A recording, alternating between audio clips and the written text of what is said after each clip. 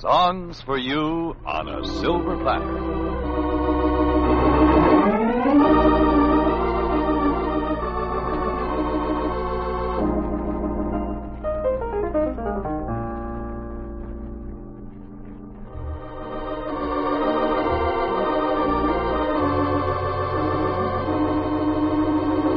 This is Alan Botzer, holding up the other end of some snappy dialogue woven through a measure of harmony from Hollywood's Columbia Square, with Diana Gayle and Milton Charles. So it's Saturday. So Diana Gayle wants to tell us about her Saturday date.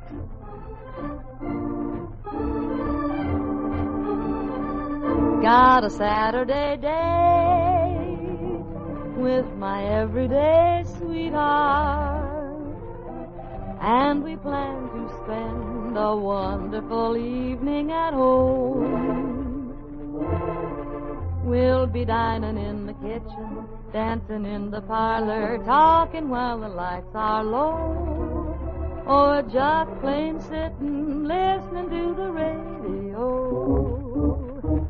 On my Saturday day, with my everyday sweetheart.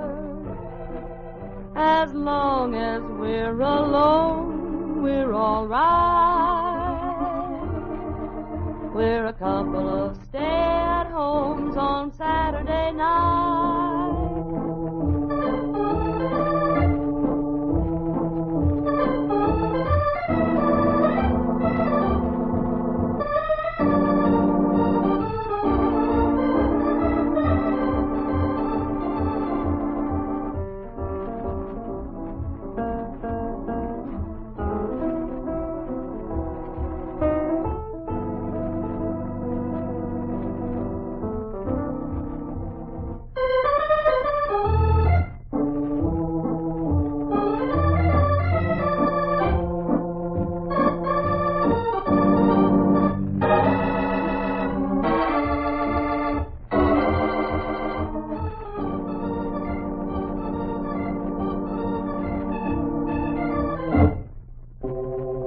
Got a Saturday day with my everyday sweetheart, and we plan to spend a wonderful evening at home. We'll be dining in the kitchen, dancing in the parlor, talking while the lights are low, or just plain sitting, listening to the radio. On my Saturday day, with my everyday sweetheart. As long as we're alone, we're all right. We're a couple of stay-at-homes on Saturday night.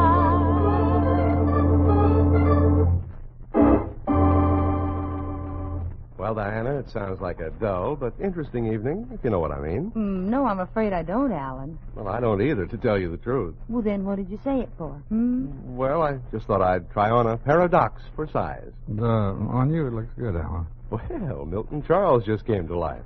Yeah, I want to tell you about my Saturday date. That is the one I almost had. What do you mean, you almost had? Haven't you called her yet? No, I haven't called her. But she called me. Oh, I see. Well, it's all set then. No, I accentuated the negative. Oh, nobody can call you a yes man. Well, that's what I told her. I said, honey, you're too dangerous, Sherry, too dangerous for me. I know I can't resist you. You're too beautiful, Sherry. What will become of me? Will I regret I kissed you? You're too glamorous, Sherry, so amorous, Sherry, so thrilling in my arms. I know it's foolish to love you so much, but I forget to be smart when you touch me.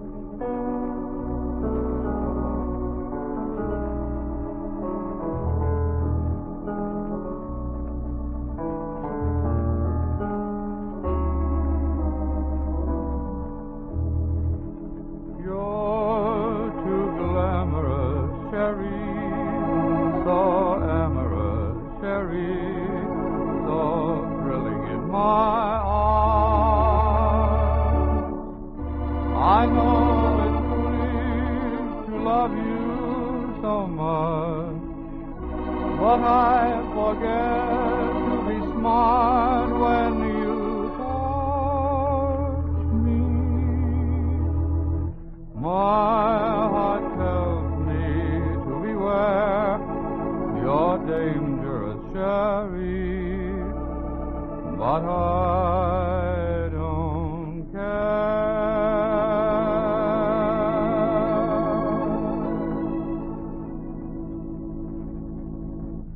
Well, Milt, all I can say is only the brave deserve the fair. I know, but she isn't fair. Oh, that settles it. But look at our friend Dyana here. She's crying for joy.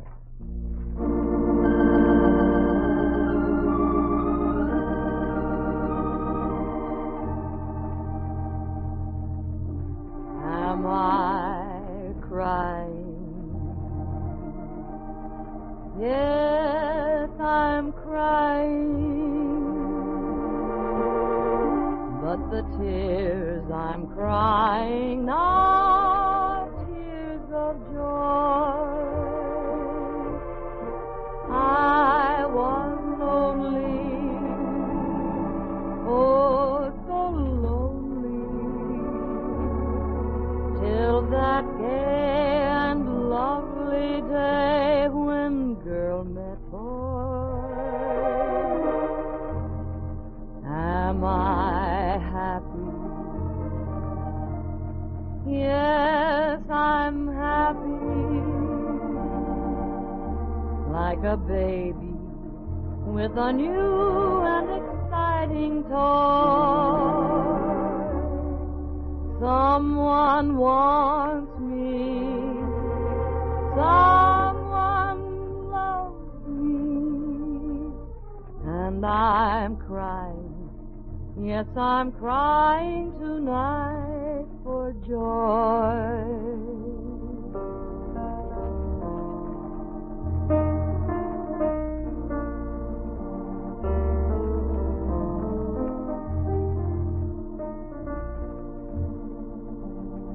I was lonely, oh, so lonely, till that gay and lovely day when girl met boy.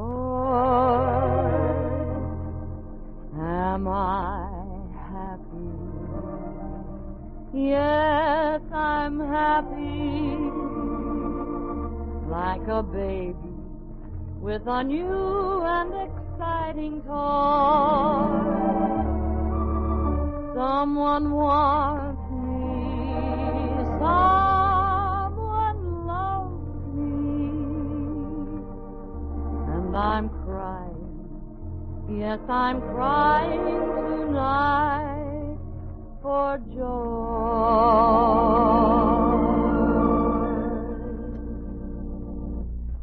I don't know who Joy is, but you go right ahead and cry for him, honey. And remember the old saying, a new groom weeps clean. Do cover that quick, will you, Milt?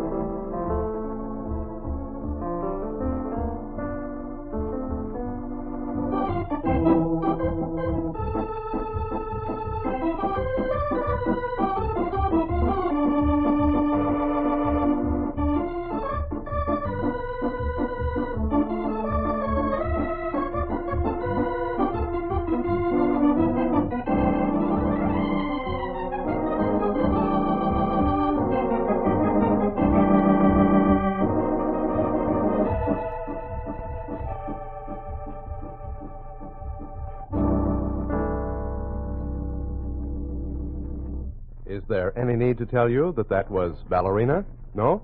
Okay, I won't tell you that that was Ballerina. I'll just tell you that Diana's going to sing Shawnee O'Shea.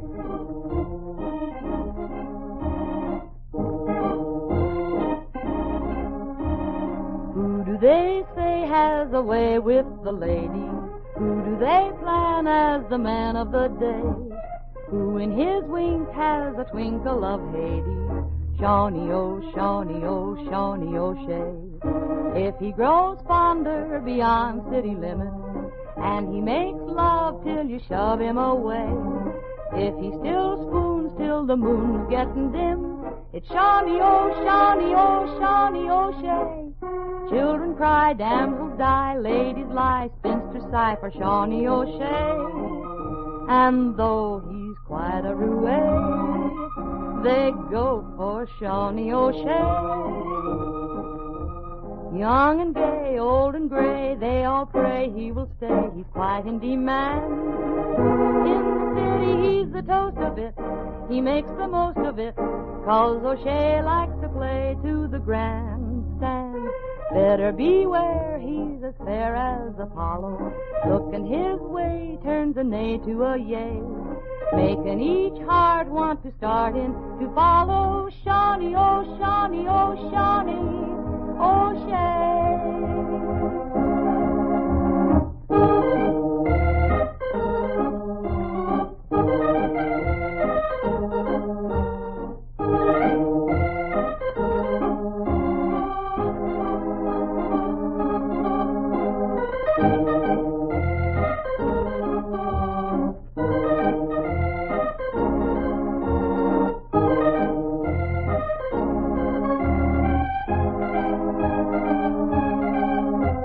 Betsy beams, Daisy dreams, Greta gleams, Sally screams for Shawnee O'Shea.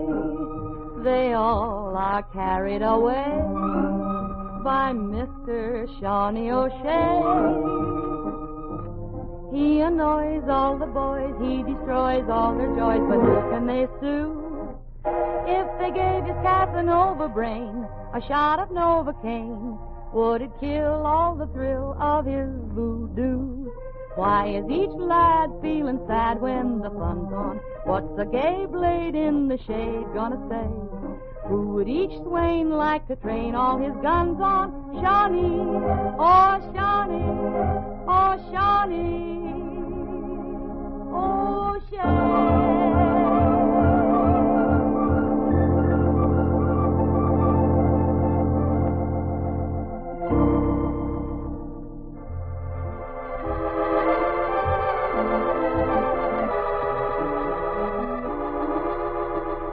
These have been Songs on a Silver Platter. This is the United States Armed Forces Radio Service, the voice of information and education.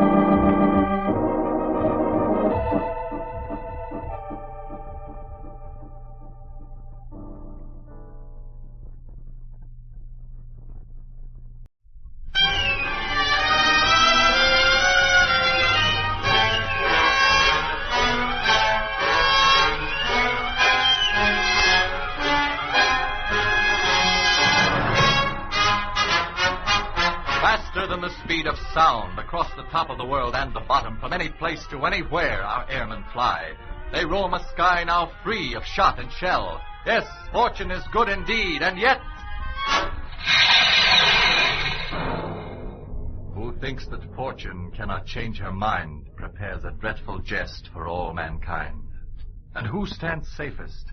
Tell me, is it he that spreads and swells in puffed prosperity, or blessed with little, whose preventing care in peace provides fit arms against a war?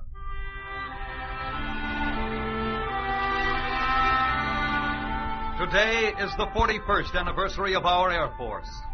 To say happy birthday, the Armed Forces Radio Service presents a special program called Peace is the Lady with Wings, starring Ken Harvey. To the Air Force, then, whose thundering motors rend the air. To the Air Force, whose jets and rockets are a muffled shriek. To the Air Force that plays a strange lullaby with words that say, you may sleep quietly tonight without fear, knowing that peace is the Lady with Wings.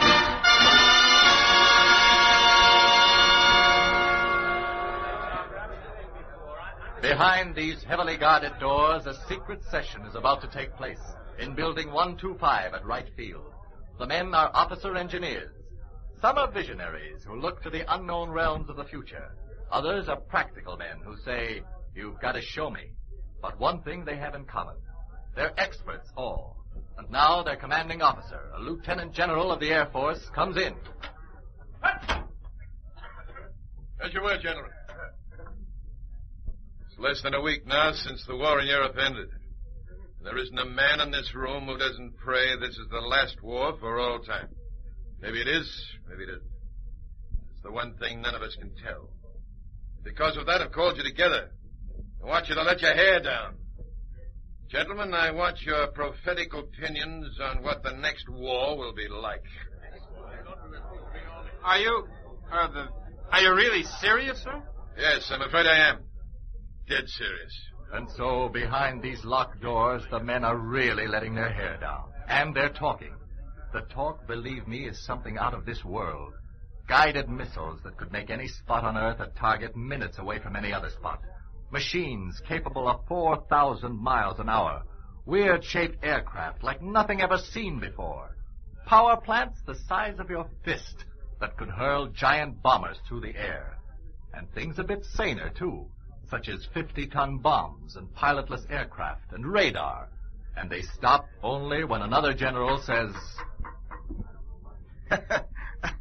Gentlemen, perhaps we'd better stop this before we scare ourselves to death.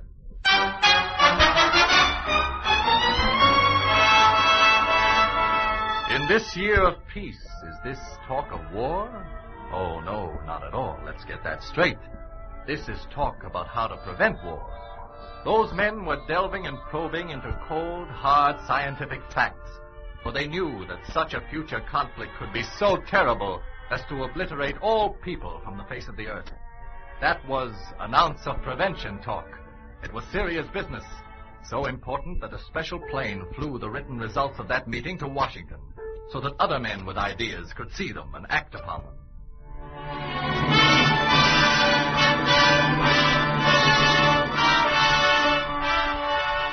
With its eyes on the sky, the Air Force also had its feet on the ground. And in that one point lies an almost unbelievable success story.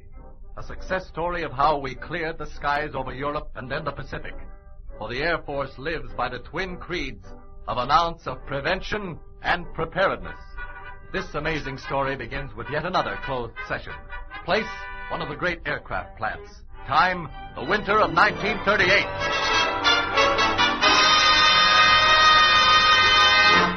There it is. You can see for yourself how vitally important these changes are. Yes, General, I can. These B-17s are already in production. What do you want us to do? Oh, I know we're insistent, but at the same time, common sense tells me that these modifications aren't practical when applied to the B-17. Well, then what do you suggest we do? I can tell you what we need. We need a long-range, high-altitude, high-speed bomber with a much greater bomb capacity than the B-17. That's a lot of need. But we'll see what we can do.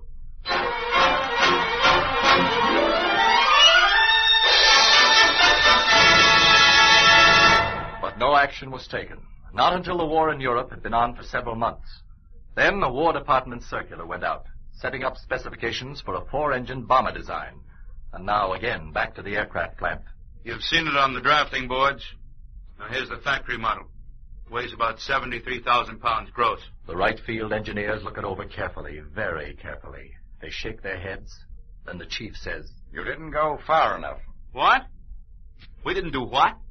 You didn't go far enough.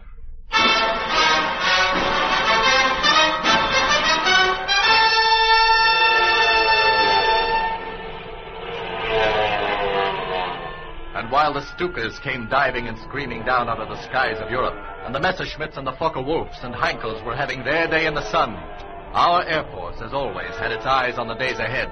And so they said, This isn't our war yet, but maybe we'd better send some military experts, engineers, and test pilots to England and France, just for a first-hand look at what's going on. So they went, they saw, they came back, and told their story.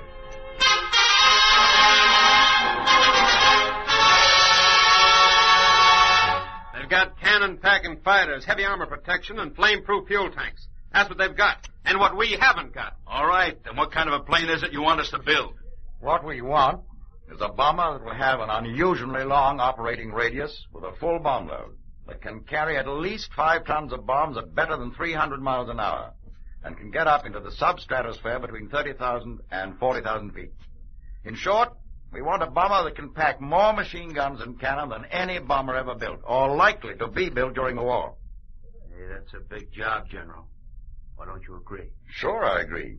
It's a big job for a big plane. It has to be. You don't want to send a boy to do a man's job. But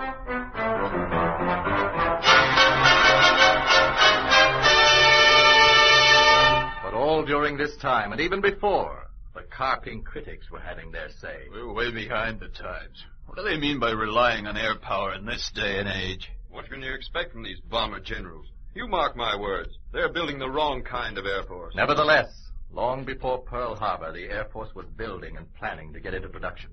Said a spokesman, We can't afford to think in terms of rockets and spaceships that will travel 300 miles an hour and knife down in a frightened London. We can't rely on fighter planes powered with rocket engines that can go 30 miles up but can fight for only 5 minutes. We've got to build an airplane that'll take us first to the battlefield and then fight. And the battlefield might be 4,000 miles eastward and almost 3 times that distance to the west. There may be thousands of miles between the United States and our enemies, because even today, in 1939, it looks as though someday the war may be fought with the United States in the thick of it.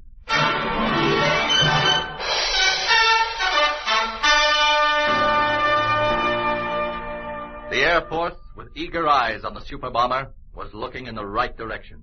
The aircraft plant also looked, first to its model 341, and then said, Okay, you've enlarged upon it and improved it. Here, what do you think now? Said the Air Force. Looks good. Yeah, it looks good. We're accepting it, and we'll call it the XB-29, the first of the super fortresses. Yeah? We'll sign a contract, go ahead and build 3 full-size X jobs. 2 for flight test and 1 for structural testing. That was August 1940. The growing pains were terrific.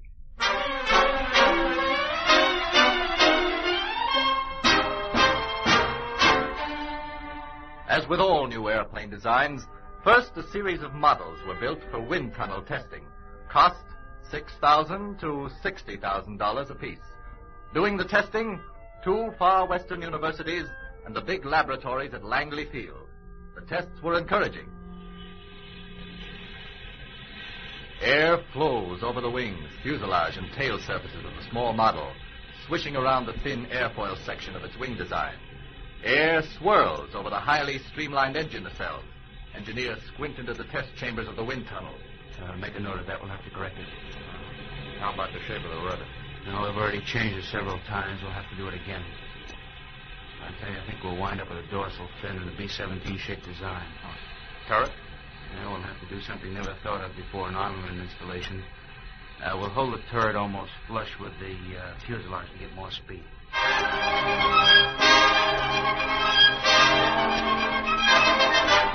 Scales, recording devices, gauges.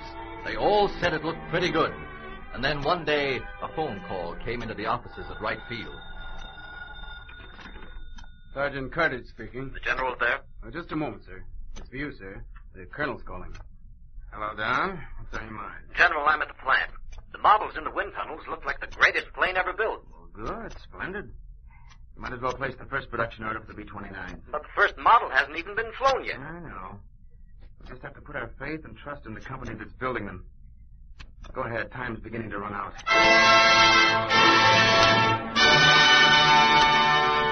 Then, to see and feel what the new bomber would be like, the Wright Field experts took a look at a full-scale model made of wood and metal. As a whole, it looked good. It was okay. Still, some changes were made. More than 1,000 changes before the first production job was finished. Now was the time when the headaches really began. We've got to design special tools and jigs. And the materials we need are hard to get. How do we do it? Spread it out. Spread it out all over the country, but get it. We want this thing finished in a hurry. The production program dwarfed anything previously attempted by the aviation industry. And it was spread out. Seattle and Renton, Washington, Wichita, Kansas, Marietta, Georgia, Detroit, and Chicago. Things began to roll. This huge new plane was more than skin and bolts and power, more than just another big experimental bomber. This was the B-29. This was the Air Force's Sunday punch. It had to have speed and range and bomb capacity. It had to be good enough to strike anywhere in the world at the snap of a command. And so brain and brawn and sweat and skill went into it. How can we make these parts first? The others are still on the drafting table. Don't ask me. All I know is they said make 'em.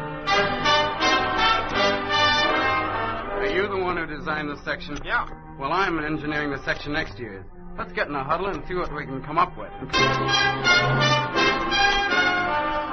Say, Al tells me the holes for the control cables will be left out of the bulkhead. Is that right? Yep, that's right. How come? Because we don't know yet just where the holes are to be placed.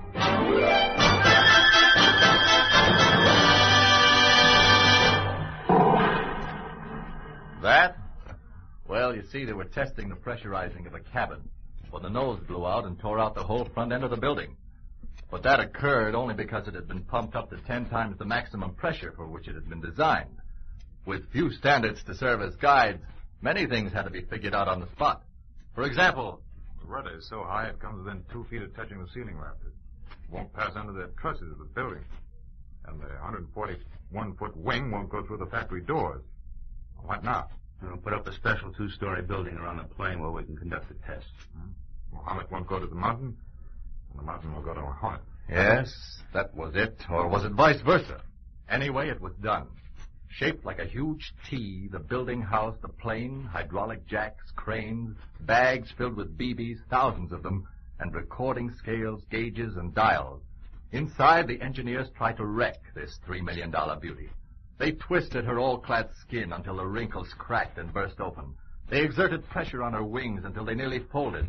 They gave her the works, then said, "Well, I think she's ready." And yet, even before it took to the sky, before it had even reached the halfway stage of jigs and framework, the Air Force gave the go-ahead sign for mass production. Plants were built to turn out the big boy on assembly lines. This time, Wright Field wasn't kidding.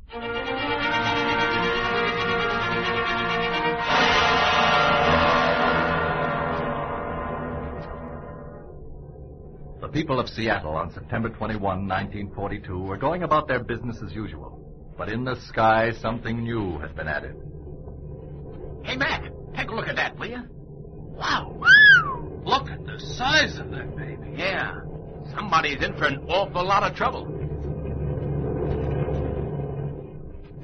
At the controls sits the test pilot, one of the best in the business. He brings her in, sets her down like the honey she is. Then an Air Force colonel says to him, "Well, Eddie, what do you think?" "Colonel, she's a sweet airplane. Flies better than the B-17. I think it's one of the cleanest designs ever built. Coming from you, Eddie, that's the best compliment any plane could get.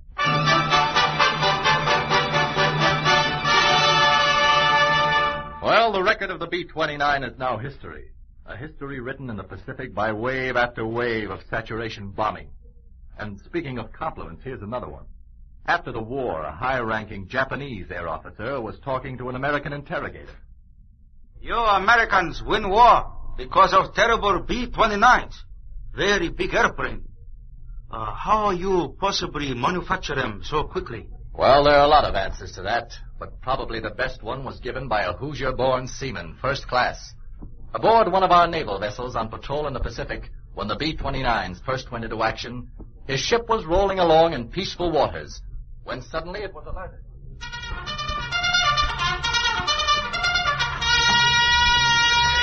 Planes approaching, battle stations, man your battle stations.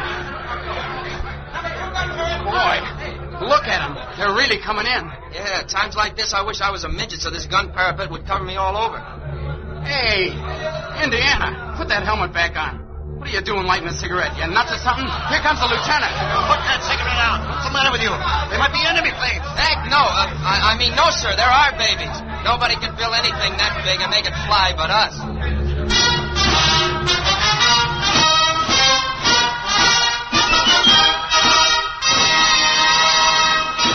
The Air Force leaves very little to chance. A plane is born and tested and armed, but that's only the beginning.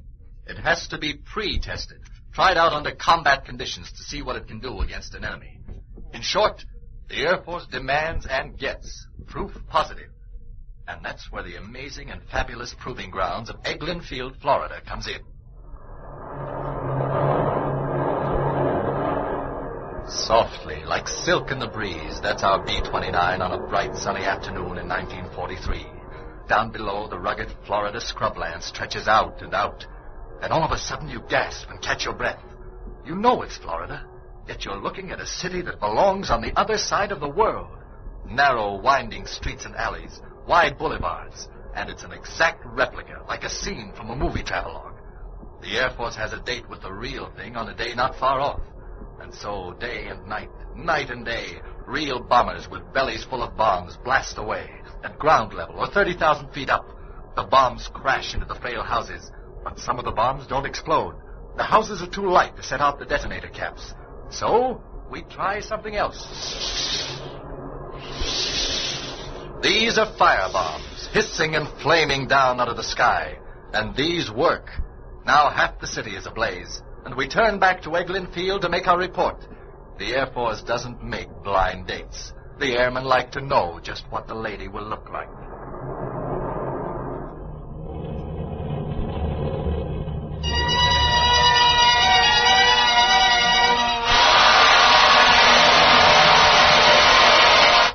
Early 1944 at a B-29 base in China. Any idea, sir, when we'll get the gasoline? No, I wish I did know. We've got to sweat out this rainy season until we get enough gasoline to fly. But while we're sweating it out, I think I'll send a message. Back at Eglin Field, a secret teletype message is coming in. The commanding general of the field reads it. Bomb Puerto Rico. Now out on the field, a big B-29 is on the ready line. The bomb bay is full of dummy bombs, the gasoline tank's full. The crew is being briefed. Find out how far it can fly. What's the most efficient altitude? Keep an eye on the engines and find out how well the new air position indicator will work. Okay, that's all.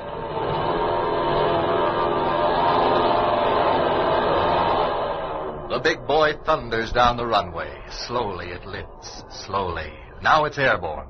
A few vacationers in Miami look up, see it fly by, and wonder about its size. The plane heads out to sea. The pilot to the co-pilot. Weather's kind of rough. Yeah, gonna have our hands full. The navigator is in a sweat. This long stretch of water without a landmark. Trying to hit an island on the nose. Not gonna be easy. In the big side blisters, the gunners talk. How you doing? I'm getting numb from sitting so long. From the tail gunner in his little cubby hole, a simple statement. I think I'm going nuts. The big plane roars on. Hours later, it comes down out of a cloud bank. Yeah, there it is down there. Puerto Rico. Give Skip an A for navigation. The plane circles a few minutes, long enough for the bombardier to set his sights, long enough to make a trial run over the island. The bomb bay doors are coming open, and then... Bombs away! The dummy bombs spin down into the ocean. The islanders don't even see them. The big Super 4 turns and points its nose back to Eglin. 3/4 of the way back home, and she's still purring mighty sweet when one of the engines is acting up. Another sputter and almost quits. The pilot has to give exact throttle control to keep the plane at cruising speed. But he does it, and without further incident, they're back at the Florida base. A secret conference, every phase of the flight carefully written up in report form. The report is condensed, and a long teletype clacks its way around the world to the General and his B-29 crew waiting in China. The General reads it. It says, in part, VH Island mission success. Full load. 3,200 miles. Engines. What it means is this. A very heavy bomber had flown a mission for 3,200 miles non-stop with its full load of bombs, and that there had been trouble with the engines. The message tells other things, too. And that night in his tent, the General says to his Master Sergeant, Jim, do you think those engines will hold out? Yes, sir, I think they will. If Eglin Field says so, they'll do it. Several days later, a whole flight of superforts takes off from its base in China. And the next day we read the glaring headlines, B-29s in big raid. The superforts had flown from Chengdu, China, to hit their objective. Incidentally, the distance over water was 1,600 miles out and 1,600 miles back, the same distance as that from Eglin Field to Puerto Rico. Pre-testing. Proof positive. As we said, the Air Force doesn't like to keep a blind date.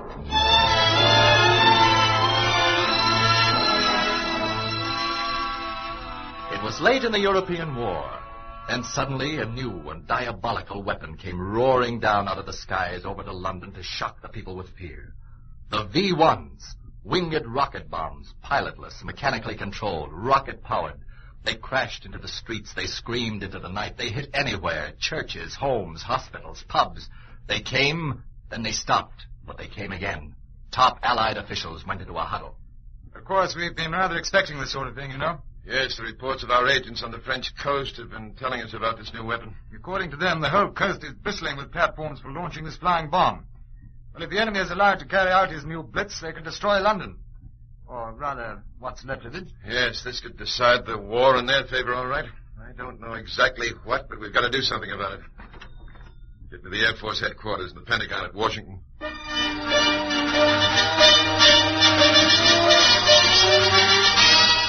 Across the channel, over the ocean, comes the urgent plea, for God's sake, do something. But what? How could you fight a robot that you can't even catch, when you don't even know where it's going to be or what it's going to do? You might as well try to shoot down a bomber that can fly faster than your best fighter planes. Yes, they had something this time, all right. Something terrible, mysterious, something fanatical. This was the V-1. But we already knew the V-2 was coming, bigger and more deadly, faster than sound. A 2,000-pound rocket that arches up more than 70 miles into the air above the earth, then comes knifing down in a white-hot streak, and the only time you hear it, it's too late, after it has exploded. So the Air Force in Washington said, Here's one we can't figure out. Better get in touch with Eglin Field and see what kind of a defense we can get against that V-bomb.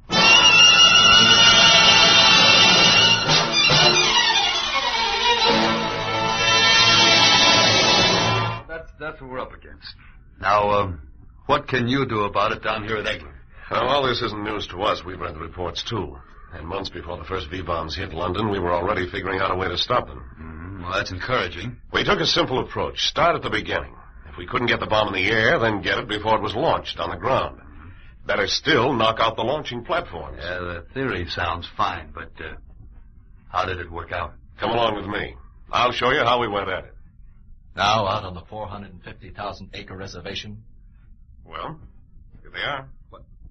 These are exact replicas of the row-bomb launching platforms. Right. Reinforced concrete 3 feet thick. Wherever we place these platforms, we set up a defense of anti-aircraft fire like the kind along the French coast. It made it so tough for our bombers to get through and destroy the bomb ramps. Good going, Colonel. I'll have to admit I'm much impressed. When the replicas were completed, we threw the book at them. More than 400 attacks. B-17s let them have their biggest bombs from 30,000 feet. B-25s and 26s, A-20s with medium bombs, all kinds. Slammed home their explosives at lower altitudes. Any fighters? Yes, P-47s, 38s, and 21s followed through from every altitude.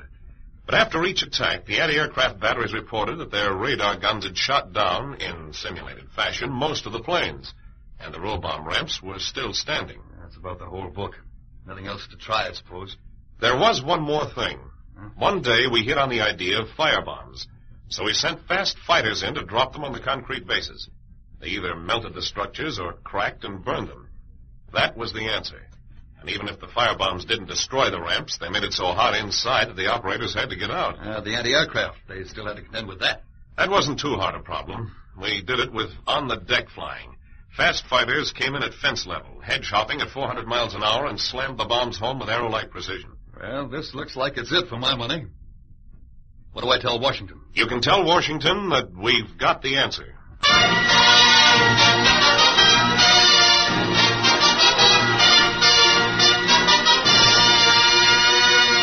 In the Pentagon at Washington, a phone is picked up and 4 words are spoken. We've got the answer. And across the sea, fighter squadrons are alerted by these 4 words. They go over at low altitude and terrific speed, with firebombs slung under their bellies and wings. And they come back with the wire from the fences of France hanging on their wings. The report, the row-bound platforms no longer exist. Yes, the Air Force had the answer.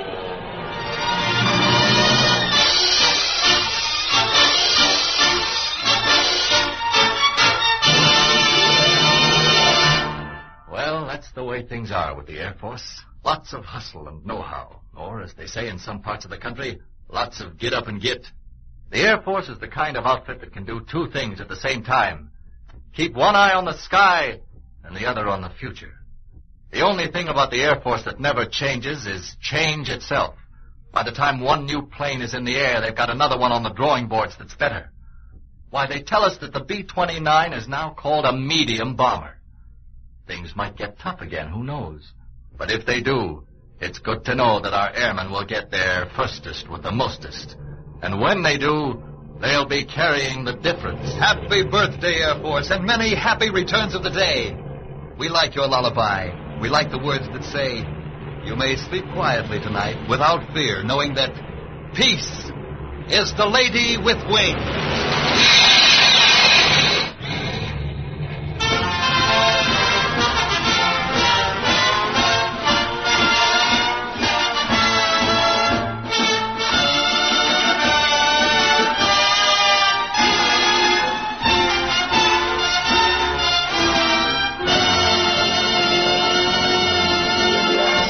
You have been listening to Peace is the Lady with Wings, with Ken Harvey as narrator.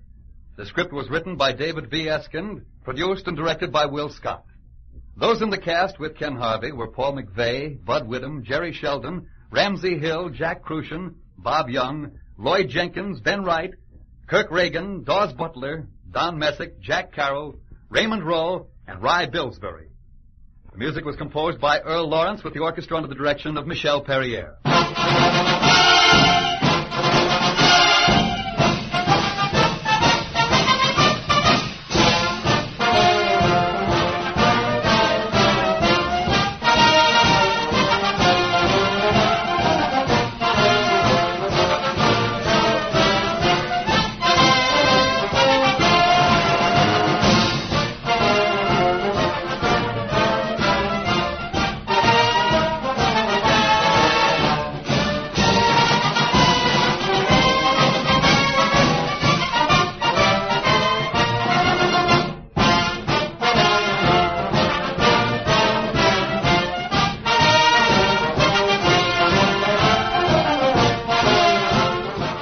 Tom McKee speaking. This is the United States Armed Forces Radio Service, the voice of information and education.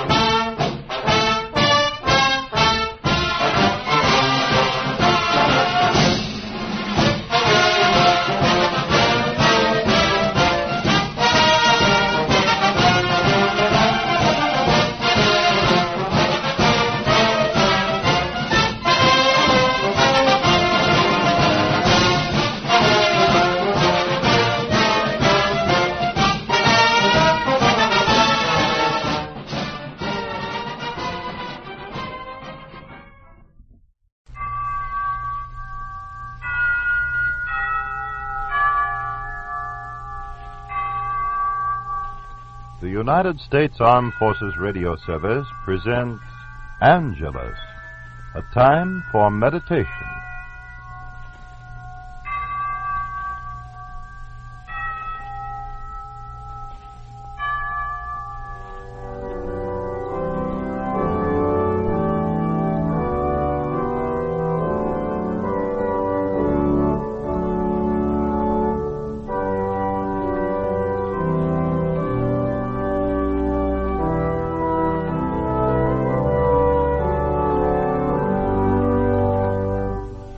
Angelus, a program dedicated to the brotherhood of men of all races, creeds, and religions.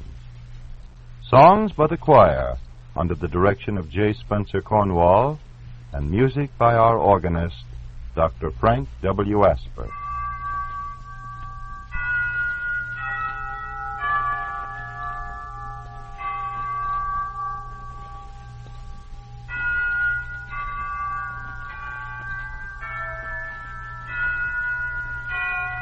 We open with an anthem by Charles Gounod on a text paraphrase from Psalm 137 by Babylon's Wave.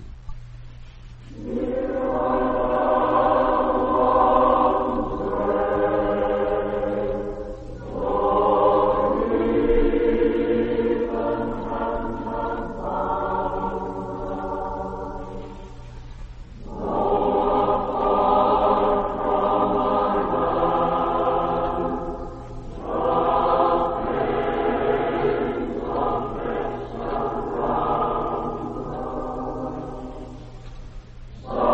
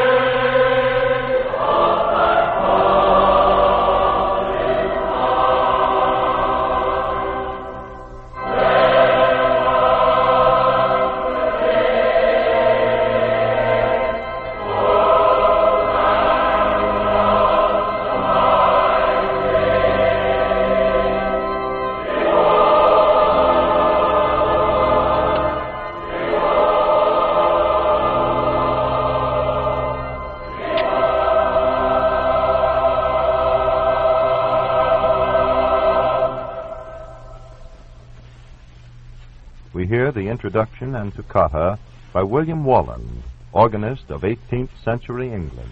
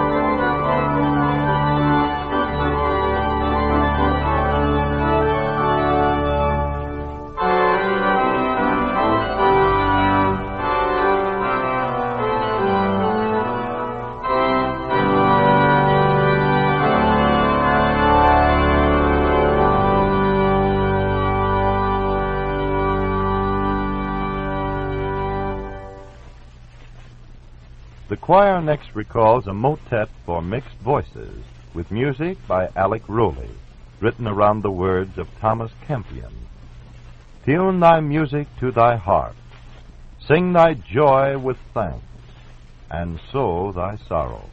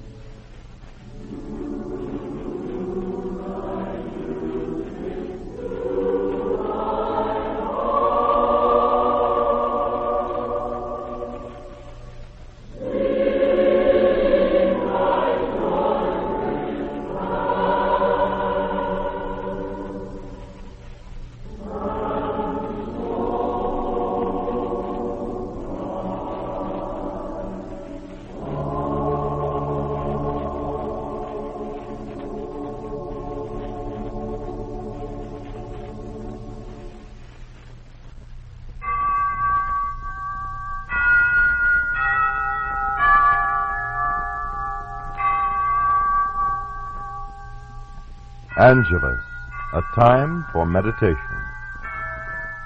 A trend that has always caused concern among far-thinking men is the trend towards encroachment on the processes of justice, whereby various non-judicial agencies or officers accuse, try, convict, and impose penalties without due process of law. But there is another type of poaching upon the judicial function which is even more prevalent and persistent. And that is the judgment which irresponsible people sometimes presume to pronounce on the character and qualifications of other people. Often in whispers, cowardly accusers try and condemn a man without any evidence except gossip or hearsay or their own prejudiced opinions, and often without the accused ever having known that he was on trial. One point on which Scripture is repeatedly positive is against unjust judgment. Judge not, that ye be not judged. The fact is that if we are looking for it, we can find offense against any man by minimizing his virtues and magnifying his faults. On the other hand, we can build up any man in the minds of others by magnifying his virtues and then minimizing his fault. But the scandal-mongers and the gossips so often ignore the real and genuinely fine things about life and people and concentrate on the blemishes. And in the eyes of a jealous or prejudiced observer, anyone may be weighed and found wanting. To sit in the judgment seat with malicious intent, or even worse, with irresponsible thoughtlessness, is a flagrant offense against humanity and the brotherhood of man. With what judgment ye judge, ye shall be judged.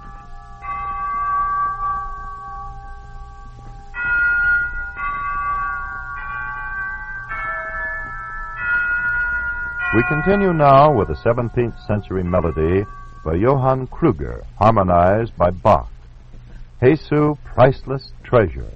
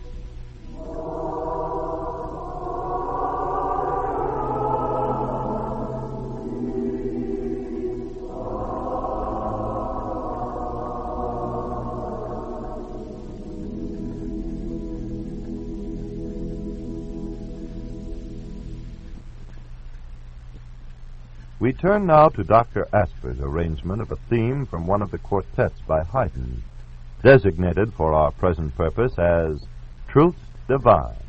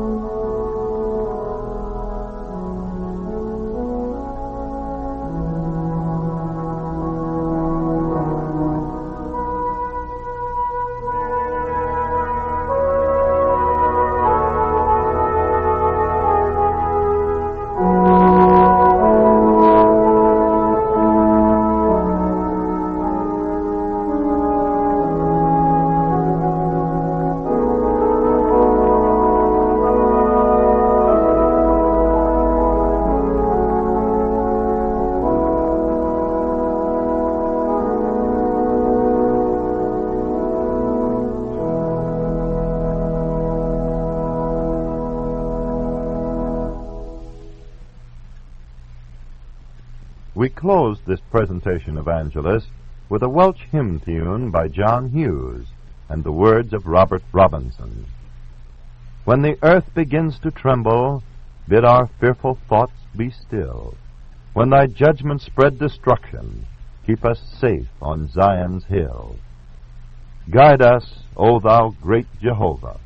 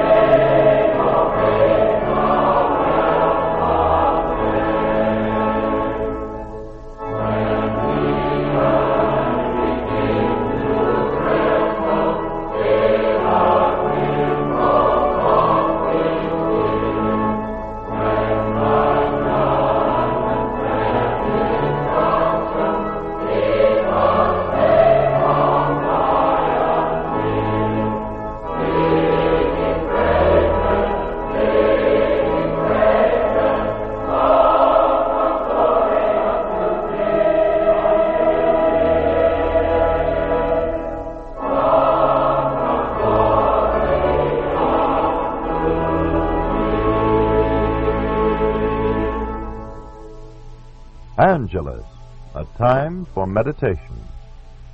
As we have said many times before, meditation, of course, means only to think. Well, oftentimes, our thinking can get us into a lot of trouble, especially when we begin to think negative thoughts, such as, the world is going to the dogs. What's the use of trying? The powers that be in politics are going to mess things up anyway. In other words, the world is all wrong, but of course we are all right. Let's not worry about such negative thoughts. The world is not going to the dogs. The human race is not doomed. Civilization is not going to crash. The captain is on the bridge. Humanity is going through a difficult time. That is true. But humanity has gone through difficult times before, and in its long history has always come through strengthened and purified. Do not worry about yourself, about the universe collapsing. It is not going to collapse. And anyway, that is none of your business. The captain is on the bridge. If the survival of humanity depended on you or upon me, it would be a pretty poor lookout for the great enterprise, now would it not? When you're on a ship at sea and a storm comes up and the ship begins rocking, you don't run up to the captain and tell him to be careful and be sure to mind what he is about, or ask him if he knows the way we are going, even in the storm. You just take it for granted that he knows his business and go about your appointed task with no worry bothering you, because you know the captain is on the bridge. That's common sense. So forget all about that thing that's bothering you. Relax, take it easy, and just do the best you can with each task as you're called upon to do it. Take care of your job, whatever it is, to the best of your ability, and the rest will take care of itself. Remember, God is still in business. All that you have to do is realize this, and no matter what is troubling you, turn it over to Him until the storm is over, because The captain is on the bridge.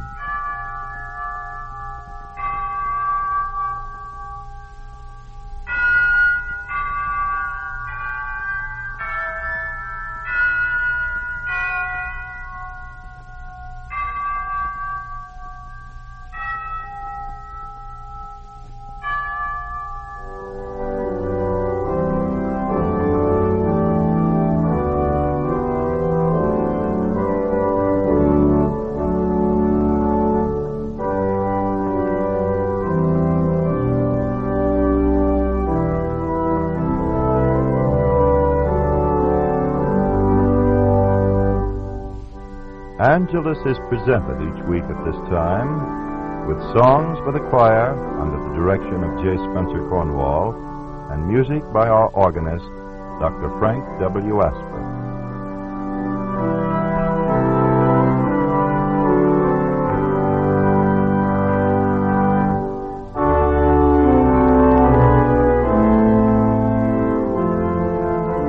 This is the United States Armed Forces Radio Service, the voice of information and education.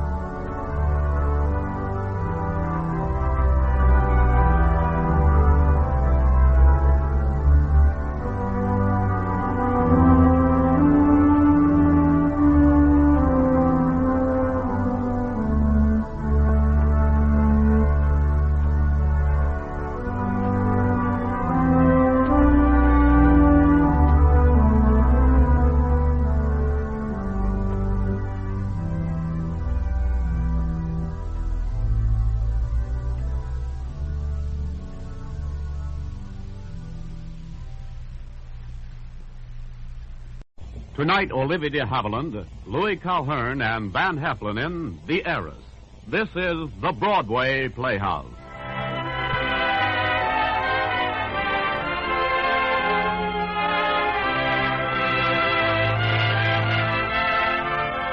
Good evening, ladies and gentlemen, and welcome to the Broadway Playhouse with Olivia Dehavilland, Louis Calhern, and Van Heflin. And now, here is our producer, Mr. William Keeley.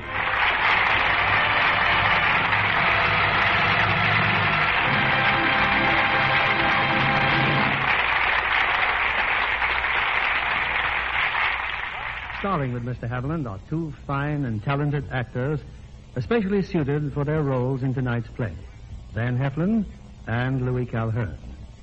The Heiress, as you know, won 5 Academy Awards, reflecting the finest in motion pictures today. Its setting is indeed a most familiar one, the famous and historical Washington Square in New York City. Today, the same houses border the square as they did a century ago, the time of our play. They're older, of course, and are worn and mellowed by time. But their dignity and splendor have not dimmed. It is in one of these imposing homes that the action of tonight's play takes place. I know you'll enjoy it.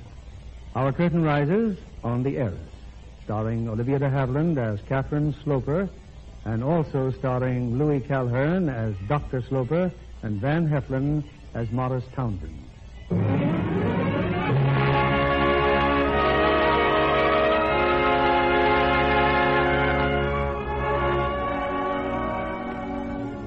New York City, 1850, an age of elegance and aristocracy, of gallant men and gentle ladies. In the stately environs of Washington Square is the residence of Dr. Austin Sloper, his daughter Catherine, and the aunt who has recently come to live with him. Then you really like my gown, Aunt Penniman?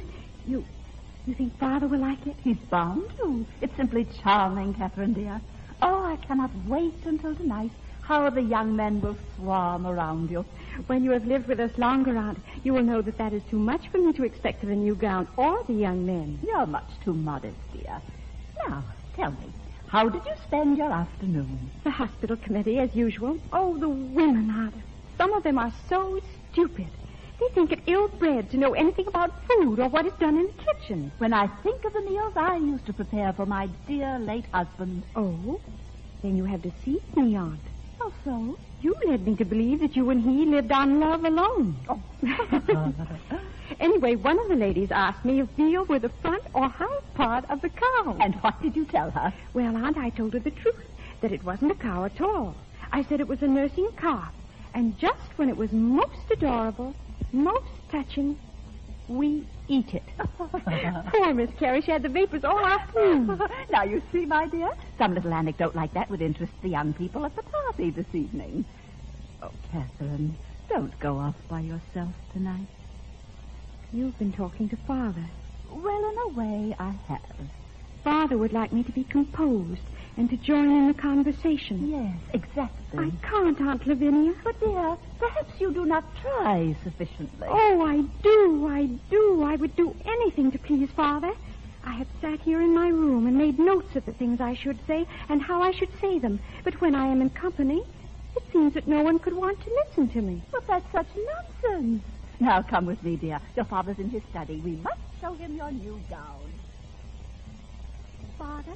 Come in, Catherine. Come in. Do I disturb you? You're not a disturbing woman, my dear. Do you like my dress? Now, let me see. Is it possible this magnificent person is my daughter? There, now you see. Why, she's sumptuous, Lavinia. Opulent. I thought you would like the color, Father. It's cherry red. I believe my mother used to wear it. Your mother was fair, Catherine. She dominated the color. Well, if we're to arrive at the party on time, I must dress. Austin, wait. Catherine just told me of a most amusing incident. Oh, do tell him, Catherine. Oh, Aunt, it was nothing. Well? Well, there was a young woman on the hospital committee, and she asked me about veal. Yes? Well, she didn't know what it was. I see. She thought it was part of the cow, didn't she, Catherine? Yes. I mean, she didn't know it was calf. She didn't? She didn't know any of the cuts of beef. I see. You see, Austin, Catherine told her it was a young cow. Yes? Well, she didn't seem to know. Oh, yes. Well, now, if you'll excuse me, I'll go upstairs and dress. Do hurry, Austin.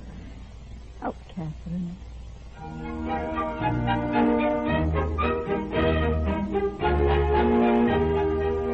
Oh, isn't it a wonderful party, Austin? Oh, my, I haven't danced so much in years. Then perhaps you should sit down and rest, Lavinia. Yes, perhaps I should.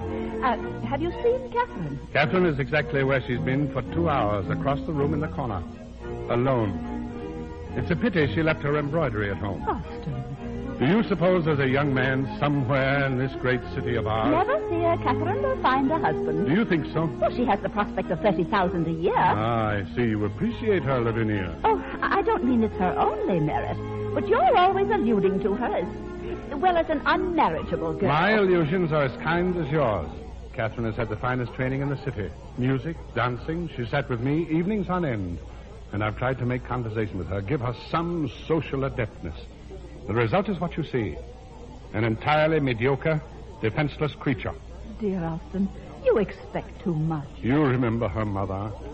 Her mother who had so much poise and gaiety. This is her child. But no child could compete with her. You've idolized that poor dead woman beyond all human recognition. You are not entitled to say that. Only I know what I lost when she died. And what I got in her place. But how can you... Oh. Well? Austin, look, Catherine. There's a young man with her. They're going to dance. I'm afraid I can't share your excitement, Lavinia. If you'll excuse me, I'll see if our host has any brandy.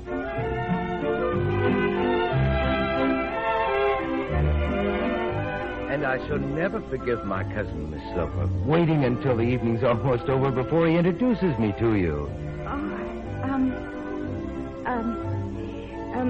Your cousin mentioned that you had just returned from Europe. 2 months ago. And please don't look at your feet while you're dancing. Where shall I look? Look at me. Oh. Are you going to remain in New York now, Mr. Townsend? What a delightful question. Well, I hadn't been at all sure what I was going to do. But oddly enough, tonight I made up my mind. Yes, I am going to remain in New York. Oh, I see.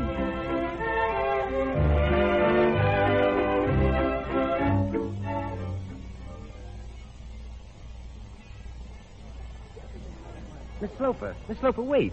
Yes, Mr. Townsend? Don't tell me you're leaving. Here's your glass of punch. Well, my father just sent for our carriage. You know that I just met your father? I saw you speaking with him. But I neglected to ask him when I might call. His office hours are in the morning. Are you not well, Mr. Townsend? I am in the best of health. I wish to call on you. Oh. May I? Why, yes, I think so. Thank you, Miss Sloper. Good evening, Mr. Townsend.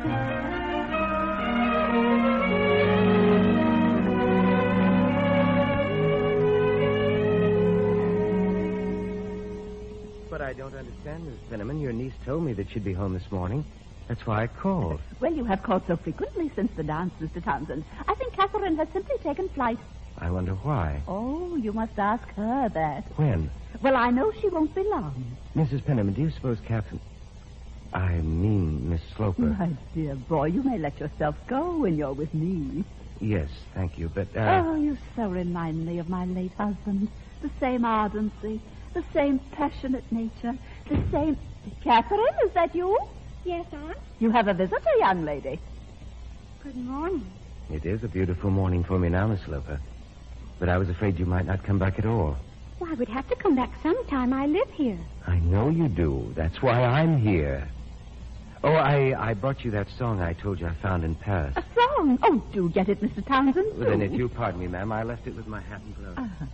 I will leave you alone with him, Catherine. What will I talk about? My dear child, he's come a-courting. Courting me? Certainly not me, miss. Oh, Mr. Townsend, you must excuse me. I trust that we shall see you soon again. Your servant, ma'am. Oh, Catherine, dear, you haven't forgotten about this evening. No, Aunt. Our girl is off to another one of her endless parties. It makes me very unhappy to hear that. What? That you're so sought after. It makes my way harder. I am not going to a party. We're dining with Mr. and Mrs. Home, that's all. That's what I like you for. You're so honest. Tell me something. Did you go out this morning because you thought I might call? Yes. Do you not like to see me? Yes, but you have called so frequently. You're tired of me? Oh, no. I am puzzled. Good. That means you're thinking of me. But Is that the song? The song? Oh, yes. I shall try to play it for you. Can you hear me way over there? You know, on my 10th visit, you might even sit here, next to me. Mr. Townsend, you are very bold.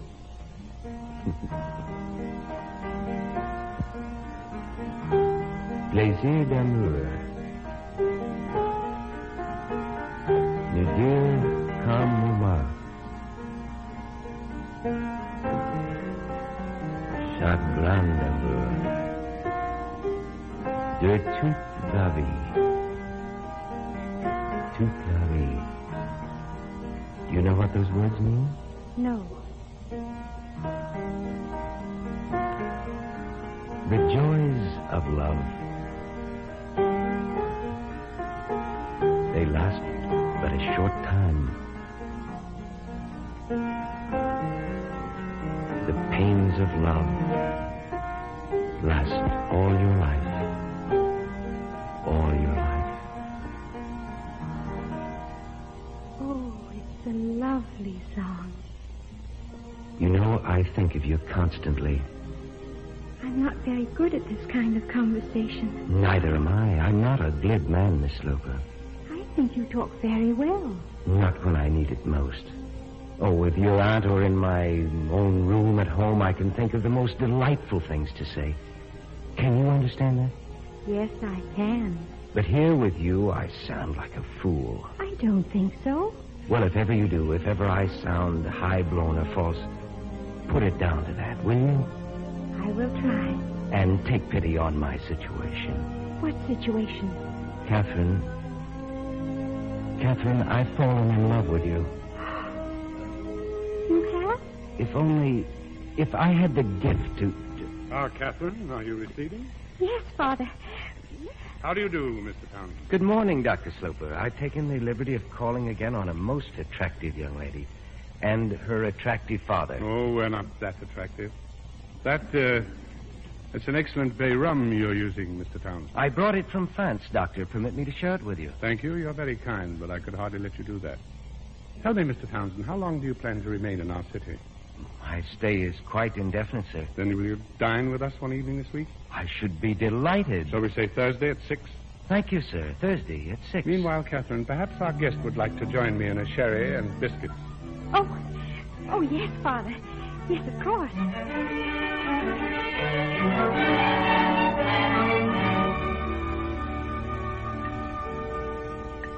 Do have some more coffee, Mr. Townsend? Thank you, Mrs. Penniman. Mr. Townsend, now that your travels abroad are over, you have found something here, I suppose, to keep you occupied? Mr. Townsend is looking for a position, Father. Well, your studies abroad should open many avenues to you. Studies, sir? No, I was merely idling. You see, I had a small inheritance, and that was how I used it up. What sort of position should you prefer?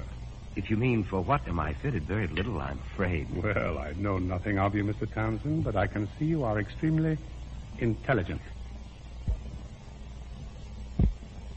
Oh, yes. Thank you.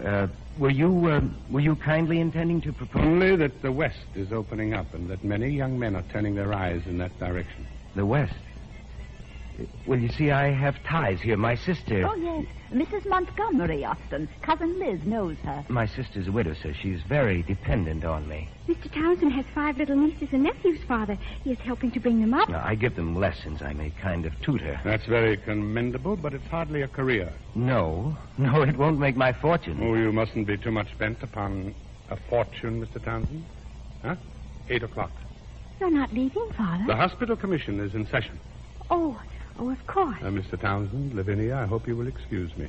Catherine, my dear, you will extend the honors of the house to our guest. I'm very grateful for your interest, sir. I'll go to the door with you, Austin. Oh, isn't he a charming young man? And I never dreamed he'd be so interested in Catherine. Nor did I. So agreeable, so elegant. He may find it difficult to maintain such elegance without working for it. But he is looking for a position, most earnestly. I wonder if he's looking for it here, Lavinia. Here? Wouldn't the position of a husband to a defenseless young girl with a large fortune suit him to perfection? How can you entertain such a suspicion? Suspicion? It's a diagnosis. Good night, Lavinia.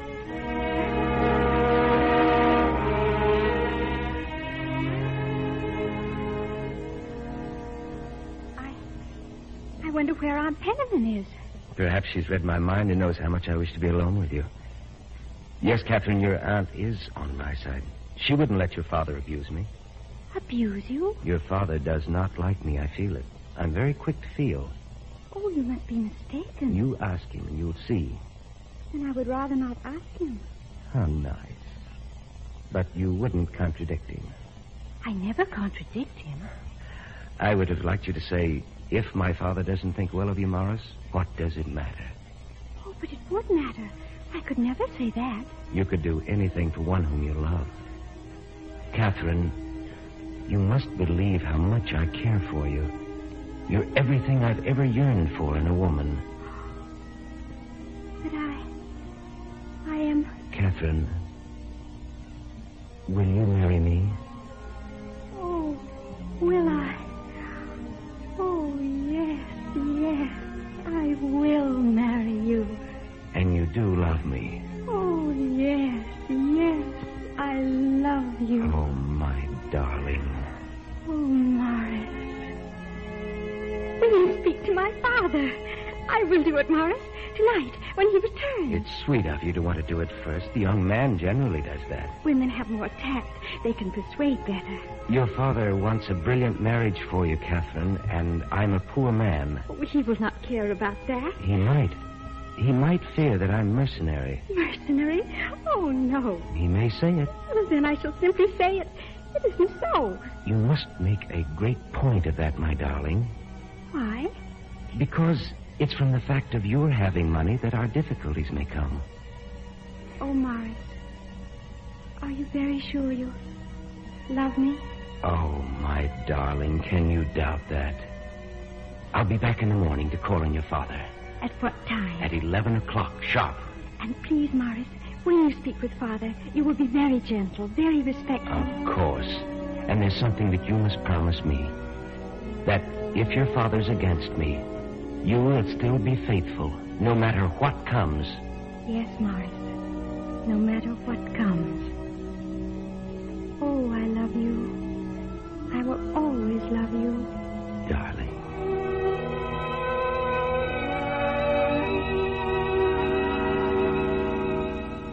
Catherine? Catherine, wake up, my dear. Huh? Oh, Father. Oh, I must have fallen asleep. I was waiting up for you. No need of that. But I have something to tell you, Father. Have you? I am engaged to be married. And whom have you honored with your choice? Mr. Morris Townsend. You have gone fast. Yes, I think we have. Mr. Townsend should have waited and told me. Oh, he means to tell you tomorrow morning at 11 o'clock. It's not quite the same thing, my dear. You shouldn't be pleading for him. He should plead for you. But I think he is a little afraid of you. Is he? He fears you do not like him. Our liking each other is not important, Catherine. What is important is that he love you. Oh, he does. He does love me, and I love him. It is a great wonder to me that Morris has come into my life. Oh, Father, don't you think he is the most beautiful man you have ever seen? Well, he's very personable, my dear. Of course, you wouldn't let a consideration like that sway you unduly. Oh, no. But that is what is so wonderful to me, that he should have everything a woman could want. And he wants me. I'll see him tomorrow. I knew you would. And you are so good that you will be fair and honest with him. I shall be as fair and honest with him as he is with you. Thank you, Father. That is all we shall need.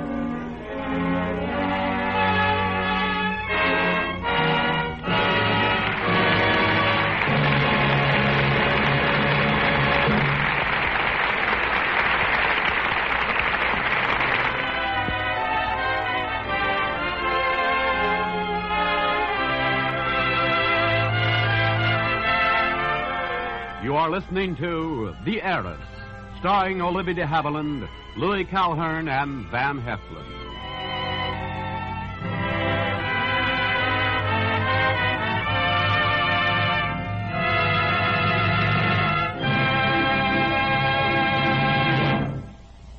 In Paris on December 10th, 1948, the United Nations General Assembly met to consider a very important statement of principles. The Universal Declaration of Human Rights. In voting for this declaration, the representatives were not binding their countries to a treaty. They were simply reaffirming their faith in mankind to promote worldwide respect for human rights and fundamental freedoms. And yet, there were those who refused to even take part in the voting. We have in the world today powerful governments who deny the principles of the human rights, the dignity and worth of man. They deny these basic principles of freedom. They deny them to their own people. They deny them in their relations with other nations. They use force and coercion. In the world today, the basic principles of freedom are being threatened by force and coercion. It's our job, yours and mine, to fight for and preserve these principles. If we shirk our responsibility, our freedom and the hope of freedom for the oppressed will vanish from the earth. Remember, freedom is everybody's business. We return you now to William Keighley. Act 2 of The Heiress, starring Olivia de Havilland as Catherine, Van Heflin as Morris Townsend, and Louis Calhern as Dr. Sloper.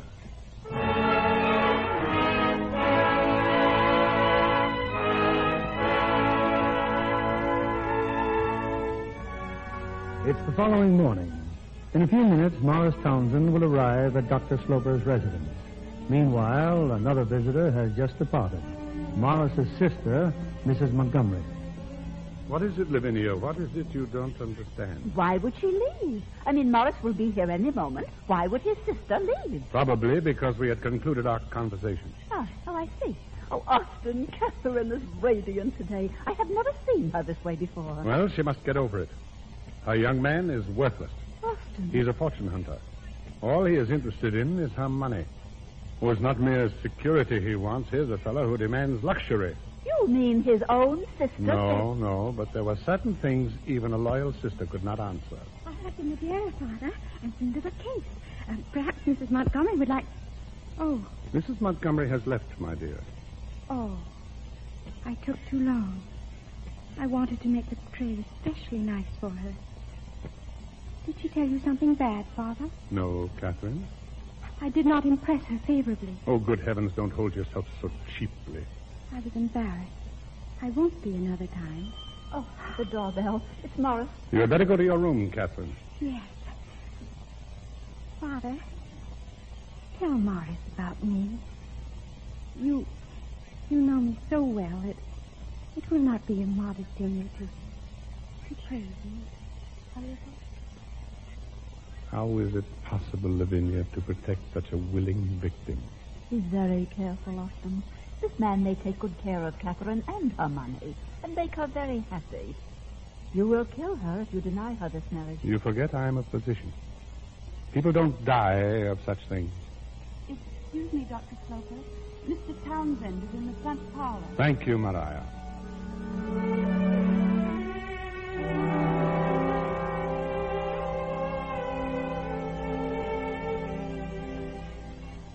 Well, Mr. Townsend, you're admirably prompt. I could hardly be late for so important an occasion, sir. Would it not have been becoming of you to give me notice of your intentions? It was only the other day that Catherine made your acquaintance. But my interest in Catherine began the first time I saw her. Did it not even precede your first meeting? Well, I certainly had heard that she was a delightful girl. I hope I have a just appreciation of her many qualities, but I don't mind telling you I've never quite thought of Catherine as a delightful girl. I speak only from my own point of view, sir. And do you expect that I shall throw her into your arms? No. I have an idea you do not like me. Why? For one thing, because I'm poor. And my daughter is rich. 10,000 in her own right and 20,000 more upon my death, if I choose to leave it to her. Yes, Mr. Townsend. A weak, young woman with a large fortune. I don't think Catherine is weak. Even if she were not, you are still penniless. Therefore, you conclude I'm mercenary. No, I don't say that. You say that. But that is what you meant. You think I'd squander her money because I spent my own. But it was my own, and when it was gone, I stopped. Tell me, Dr. Sloper, have you no wish to gratify your daughter? You enjoy making her miserable? I am resigned to her thinking me a tyrant for a few months. A few months? For a lifetime, then. She may as well be miserable that way as with you. You are not civil, You sir. push me to it. You argue too much. I have a great deal at stake. Yes, you have, but you have lost. I wouldn't be too sure of that. You're impertinent. You were not let Catherine steal. I should never put up with these indictments. You have only to leave my house to escape them. Good day, Mr. Townsend. You promised you'd be respectful when you saw my father. Catherine, you are without dignity. Why are you angry? Why are you and Morris quarreling? Your father does not approve of me, Catherine. Yes, I do. What have you done? What have you done, my father?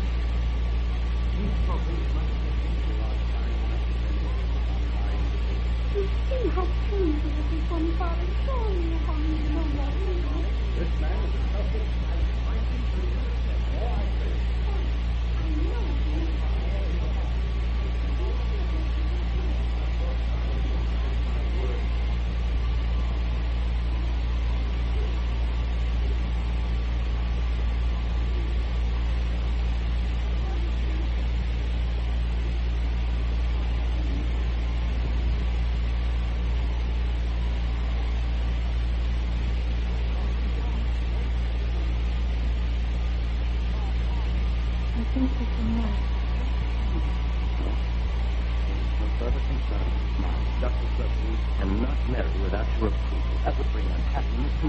Are you sure you mean that? Yes. Stop this marriage. I'd like to take Catherine to Europe with me. Europe? But why? Why?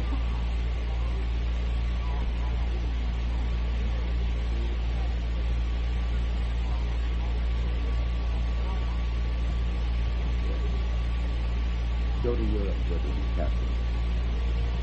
Go to Europe with your father.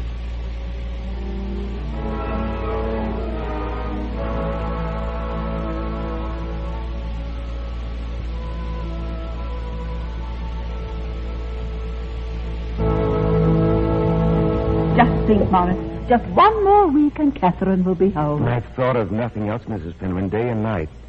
Believe me, if not for your kind invitation, my life would have been unbearable. You like this house, don't you, Morris? Oh, I do, ma'am. Dr. Sloper's a man of excellent taste. It is strange that we should not like each other. We seem to like the same things. That can be a bond between you in time. But he has earned all this by his work. He believes every man should do the same. The trouble is that some of us cannot. Morris, when they arrive, you'll come to the dock with me? No, I think not. Dr. Sloper will resent my presence. But Catherine... Oh, I must see her, Mrs. Penniman. And you can help me. You know I will. When Catherine returns, I must see her alone. I will tell her. I'd rather Dr. Sloper didn't know. Oh. The gardens. The summer house in the garden. Yes. I have certain arrangements in mind, Mrs. Penniman. Give me time to work them out. I cannot lose her. I cannot.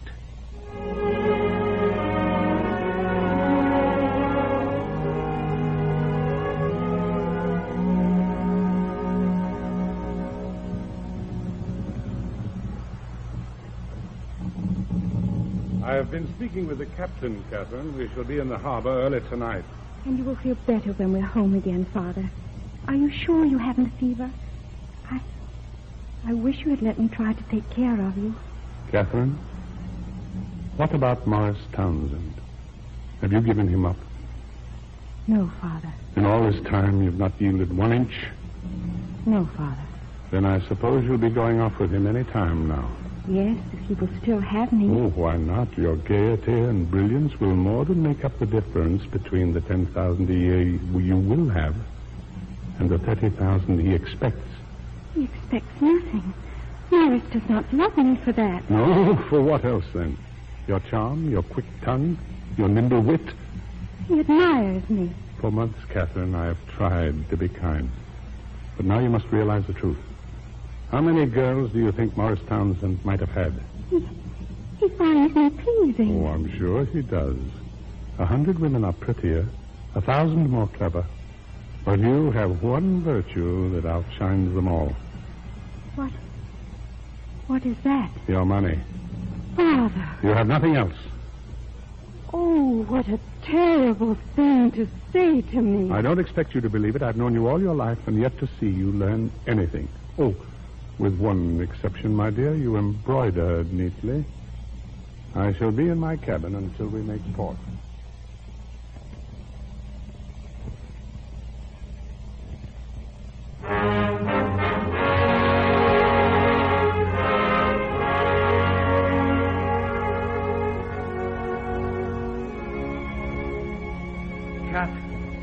Oh, my dearest, it is you. You are home again, in my arms again. Oh, Morris, I'm so glad. Can you forgive me, my darling? Forgive you? Meeting you in secret like this, your father would not approve.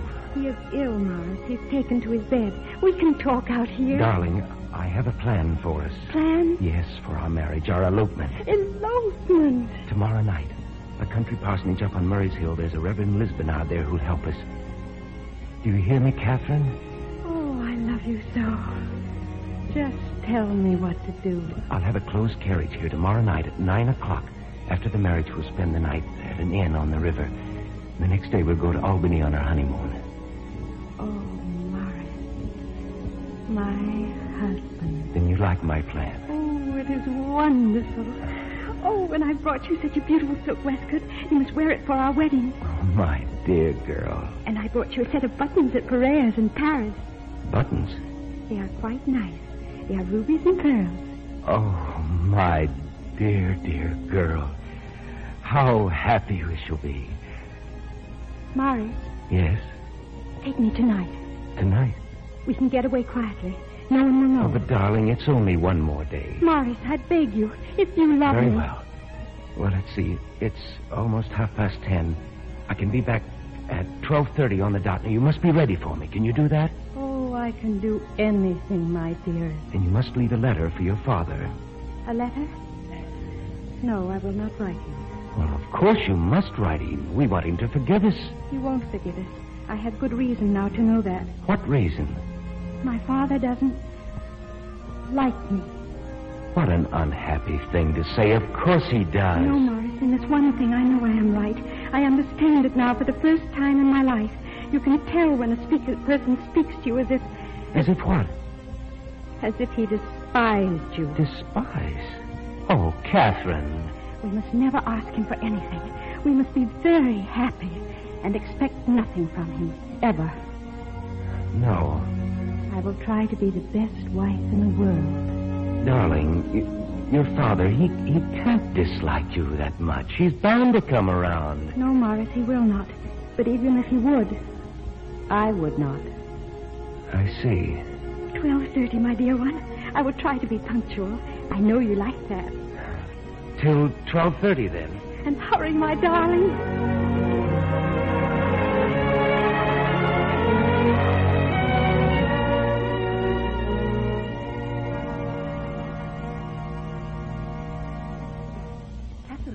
Catherine, what are you doing downstairs? Shh, Aunt, be quiet, please. You've changed your clothes and a traveling box. Aunt, I would like it if you would please go back to bed. But I want to know what you're doing. I am eloping with Morris. Eloping? He told me to be ready at 12:30. It's 20 minutes to 1. He will be here any moment. Oh, Catherine, how romantic. Oh, Morris is so daring. I hear a carriage. The window, let me look. No, it's not stopping. Wouldn't you like me to dress quickly and come with you? There's no time, Aunt. Morris will be here any instant. Well, I think I should, Catherine. Your father would be shocked. Serves him right. What? Father. He finds me so dull. It will surprise him to have such a dull girl disgrace his name. Catherine. Think of it, Aunt. I may never stand at this window again. I may never see Washington Square on a windy April night. Why won't you? Because I will never be in this house again. I will never see my father again in my life. No. We dislike each other very much, Aunt. But good heavens, child, you're disinheriting yourself. Yes, completely. Have you told Morris this? Of course. He is to be my husband. Oh, you should have waited. Did he understand? He is here. Goodbye, Aunt Penniman. I will write to you.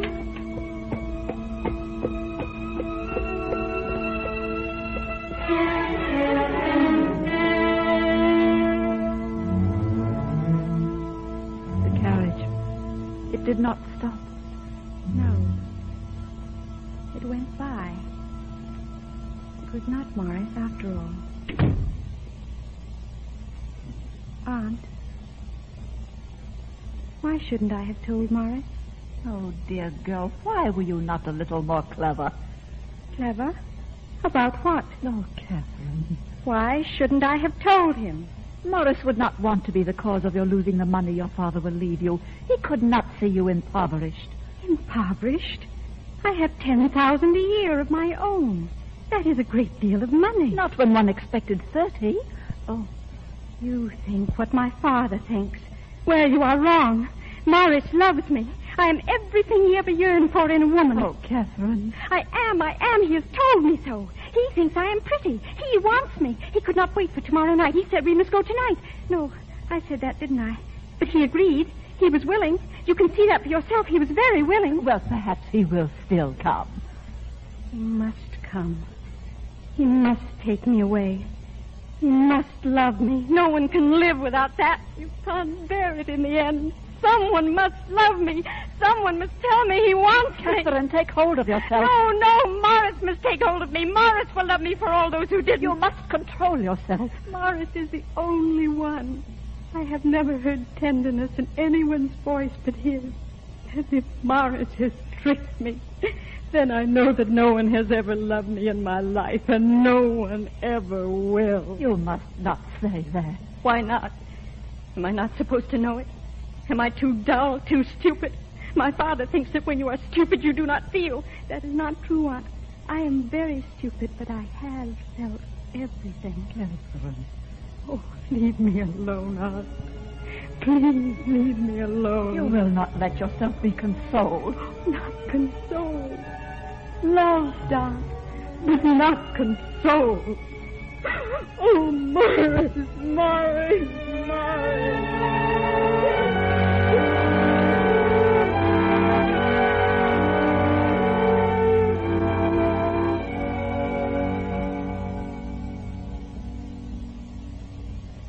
Catherine, you cannot go on like this. It has been 3 days now. Perhaps if you sent a brief note to Morris. No, Aunt. But he may be ill. Your father is ill. Why couldn't Morris be ill? Maybe that is why he didn't come as he promised.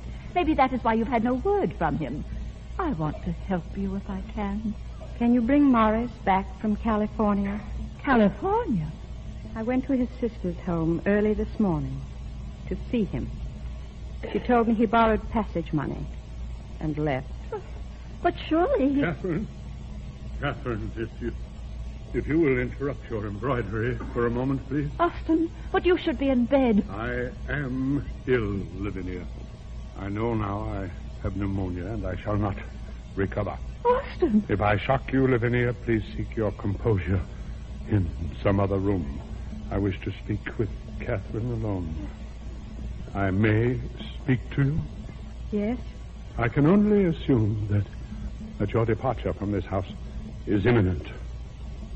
No. You mean Townsend asked you to keep your plans secret from me? Father. Not leaving?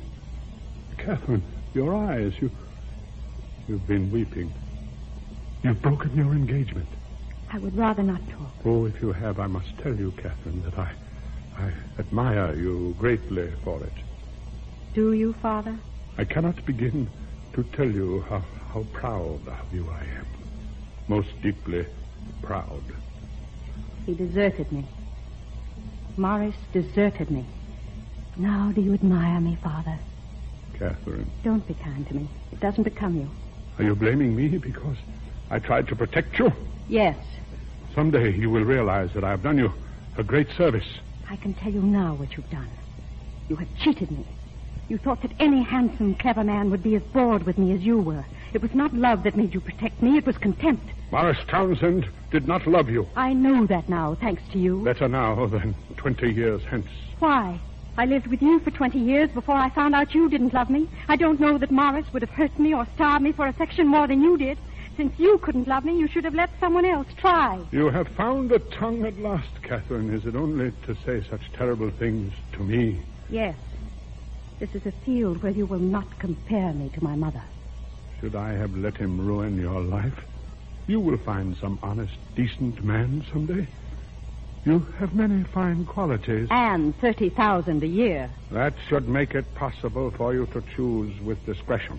If I am to buy a man, I should prefer buying Morris. Don't say such things. I love him. Does that humiliate you? Catherine, promise me that you're done with him. I won't promise.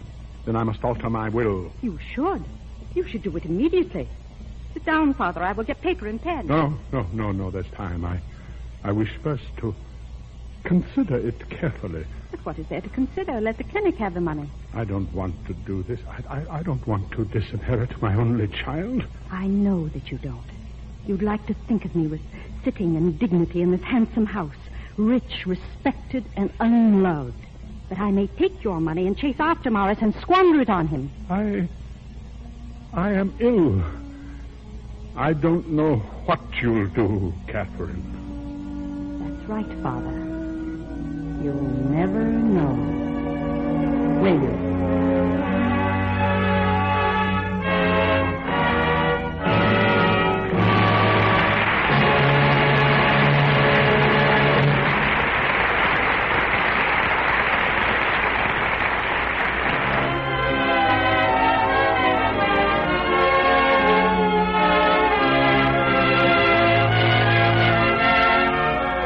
You are listening to a radio adaptation of the Academy Award screen drama, The Heiress.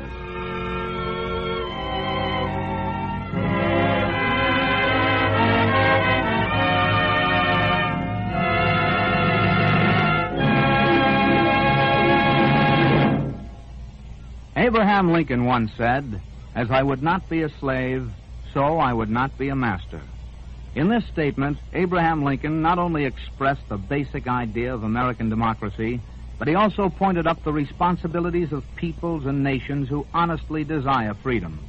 As I would not be a slave, so I would not be a master. Lincoln added further meaning to this philosophy when he said, "In giving freedom to the slave, we assure freedom to the free." In other words, to use present-day terms, as long as there are governments of other nations consigning millions of their own people to forced labor camps, the freedom of the free man is held in jeopardy, no matter in what part of the world he may live. As long as other governments employ the forced labor of millions of political prisoners in order to maintain their country's financial existence, there is no such thing as a secure freedom for any man. The free people of the world stand to lose their freedom. The oppressed people of the world stand to lose their hope of freedom. The rights, the dignity, and the worth of man are being challenged by the force of those who would be masters. In the words of Abraham Lincoln, let us have faith that right makes might. And in that faith, let us to the end dare to do our duty as we understand it. Yes, let us understand right here and now that our duty is to protect the freedom we have today. Freedom is everybody's business. Work at it. Here again is our producer, Mr. William Keeley. The curtain rises on The Heiress, starring Olivia de Havilland as Catherine, Louis Calhern as Dr. Sloper, and Van Heflin as Mark.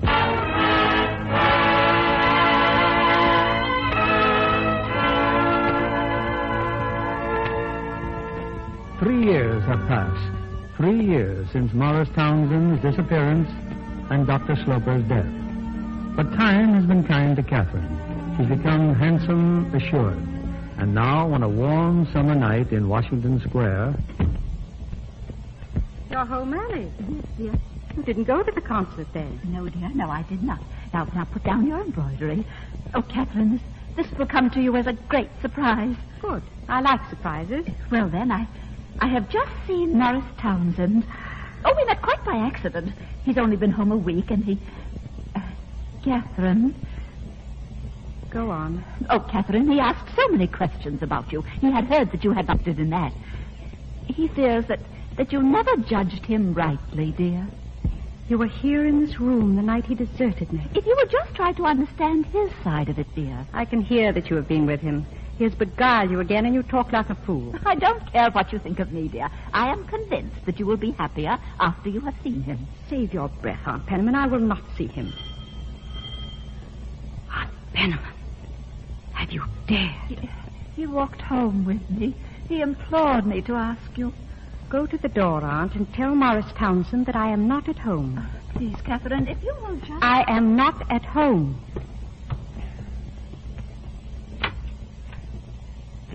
She is not at home, Morris. Did you give her my message? Yes, but she is not at home. Well, I'm sorry. Good night, Mrs. Penniman. Come in, Morris. Catherine? Good evening, Morris. Do I offend you by coming? You should not have come. I had to. I had to see you, Catherine. Can't we be friends again? We aren't enemies. Oh, you don't know how happy it makes me to hear you say that. I've never ceased to think of you.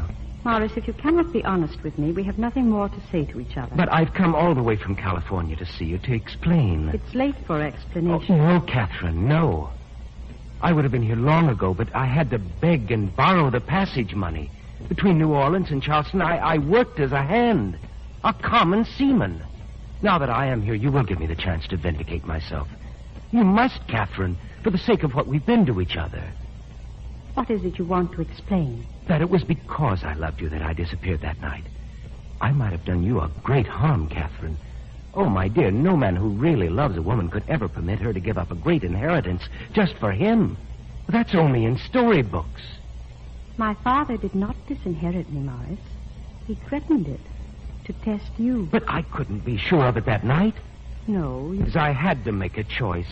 I chose your welfare rather than my own. Can't you think of it that way? I will try. You know that I've never changed. And I believe your nature's such that you will always care for me a little. Yes, Morris, that is true. Will you forgive me for the pain that I caused you? I forgave you a long time ago. Oh, Catherine, my dearest. We've only waited, and now we're free. Nothing stands between us, Catherine. Do you mean you love me? I didn't dare to say that. Why not? I wasn't sure you'd believe me. I believed you once, didn't I? Then let's make the rest of our life happy for each other. How? By picking up where we left off, by marrying Catherine. Would you like that, Morris? You would make me the proudest, the happiest man in the world. I need your love. I need it more than anything in the world. When would you like to marry me? Catherine, then you will. Oh, soon, very soon, next month. You are not as impetuous as you used to be, Morris. Impetuous? Why, I'd marry you tonight if I could. Tonight, yes. Come with me now. We can find a carriage in the square. Do you think the Reverend Lispinard is still waiting? Well, we could tell him that we were detained. Oh, Morris, I have thought so many times of that inn on the river. Oh, my dearest, we shall have the same honeymoon. Please give me time to get ready. Yes, of course, my things are at my sister's. I'll pick them up on the way. Why don't you get them now, Morris, and come back for me? All right, I will. And we can be at Murray's Hill in an hour. Morris, do you remember the buttons I bought for you in Paris? Buttons? Wait here a moment. I'll get them. I'm home, Mrs. Penniman. Really, truly home. But what did she say? Oh, she's magnificent, superb. Yes. She has such dignity. Well, tell We're me. going to be married tonight. Oh! Here they are, Morris. Your wedding present. Thank you, my darling. Catherine, why, they're rubies. Look, Mrs. Penniman. Oh, I've seen them. They sparkle so. They suit you, Morris. Yes, they do. They're the most beautiful things I've ever had. Oh, you'll have no regrets, Catherine. Till 9 o'clock, my darling. Oh, I knew it would turn out this way. You see, I have faith in love like this. Now I shall help you pack. Oh, that beautiful Paris lingerie. How fortunate that you kept it. And, Catherine, what are you doing? My embroidery, Aunt. There's not much left to do on it. But you haven't time, dear. You can finish it afterwards. I must finish it now, for I shall never do another. No? He came back with the same line, the same silly phrases. Catherine. He has grown greedier with the years. The first time he only wanted my money. Now he wants my love, too. Well, he came to the wrong house, and he came twice. I shall see that he never comes a third time. Catherine, do you know what you're doing? Yes. Poor Morris. How can you be so cruel? Yes, I can be very cruel. I have been taught by masters. I am going to my room. Good night, Aunt.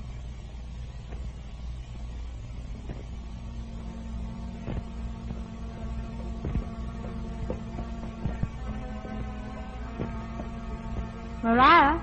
Yes, miss? What time is it, Mariah? Just 9 minutes. Oh, yes. Thank you. I will attend to that, Mariah. It's for me. Yes, miss. Bolt it, Mariah. Bolt it? Bolt the door, Mariah. Yes, miss. Is there anything else, miss? Please leave the small lamp at the foot of the stairs. I shall be going up in a moment. Good night, Mariah.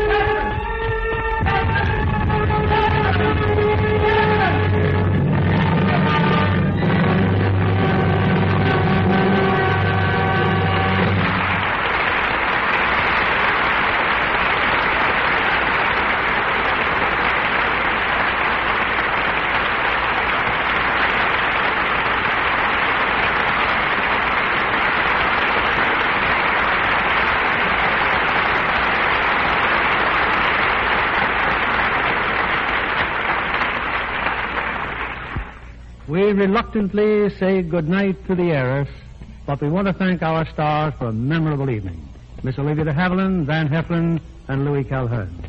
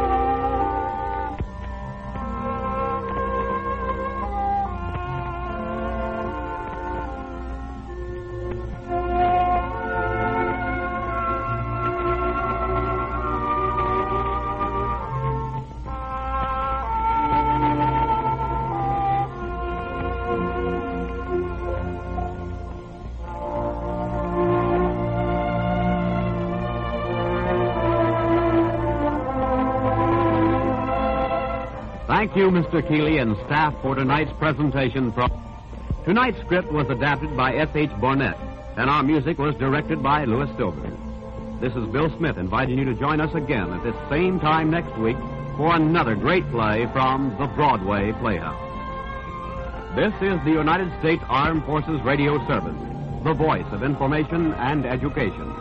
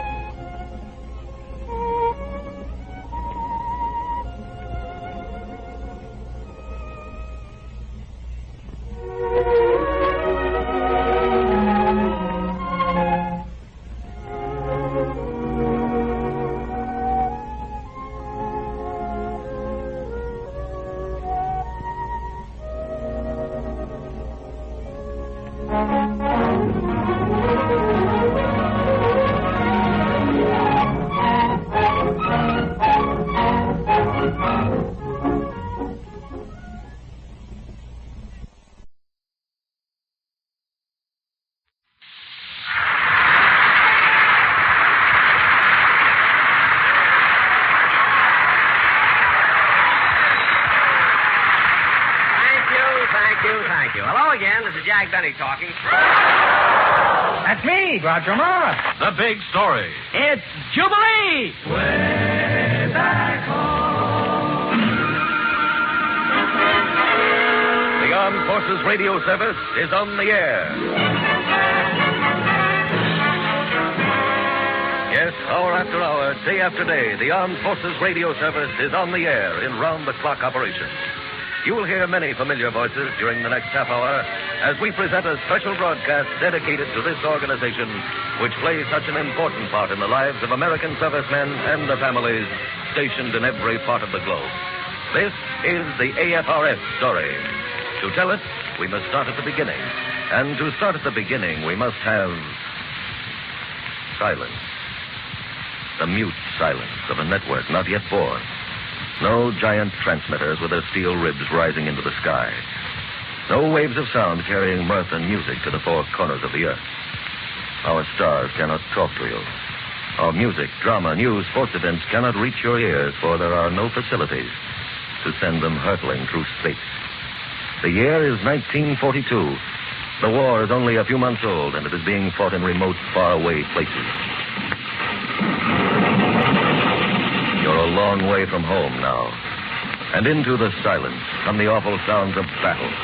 Then, when you have a brief moment to rest, the silence is broken again by music and a voice.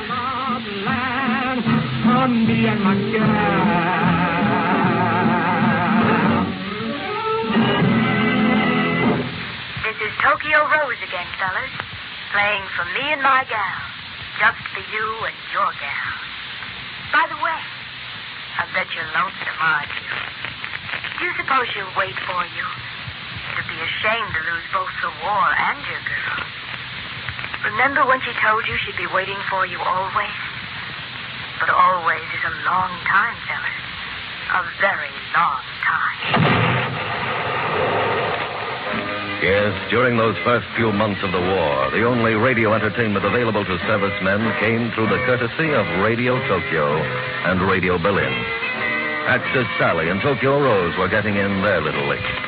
It would have been understandable if such matters as radio broadcasting to the troops had been buried under large piles of more urgent matters in our nation's capital, but this was not the case. There was an ever-growing concern that factual information and news be reported regularly to the men in overseas areas. There was the obvious necessity for good entertainment through radio in the interest of morale. This was the beginning of the Armed Forces Radio Service. Its mission was clearly stated. To provide radio and sound equipment, services and personnel for the information, education, and entertainment of armed forces overseas. Very clear, concise, very simply stated. Easy enough to put on paper. But the translation of those words into facts was a tremendous job. What did it take to put it in operation? To break the silence and put AFRS on the air. Listen. Equipment for the largest radio network in the world. Everything from tubes to transmitters, installed in 179 separate locations around the globe. The immediate cooperation of the nation's vast commercial radio industry. Establishment of operational headquarters in Hollywood, California, and gathering top-level writers, directors, performers, and executives. Facilities for transcribing and shipping some 10,000 records a week to stations in Alaska, Africa, the South Pacific, the Caribbean, the Canal Zone. In a remarkably few months, the work was done. Transmitters were constructed and manned. Mobile radio stations arrived in areas where the tide of battle was constantly moving. The talented members of the entertainment world joined forces with the technical staff that made up AFRS, and the magic of radio brought the sounds of home to men who were far from home. And here he is, Bob Hope.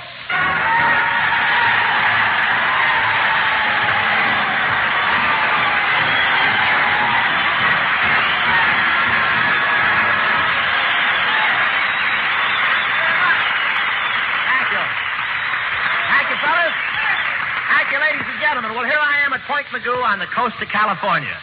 Very lucky it's still here.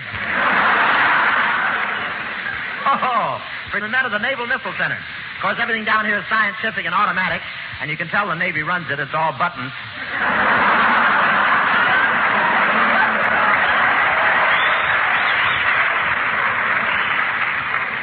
And everything here is so secret.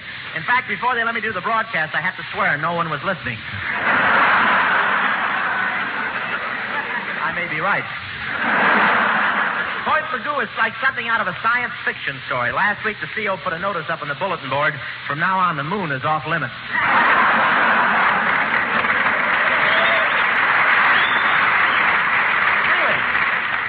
Really, this place is so advanced scientifically, they refer to Buck Rogers as that nice old gentleman. It's very hard to get into Point Magoo, but I didn't have any trouble. When I arrived, the guard at the front gate called an officer and said, "Sir, we found that missile we thought we'd lost."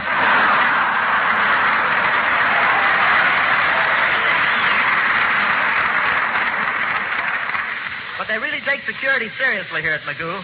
This afternoon, I saw a dog chasing a cat, and they were both blindfolded.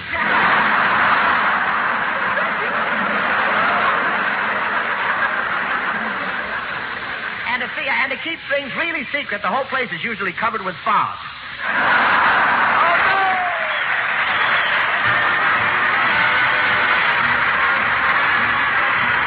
Here's a very lovely melody, a very lovely lyric, and a lovelier gal to sing it, Miss Betsy Duncan.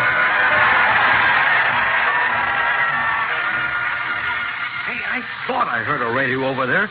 Where'd you guys get it? Supplies putting him out. No kidding. Sure, they got a mobile station at Anzio already, just so as we wouldn't miss Bob Hope. Is he here, too? Nope, but they say he's coming over. Well, next to seeing him in person, it's sure good to hear an American radio program again. Hey, I wonder if you can get Actress Sally on that thing. Who cares? Nobody listens to her anymore. We got G.I. Jill. Yes, they had G.I. Jill and her all-time jukebox review. They had Bob Hope, Jack Benny, Fibber McGee and Molly, Edgar Bergen. They had dozens of wonderful shows that brought music, fun, and laughter. Familiar segments of home. They had their own shows to fill their own requests.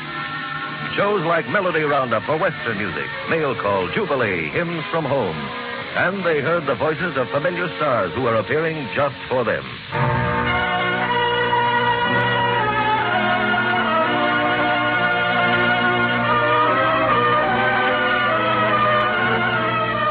Concert Hall, presenting its soloists, the well-known concert violinist Joseph Spaghetti and the Brazilian soprano Bidu Sayal. And here to introduce your guests is your Concert Hall host, Lionel Barrymore. Thank you, and welcome to Concert Hall. We reach into Europe and South America for our guest today and present first the brilliant Hungarian violinist Joseph Spaghetti. For those who like their music in a lighter vein, there was the popular show called Remember.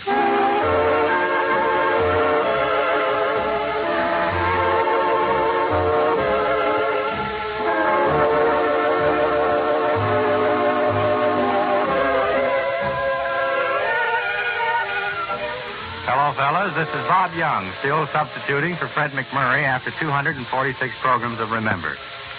You see, it was this way. One day Fred called and said, Bob, old boy. I knew right then there was something afoot. Bob, old boy, he said, would you mind doing a couple of programs for me? I just want to go out for a cup of coffee. I said I wouldn't. He said, good, and then left me here at this mic. That was 40 weeks ago. I know you can grow old trying to get waited on around here, but 40 weeks? Hey, he must have wanted... And then there was the biggest show of them all.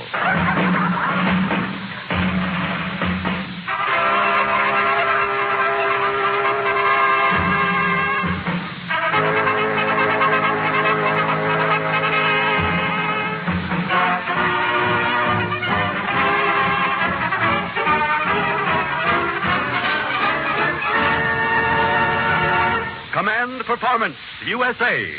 The greatest entertainers in America, as requested by you, the men and women in the United States Armed Forces throughout the world. Command Performance, presented this week and every week till it's over there.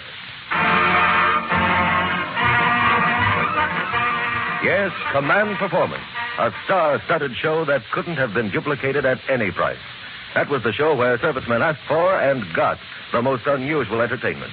Along with the music, comedy, and drama, which were regular features, they heard Hedy Lamarr milking a cow. Ann Miller dancing in GI shoes. And Sheridan frying their breakfast eggs. And the never-to-be-forgotten wedding of Dick Tracy and Tess Trueheart, as played by Bing Crosby and Dinah Shore. Who's that knocking at my door? Who's that singing to the door? Bringing song to my boudoir? It is I, Dick Tracy. How I love your square-cut chin. I'll come down and let you in. Hiya, Dick. Give me some skin. Thank you, Scad Tess Trueheart. Well, the big day, huh, Tess? We're finally going to get married. Yes, Dick, and this time you better go through with it. I've waited 13 years to get married, and you keep putting it off. Well, honey, some big crime keeps coming up, and I have to dash out and solve it. In 1941, it was 88 keys. In 1942, it Mrs. Pruneface. And in 1944... Wait a minute. What happened to 1943? Very interesting year. My laundry came back. Come, Tess, let us join the merry throng and get on with the nuptials. I will fling open the door. Happy, happy, happy, happy, happy, happy, happy, happy, happy, happy wedding day. Oh, shut up. At last the moment has come. Tess Trueheart, do you take this man to be your lawful wedded husband? I do. Richard Tracy, do you take this woman to be your lawful wedded wife? I do. Oh, at last. I now pronounce you man and... Oh, bean juice. Blasted interruptions. Always interruptions. I get that dang corn out. Excuse me, darling. Oh, Richard.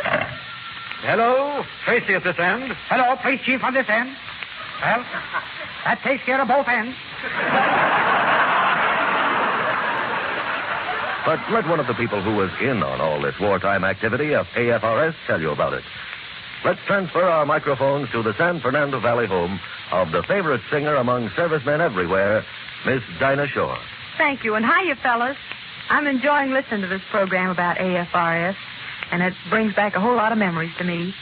This microphone was anything but a stranger during those years. I saw those initials AFRS a good many times. And I knew that on the other side of the mic, there was the greatest listening audience a gal could ever ask for. It's a wonderful thing to know that a song you sing or a story you tell or the few words you speak during a program like this will be heard by millions of people all over the world. No matter how the numbers grew or how the lines expanded, I saw your network growing and expanding, too, through the South Pacific and into the Philippines and from Africa to the European continent. It was a real symbol of victory when there were AFRS stations in Tokyo and in Berlin. But now let's get back to your narrator and pick up the story from there. With the victorious end of the war, the need for the Armed Forces radio service became even greater. Born of a wartime necessity, it became indispensable in time of peace. To the men on occupation duty in foreign lands, to the men who served on ships of our Navy, to the men of our service hospitals that make up the bedside network, AFRS had a continuing mission. Our military planners were aware of this when they established a network that covered the world. Today, AFRS has two distinct jobs. First, to provide transcription programs for release overseas and in hospitals in the States. And second, to maintain a continual broadcast service through powerful shortwave transmitters. 63 hours of programs are recorded each week. The military air transport service flies them around the globe. Some of these programs are written and produced by AFRS personnel.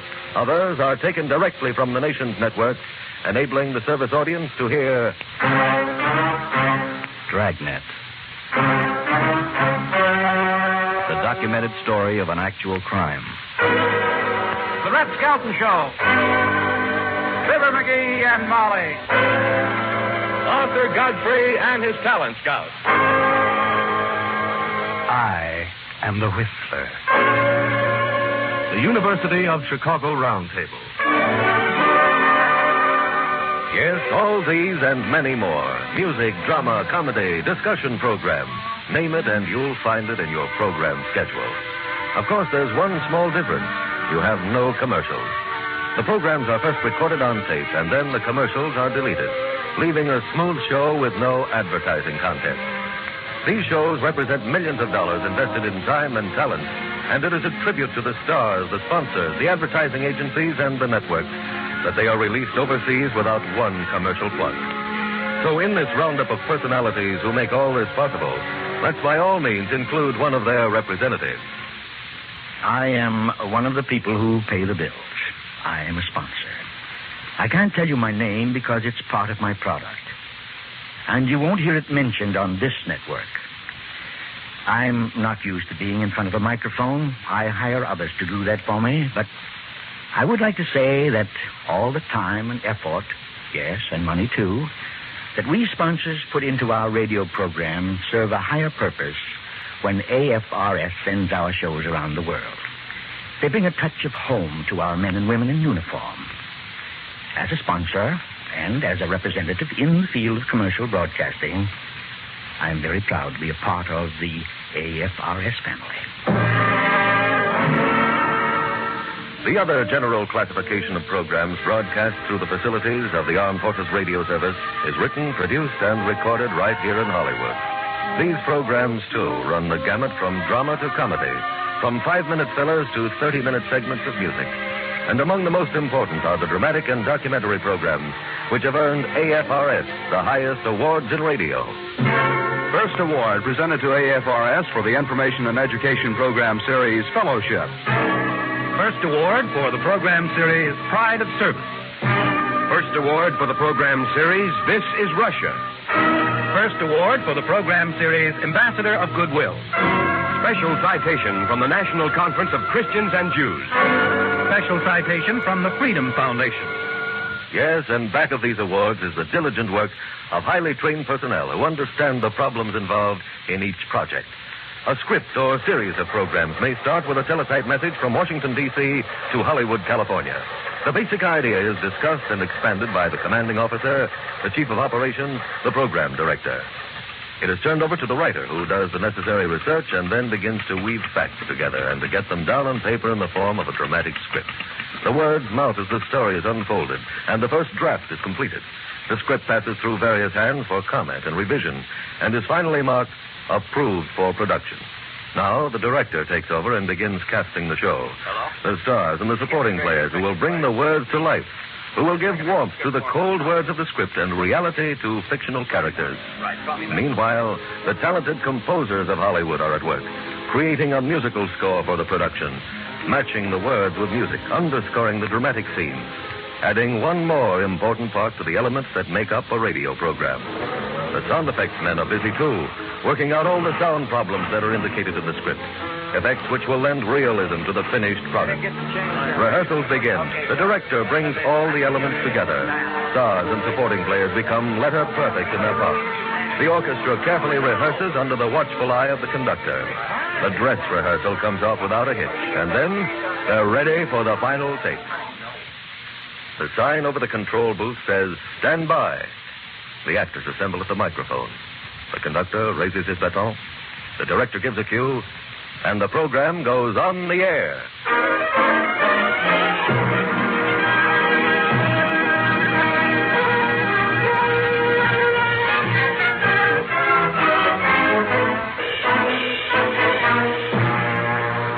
Thus have come into being the information and education shows, planned, written, and produced by AFRS with one audience in mind: the Armed Forces of the United States. Aside from the dramatic shows that we've already mentioned, they include such musical programs as this. Well, hi there, fellas and gals. This is Carolina Cotton. With 15 minutes, we've roped and tied. So hold that corral gate open wide while we brand a few musical mavericks for you. And if the musical tastes of the servicemen are better served in another fashion, there's personal albums. Oh, there's nothing in this world I wouldn't do for you.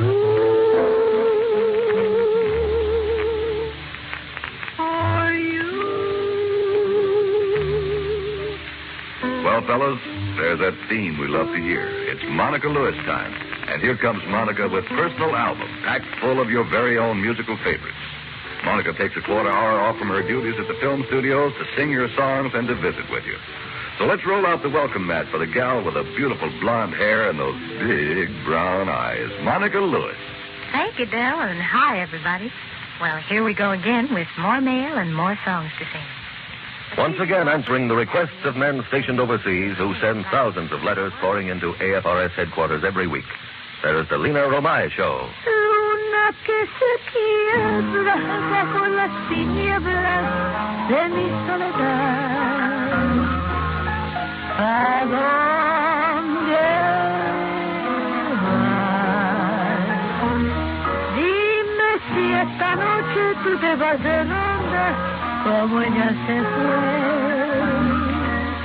¿Con quién está?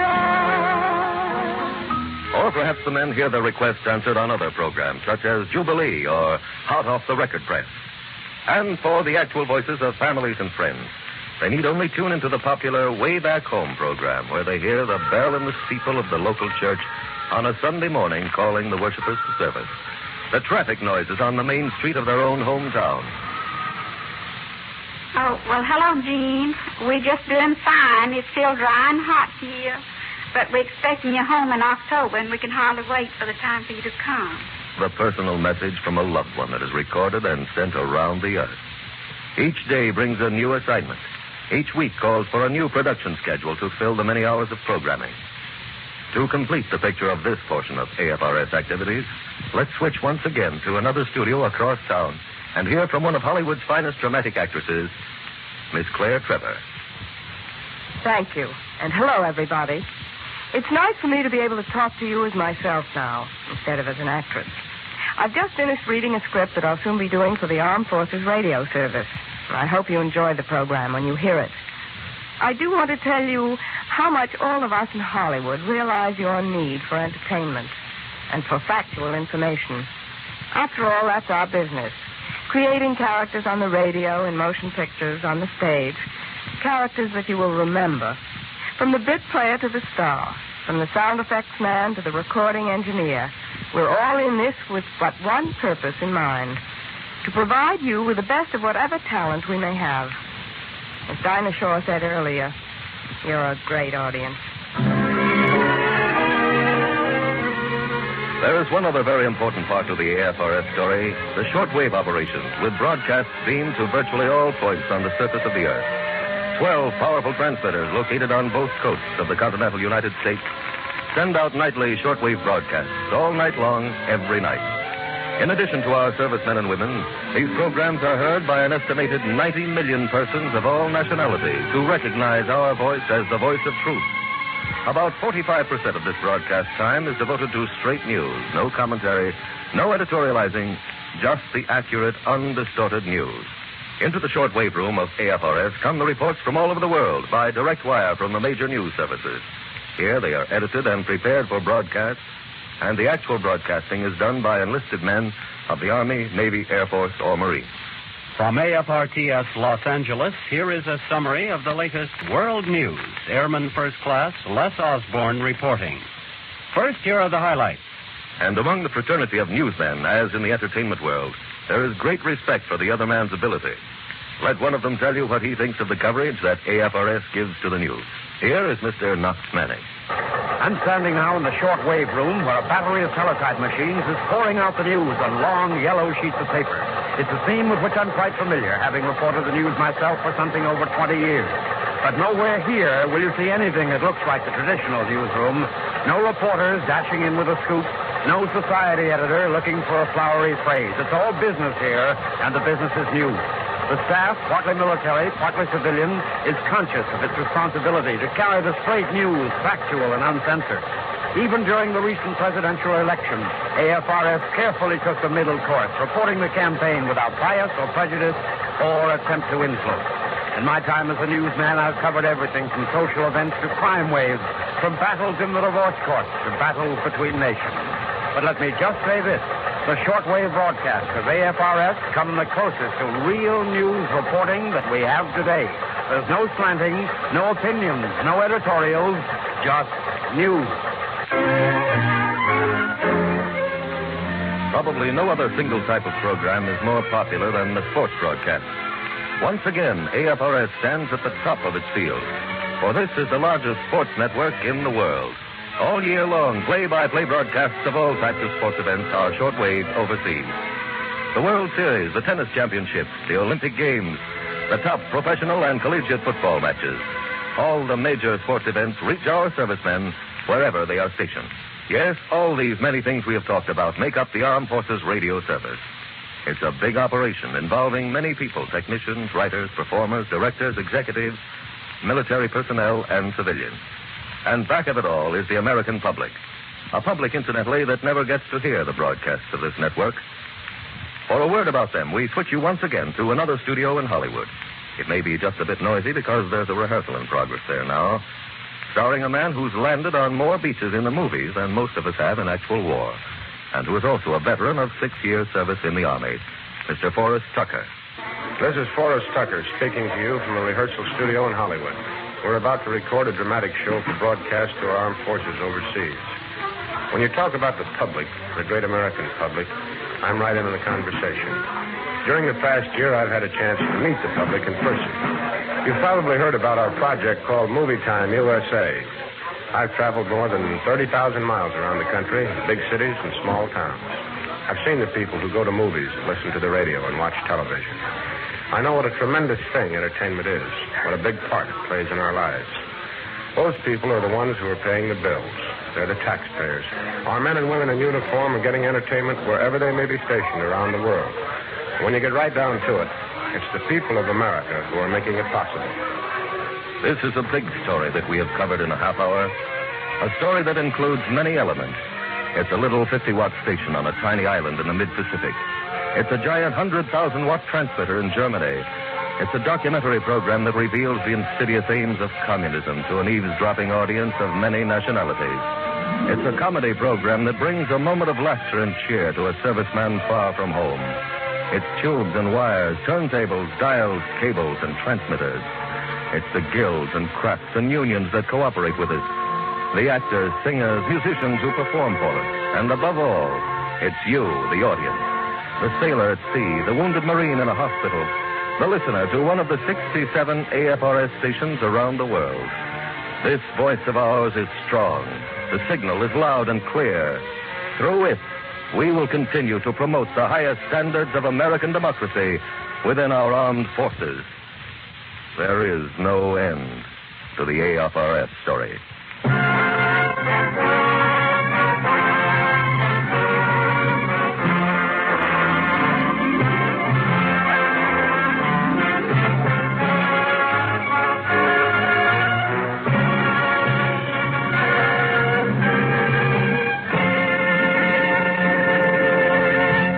You've been listening to the AFRS Story with Bill Woodson as narrator and featuring Dinah Shore, Claire Trevor, Knox Manning, and Forrest Tucker.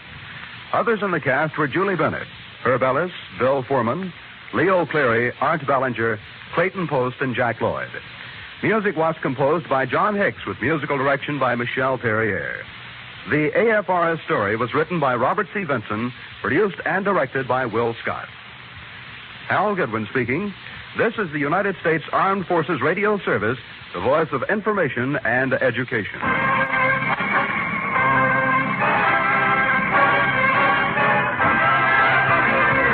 by, lend an ear to the show you want to hear. For the Army and the Navy and the Air Force too. Here's a lot of entertainment, and it all is meant for you. Stand by, here we go. This is the Armed Forces Radio.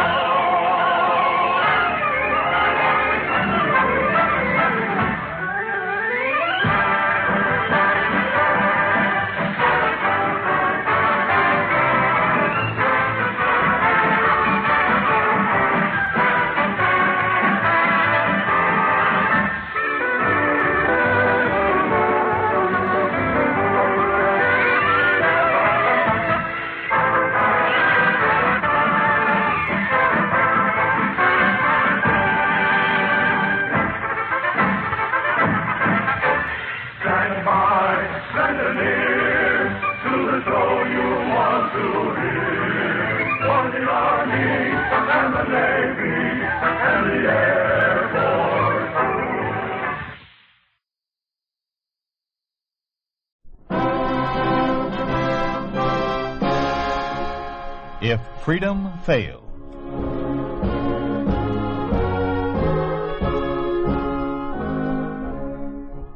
We'd like to take you on a visit to a town that doesn't exist.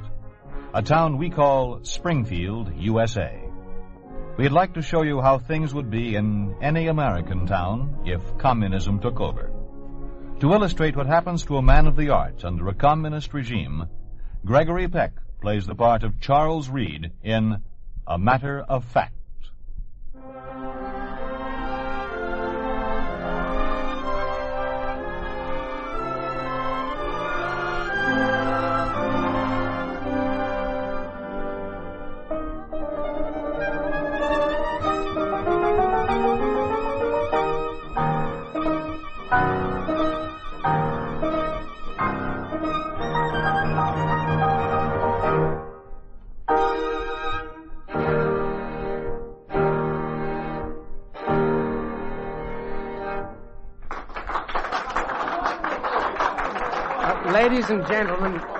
Ladies and gentlemen, this concludes the first of a series of chamber music concerts which is being presented by the Springfield County Museum. Today's artists were the Muse-Art Piano Quartet. Future concerts will include the American Art Quartet, the Seidenberg and Rebner Piano Team, the Lillian Stubner Trio, and the Kempinski String Quartet. I hope to see you all here again next Sunday at 3 p.m. Thank you, and good afternoon. Oh, Mr. Fowler. Oh, good afternoon, Mrs. Havenscourt. Enjoy the program? I thought it was simply superb. Magnificent. I just wanted to tell you how much I enjoyed it. Such melody. Such music. Well, thank you very much, Mrs. Havenscourt, and I'm sure our future programs will be equally as good. Oh, here's Mr. Reed. Afternoon, Jack. Afternoon, Jim. Nice program. Thank you. Well, this is Mrs. Havenscourt. I'd like you to meet Mr. Reed, the director of the Springfield Museum. How do you do? Oh, I'm so happy to know you. You're all doing such wonderful work bringing all this culture to Springfield. Well, we're happy if our efforts please you. Goodness knows this is one place the communists haven't tried to interfere with. Everything else in town has to be supervised. Well, do forgive me if I run off. I must talk to you, okay? Sometime. Good day. Goodbye. There's appreciation of art for you. That woman knows nothing about music, but she's been here for every series. Likes to talk about it to her friends, I guess. Well, that remark she made about the communists interfering, I'm afraid they've finally gotten around to us. Oh, no. What could they possibly find wrong with the museum? I'm having a meeting in my office tomorrow morning with the rest of the staff. I expect to have the complete directive by then. Oh, I don't see what they could possibly want with us. Everything in the museum is... Well, it just is. We'll know more about it tomorrow. Now, how about coming over for dinner tonight? Oh, thanks a lot, but not tonight. I'm booked. Grace? Who else? Tell Stella I said hello anyhow. See you in your office tomorrow. I'm curious to know about our new directive.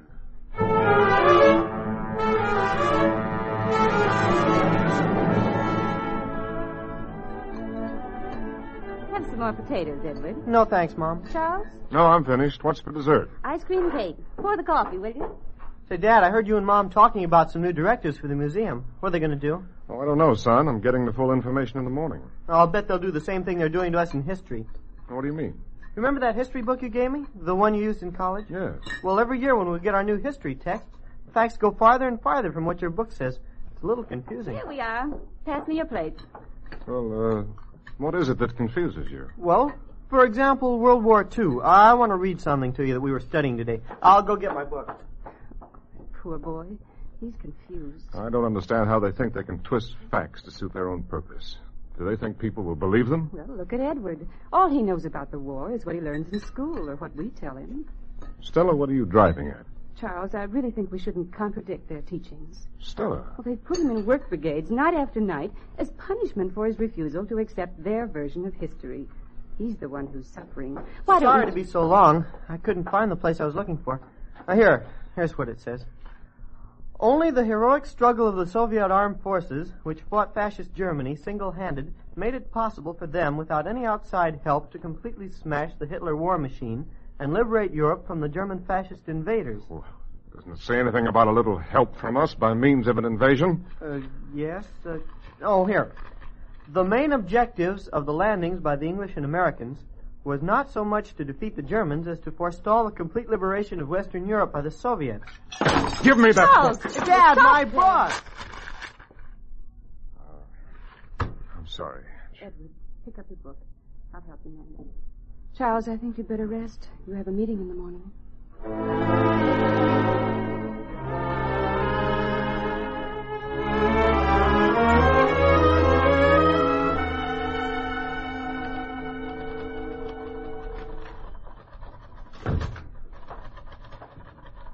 Good morning, Margaret. Mr. Reed in? Oh, good morning, Mr. Fowler. Mr. Reed is in conference with Mr. Davis. Who? After the communists took over here, he was appointed to the top position in the Ministry of Information. And from what I've heard, they're going to take over public information services, like libraries and museums. Well, I can understand why they'd want to take over the libraries. I suppose there's a lot of material they don't want the public to read, but museums, why, everything here is past history. There's nothing they can change here. Well, they've been at it an awfully long time in there. You want me to find out if Mr. Reed can see you? No, the meeting of the department heads starts in 10 minutes. I just wanted to see if he was ready. You might as well sit down. No telling how long they'll be there. I don't exactly know how I'm going to break this to my staff. These regulations are quite radical. Nevertheless, they will be made. They are important. That is why I came here personally to present them. In the future, a member of the ministry will make periodic checks to see that you do not deviate. I see. Morning, Jim. Now, Mr. Davis, I'd like you to meet one of my staff. This is Mr. Fowler, head of our music department, Jim. This is Mr. Davis of the Ministry of Information. Morning. How do you do?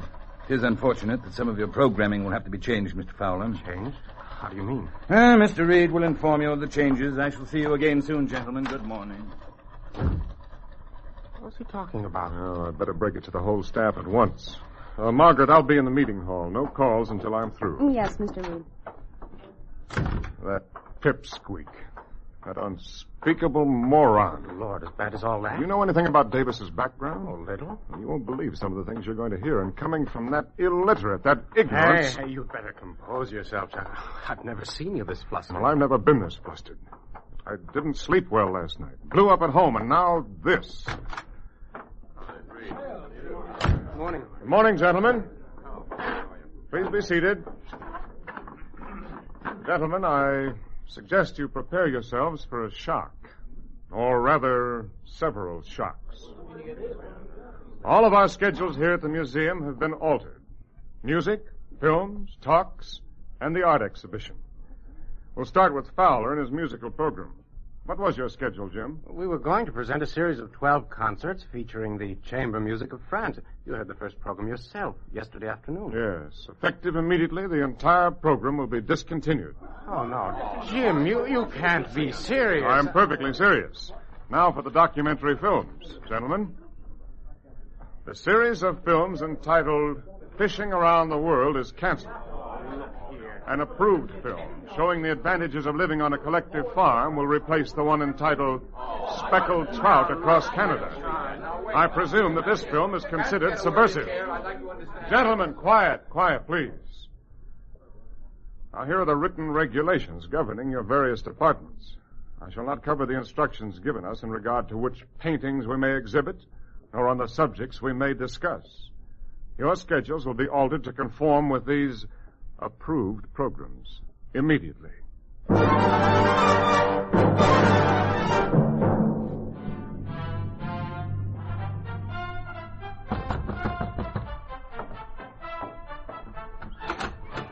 Oh, come in, Fred. Oh, excuse me, Jim. I didn't know you were using the room. That's all right. You needn't go.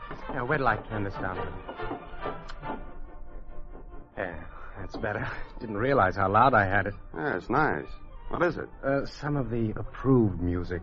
Shostakovich. Oh, it sounds okay. Oh, sure, but how can I put this kind of stuff on in our music rooms? It needs a symphony orchestra, and all the chamber music that's any good is on the kaput list. You can't use it. I'm having the same trouble with films. I'm going to ask Reed if we can discontinue the series entirely. Mr. Fowler, Mr. Taylor, would you step out into the hall, please? Oh, Mr. Reed, I wanted to talk to you. My schedule of films, it seems that... Oh. Yes. Go on, Mr. Taylor. I'm sorry. I didn't know you were with Mr. Reed. It wasn't anything. Mr. Davis wants us to accompany him. Please, I'd like to hear what Mr. Taylor has to say about his... Well, I wanted to ask if we could discontinue the series. Doesn't the subject matter appeal to you, Mr. Taylor? It isn't exactly that.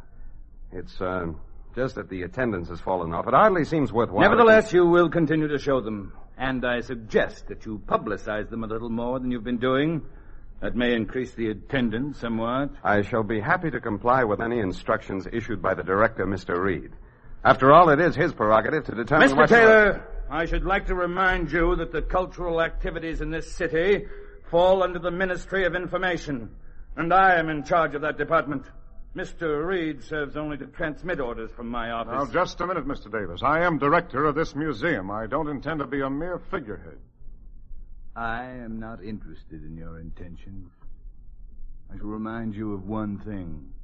If there is any further deviation from the orders issued by the ministry, you may be even less than a figurehead. Now, I did not come here to argue with you. Just opened a new exhibit, I understand. Yes, we have. It's pottery and porcelain from various ages. That's the one. I wish to see it. All of you will please accompany me.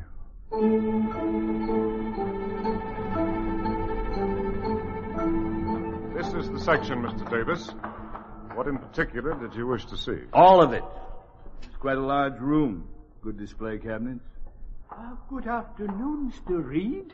Gentlemen. Mr. Crandall, this is Mr. Davis, in charge of culture for Springfield.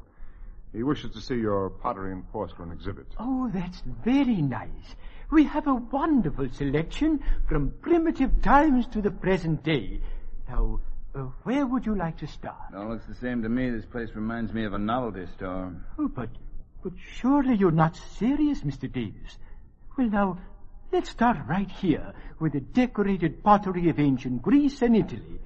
Now, this one on the lower shelf is a Roman crater or mixing bowl. It bears the design of the seasons and dates back to the 1st century before Christ. Fine, but I do not have time for you to describe every piece. Let's move more quickly. Oh, well, now, over here we have English porcelain, and here we see some early Chinese pottery sculpture. Notice the horse from the Tang Dynasty and the rare blue clay. That's enough. Let's get on with it. But Mr. Davis, you're hardly looking at any of the art objects.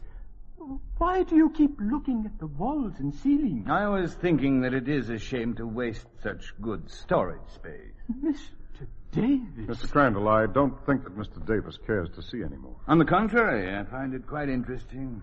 Do go on, Mr. Crandall. Oh, well, yes. Now, right here. Well, here is our prize exhibit. You mean that flower pot? Mr. Davis, this is a 14th century Syrian vase. Notice the metallic luster and the beautiful blue glaze. And unlock the case, Mr. Crandall. Sir? I'd like to take a closer look. Well, Mr. Reed, I don't think... Unlock the case. Do as he says, Mr. Crandall. Why, yes, of course. Now, please, Mr. Davis, don't take it off the shelf. You might... Now, what is so wonderful about a piece of dishware? Dishware? Why, for years this was in the Victorian Albert Museum. We have received hundreds of requests to display it. Now, if you will only look closely at the... how clumsy of me. You did that on purpose. Mr. Reed, I want all of this junk moved out of here. We're going to move the public library in this section of the museum. And, of course, we shall no longer need the services of Mr. Crandall. He's dismissed.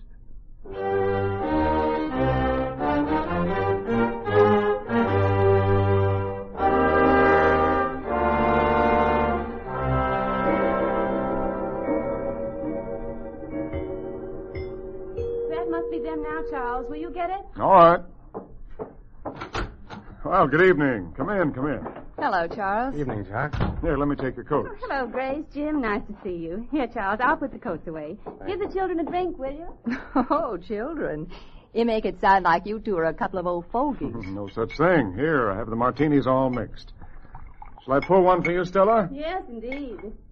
I hear we have a new employee at the museum, Chuck.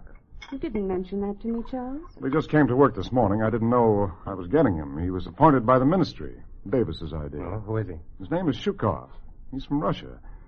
Seems they're importing native communists to take over supervision of all the ministries in America. This one's a specialist on museums and art. Someone else to look out for, though Davis wasn't bad enough. This one will be on our necks all day long. I don't know. I had quite a talk with him today. Doesn't seem like a bad sort. In fact, when I told him about Davis breaking the vase, he seemed a bit shocked. Oh, he didn't say anything outright, but I think he doesn't quite approve of Davis or his methods. You be careful of what you say to him. There's no telling what he might do, in spite of how nice he may seem. Oh, don't worry. I haven't said anything, mostly listened. We're to meet again in the morning to talk about revising the setup of our exhibits. If they keep it up, there won't be anything left to show. Well, we can only hope he won't be too harsh. Well, there's one thing we can be thankful for anyway. With all the purges and disappearances that have been going on, nothing's happened to anyone close to us. There's little enough to be thankful for in a land that's occupied by a foreign power. Let's hope it doesn't get any worse than it is. Now, this is supposed to be a party. Charles, another martini, please.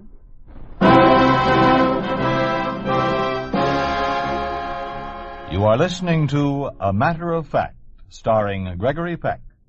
A story of the way things could be if communism took over.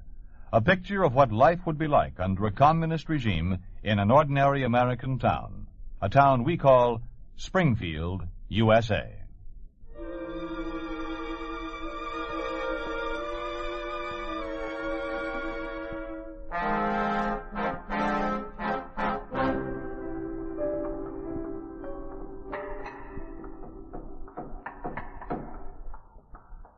This section is where we have our porcelain and pottery exhibits. We're converting it into a library. Another of Mr. Davis's innovations.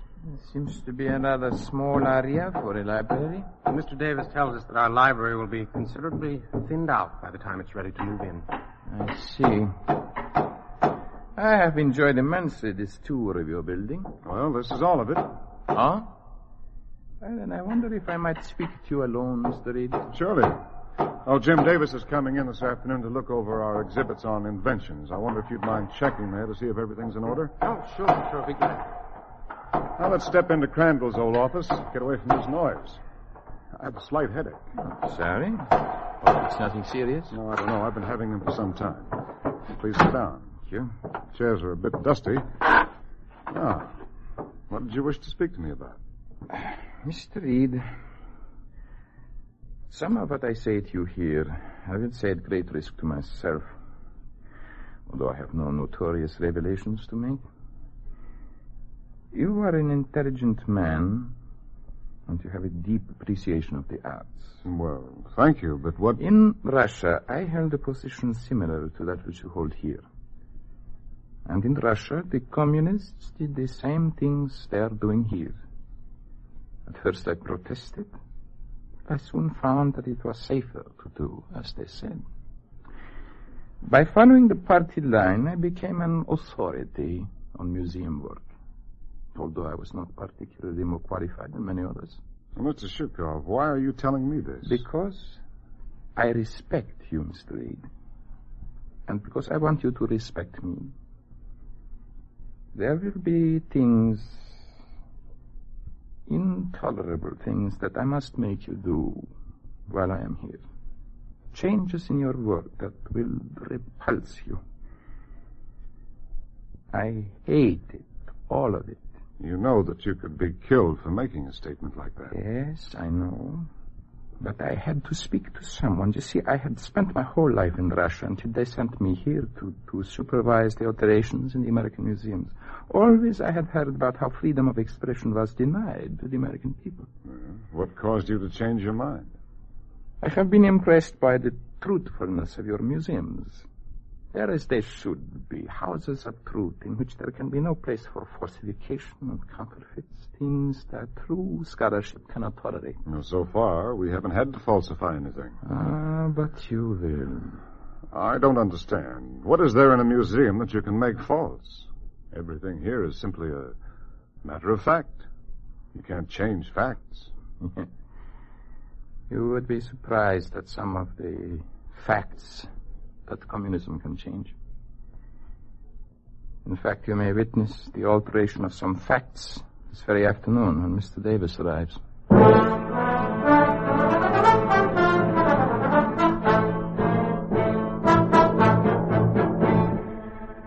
Mr. Davis? Yes, Mr. Reed. I'm over here in the electrical section. Sorry I didn't catch you when you came in. That's all right. I've been enjoying myself browsing through these displays. They're very amusing. Amusing? Yes, I don't know who's been doing your research, Mr. Reed, but I've never seen a more flagrant display of misinformation.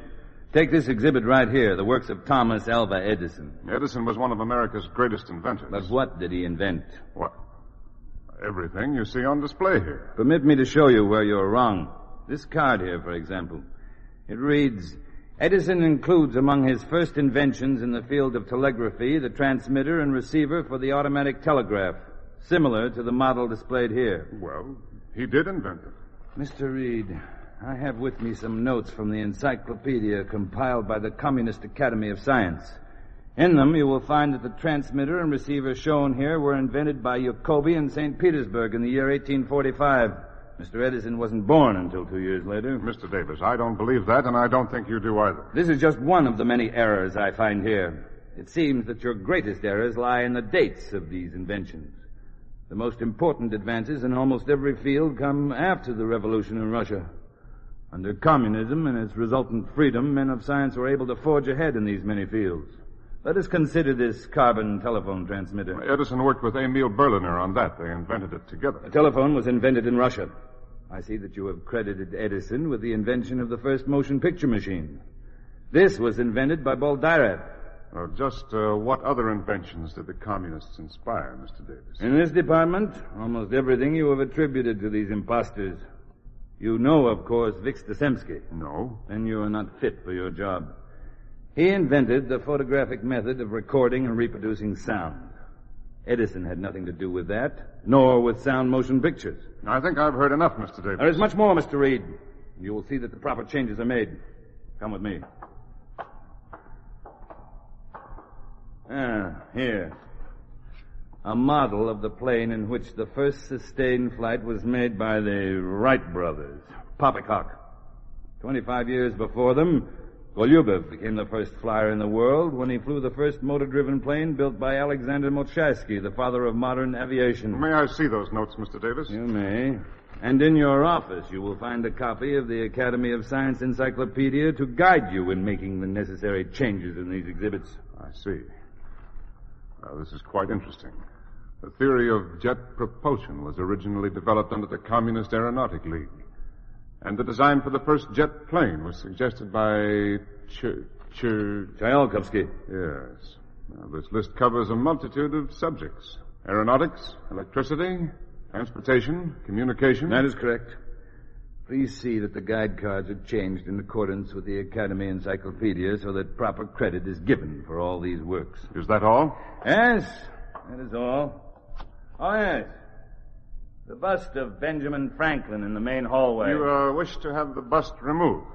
Oh, yes. Franklin's experiments in electricity were stolen from early Russian scientists. You knew this all along? Why, of course. His statue will be removed immediately. Not removed. Destroyed. Oh, destroyed, of course. Like this. Control yourself, Mr. Reed. You will need those notes.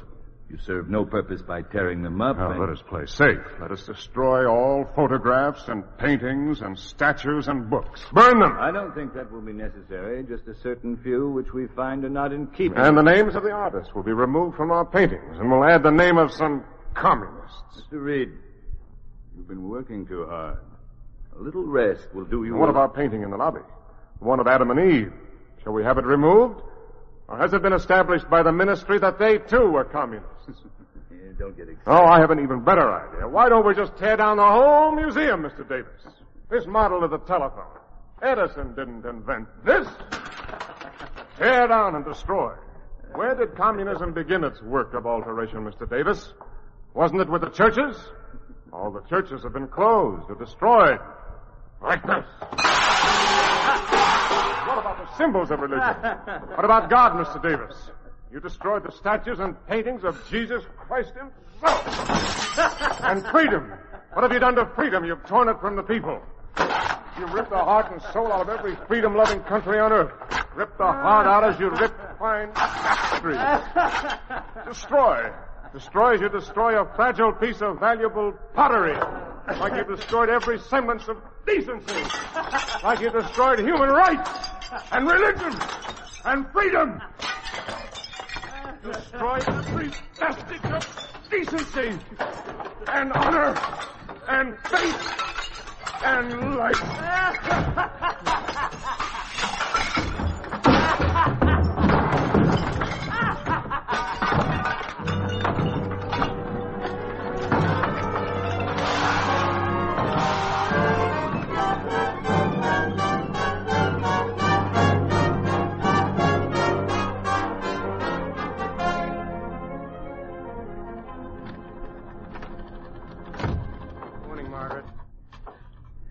Yet on Mr. Reed? No, I haven't. No one answers at the house. Well, how about the Ministry of Information? They said they'd call us if they found out anything. And Mr. Davis said he was coming over this afternoon to see how we were progressing on labeling the new exhibit. Well, he's going to be unhappy. It's not coming along very well. Nobody wants to put up those lies. I've been typing a list of the inventions. Listen to what they say. Further information will be forthcoming on other inventions developed under the Communist Academy. These include calculating machines, ice hockey, guerrilla warfare, cobblestone streets, and the bicycle. Do they actually think anyone would believe that? Here's another quote. Only in communistic theaters is Shakespeare performed as he was intended to be performed. Oh. Come in, Mr. Shukov. We were just reading about some of the inventions which were inspired by communism. It's rather ridiculous, aren't they? Mr. Shukov, that's a strange thing for you to say. Not so strange. Being careful is a waste of time. You see, some days ago I had several long talks with Mr. Reed. He knows how I feel about this sacrilege. Then you don't follow this line? No, I never have. But it was necessary to appear to be doing so in order to survive. Still, it isn't wise to air these opinions so freely. What difference does it make? The communists have altered the laws of nature to suit themselves. They have made a mockery of history. What good is accomplished when one must go through life wearing blinders, seeing only half-truths? Mr. Reed felt that way, too. Yes. But he won't have to cope with the evils of communism anymore. Why not? He's insane.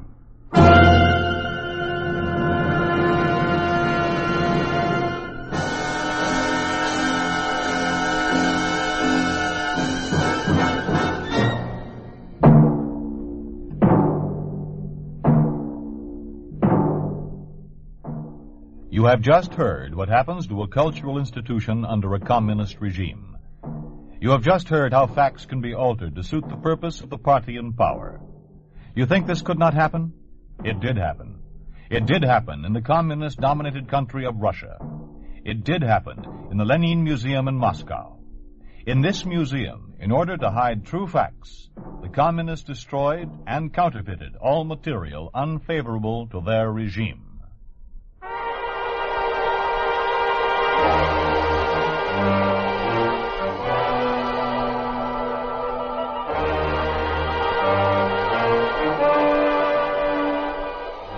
You have been listening to If Freedom Failed, starring Gregory Peck as Charles Reed in A Matter of Fact, with Raymond Burr featured as Davis. This program has come to you through the worldwide facilities of the United States Armed Forces Radio and Television Service.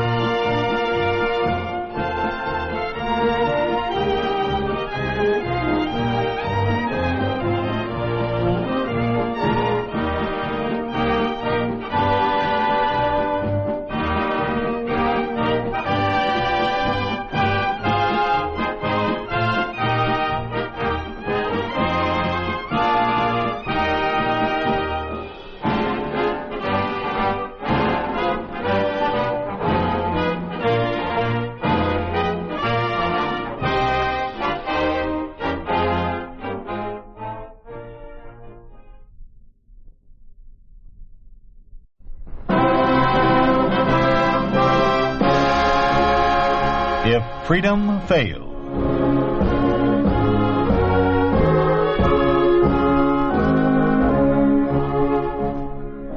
We'd like to take you on a visit to a town that doesn't exist. A town we call Springfield, USA.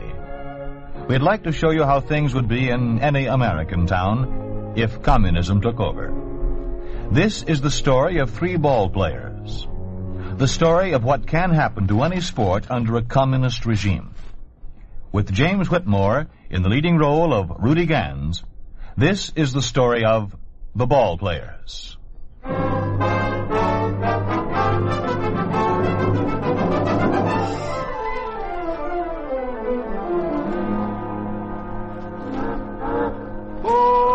So that was Springfield, huh? Yeah, that was it. What league did you say they played in? Midwestern League. Never heard of it. Any of you guys ever hear of it? You see, nobody else never heard of it neither. What is it, some kind of a sandlot league? Sandlot? How could it be sandlot? It's where I come from. That's just what I was getting at, Rudy. I don't see what's so funny about that. Come to think of it, Rudy, I once heard of a pitcher in that league, name of Chillicothe Brown. That don't sound like no name to me. I never heard of no one named Chillicothe. Wasn't his name, boy. It was the place he came from. It was a nickname like Casey. Now do you get it? No, and I never did get that thing about Casey either. If he comes from Kansas City, then why do they call him Casey? It seems to me they call him Kansas City. Speaking of the devil, here I am. Hi, Casey. Hi, Rudy. Well, what's wrong? Why is everybody so quiet all of a sudden? Don't get your curiosity up, Rudy. I don't think they'll tell you. But if you really want to know, they're quiet because I come in. Oh, I guess that's all right, ain't it, Casey? After all, you're the manager of the team. You should ought to have the respect of the guys. Yeah, that's right, Rudy. Only I don't think the boys like my communist affiliations too much. Oh, I don't know, Casey. I guess it's okay. Now, you take me, I'm a Baptist. And the boys don't mind me, do you, fellas? See, it's okay, Casey. Well, it'll have to be. This is no social call. I got an announcement to make about this series coming up. I guess I don't have to tell you who we're playing. The Soviet Union, having beaten the Japanese champs, is now the Eurasian champion. They're coming here to play us, which makes this a real World Series for a change. Baseball is something more now than a national sport. It's international. It's a people's sport. Something strike you funny, Talmadge? I'd like to be let in on it. What do you find so funny? Nothing. It's a private joke. Yeah, I bet it is. Well, don't think it's going to be a breeze. You're going to have to hustle all you, put a little pepper into it. Maybe those boys from the Soviet Union haven't been playing a game for years like we have in this country, but they're pretty good. They're big boys. They can hit. But that's not what my announcement's about. What I have to say is official from the Commissar of Sports, from Johnson himself. He set down some new rulings for this series. 1, no riding the visiting team. And number 2, we play the Russian rules since they're the visitors. What kind of rules are they got? All right, knock it off. I haven't got a copy of their rules, but that's the way it's going to be. Their rules can't be that different, and the chances are they're no different at all. Number 3, they furnish the umpires. Anything else, Comrade Casey? Now that you mention it, yeah. In order to set an example for the young people of America, you're expected to address one another as comrade and to uphold at all times the high ideals of the People's Party. Otherwise... What, comrade? Otherwise, you lose all these fancy privileges you get for being big league ball players. You don't get a whole apartment to yourself. And that nice automobile you're driving goes back to the state, and so on down the line. Just keep that in mind, comrade. Say, was he being sarcastic? It wouldn't surprise me if he was, Rudy. What do you suppose is eating him, Eddie? Casey wasn't always this way. He used to be real funny, remember? What's eating him? Ah, maybe the same thing as is eating us. Maybe he's full up to his craw with communists. I don't know. Maybe that's what it is. Well, look, if he doesn't like him, why does he have to do anything with him? Why don't he tell him to go jump? Same reason we don't, maybe. Baseball's all he knows. Maybe we've been misjudging Casey. What do you think, Mickey? I'd pay to think. Judging from some of the signs you give us pitches, I can believe that. I'll never forget that bunch you called for in the last game of the playoff. We almost didn't win. There was nothing wrong with calling for a bunt. If you didn't feel your position like a washerwoman, that man never would have got on. You pitchers are all alike. You got an excuse for everything. If it isn't a sore arm, it's because you didn't get to warm up good. The fielders didn't back you up, or the ball just happened to hit the bat and went over for a base hit. All the time excuses when the truth is... The truth is what? Hey, call it off. Call it off. Keep out of this, Eddie. Keep out of it. Beef has been brewing a long time. And it can wait until the series is over. You two are going to be working together probably for the first game, so break it up. Now, you hear? Yeah, Jim, forget it. Hey, what do you say you come and help Eddie write my letter, huh? I promised my girl I'd write her. What do you say, Jim, huh?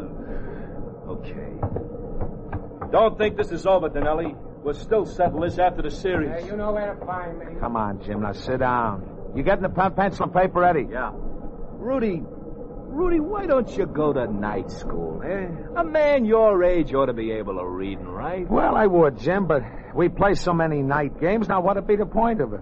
Anyway, I only want to write to this gal till she says she'll marry me. After that, it won't matter none. You ready, Eddie? Yeah, sure.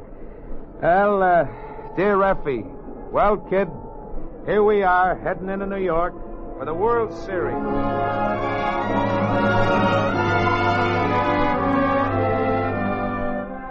Dear Effie, I'm writing this letter from the hotel, the one I told you we'd be staying at during the series. I'm sorry it took me so long to answer your letter, kid, but you know how it is, getting ready for a series and then all the excitement during the first game. And what a game that was, Effie. I sure wish you could have been here, kid. Of course, I didn't get the pitch, but Jim did. And he really blanked them Russians. You should have seen their faces. I guess they didn't expect to get blanked like that. There was all kinds of arguing going on all afternoon. First they'd argue with the umps, then the umps would argue with Mickey. Oh, he's the catcher, you remember. And then Mickey would argue with Jim. Well, I don't know what's going on between them two. Say, Eddie, hey, what was they arguing about anyhow? Well, I didn't get a chance to talk to Jim about it, but best I could tell, it was about how Jim was pitching him. I guess he didn't agree on what Mickey was calling for. Hey, you want to write any more? Oh, yeah. Well, let's see now. I think maybe I'll get to pitch the next game, Effie. Hi, Jim. Hi. Where you been, boy? I've been worried about you. I had a meeting with Casey. What about? About the game today. I'm suspended for the series. Also, $50 fine. What? What for? For not throwing them the way the catcher signed them. Well, you blanked them, buddy. You're crazy. I don't know. Sometimes I think maybe I am. You know, I just don't get it. Casey, for instance. All the time he's bawling me out, he's the one that looks guilty, not me. It's like someone else is making him do all this. But who? Maybe Mickey. Ah, how could it be Mickey? He's just a catcher. Yeah. There's your phone, Rudy. Huh? Aren't you going to answer it? Oh, yeah. Hello? Yeah, this is Rudy. Oh, hi, Mickey. Yeah. How I? Huh? Sure, if you want to. Oh? Okay. All right. He says he wants to talk to me in private. Huh. Well, what do you want to talk to me in private for? Well, you're probably pitching tomorrow. Maybe he wants to talk the game over with you. Oh, yeah, I guess that's it. Say, you fellas mind waiting in one of your rooms? No, come on, Jim. Call us when he leaves. Huh? Yeah. Rudy, if you shake hands with him, count your fingers afterwards. Oh, yeah.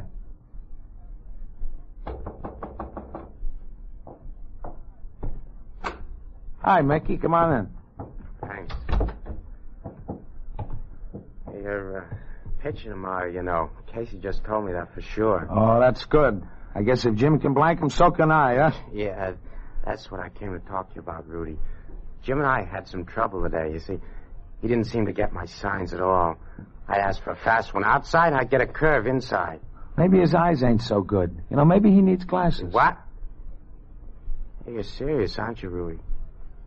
No, his eyes are all right. He just didn't like the way I called him. He wanted to throw him his way. Yeah, well, I guess it don't matter none, Mickey. Yeah, we won. That's what we wanted to do, wasn't it? Yeah, perhaps, yeah. But I was talking to Commissar today, Rudy. He was very upset about the way the game went. Blamed me at first till I explained to him that I called him different from the way that Thornton pitched him. So when we got that straightened out, he said to me that he hoped I'd have an understanding with you, Rudy. Said he hoped you'd pitch him the way that I called him. Said he was sure you would because he knew you really liked to play ball. Said he thought you had quite a future, even though you're not a southpaw, Rudy. Said it wouldn't surprise him if you went a long way. Gee, that was nice of him. I didn't even think he knew who I was. You know, after all, I just come from the Midwestern League. He knows, Rudy. He's been watching you see. So I hope you won't disappoint him, Rudy, because he's a funny guy, the Commissar. One day he likes you fine, but you cross him up or disappoint him, and he changes. Just like that. All of a sudden, you're suspended, and next thing you know, you're working on a labor battalion. Like I said, he's a funny guy, that Commissar. Like a woman. Just don't know how you stand with him. Unless, of course, you do like he wants you to. Oh, yeah. Well, that's all I wanted to talk to you about, Rudy. Just wanted you to know that you're pitching tomorrow for sure. Yeah, well, thanks, Mickey. I appreciate it. Night. You can come in now. Hey, he sure stayed long enough. What do you want, Rudy? Oh, nothing. You just want to tell me I'll be pitching the next game? Nothing else? No. How about finishing my letter, huh? Yeah, sure. What else you want to tell her? Oh, well, I guess you can tell her I'm going to pitch the next one. But just kind of drop it in. All right, boy. Look, you don't have to be so down in the mouth about it. I thought you were just itching to get at them Soviets. Oh, sure. Well, show a little spirit, boy. A little spirit. You're going to lick them, aren't you? Sure. Now, you can tell her that I'm going to do the best I can.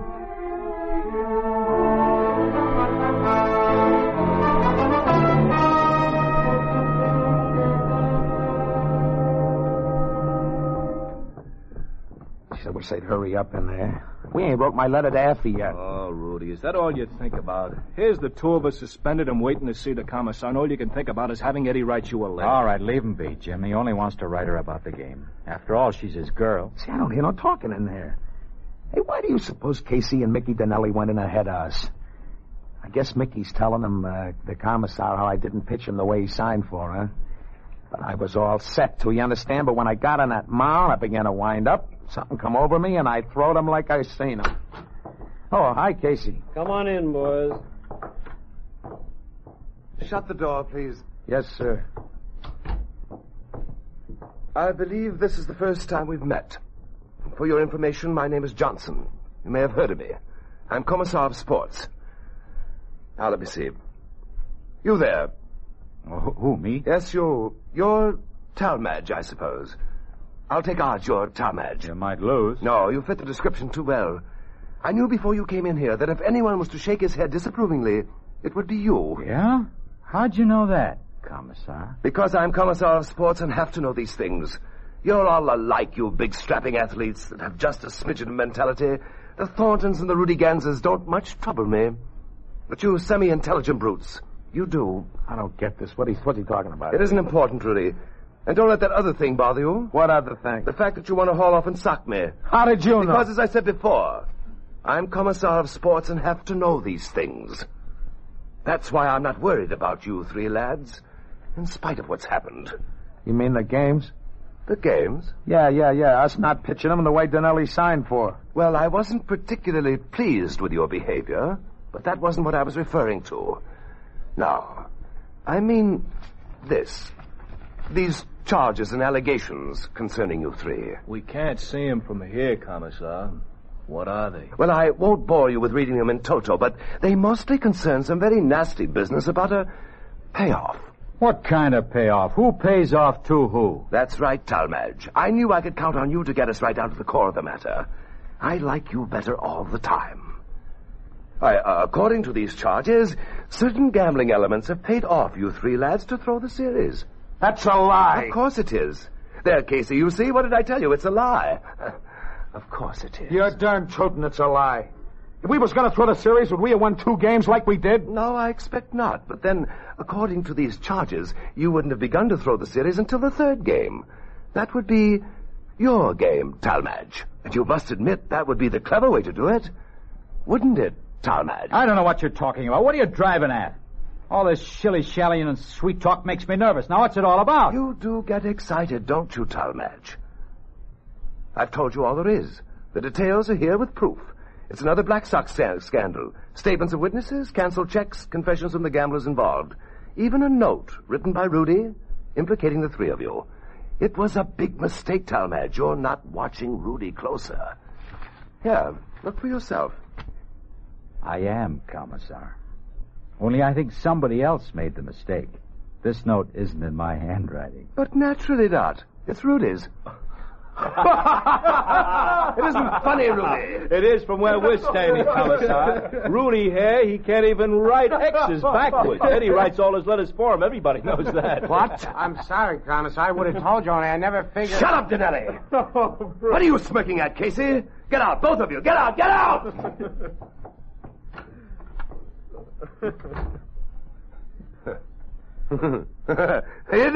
It is rather funny, isn't it, lad? Yes, of course.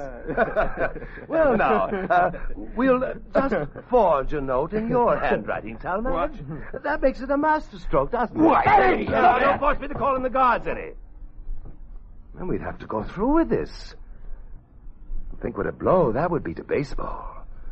Oh, the game survived the Black Sox scandal. But do you really think it could survive another one? Think of all those kids playing in school diamonds all over the country. Kids that have your pictures pasted up in locker rooms. What are they going to think when they discover that their little tin gods are no more than cheap little tin horns? And what about those women who fill the parks on Ladies' Day, ogling your bulging with all attractive biceps? Or the workers who throng the players' gates and welcome an opportunity to shake your hands? Who will want to shake your hands when this ugly business comes to light? Okay. What deal do we have to make? The same one you've had all along. Let the Soviet Union win tomorrow, Talmadge. That will make the series 2-1. 3 wins are required. Thereafter, you two will be expected to follow suit. And it doesn't have to be obvious, you know. You can still make it look good to the fans. I have a question, Talmadge. Suppose we agree. What happens then? I tear up this folio. There's no gambling scandal, and we're the best of friends. Eddie? Okay. Eddie, you mean you're going to throw the game? Sure. What choice have we got? What would be the point of a big grandstand play? Who would we be heroes to? Who'd know what we did and why we did it? Once this stuff hit the papers, we'd be bums. This way, we just lost the series. Might as well face it, we don't have choices anymore. We gave that all up when we let these communists take over. That was the time to fight back, not now. All wasted now. Eddie, you surprise me. You're smarter than I thought.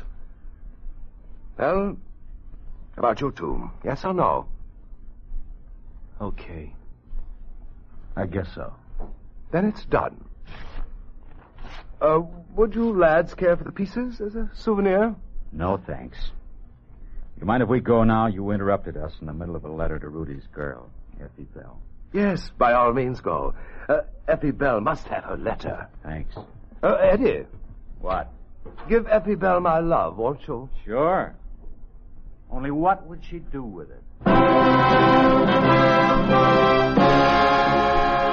You are listening to The Ballplayers, starring James Whitmore. A story of the way things could be if communism took over. A picture of what life would be like under a communist regime in an ordinary American town. A town we call Springfield, USA.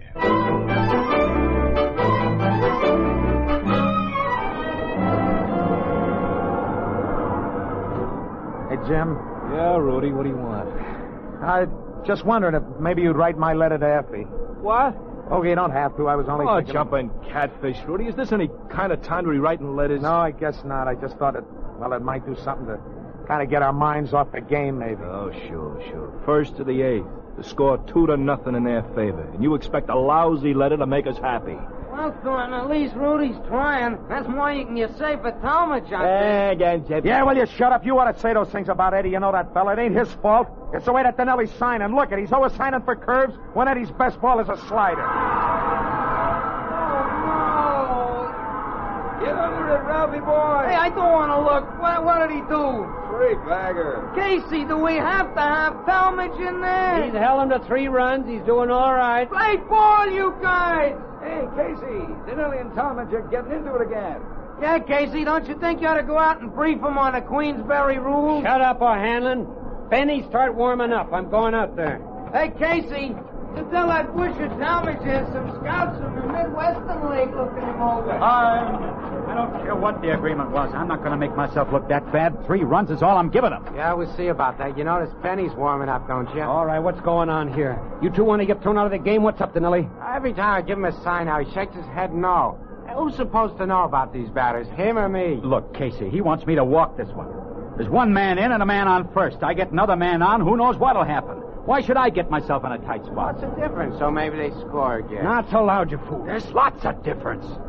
They got 3 runs and just 1 more inning to go. That's enough for them. Why should we look worse than we do, huh, Casey? Answer me that. Well, all right. What do you mean, all right? Look, Danelli, I was told manager Eddie's right. Why should we make ourselves look like punks?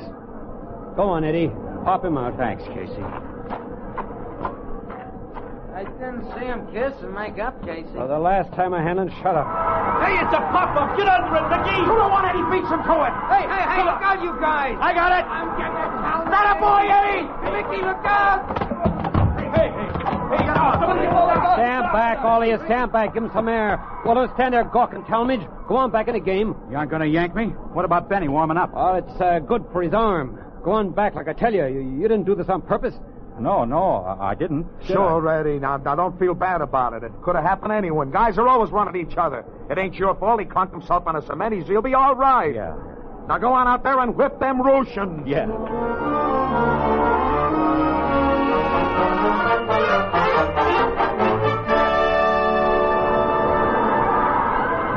Hey, we're really rolling now, huh, guys? That's 3 men on. Boy, I wish I could get in that lineup. I got that dumb Russian's number. Where that curveball of him begins to break before it leaves his hand. It's so slow I could probably write my name and address on it while it's coming up to me. If I could write. Rudy. Yeah, Casey. I want you to go in and pinch hit. Me pinch hit? With my batting average? You're not yanking Eddie, are you? No, you're going in for the third baseman just to pinch hit. Come on, let's get out there. Well, okay, but I can't promise you I'll lambaste it. I don't want you to, Rudy. All I want is a bunt, a nice bunt. What? But it don't make no sense, Casey, to go in and bunt when the bases is loaded. When did they appoint you manager of this team, Rudy? You just go in and bunt like I tell you. Okay, Casey. Gans for Brubaker. Gans batting for Brubaker. Okay, Uncle Joe.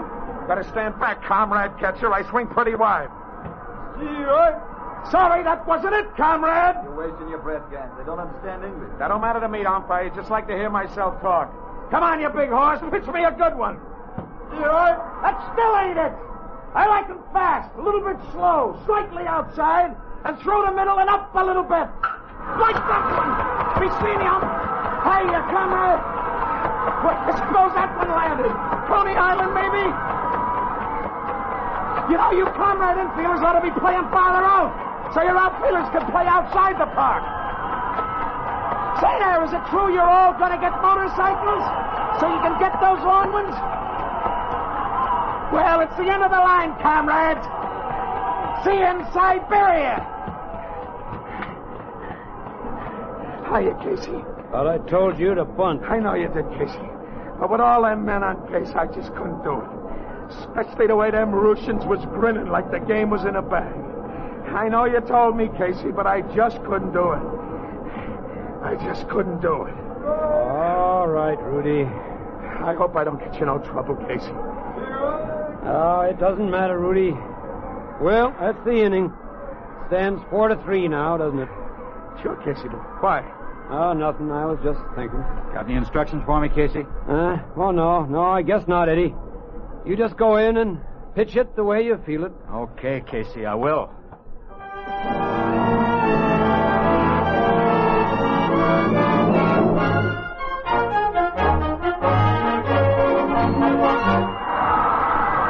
Strikeout! That a boy, Eddie! That's whipping him!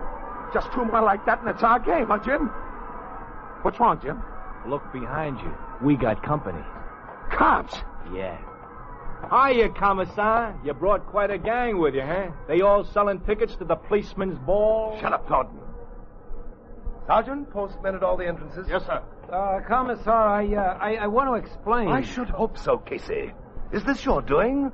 Why are you leaving Talmadge in there? Well, who'd I put in? You said not to play Jim or Rudy here. You have others? Well, sure. Relievers, bullpen, or Sunday pitchers, but you think that crowd would stand for it with Eddie going so good? He's their favorite. If you yanked him, you'd need a lot more secret police than you got here. If I were you, Casey, I'd watch myself. Your position isn't that secure, you know. No, I suppose it isn't. What's this all about, Jim? I don't know, Rudy. But if you still want to ride to Effie, I think maybe we better do it now, if you know what I mean. Oh, yeah. Yeah, I guess maybe we better. Well, another strikeout. Did you see that, Jim? Yeah, I saw it. I'm all set, Rudy. Oh, yeah, sure. Well, dear Effie, this is going to be a short one. But I wanted you to know something. I don't know how to ride, Effie. Or read, even. Rudy, you sure you want to tell her that? Yeah. Now, just put it down, please, Jim, like I say. Okay, Rudy. Someone else been writing these letters for me. But I didn't mean nothing by it, kid, honest. I was just doing it so's I could lead up to asking you a certain question. But, well, who knows, kid, what's going to happen. Ha-ha! Rudy, he did it! We win, boy! It's our series! Ha-ha! Yeah, it's our series. It's our series, all right, Effie. But I guess you'll read all about it in the papers. So long, kid. Is that all, Rudy? Yeah, I guess so. Well, Commissar, it's over, ain't it? I'm afraid it is, Gans. Casey, clear the rest of the team out of here. I want to have some words with your pitching staff. Sure. Sorry, Rudy, Jim. Sorrier than you know. That's okay, Casey. Yeah, forget it. A very touching scene, gentlemen. Oh, here comes the conquering hero. Eddie, boy, you did it, didn't you? Yep, I did it. Hello, Commissar. Glad you could make the game. Hope you weren't disappointed. Frankly, Talmadge, I was. I had great many plans for you. I was beginning to like you, Eddie. I don't understand. What did you hope to gain by this? Not a thing. Then why did you do it? I just wanted to see what it was like to make a choice again. Well, I hope it was worth it, because you leave me no choice at all. The three of you are far too unreliable politically. I expect you've all heard of Leavenworth, the penitentiary. No, Commissar. They got a ball team there? Always the joker, eh, Thornton? No, I don't believe they do. But very shortly, I think they will have quite a pitching staff. All right, take them away. Yes, Commissar. Come on. Oh, Commissar. Yes? Would you mind mailing my letter to Effie? Why, no, Rudy. Not at all. Not at all.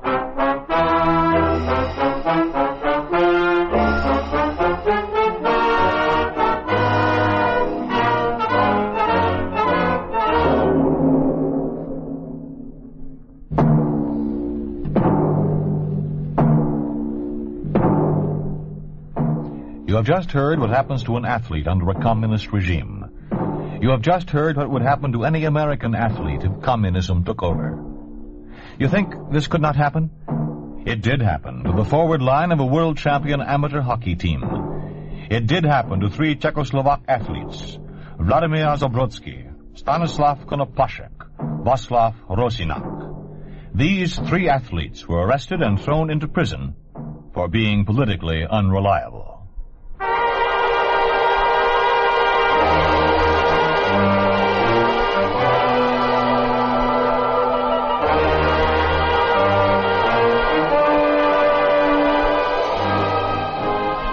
You have been listening to If Freedom Failed, starring James Whitmore as Rudy Gans in The Ballplayers.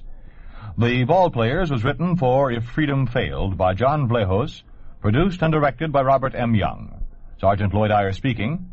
This program has come to you through the worldwide facilities of the United States Armed Forces Radio and Television Service.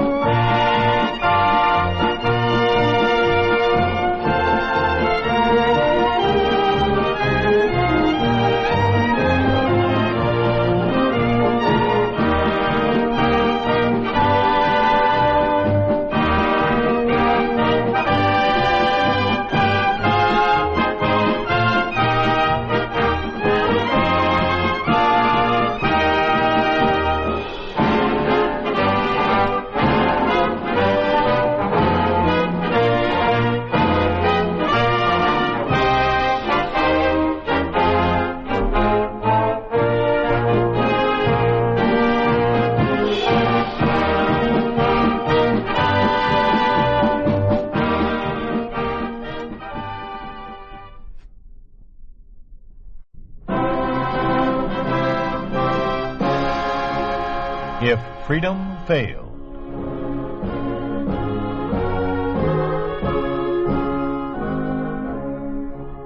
We'd like to take you on a visit to a town that doesn't exist. A town we call Springfield, USA. We'd like to show you how things would be in any American town if communism took over. This is the story of a Boy Scout. The story of what happens to youth organizations under a communist regime. The title of the story is The Pledge.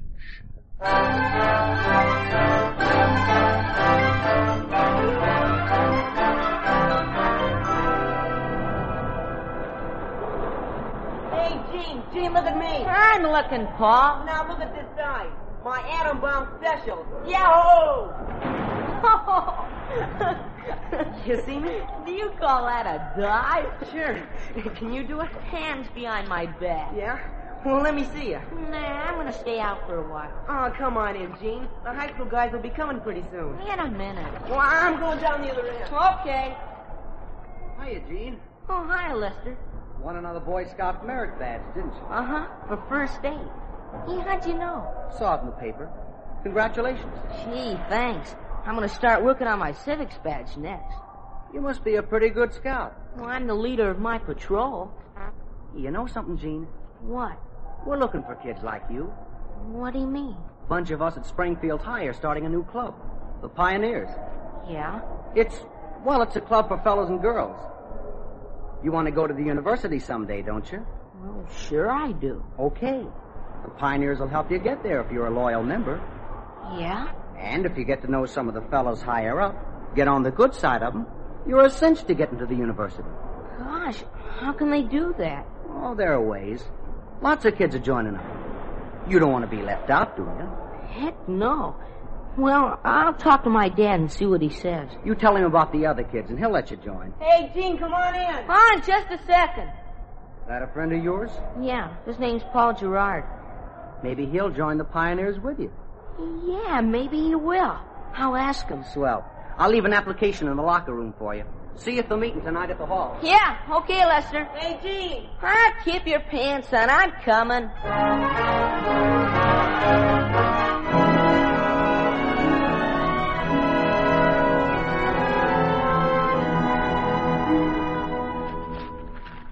Well, son, how'd it go today? Okay. Paul and me went swimming over at the high school for a while. Have fun? Yeah. Oh, I saw Lester Parker over there. Parker? Uh-huh. He said he read all about me in the paper.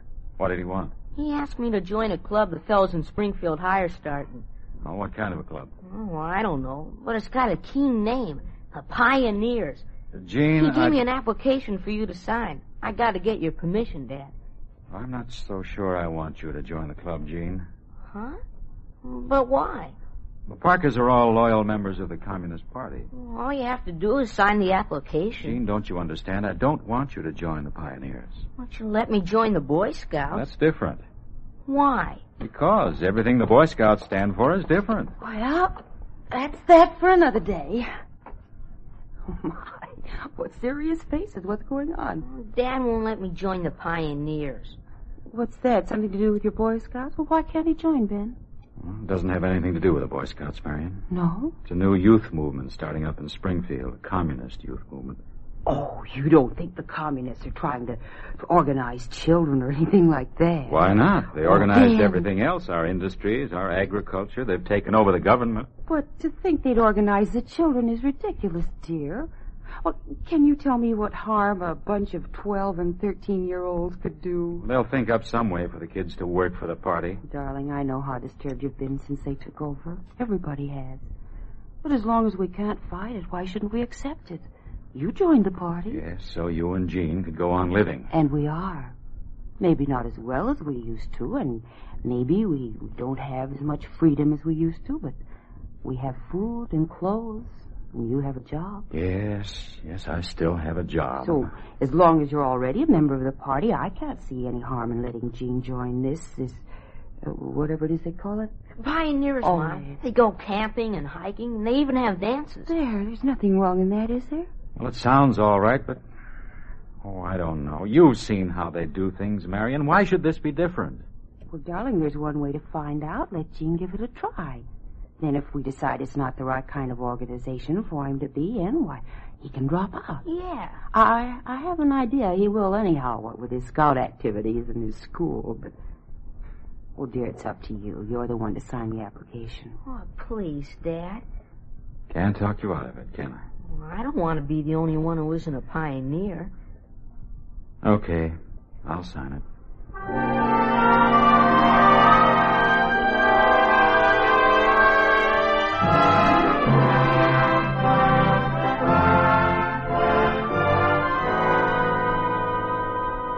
You 10 kids are the first Pioneer Link in Springfield.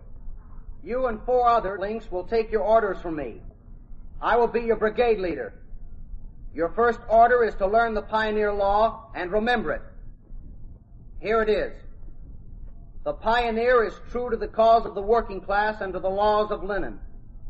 The pioneer is the younger brother and helper of the Communist Party. He is a comrade to the workers' children of the world. You will all learn it before the next meeting. Now you'll rise and repeat the pledge after me. I, a young pioneer of Soviet America. I, a young pioneer of Soviet America. In the presence of my comrades. In the presence of my comrades. Pledge that I will firmly defend the cause of Lenin and Stalin. Pledge that I will firmly defend the cause of Lenin and Stalin. The victory of communism. The victory of communism. I pledge to live and study in such a manner. I pledge to live and study in such a manner. As to become a worthy citizen of my country. As to become a worthy citizen of my country. For the struggle for the cause of Lenin and Stalin, be ready. Always be ready.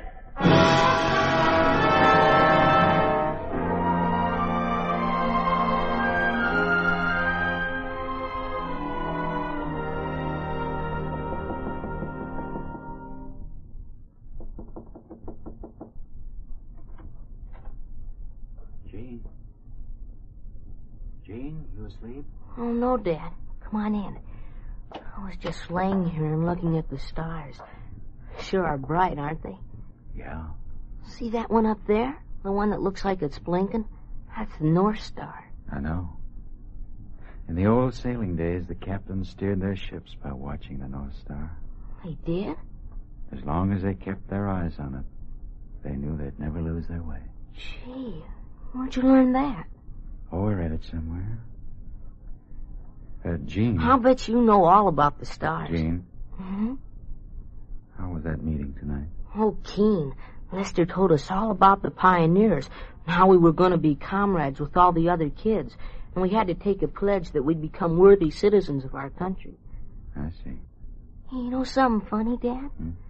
The motto of the pioneers is the same one the Knights used to have in the old days. Always be ready. Just like they told us in the Boy Scouts. Isn't that funny? Yes, it is. You don't sound like you think it's funny. Guess I was thinking about something else. What, Dad? Do you remember right after you joined the Boy Scouts, you learned the oath of the Athenian young man? Uh-huh. You still know it? Sure. I think so. Say it for me. Now? What for? I just want to hear you say it. Okay. We will never bring disgrace on this, our city, by any act of dishonesty or cowardice. We will fight for the ideals and sacred things of the city, both alone and with many. We will revere and obey the city's laws, and will do our best to incite a like reverence and respect in those above us who are prone to annul them or set them at naught. We will strive increasingly to quicken the public sense of civic duty. Thus, in all these ways, we will transmit this city, not only not less, but greater, better, and more beautiful than it was transmitted to us. How's that? That's fine, son. Why did you want to hear me say it? I want to be sure you still remember it. And I don't want you ever to forget it. All right, Dad. Promise? Scout's honor. Now you better go to sleep. Good night, son. Oh, Dad, you shouldn't kiss me. Why not? You're my son, aren't you? Good night, Jane. Good night, Dad.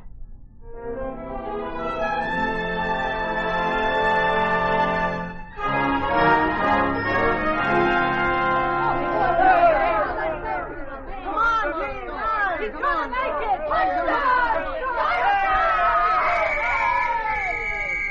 Okay, boys, that's a half. Say, that was a nice run, Eugene. You better sit down and take it easy. Okay. Oh, excuse me, Mr. Hanna. There's Paul Gerard.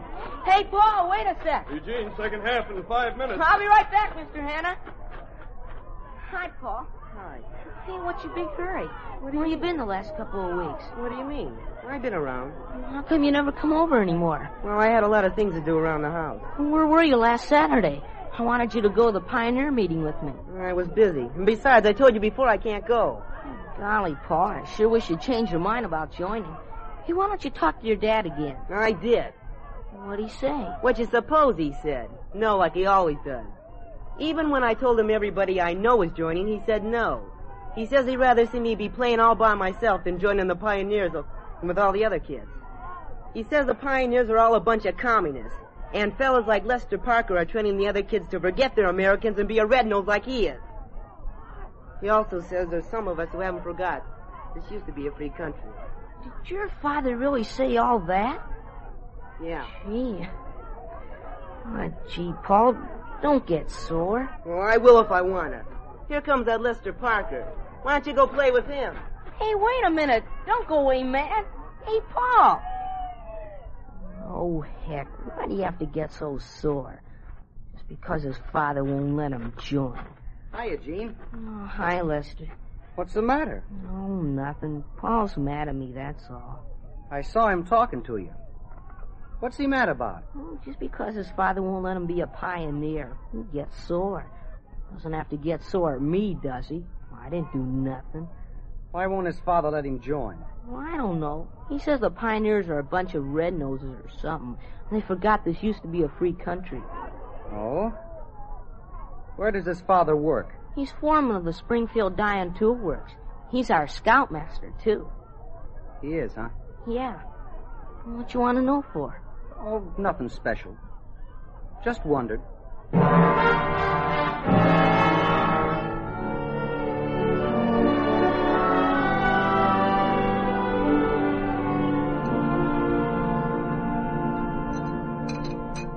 Horse due, Ben? Thanks.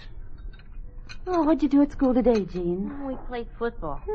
Did Paul Gerard play with you? Paul. I tried to get him to join the Pioneers with me, but he wouldn't do it. Just because his father says they're a bunch of red noses. What does he know about it anyhow? Maybe that explains something. What's that, Ben? Frank Gerard was fired today. Fired? Why? What do you mean, why? As long as Commissar Chase is plant manager, he doesn't give reasons for firing anybody. But Frank was foreman. What difference does that make?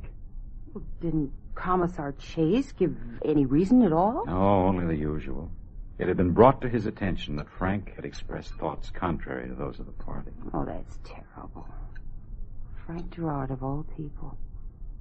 Who reported him? Oh, you never find out things like that. Well, do you think it's someone at the plant? I doubt it. Frank has enough sense not to say anything when he's surrounded by a bunch of communist informers. Well, then who could... Must have been someone else, a friend of Frank's, someone he trusts. Oh. Or maybe Paul heard him say something against the communists and innocently told it to someone else who has a communist connection. Oh, Jean, what's the matter with you? Nothing. Want to break that plate? No, it just slipped. The knife, I mean. Oh, dear. Who can that be right in the middle of dinner? Jean, go see what I Okay, Dad. I don't know why people have to ring your bell just when a person's eating. You know, I never saw it to fail. Wonder what's wrong with Jean. Wrong? See the way he jumped up from the table? Ordinarily, we have to talk to him 2 or 3 times before he leaves. Well, the doorbell rang. Yes, I know that. I wonder who it is. Jean, who is it? Mrs. Gerard. Phyllis. I wonder what she was. Ben, you seen Frank? Phyllis. You seen Frank, Ben? No. Why? What's wrong? I don't know. He said he was going down to talk to Commissar Chase, trying to get his job back. Should have come home hours ago. Called everywhere, but no one's seen him. Where do you suppose he is? Now, take it easy, Phyllis. He's probably detained somewhere, that's all. Well, then why didn't he call me? Always has before when he was going to be late. I'm sure you knew where he was, Ben. I'm sorry, Phyllis. I know something's happened. I just know. No, he's all right, Phyllis. No. I've told him over and over again not to say anything about the communists. I told him someone would report him if he did. He wouldn't listen to me. He hates them so. Look, dear, come here. Sit here. Now let me get you a cup of coffee. He only joined the party because there was no other way out. He never really believed. Oh, Mary! No, dear, please. Ben, can't you go out and see if you can find him? Where would I look? Phyllis said, Joe.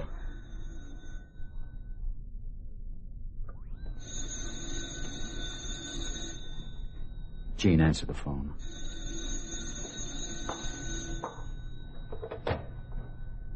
Hello? Oh, hi, Paul.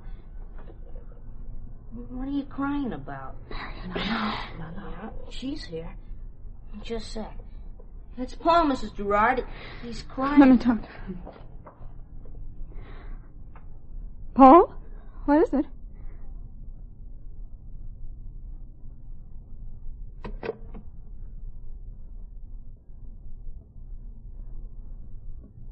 Frank's dead. Oh, no. They found him in his office. Gun in his hand. Frank's dead. Marion, you better go with her. Yes, dear. Come on, Phyllis. I'll take you home. Frank's dead, Marion. Yes, dear. Frank's dead, Marion. He's dead. No, don't think about it, dear. Don't even talk about it.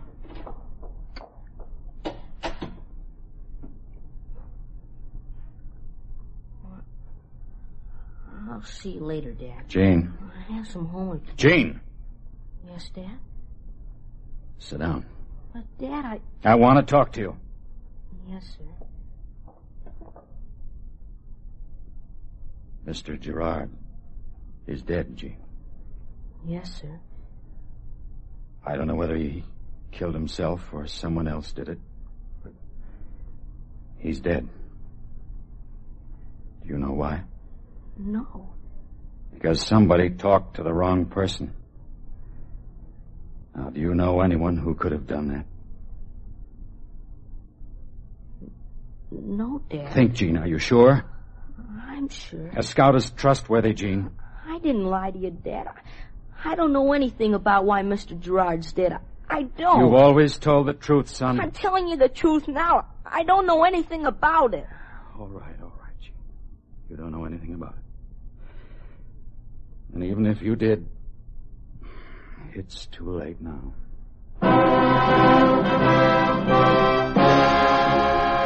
You are listening to The Pledge, a story of the way things could be if communism took over. A picture of what life would be like under a communist regime in an ordinary American town. A town we call Springfield, USA.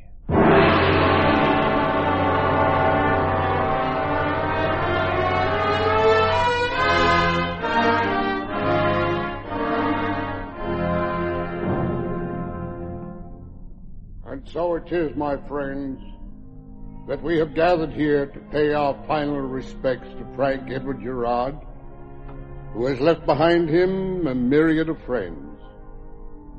Frank Gerard was a man of unblemished character. He was a good provider. He was a loving husband, a kind and understanding father. He never faltered in his duty to his family, his friends, himself. Those of us who knew him personally suffer a great loss with his passing, and it is with sorrowful hearts that we are now gathered to return the earthly remains of Frank Gerard whence they came. Let us pray.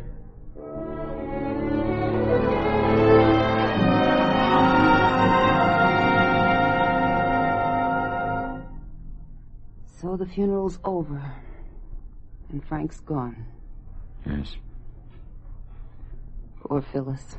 And Paul. Don't forget Paul. Pretty tough on him, too. Don't you think so, Jean? Yeah.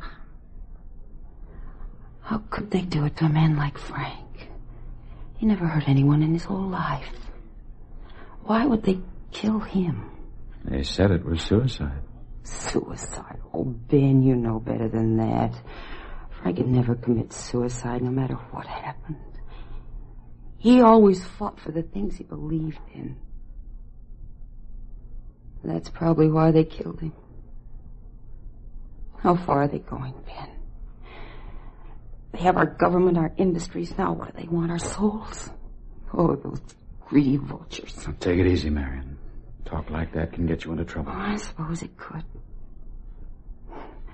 Thank God only my husband and son hear me. That's what I mean. What? You're alone with your husband and your son. You certainly wouldn't inform on me, would you? No, I wouldn't. But you forget that Jean is a member in good standing of the Pioneers. Ben, how can you think of such a thing? Oh, I don't say he'd ever do it deliberately. I don't think he could. But they'd find some way to make him turn informer. I wouldn't do it, ever.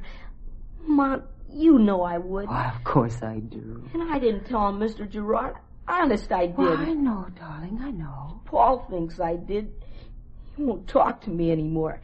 And Dad thinks I did, too. Ben, could you accuse your own son of such a terrible thing? I'm not accusing him of anything, Marion. It's the communists. I wouldn't trust any one of them as far as I could throw an elephant. I know how those pioneers work, and if Jean knew something they wanted to know, you can be darn sure they'd find it out somehow. I didn't tell. Look, Jean, I warned you, I begged you not to join the Pioneers, but you wanted to do what the other kids did. There was no way I could stop you. Sure, I could have chained you to your bed or locked you in the cellar, but it wouldn't have done any good. Your mother insisted that I let you get it out of your system. Oh, but I didn't know. Nothing's sacred to them, son. They'll praise you, make you think you're a wonderful guy until you're not only betraying your friends' families, but your own. Oh, now, Ben. I couldn't do anything like that. I couldn't. My scout pledge. You took a pledge when you joined the Pioneers, too. Which one are you going to be true to, Jean? Which one means more to you? I don't know. Well, you don't have much time to decide, Jean. It has to be one or the other. You have to make a decision now. I don't know. I don't know. Ben, wait. You're confusing the child. Jean, when's the next Pioneer meeting? Tonight. All right, go to it. Be a man. Stand up and tell them you're quitting. Remember, a scout has the courage to face danger in spite of fear. This is your chance to prove yourself. Oh, dear, I don't think he should go out tonight. There's a storm coming up. This is a lot more important than a storm, Marion. It's Jean's whole future. Tonight he'll know in which direction he's going. And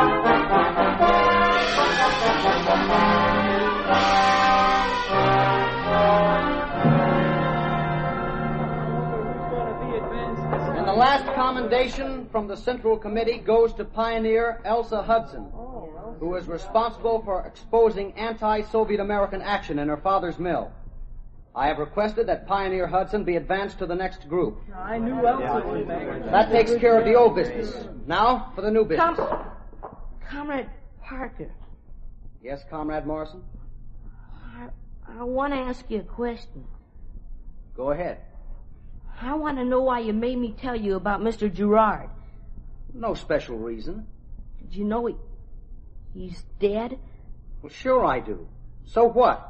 He's dead because I told on him. He's dead because he knew he was an enemy of the people, and he committed suicide. He didn't commit suicide. Somebody killed him and made it look like he committed suicide. And he wasn't an enemy of the people. He was a good man. Why, a scoutmaster couldn't be anybody's enemy. Yeah? What's so wonderful about being a scout? Everything is. Scouts are loyal and kind and trustworthy. No. Scouts don't snitch on people. And they're worthy citizens of their country. Only loyal pioneers are worthy citizens of their country. Scouts wouldn't bring disgrace on their city by being dishonest or a coward. Forget about the Boy Scouts. Your duty is to defend the victory of communism. My duty is to God my country. There isn't any God. God's a fairy tale. Just something that people dreamed up to explain something they didn't understand. There is a God. You can't believe in middle-class junk like that and still be a loyal pioneer? Then I don't want to be a pioneer anymore. All right, then get out. You're expelled from the Pioneers right now. And the rest of you aren't to have anything to do with him or talk to him. Ever. I don't care. The Pioneers are bad, and everything you tell us is bad. Just like my father said. I should have listened to him when he tried to tell me. He told me the communists aren't any good. He told me nothing's sacred to them, and that they're making a bunch of stool pigeons out of us kids. He knew I told on Mr. Gerard. And you made me lie to my father. You made me break my scout pledge. But I'm not going to break it anymore. I'm going to be a good scout from now on. Yeah? Well, there isn't any more Boy Scouts. You're a liar. We got a report from the Central Committee this morning. The Boy Scouts have been declared fascist and will not be recognized by the party. I don't believe you. It isn't true. It is true. So now you aren't either a pioneer or a Boy Scout. You're nothing. I'm going home. I'm going to tell my father what you said. Go ahead. Go home and tell him he'll be reported as an enemy of the people. No, I want to go home. I want to go home.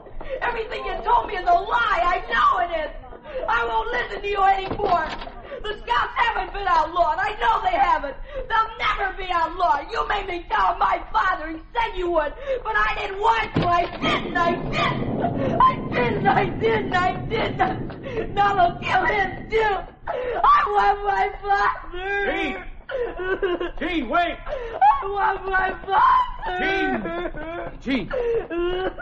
Gene, it's Dad. What's wrong? Oh, Dad. They threw me out of the club. That's all right, son. Lester said there wasn't any more Boy Scouts. He said there wasn't any God. Come on, son. We're going home. And he made me tell on you, Dad. I didn't want to, but he made me do it. And now they'll kill you, just like they did Mr. Gerard. No, son, I don't think they'll kill me. But what'll they do, Dad? What'll they do? I'm not worried about what they'll do to me. But what's going to become of you? That's right. What's going to become of me?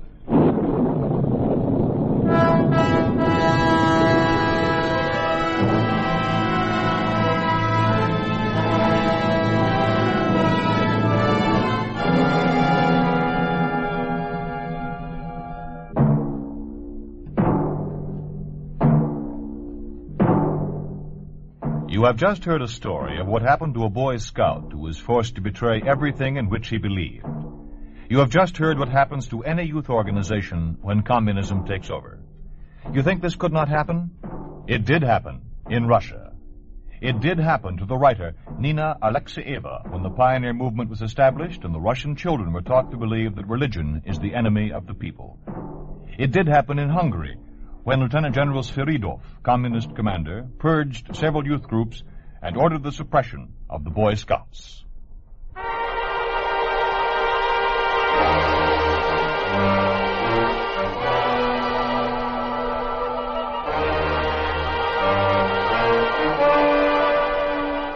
You have been listening to If Freedom Failed, starring Jeffrey Silver as Gene Morrison in The Pledge. Whitfield Connor was Ben, and Ann Morrison was Marion. Others in the cast were Jimmy Ogg, Joel Nestler, Peggy Weber, Joel Davis, Richard Monahan, Joe Cranston, Joe Granby, and Lamont Johnson. Music was composed by John Hicks, with musical direction by Michel Perrier.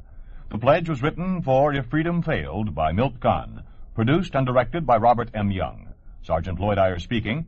This program has come to you through the worldwide facilities of the United States Armed Forces Radio and Television Service.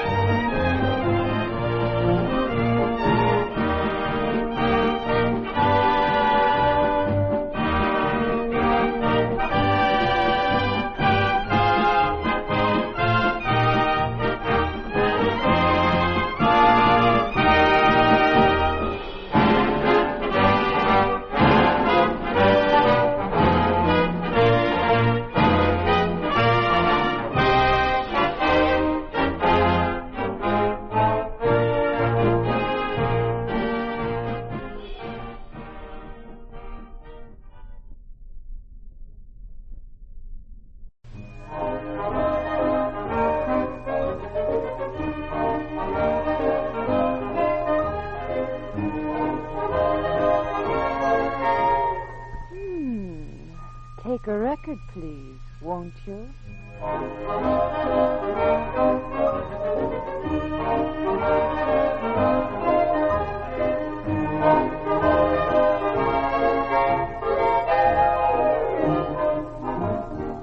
Hi there, everybody. How about taking my record, please?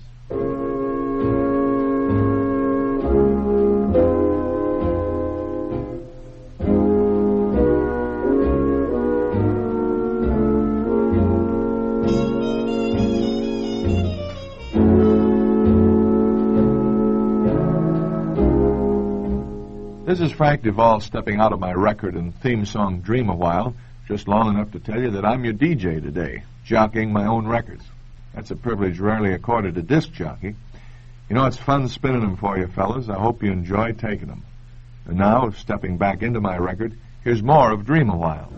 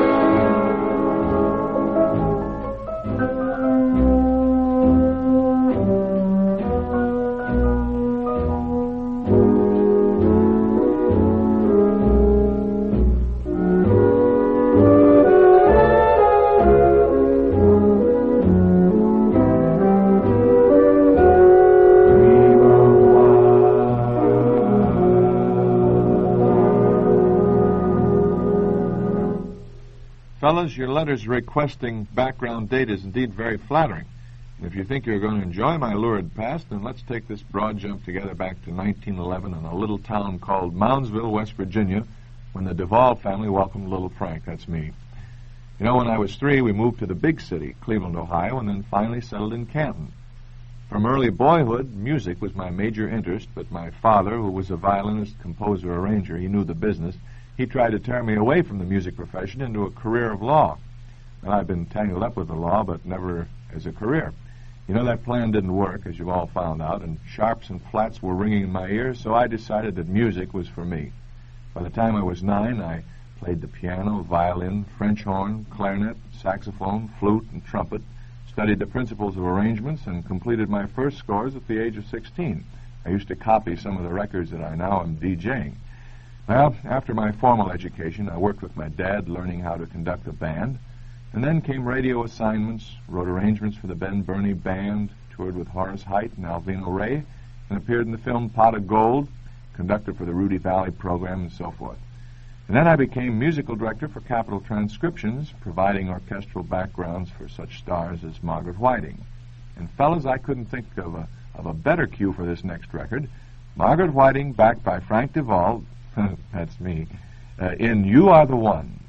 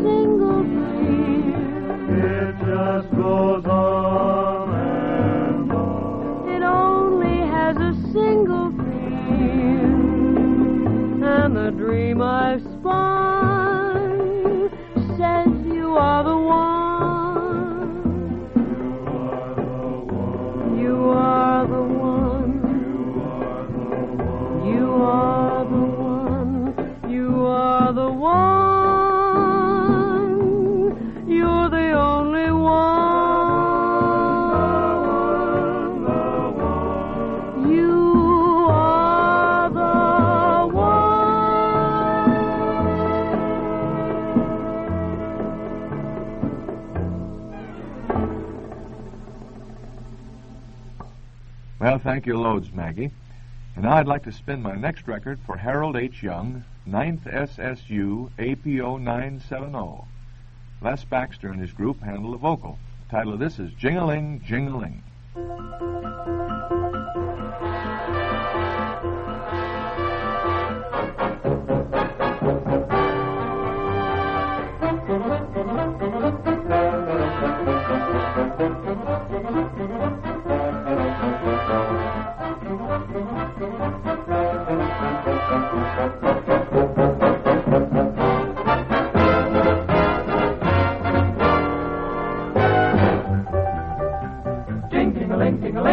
What fun to hear the sleigh bells jingle, jing, jing-a-ling, jing-a-ling, jing-a-ling, they set your heart a tingle.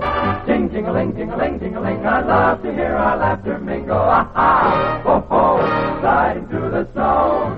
Jing, jing-a-ling, jing-a-ling, jing-a-ling, the bells that got the snowflakes dancing. Jing, jing-a-ling, jing-a-ling, jing-a-ling, old Dobbin's even prancing. Jing, jing-a-ling, jing-a-ling, jing-a-ling, the night is makes for sweet romancing. Ha-ha, ho-ho, through the snow we go. Winter fairyland we go a-gliding, in a cotton candy land of frozen charm. And the way the sleigh is slipping and a sliding brings you sliding even closer in my arms. Can't you hear the sleigh bells dancing while we're single, as we fly across the snowy hills and dales? And we're happy 'cause the sleigh bells seem to jingle in the winter fairyland like wedding bells. Jing, jingle, jing, jing, jing. Love to hear the sleigh bells jingle. Jing, jingle, jing, jing, jing. How it sets your heart a tingle. Jing, jingle, jing, jing, jing. Love to hear our laughter mingle. Ah-ha, ho-ho, sliding through the snow. Jing, jing, jing, jingling, jing. Bells got the snowflakes dancing. Jing, jing, jing, jingling, jing. Mr. Dobbin's prancing. Jing, jing, jing, jingling, jing. Nights are made for sweet romancing. Ah-ha, ho-ho, through the snow we go.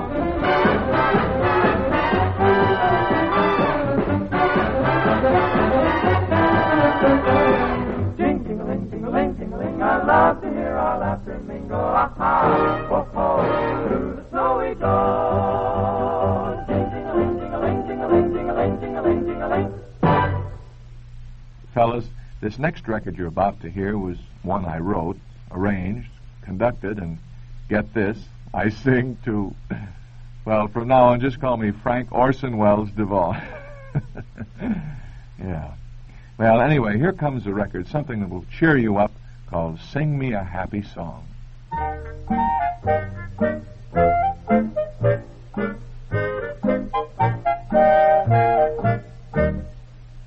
guess I'm the happiest man alive. Not a worry, not a care. Get along good with people. I can live most anywhere. Shot a fellow once, but they gave my wife the chair.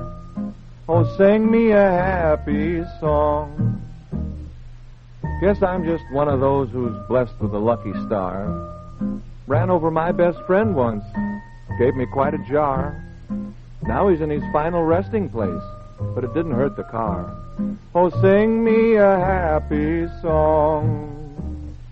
Sing me a happy, happy, happy. Sing me a happy song. Smile as you whistle, you'll find that this'll make you laugh the whole day long. Ha, ha.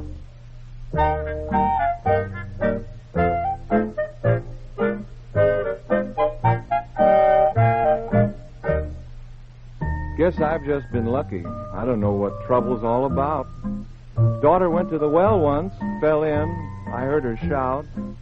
Wasn't the one we used for drinking water, so we didn't pull her out. Oh, sing me a happy song. Bought this suit from a traveling salesman, paid no money down. Told him about a shortcut if he was going into town. Forgot all about the bridge being out, read in the paper he drowned. Sing me a happy song. Sing me a happy, happy, happy.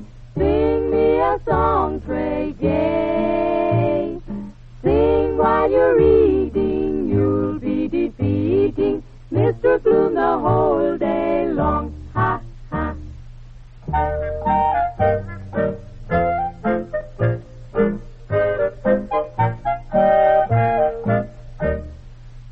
can't complain much about business. It comes and then it goes. If we have another depression, what'll happen, goodness knows. Keep thinking about all those poor people whose mortgages I'd foreclose. Oh, sing me a happy song. Always tried to be pretty modest about my generosity. Friend of mine wanted to hang himself. Came to talk to me. Figured I ought to do something to help, so I let him use our tree. Oh, sing me a happy song. Sing me a happy, happy, happy. Sing me a light-hearted air. Dance while you're resting, you'll be investing happiness the whole day long. Ha, ha.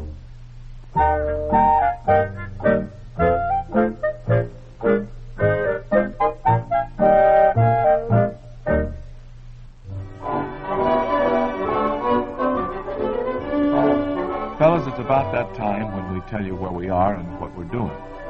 You're listening to Frank Devol spinning discs on Take a Record, Please. Suggestions and comments are welcome here, so won't you write us, please? Address Take a Record, Please, Armed Forces Radio, Los Angeles, USA.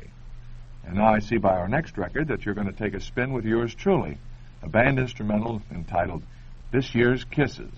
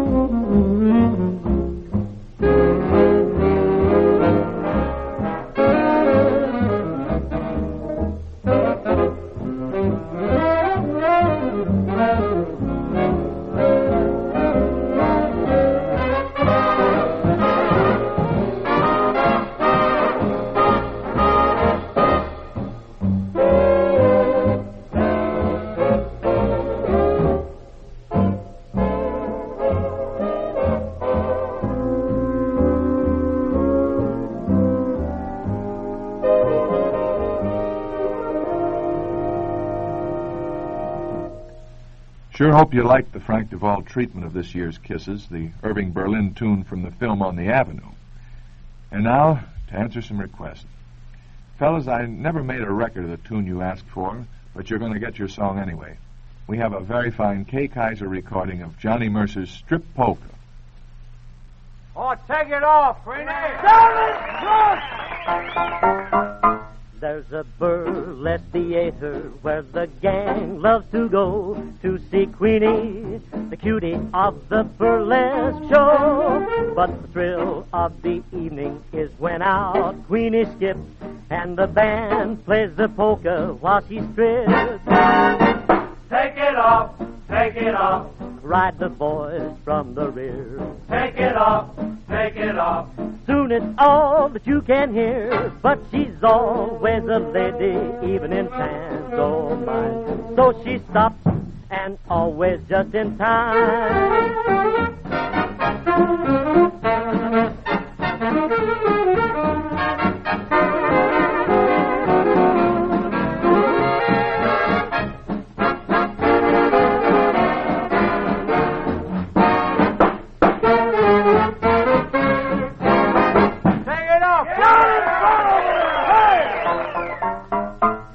As fresh and as wholesome as the flowers in the May, and she hopes to retire to that farm someday.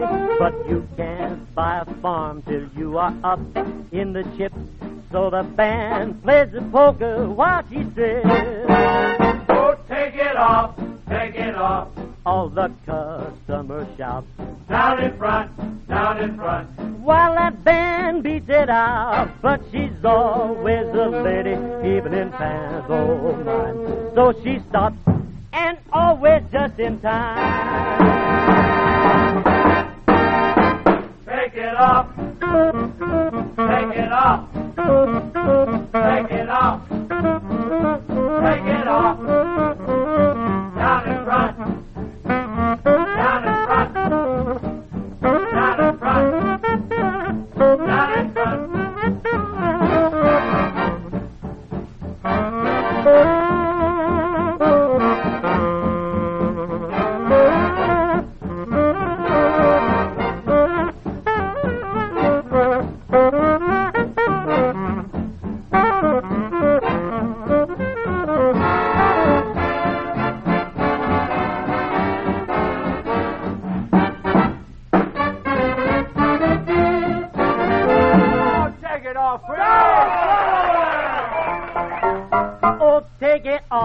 Take it off, cried that boy from the rear. But she stopped. More! That's all, boys. Fellas, Helen O'Connell is anxious to break out in song, and we're going to back her. The title is Teardrops from My Eyes.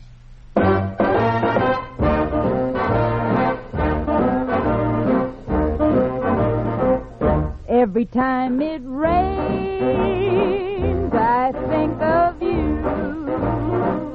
and that's the time I feel so blue.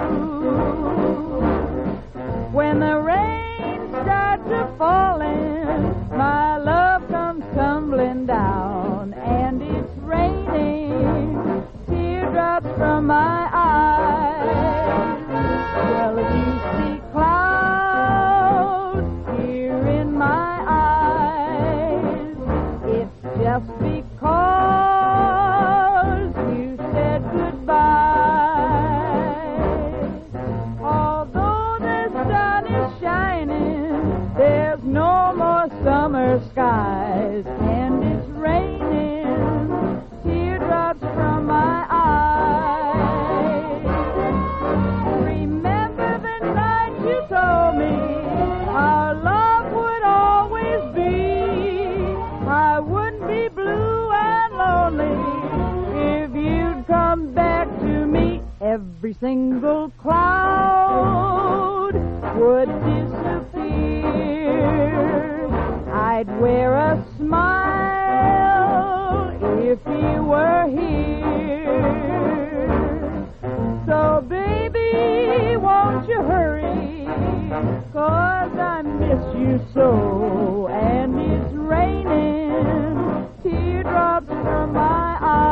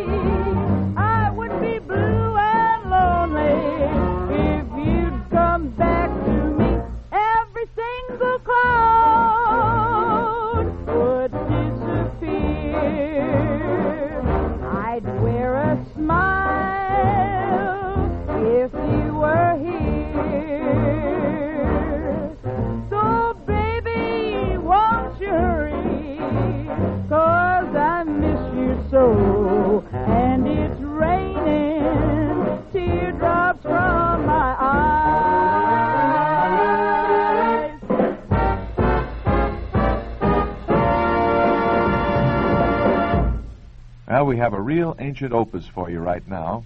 Nick Kenny wrote it in the 20s or early 30s, and we thought it good enough to record in the 50s. I hope you enjoy hearing this as much as we enjoyed recording Love Letters in the Sand.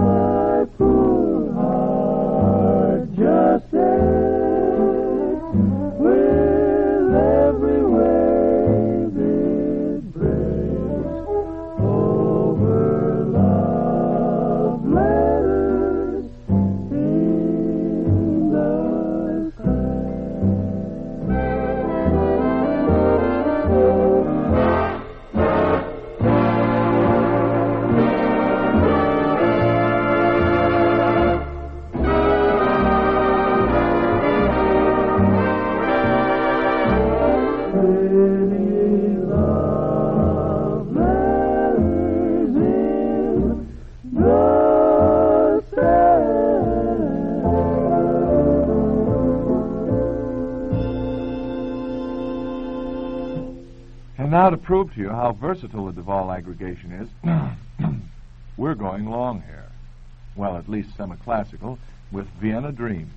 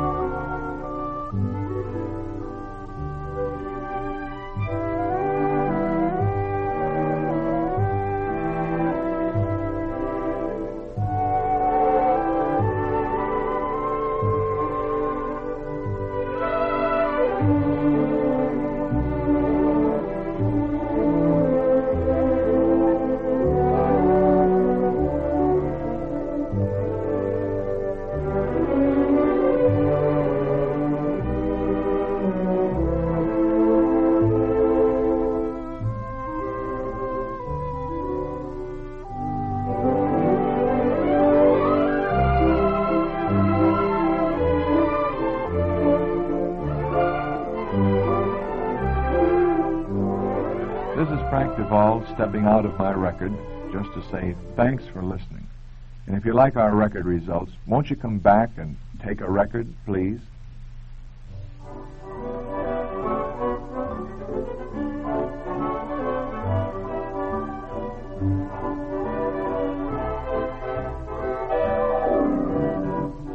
Take a Record, Please is written and produced by Rudy Burns in cooperation with the Hollywood Coordinating Committee and the American Federation of Musicians.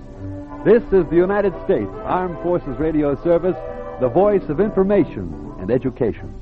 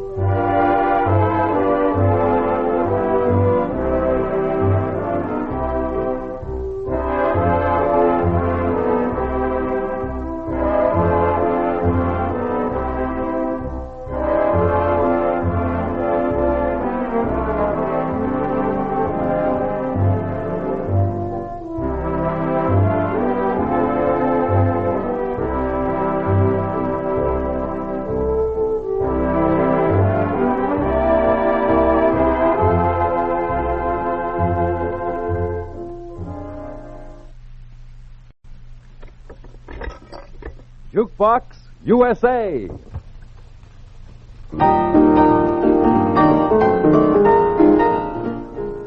Let's bivouac, boys. It's Jukebox USA, and this is Rebel Randall inviting you to stay with it for a brighter musical outlook.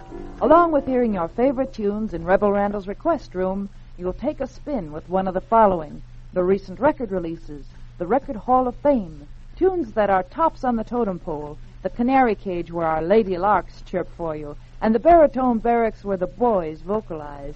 So what do you say you all sashay into the request room right about now? Oh, foreign language. Mambo Jambo.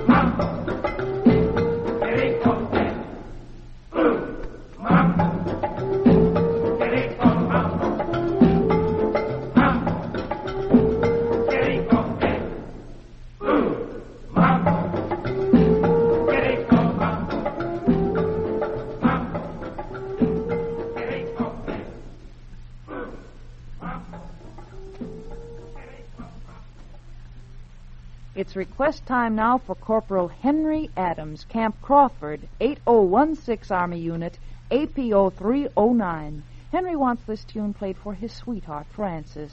Hope you're tuned in, Frances, because here comes your song. Sammy Kaye's version of Room Full of Roses.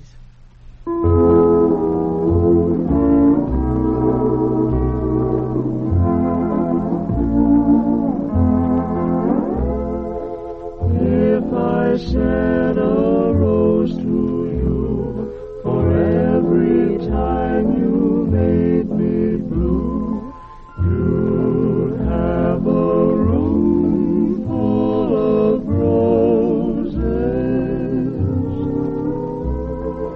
If I said a rose of white for every time I cried all night, you'd have a room full of roses. And if you took the petals and you took them all apart, you'd be tearing at the roses just the way you tore my heart. If someday you're feeling blue and you could send some roses too, well, I don't want a room full of roses. I just want my arms full of you.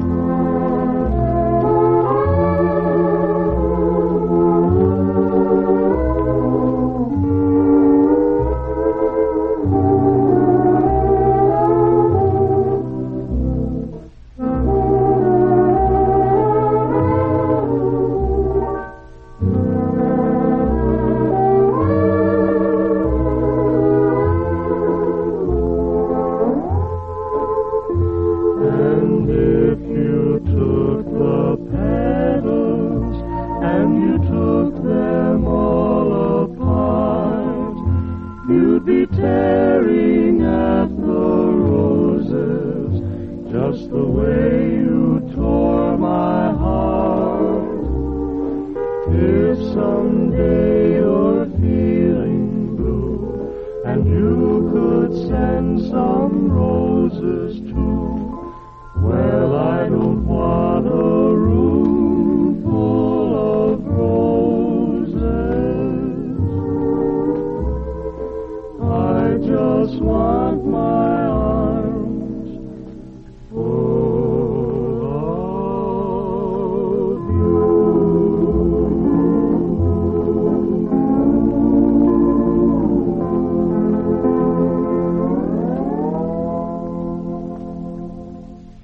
Ah, such fragrance. Room Full of Roses by Sammy Kaye. Our next tune goes out to find Charles Nolan, Veterans Hospital Ward C1, Rutland Heights, Massachusetts. It's an action-packed platter for you, Charles. Anita O'Day sings, Stan Kenton plays, and this is what happens. And her tears flowed like wine.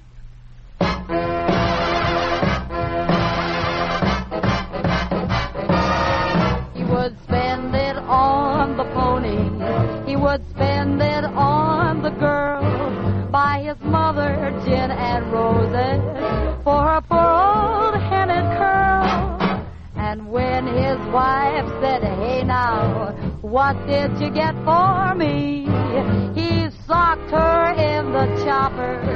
Such a sweet, sweet guy was he. And her tears flowed like wine. Yes, her tears flowed like wine. She's a real sad tomato. She's a busted Valentine. Knows her mama done told her that the man is darn unkind.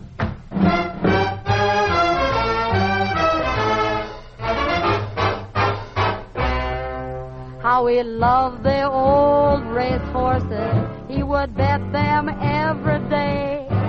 One day he caught a winner, and the cabbage wasn't hay. He indulged in fancy spending, ordered rings, cars, and furs. But alas, alack, like a stab in the back, she found out it wasn't hers. And her tears flowed like wine, as her tears flowed like wine. She's a real sentimental, she's a busted Valentine. Told her mama, and told her that the man is darned unkind.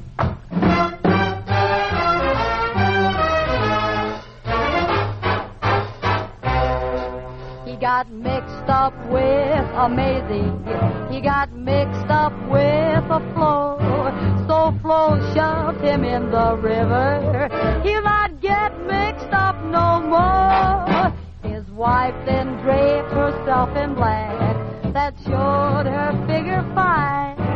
Then she cussed him out, the two-faced guy. No insurance could she find. Her tears flowed like wine. Yes, her tears flowed like wine.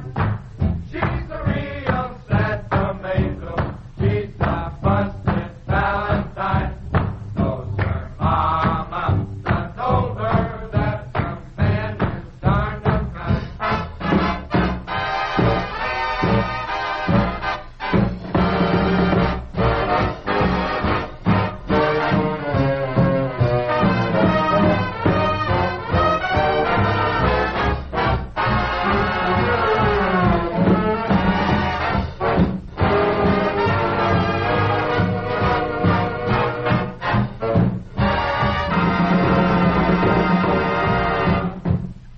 Always good fun listening, and her tears flowed like wine, combining the talents of Anita O'Day and the Stan Kenton Orchestra.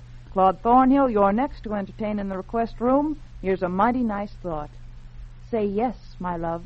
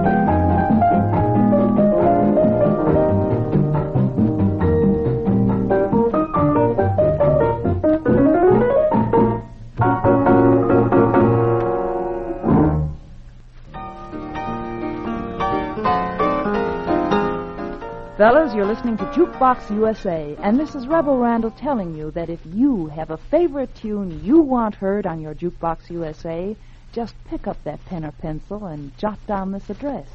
Jukebox USA, Armed Forces Radio, Los Angeles. I'll be waiting to hear from you. Stand by now for the specialty of the day.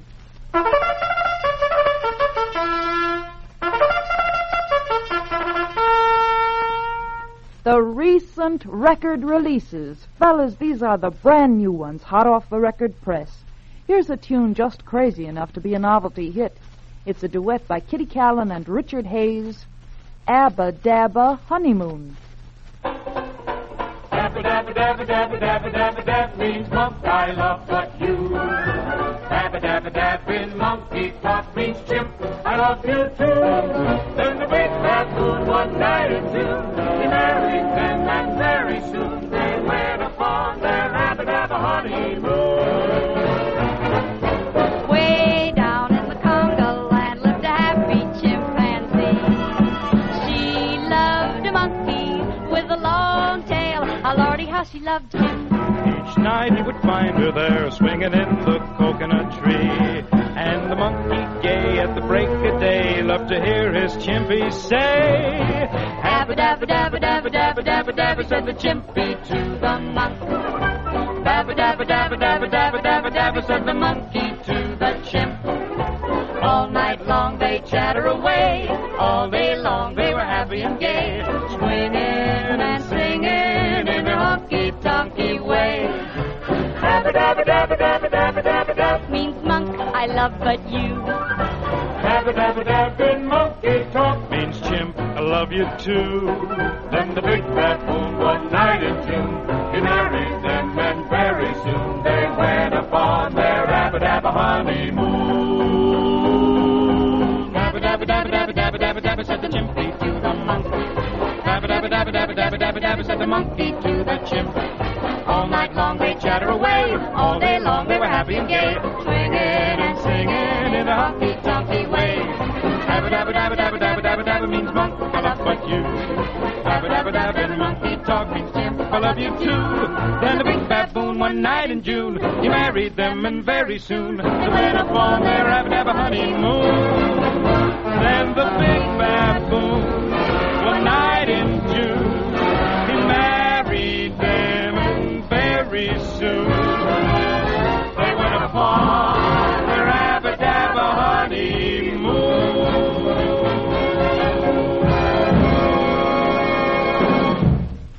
Mighty cute, a recent record release, Abba Dabba Honeymoon, duetted by Kitty Callan and Richard Hayes. Here's another comely combination on a recent release. Patty Page and Rex Allen. It's called Tag Along.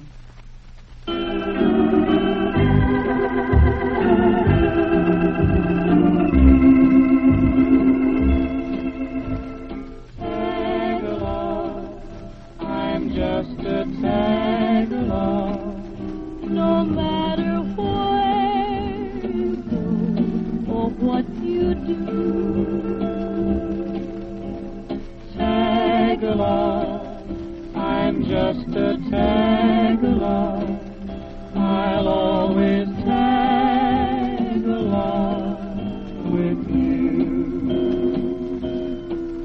Perhaps I should forget you and let you go your way, but I can't live without you.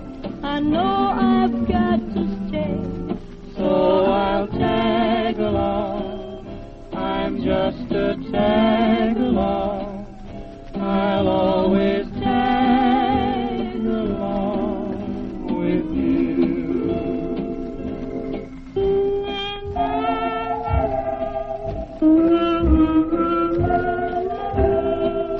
No matter where you go or what you do,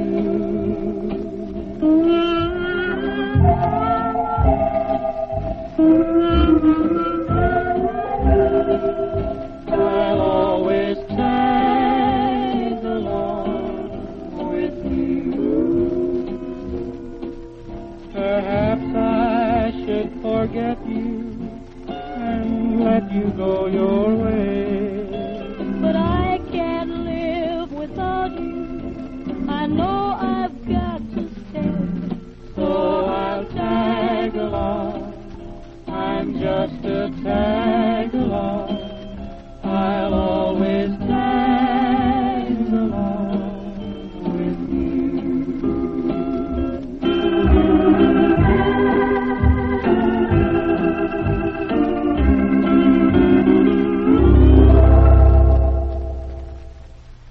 You were just tagging along with Patty Page and Rex Allen. Think you'd like to hear another duet? Well, all right then. Danny Kaye and Carroll Richards. You're next on this recent release called How Could You Believe Me When I Said I Love You?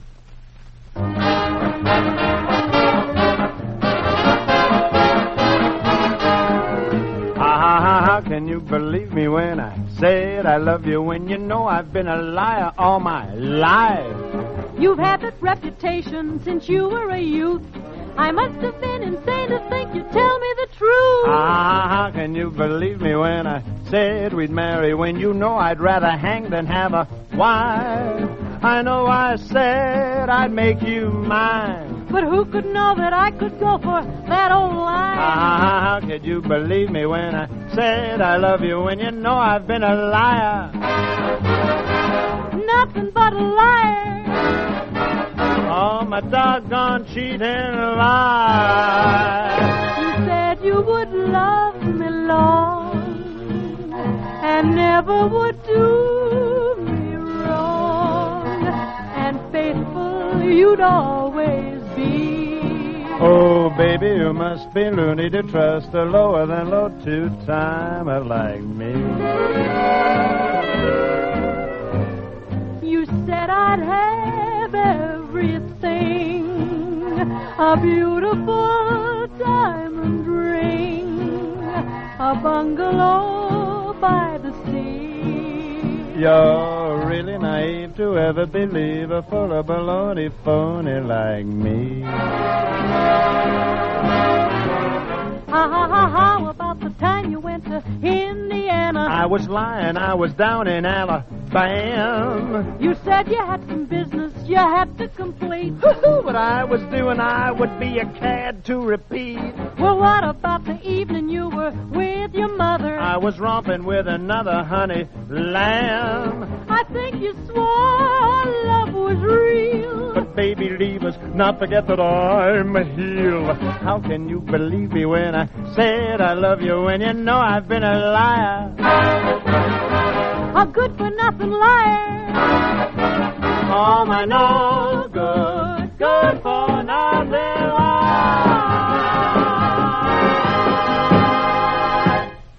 An interesting thought. How could you believe me when I said I love you? Danny Kaye and Carroll Richards from the motion picture Royal Wedding. And now along comes Vaughn Monroe. The tune is old, but the release is recent. Dream a little dream of me.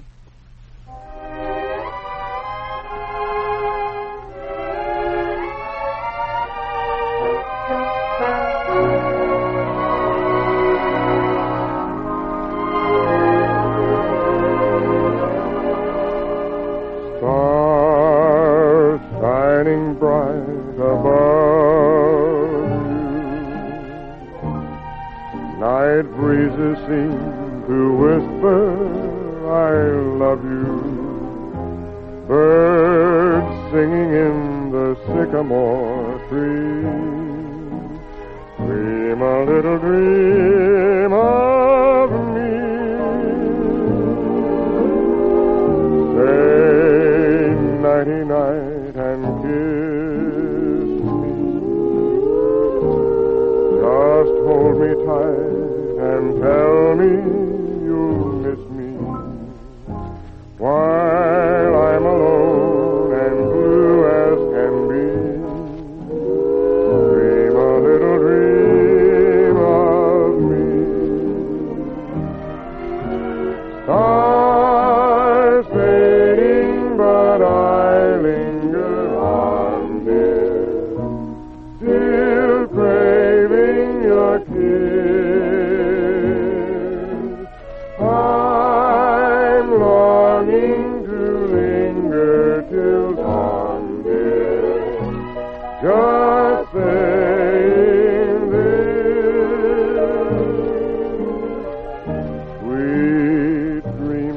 sunbeams find you. Sweet dreams that leave all worries behind you. But in your dreams, whatever they be, dream a little dream of me.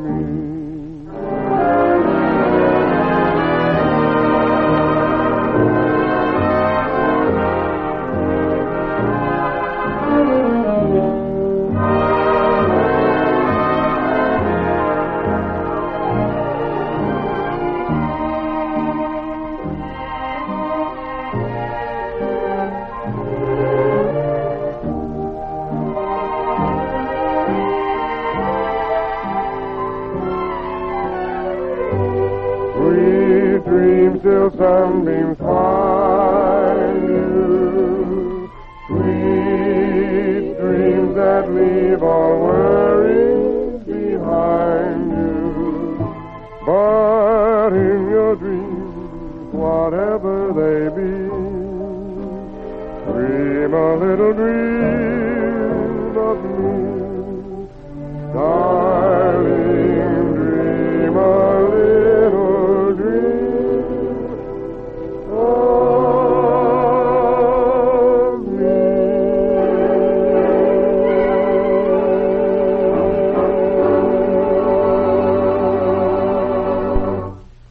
Nice performance by Vaughn Monroe, Dream a Little Dream of Me. Here's a recent record release by Jan August, Perfidia.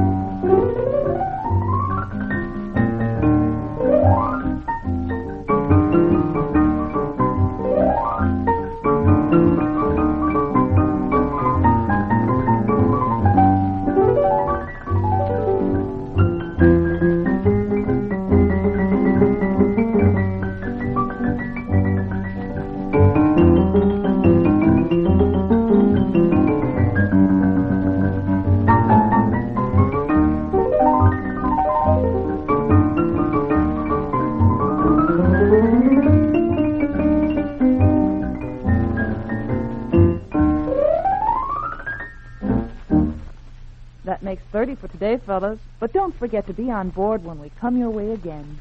Until then, this is Rebel Randall saying thanks for listening.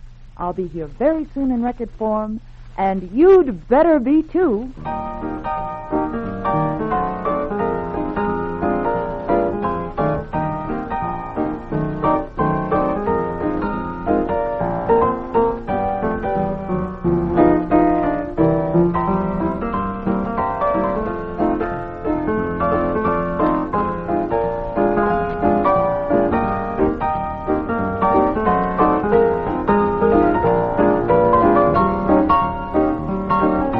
Jukebox USA is written and produced by Rudy Burns in cooperation with the American Federation of Musicians. This is the United States Armed Forces Radio Service, the voice of information and education.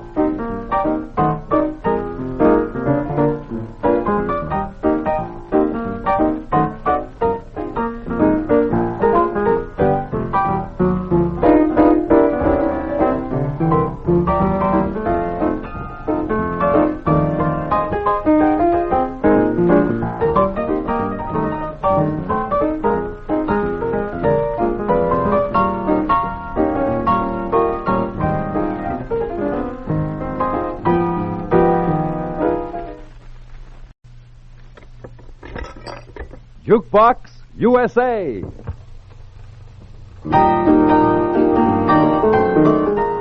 Roll out of your sacks, fellas, and hit the deck. It's Jukebox USA, and this is Rebel Randall rolling out the red carpet just for you. So come on and step on it.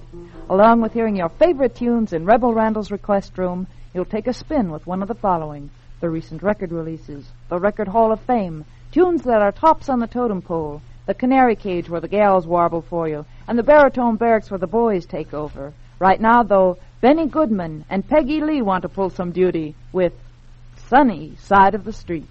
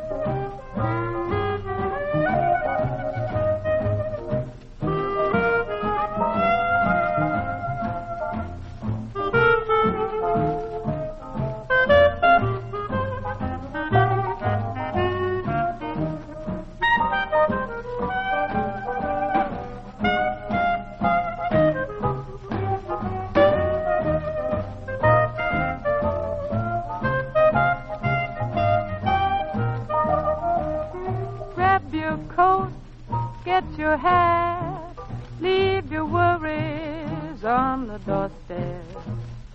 Just direct your feet to the sunny side of the street. Don't you hear the pitter-pat? And that happy tune is your step. Life can be so sweet on the sunny side of the street. I used to walk in the shade with those blues on parade, but I'm not afraid. This rover crossed over. If I never had a cent, I'd be as rich as Rockefeller. Gold dust at my feet on the sunny side of the street.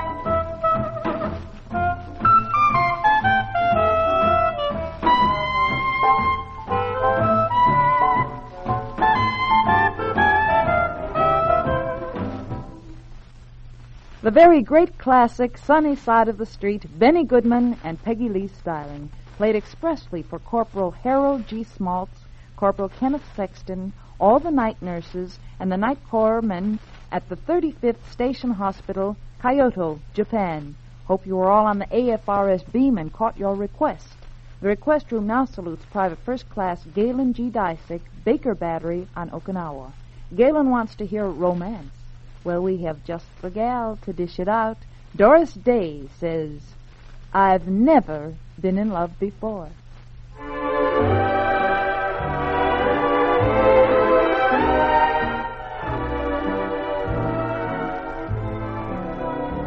I've never been in love before. Now all at once it's you forevermore. I've never been in love before. I thought my heart was safe. I thought I knew the score. But this is wine that's all too strange and strong. I'm full of foolish song, and out my song must pour. So please forgive this helpless haze I'm in. I've really never been in love before.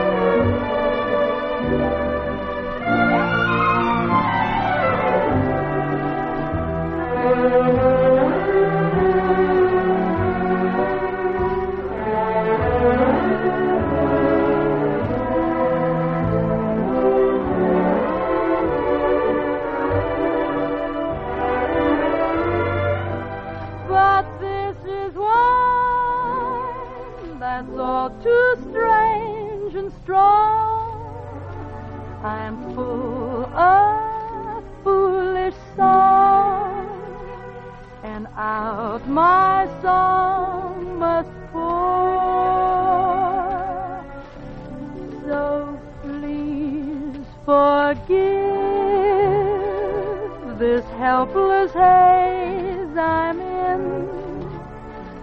I've really never been in love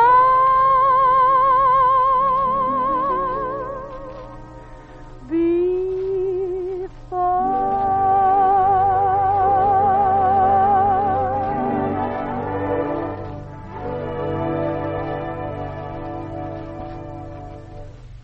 You suppose she told the truth? You were just dazzled by Doris Day singing, I've never been in love before. Let's hear from Bing Crosby now, since you requested him. He's got another winner in sentimental music. I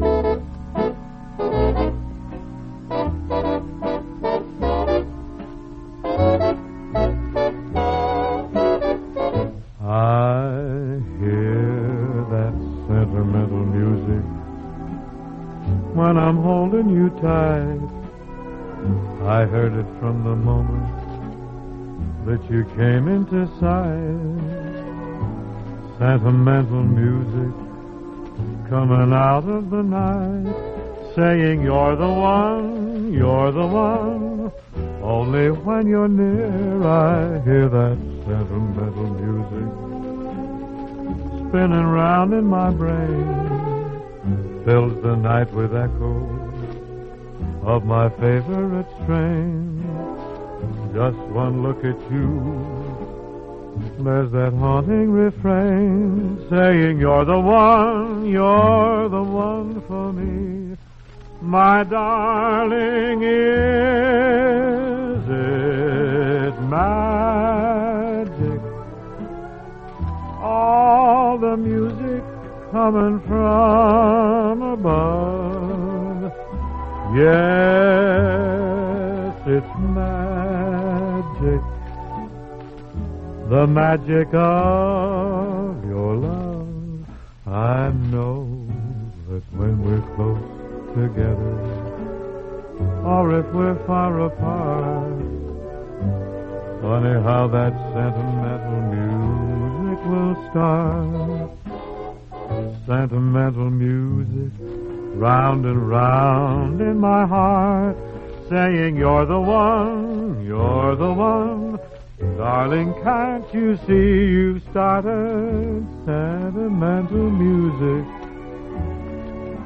for me?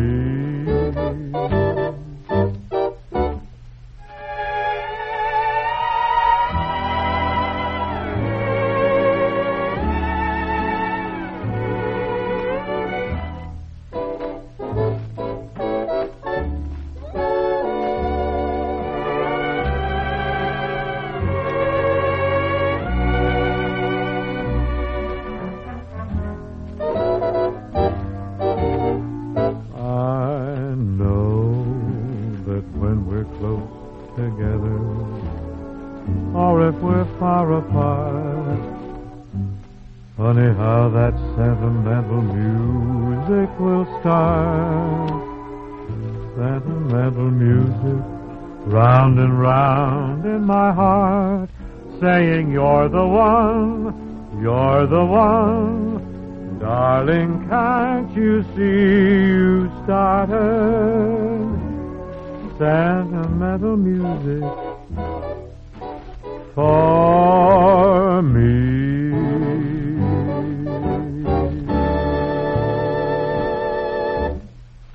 The one and only Bingston Crosby in sentimental music. The request room now calls Private First Class Paul L. Martin to attention.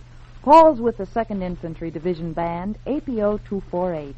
For you, Paul, and the boys in the band, here's Artie Shaw's very fine version of I'll Remember April.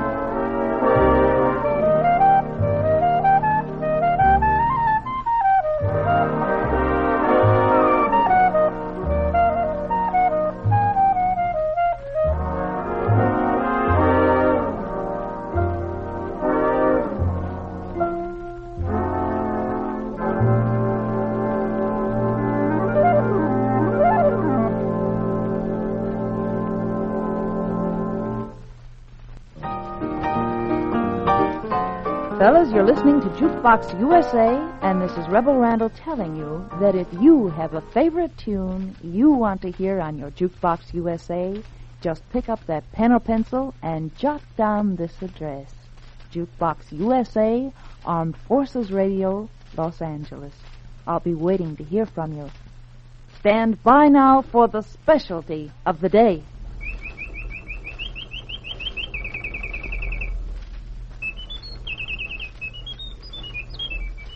The Canary Cage. Our lush thrushes gather here to chirp just for you.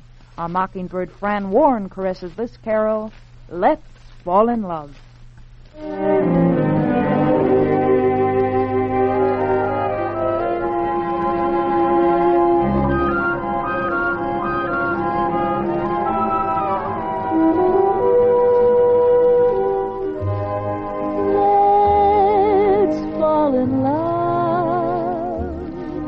Why shouldn't we fall in love? Our hearts are made of it. Let's take a chance. Why be afraid of this?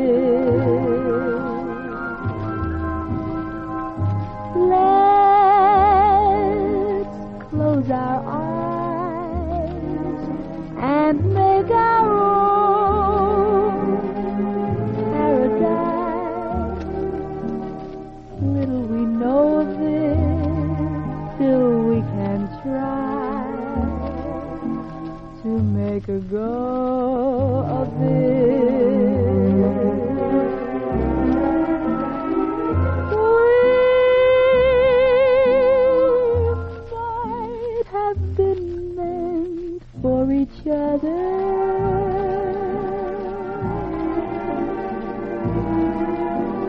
To be or not to be, let our hearts discover. Let's fall in love. Why shouldn't we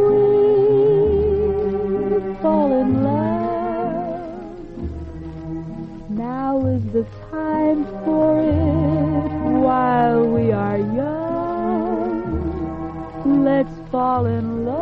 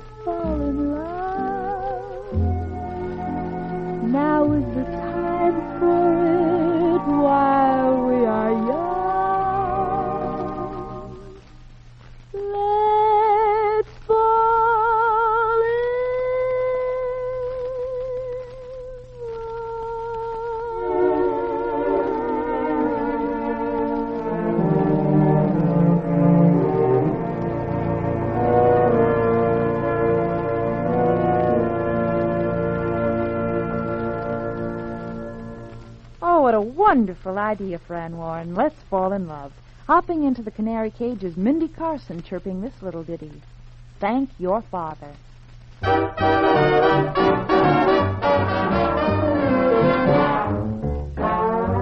Thank you, Father. Thank you, Mother. Thank you both for meeting up with one another. Thank the horse that pulled the buggy that night. Thank you, Dad, for being just a bit tight. Thank the June night. Thank the moonlight that caressed them from above. And thank goodness for their marriage and for that baby carriage or I'd have no one to love.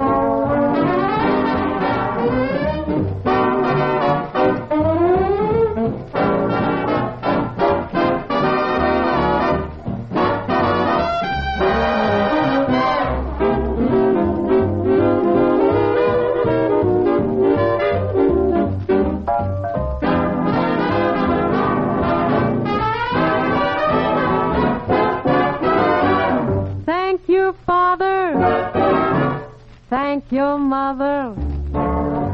Thank them both for meeting up with one another. Thank the horse that pulled the buggy that night. Thank you, Dad, for being just a bit tight. Thank the June night. Thank the moonlight that caressed them from above. And thank goodness for their marriage and for that baby carriage, or I'd have no one to love. Thank goodness Dad bought the wedding ring. The wedding bells went ding dong ding, so I've got someone to love.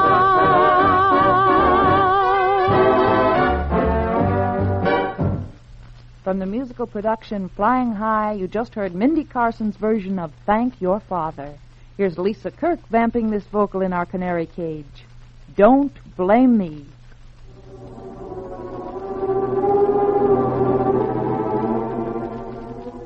Don't blame me for falling in love with you. Under your spell, but how can I help it? Don't blame me. Can't you see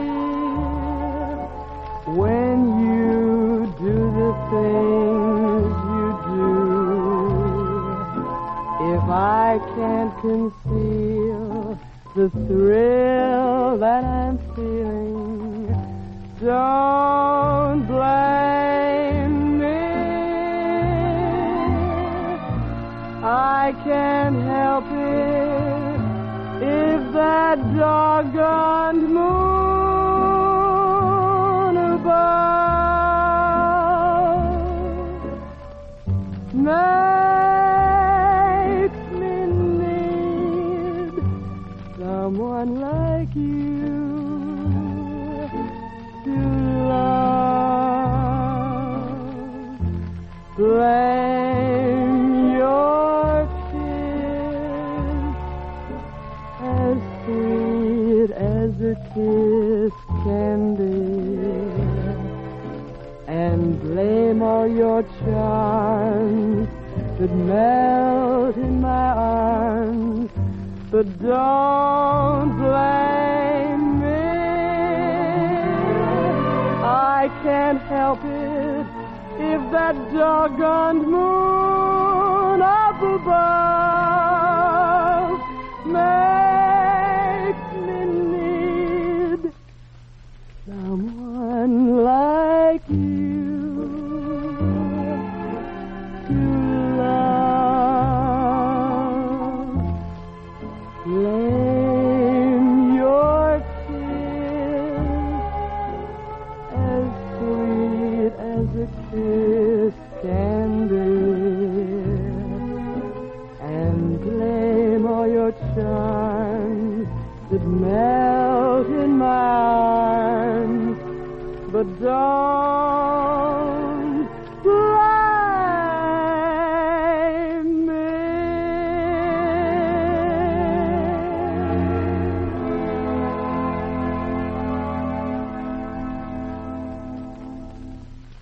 Don't blame me, chirps Lisa Kirk. No, we won't blame you, not when you sing like that. Our next lady lark is Jo Stafford. She warbles, "Lovely is the evening." Oh, how lovely is the evening, when the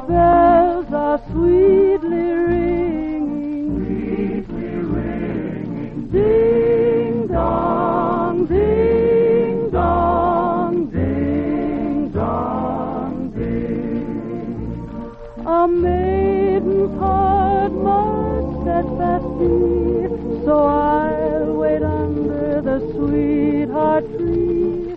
I'll wait for him till eternity. Or anyway till Monday. Oh, how lovely is the evening. Is the evening when the bells are sweetly ringing, sweetly ringing. Ding dong, ding dong, ding dong, ding. Ruby lips are made for kissing, made for kissing. When the Lips are made for kissing, made for kissing. When the bells are sweetly ringing, ding dong, ding. For golden hair, a silver comb, what care I if my true love roam? I'll wait for him till the cows come home. Or anyway till Tuesday. Oh, how lovely is the evening, is the evening. When the bells are sweetly ringing, sweetly ringing. Ding dong, ding dong, ding dong,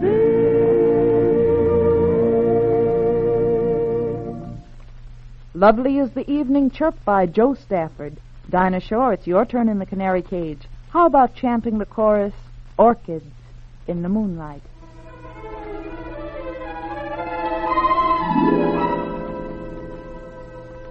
When orchids bloom in the moonlight and lovers vow to be true, I still can dream in the moonlight of one dear night that we knew.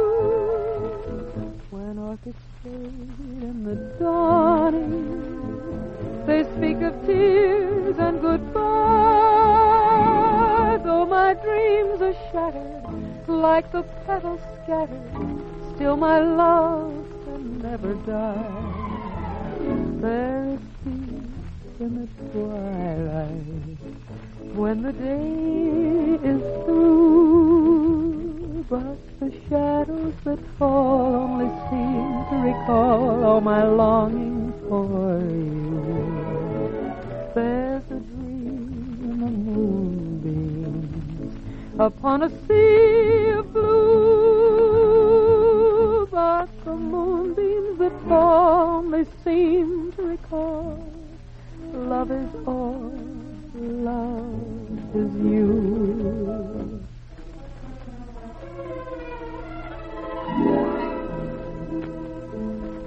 When orchids bloom in the moonlight and lovers vow to be true, I still can dream in the moonlight of one dear night that we knew.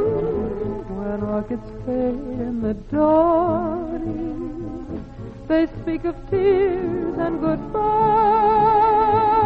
Though my dreams are ending like the shadows blending, still my love can never die. And so we come to the end of another edition of Jukebox USA. But don't forget to be on board when we come your way again. Until then, this is Rebel Randall saying thanks for listening. I'll be here very soon in record form, and you'd better be too.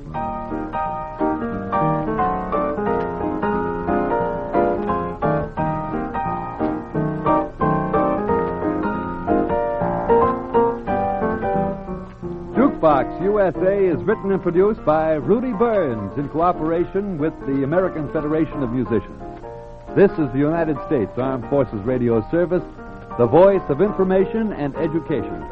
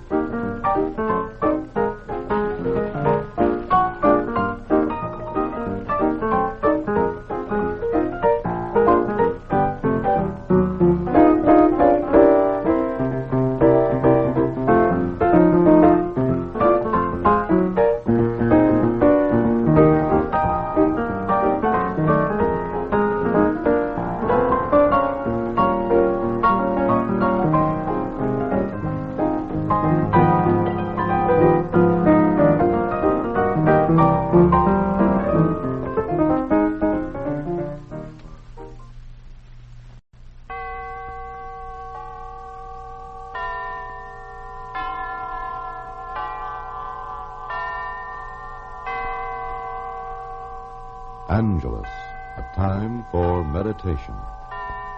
A program dedicated to the brotherhood of men, of all races, creeds, and religions.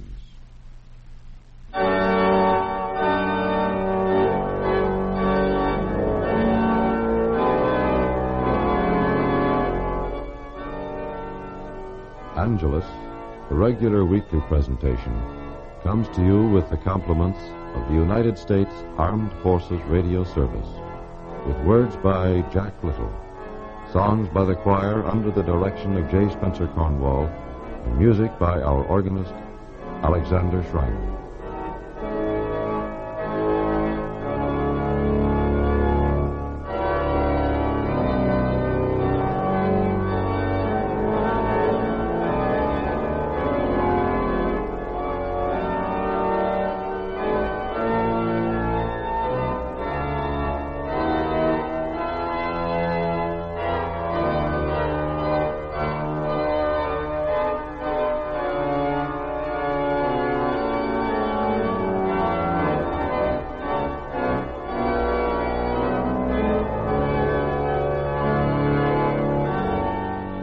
Samuel Johnson, 18th century author, wrote, "It is common to overlook what is near by keeping the eye fixed on something remote. In the same manner, present opportunities are neglected, and attainable good is slighted by minds busied in extensive ranges and intent upon future advantages. Life, however short, is made shorter by waste of time."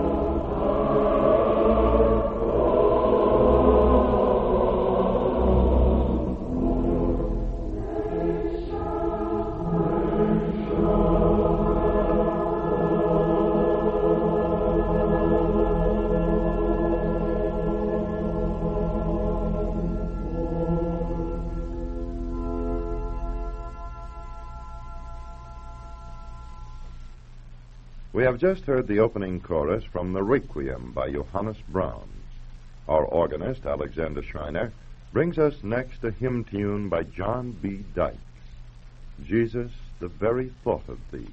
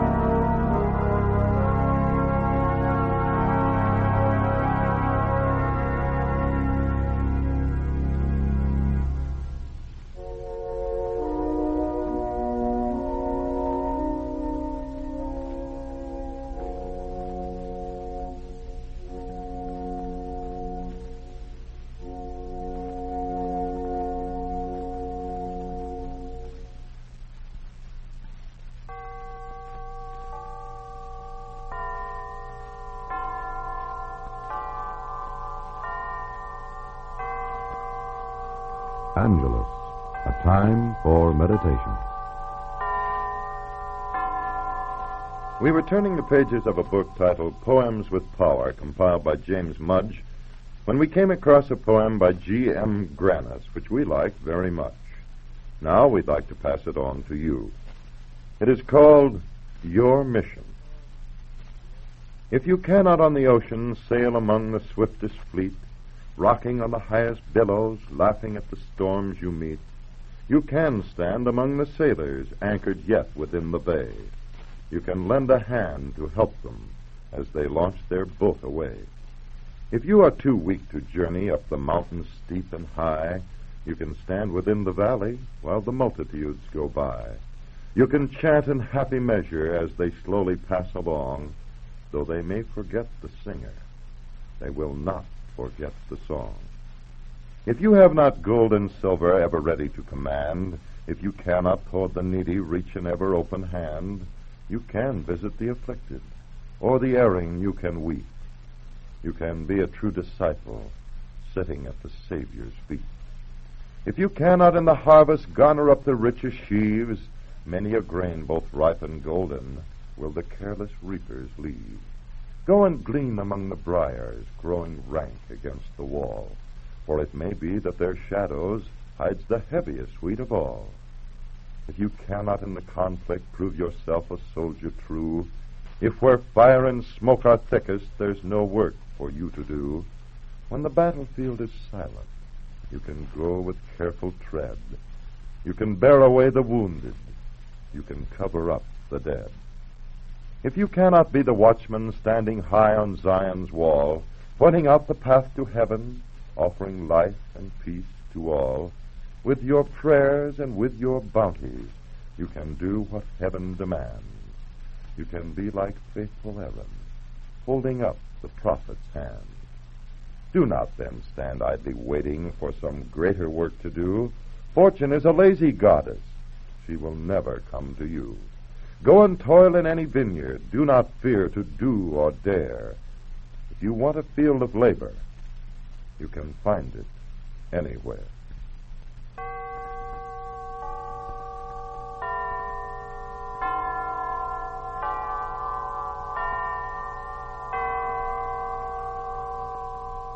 We continue now as our organist, Alexander Schreiner, presents a fantasy by Seth Bingham, written on a hymn tune by Lowell Mason.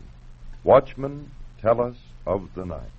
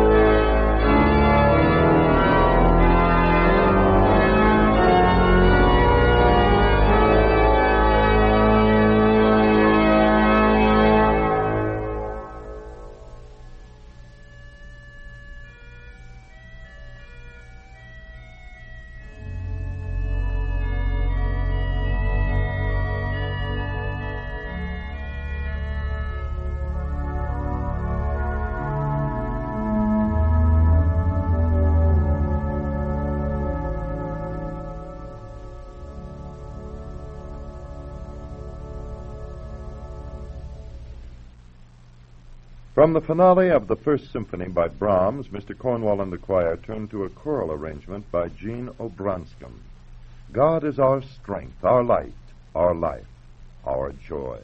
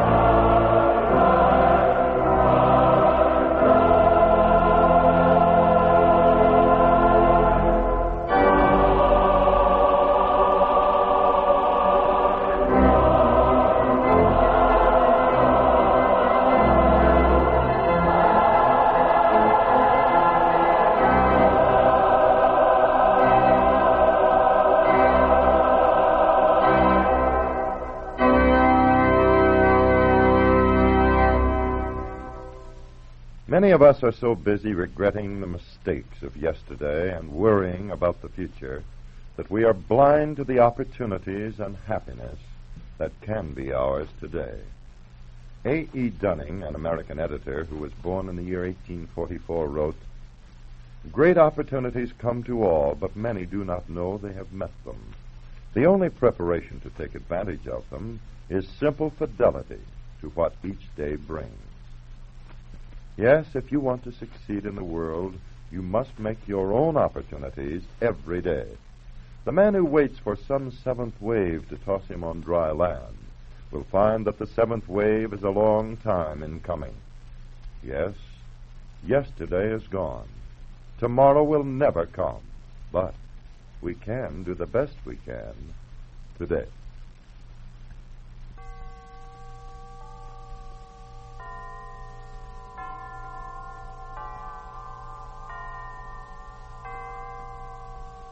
Angelus, a time for meditation. A program dedicated to the brotherhood of men, of all races, creeds, and religions.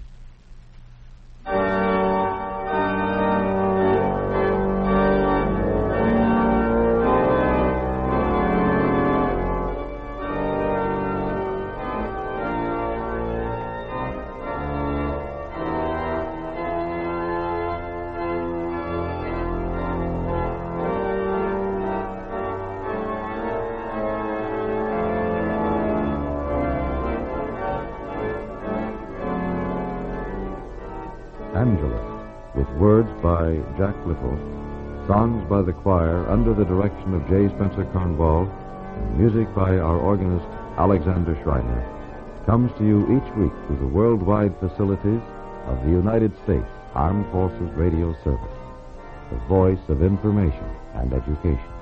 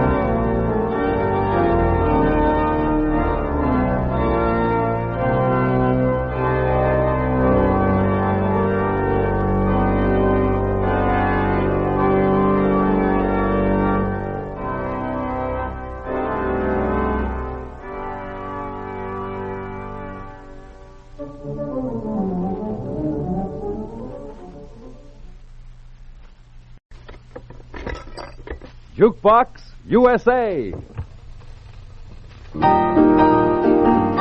It's airborne and climbing. It's Jukebox USA. And this is Rebel Randall with a suggestion. If you like popular music, you owe yourself a session with us. And we're counting you in. Along with hearing your favorite tunes in Rebel Randall's request room, you'll take a spin with one of the following: the recent record releases, the Record Hall of Fame, tunes that are tops on the totem pole, the canary cage where the femme vocalists gather to chirp just for you, and the baritone barracks where the boys sing for their supper. But right now, Bob Crosby is going to fill your musical taste with Dixieland Band.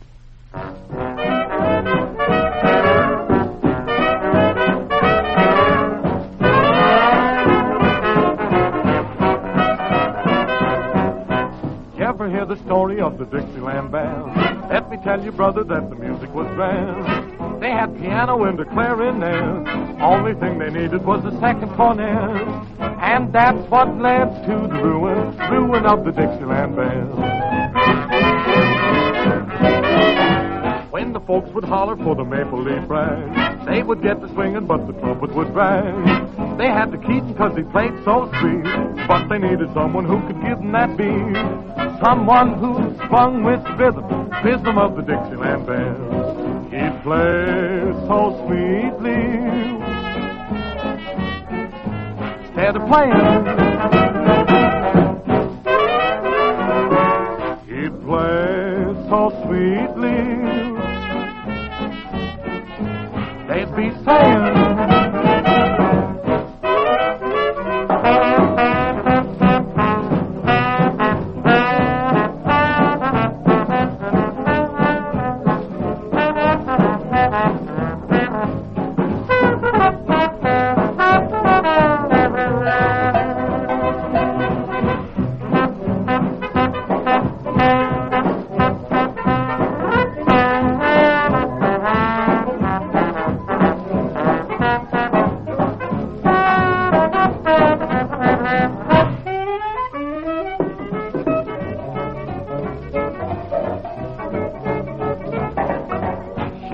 he got them so they couldn't play right. Finally, he fixed them on a Saturday night. He hit a figure that was off the chord.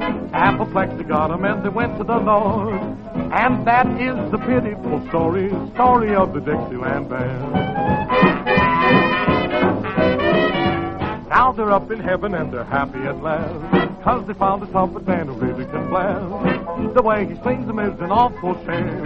He can really do it. Gabriel is his name. And now, folks, here is the sample. Listen to the Dixieland band.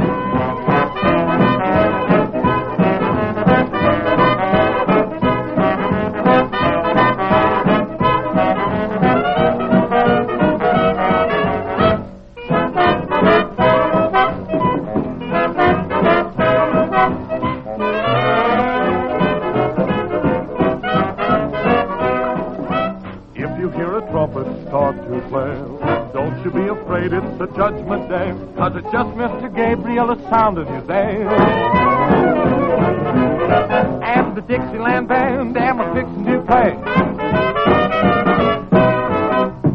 A record to top all records. Bob Crosby treated us musically to Dixieland Band. And now the request room is going to treat Private First Class Ralph E. Dawson, U.S. Naval Hospital, Navy 3923, Yokosuka, Japan. Ralph writes, and I quote, "I'm in the Navy Hospital, where I became acquainted with Jukebox USA, which I like very much. If you need any nickels, let me know," unquote. Well, thanks for your offer, Ralph. We supply the nickels here. You supply the name of your favorite tunes. You see, we're in partnership, and business is pretty daggone good. And now, since you wrote us your request, we're going to do our part by spinning it for you. Patty Page is the gal you asked for. She'll sing the tune that tops your personal hit parade. With my eyes wide open, I'm dreamin'.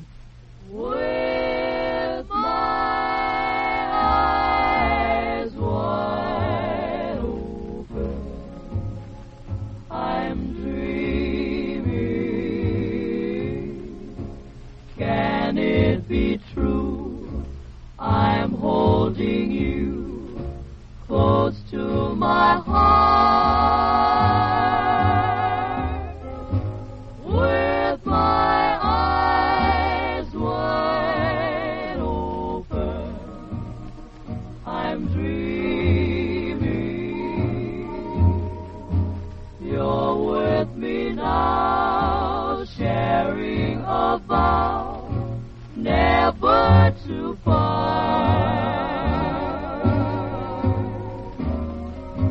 I'm so afraid to close my eyes, afraid that I'll find that this lovely thrill is just a silly illusion.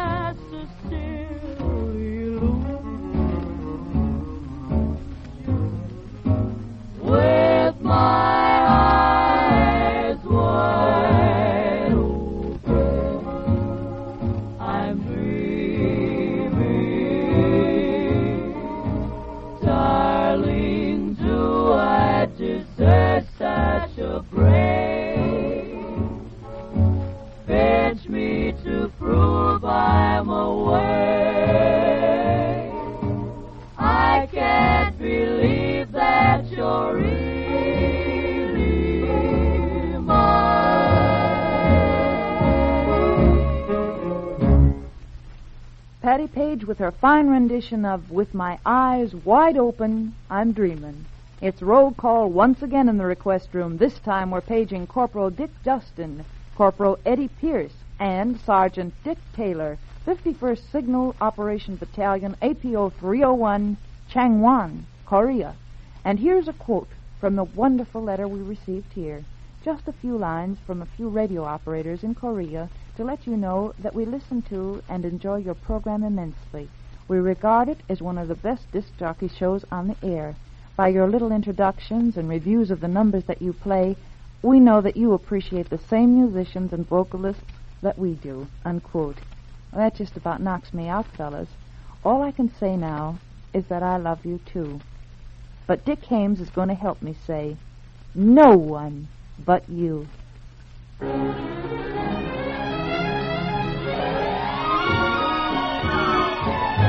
No one but you holds the key to my happiness. Since you let my two eager arms possess you, unbelievably warm, inconceivably wonderful, that's you.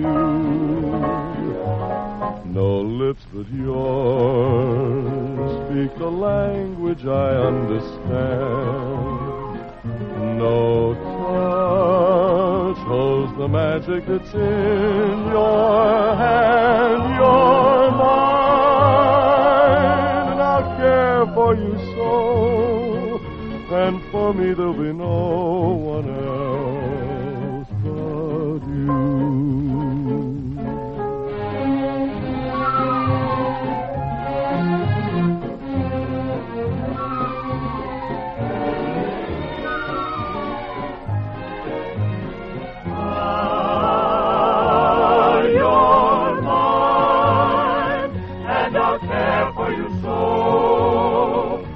For me there'll be no one else but you.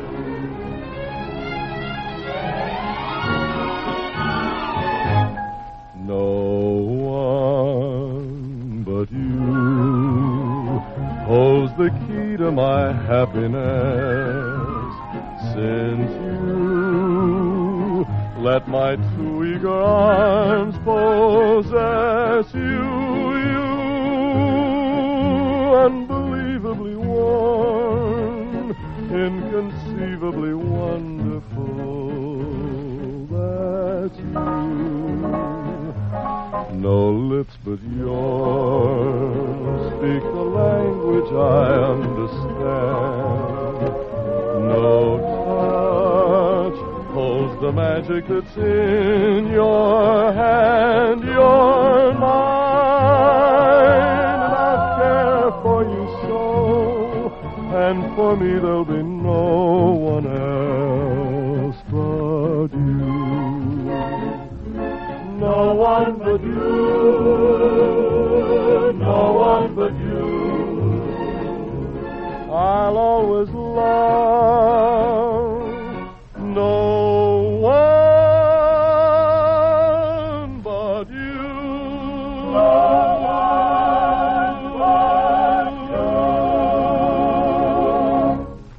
No one but you, beautifully spoken, Dick Hames. And now the request room spotlight shines on a lovely little lady, Helen Salisbury, RR number 2, Oblong, Illinois. My autographed photograph is on its way to you, and hope you like it, Helen. And hope you like this, too, Jerry Murad's harmonicet's interpretation of After You've Gone.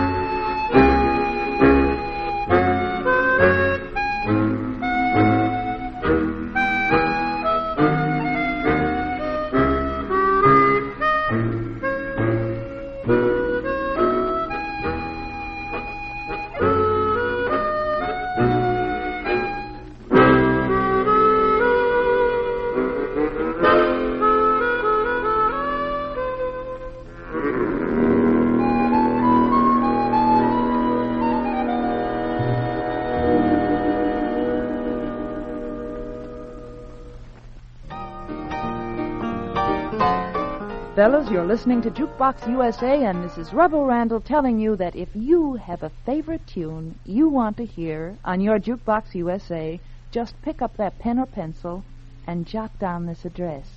Jukebox USA, Armed Forces Radio, Los Angeles. I'll be waiting to hear from you.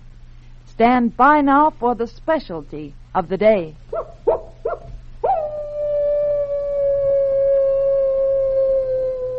The Baritone Barracks. Fellas, we invited the top male vocalist to sing for you, just as they would at home. Mel Torme is anxious to spread his velvet fog across a fine old ballad. You're getting to be a habit with me. Every kiss, every hug seems to act just like a drug. You're getting to be a habit with me. Let me stay in your arms. I'm addicted to your charms. You're getting to be a habit with me. I used to think your love was something that I could take or leave alone. But now I just can't do without my supply. I need you for my own. Oh, I can't break away. I must have you every day, as regularly as coffee or tea. You've got me in your clutches and I can't get free. You're getting to be a habit with me. Can't break it. You're getting to be a habit with me.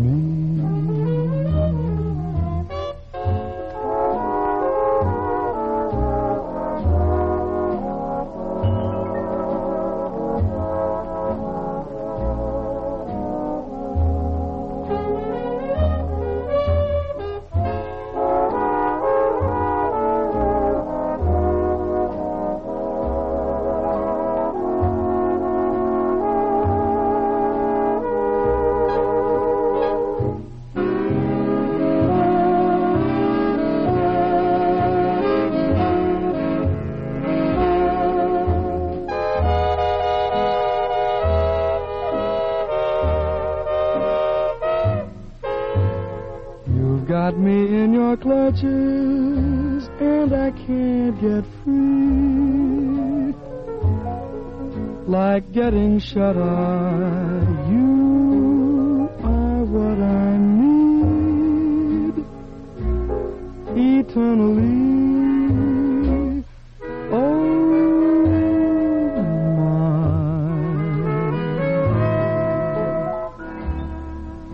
You're getting to be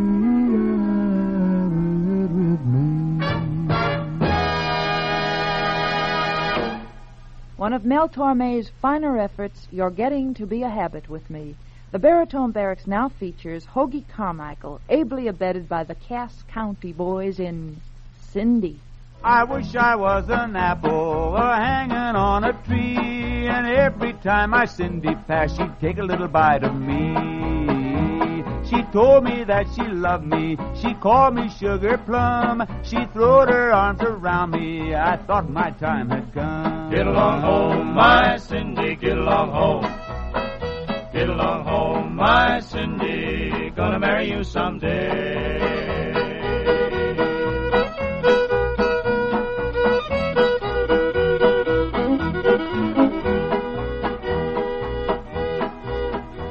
She took me to the parlor, she cooled me with her fan. She swore that I's the prettiest thing in the shape of mortal man. Get along home, my Cindy, get along home. Get along home, my Cindy, gonna marry you someday. Cindy got religion, she had it once before, but when she heard my old banjo, she's the first one on the floor. Get along home, my Cindy, get along home. Get along home, my Cindy, gonna marry you someday.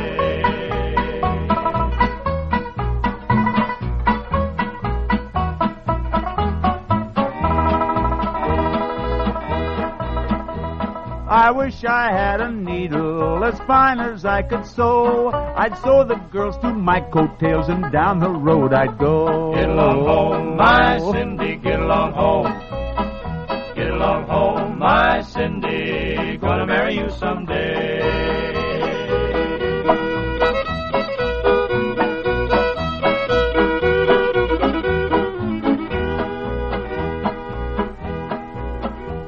I wish I was a pillow right on my Cindy's bed, and every time she'd go to sleep, she'd nudge me with her head. Cindy in the springtime, Cindy in the fall. If I can't have my Cindy gal, I'll have no gal at all. Get along home, my Cindy, get along home.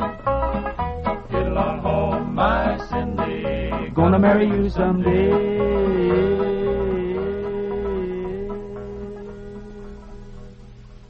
We see Der Groner, Bing Crosby, sashaying into the baritone barracks.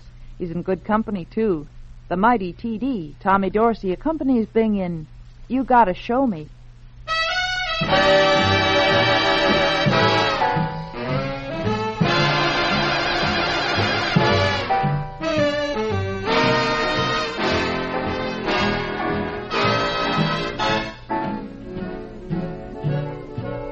You gotta show me just how much you care. You gotta show me your love's really there. You can't seem to see that longing look in my eye. I just know if looks could thrill, I'd thrill you to the sky. Please get to know me, then you'll understand just how to show me that you care. So please stop teasing, baby. Prove that you care too. You gotta show me like I'm showing you.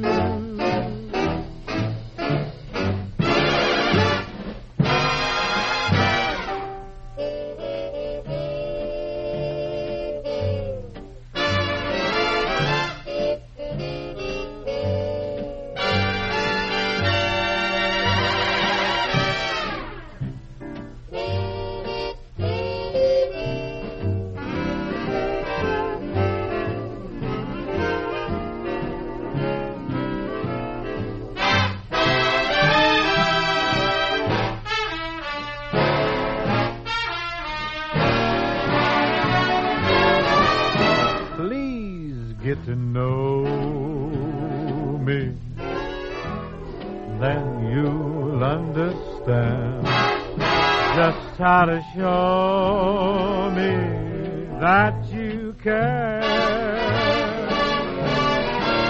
So please stop teasing, baby. Prove that you care too. You gotta show me. You gotta know me. You gotta show me like I'm showing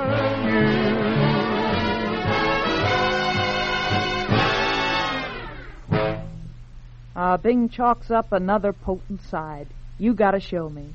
And now Tony Martin comes through in the baritone barracks with Singin' in the Rain.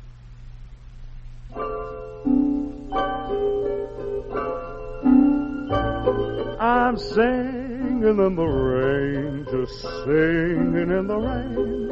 What a glorious feeling, I'm happy again. I'm laughing at clouds so dark up above. The sun's in my heart and I'm ready for love. Let the stormy clouds chase everyone from the place. Come on with the rain, I've a smile on my face. I'll walk down the lane with a happy refrain and singing, just singing in the rain. Why am I smiling and why do I sing? Why does December seem sunny as spring? Why do I get up each morning to start happy and head up with joy in my heart? Why is each new task a trifle to do? Because I am living a life full of you.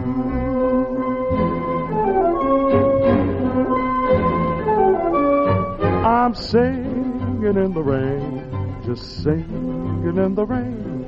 What a glorious feeling, I'm happy again. I'm laughing at clouds so dark up above. The sun's in my heart and I'm ready for love. Let the stormy clouds chase everyone from the place. Come on with the rain, I've a smile on my face. I'll walk down the lane with a happy refrain. Just singing, singing, just singing in the rain.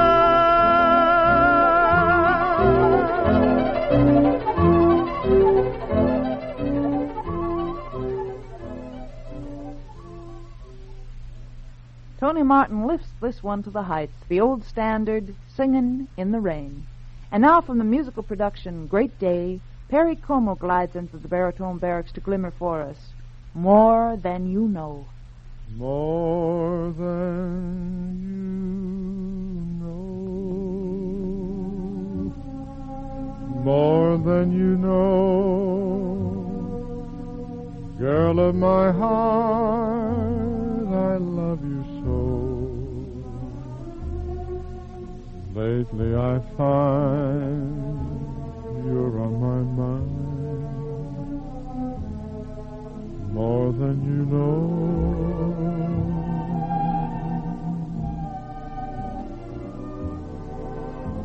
Whether you're right, whether you're wrong, girl of my heart, I'll string along. I need you so, more than you'll ever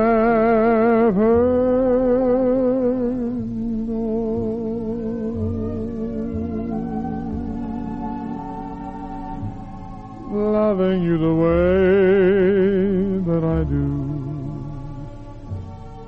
there's nothing I can do about it.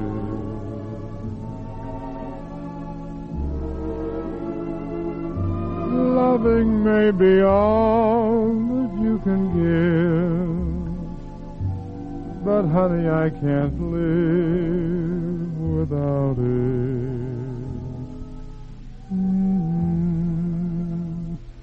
Oh, how I'd cry, oh, how I'd cry, if you got tired and said goodbye, more than I'd show, more than you'd ever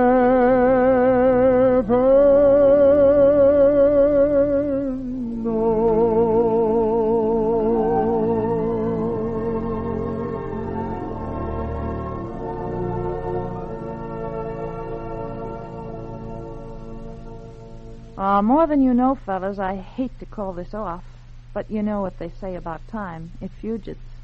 But don't forget to be on board when we come your way again. Until then, this is Rebel Randall saying thanks for listening. I'll be here very soon in record form, and you'd better be too.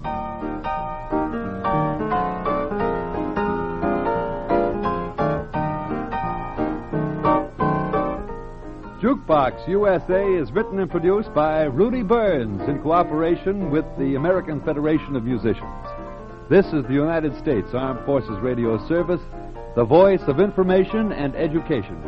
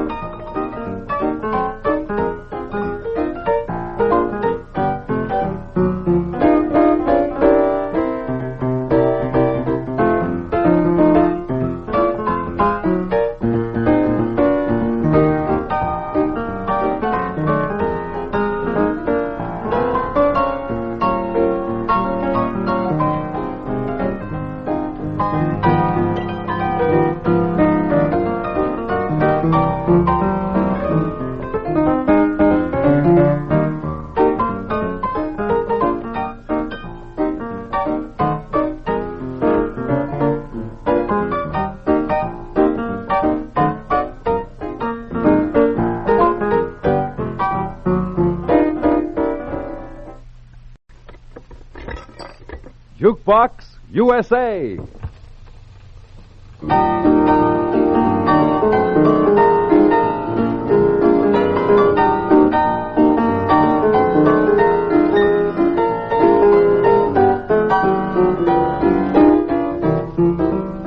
Now, hear this, hear this, hear this. It's Jukebox USA, and this is Rebel Randall reminding you that it's time to plan your future half hour with us. That is, if you want the best in popular music. Along with hearing your favorite tunes in Rebel Randall's request room, you'll take a spin with one of the following: the recent record releases, the Record Hall of Fame, tunes that are tops on the totem pole, the canary cage where the doll vocalists chirp for you, and the baritone barracks where the boys display their bell-toned baritones. Right now, Woody Herman displays Rhapsody in Wood.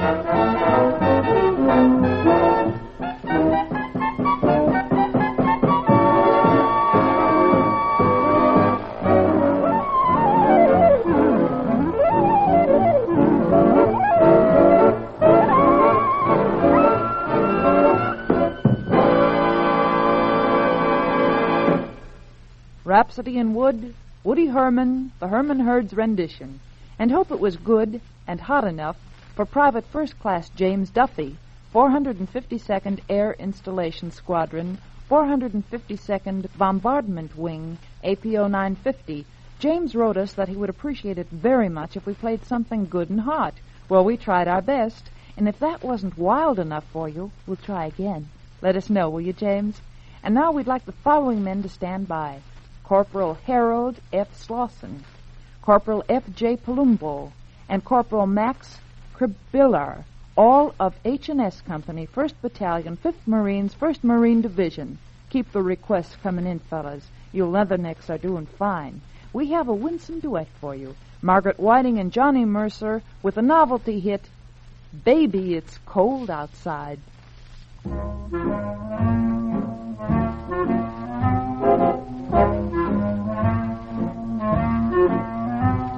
I really can't But stay. baby, it's cold outside. I've got to go away. But baby, it's cold outside.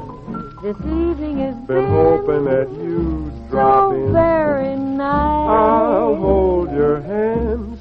They're just like My ice. mother will start to Beautiful, worry, what's your and hurry? father will be pacing the Listen floor. to the fireplace So roar. really, I'd better scurry. Beautiful, please don't Or hurry. maybe just a half a drink Put more. some records on while I The neighbors might think, Baby, it's bad out there. hey, what's in this No drink? cabs to be had out there.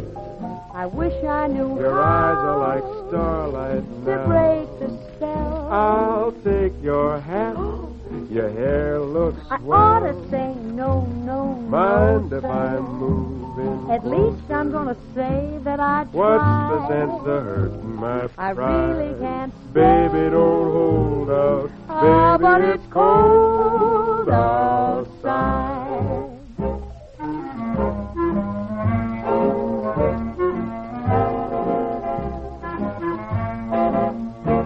I simply must But go. baby, it's cold outside. The answer But is no. baby, it's cold outside.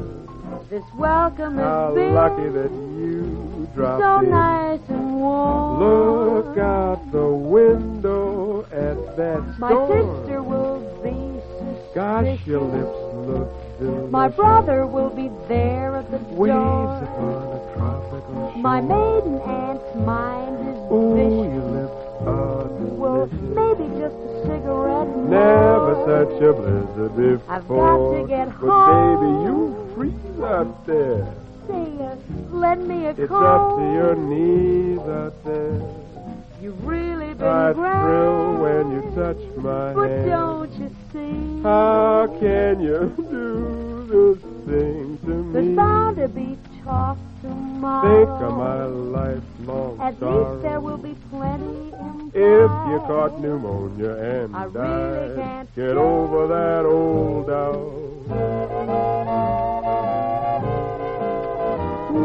Ah, but Baby, it's cold outside.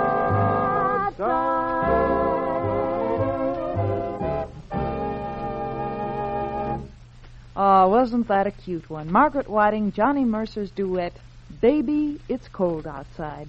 It's request time once more for 3 radio operators in Changwon, Korea. Sergeant Taylor, Corporal Pierce, and Corporal Richie Dustin. Their letters start like this. Well, here we are again. Hope we're not writing too often. Now, fellas, we wouldn't be in business if it weren't for your letters. Write as often as you possibly can. Jukebox USA is operated only for you. And now that we understand each other, here's your request. Herb Jeffrey sings it, and it's great. Basin Street Blues.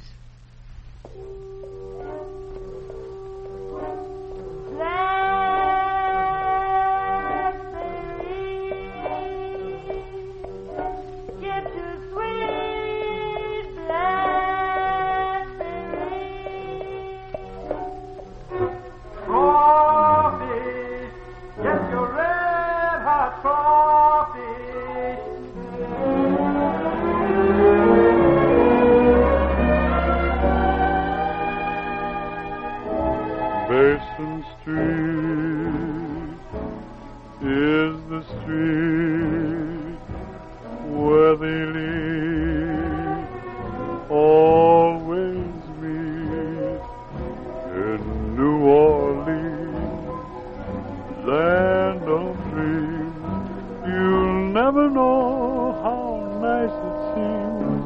just how much it really means.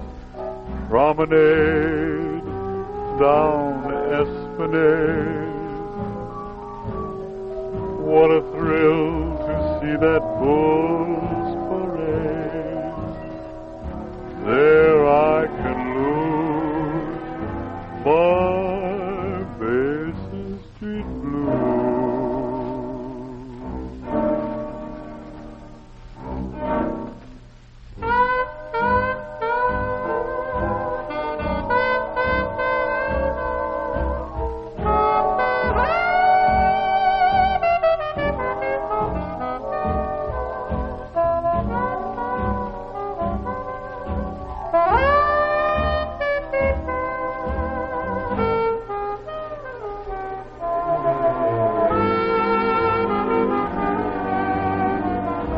Mardi Gras, oysters raw, gumbo filet, and coubillon. Then I could lose my Basin Street blues.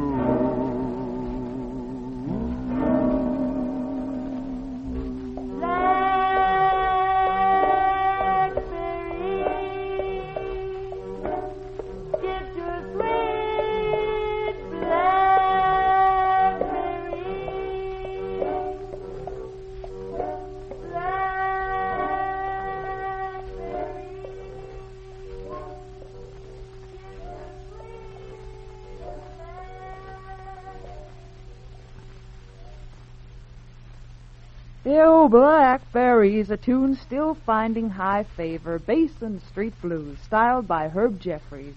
And now all you Billy Eckstein fans gather round. You'll love this, that's for sure. Someone to Watch Over Me.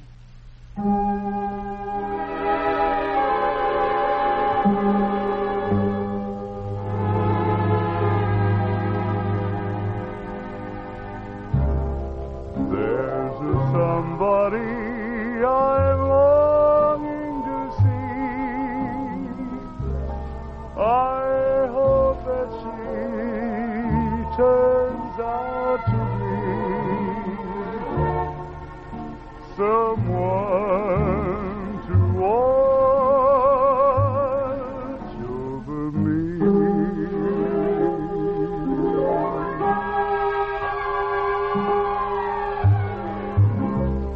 I'm a little lamb who's lost in the woods. I know I could always be good to one who watch over me.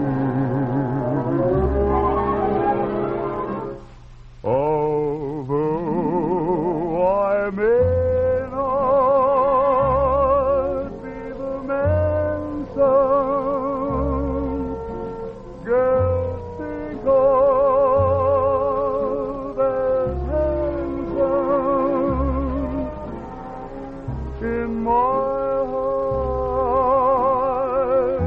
she'll carry the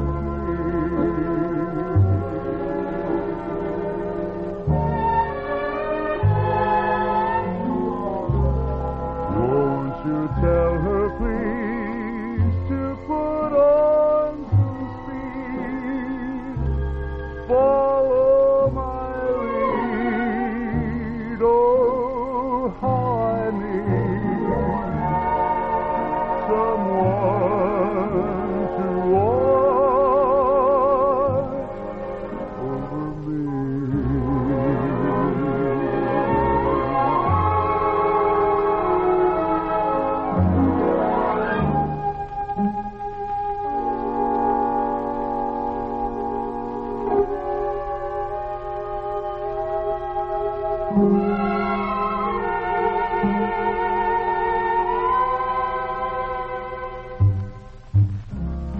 Won't you tell her, please, to put on some speed? Follow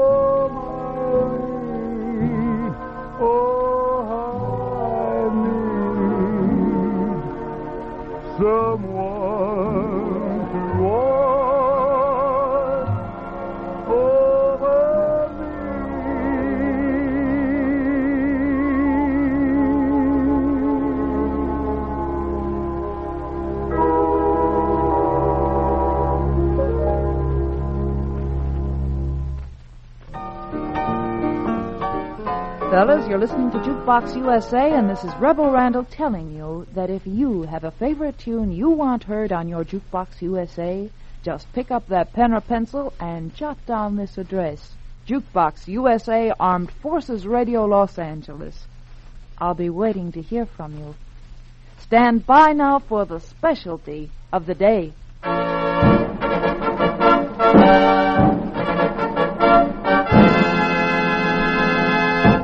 Tunes that are tops on the totem pole. Fellas, these are the tunes that received the greatest play in jukeboxes across the nation. Mary Ford, backed by Les Paul, lead off with Mockingbird Hill.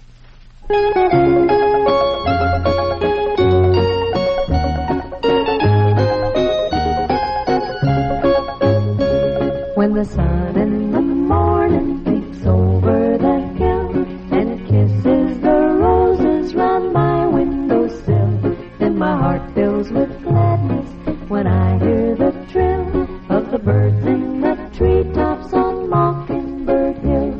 Tra-la-la, tweedledee-dee, it gives me a thrill to wake up in the morning to the mockingbird's trill.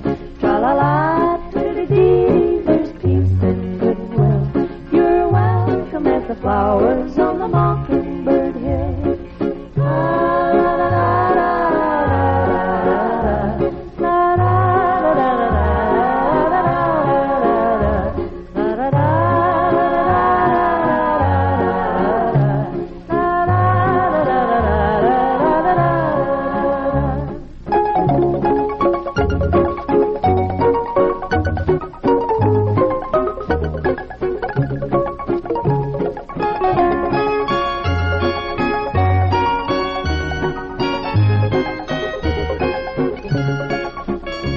When it's late in the evening, I climb up the hill and survey all my kingdom while everything's still. Only me and the sky and an old whippoorwill singing songs in the twilight on Mockingbird Hill. Tra-la-la, tweedledee-dee, it gives me a thrill to wake up in the morning to the mockingbird's trill. Tra-la-la, tweedledee-dee, there's peace and goodwill. You're welcome as the flowers on the Mockingbird Hill.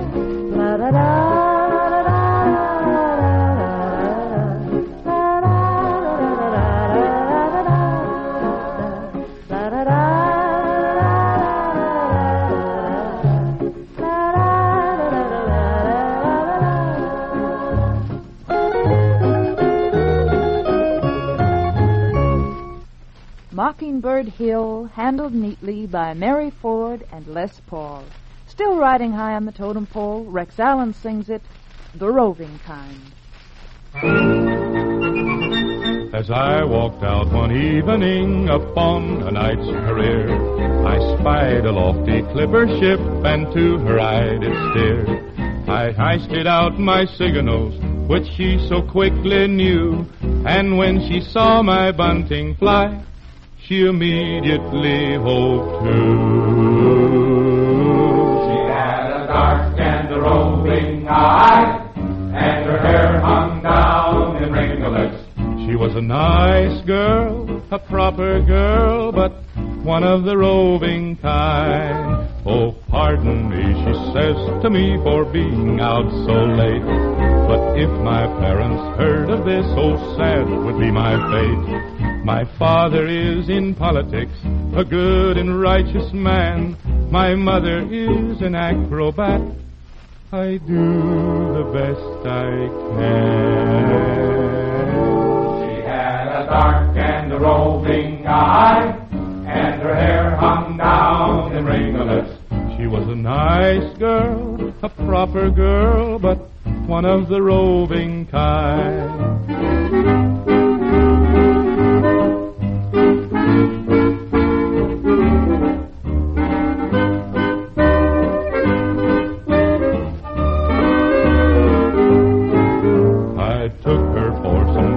Chips and treated her so fine, and hardly did I realize she was the roving kind. I kissed her lips, I missed her lips, and found to my surprise She was nothing but a pirate ship rigged up in a disguise.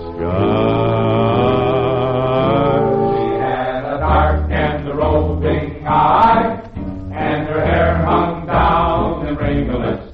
She was a nice girl, a proper girl, but one of the roving kind. So come all you good sailormen who sail the wintry sea, and come all you apprentice lads, a warning take from me. Beware of lofty clipper ships, they'll be the ruin of you. For 'twas there she made me walk the plank and pushed me under too. She had a dark and a roving eye, and her hair hung down in ringlets. She was a nice girl, a proper girl, but one of the roving kind.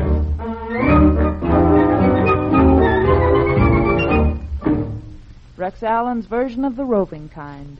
And now for the number 3 hit according to Jukebox surveys across the nation.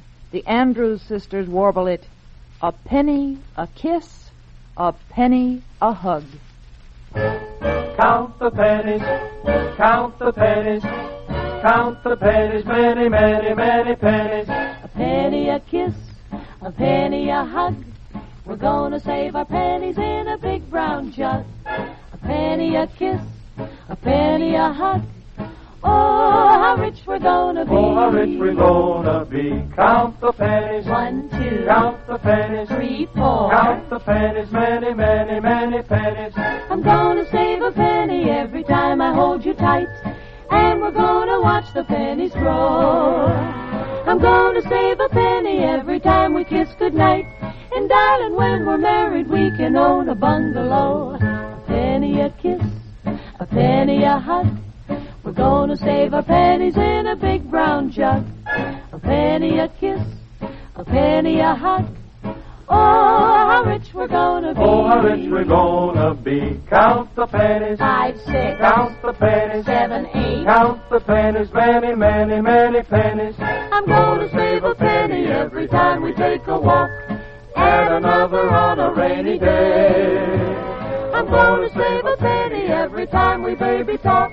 And darling, when we're married, we can furnish right away. A table, a chair, a lamp and a rug.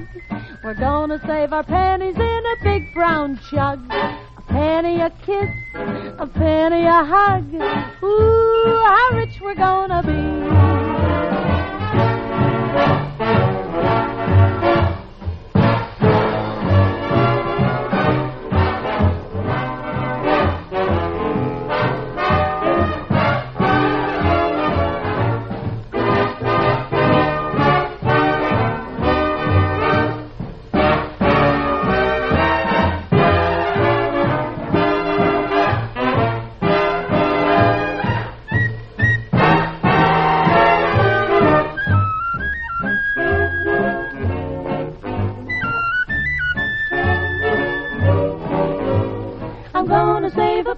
Every time I think of you, right from morning till I say my prayers.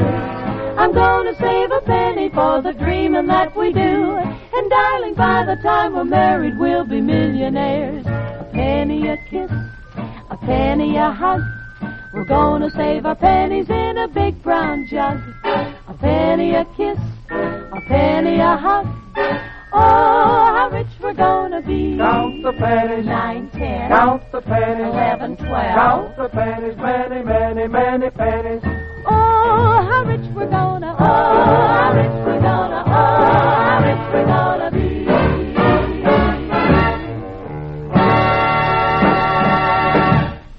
The number 3 hit tune, A Penny a Kiss, A Penny a Hug, as sung by the Andrews sisters. Riding the number 2 spot and still holding fast, Loverboy Vic Damone gives us his winning rendition of My Heart Cries for You.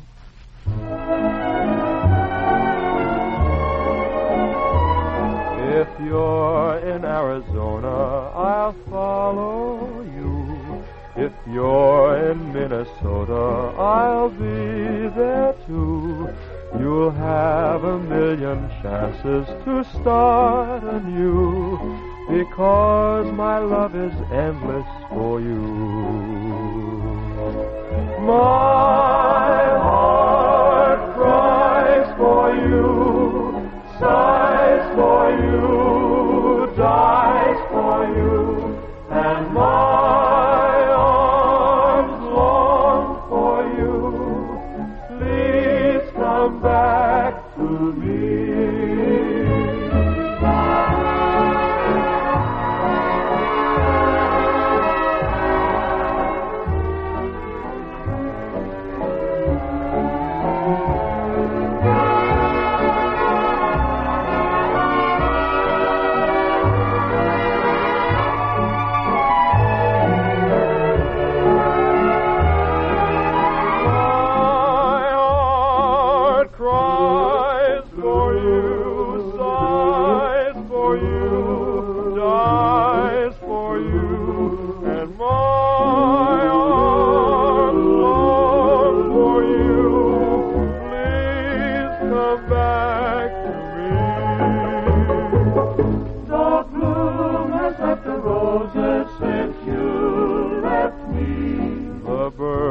Have left my window since you left me. I'm lonely as a sailboat that's lost at sea. I'm lonely as a human can be. My heart cries for you, sighs for you, dies for you, and my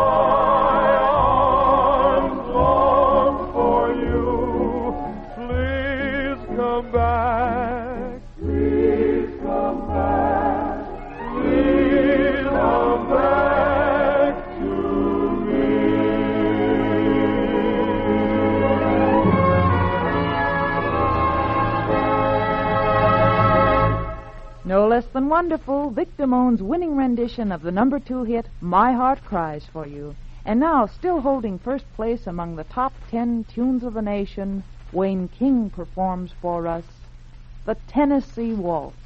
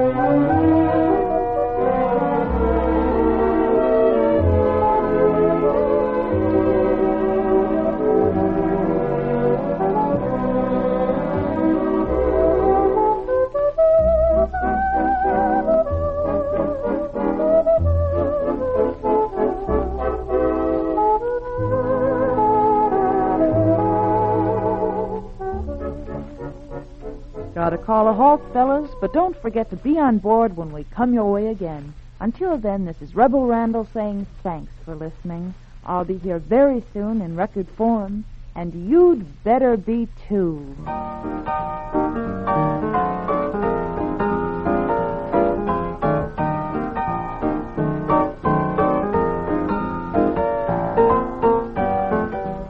Jukebox Jukebox USA is written and produced by Rudy Burns in cooperation with the American Federation of Musicians. This is the United States Armed Forces Radio Service, the voice of information and education.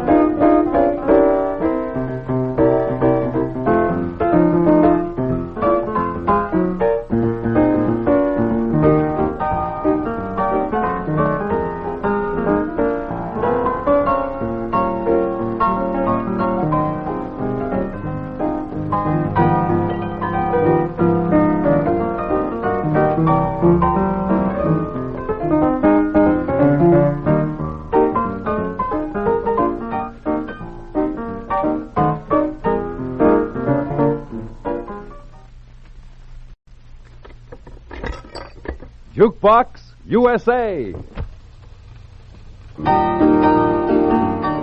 It has everything, fellas. It's Jukebox USA, naturally. And this is Rebel Randall reminding you that music is our business. And if that's what you want, we recommend that you spend the next 30 minutes with us. Along with hearing your favorite tunes in Rebel Randall's request room, you'll take a spin with one of the following: the recent record releases, the Record Hall of Fame, tunes that are tops on the totem pole, the canary cage where our lady larks chirp for you, and the baritone barracks where the boys display their bushy baritone voices. And now, how's this for a starter in the request room today? Artie Shaw's very great Nightmare.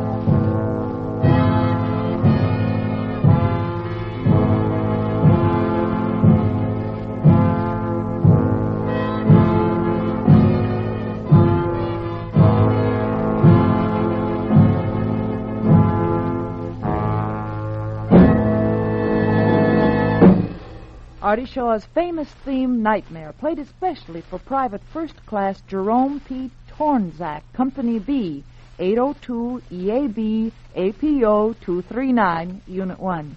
And speaking of themes, here's an excerpt from Jerome's letter. Quote, I'm on Okinawa and listen to your program with a lot of my buddies, and we think it's the best show we ever heard.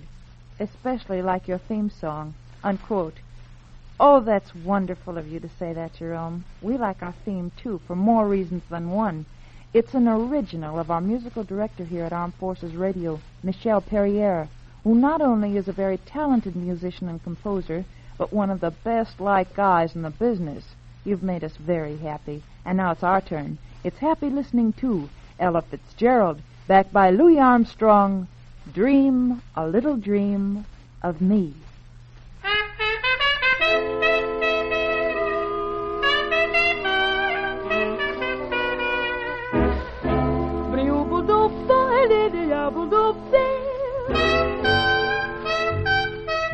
Stars shining bright above you. Night breezes seem to whisper, I love you. Birds singing in the sycamore tree. Dream a little dream of me. Say nighty-night and kiss me. Just hold me tight and tell me you miss me. While I'm alone and blue as can be, dream a little dream of me. Stars fading, but I linger on, dear. Oh, how you linger on. Still craving your kiss. How you crave my kiss. Now I'm longing to linger till dawn, dear. Just sing this. Give me a little kiss, sweet dreams, till sunbeams find you. Sweet dreams that leave all worries behind you. But in your dreams, whatever they be, dream a little dream of me. Buzz, buzz, buzz, buzz, buzz, buzz, buzz, fading, but I linger on, dear. Still craving your kiss. Yeah, I'm longing to linger till dawn, dear. Just saying this. The sweet dreams, dreaming. Till sunbeams find you, keep dreaming. Gotta keep dreaming. Leave the worries behind you.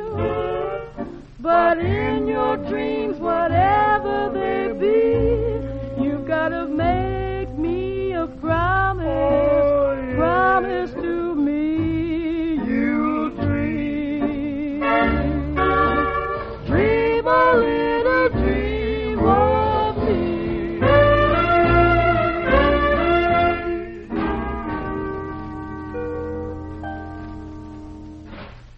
Oh, we must spin that tune more often. Ella Fitzgerald, Louis Armstrong, Dream a Little Dream of Me. Our next tune was requested by Corporal Robert James, Company A, 72nd Tank Battalion, APO 248, and by Sergeant Gordon H. Ritter, Battery A, 50th AAA, AW Battalion, APO 301. The Ames brothers sing it. Sentimental Me.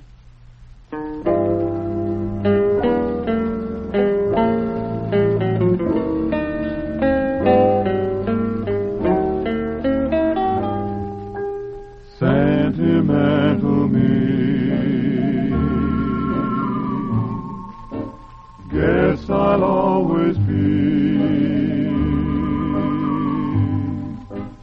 so in love with you, don't know why. sentimental me. Dreaming while I live, living just to give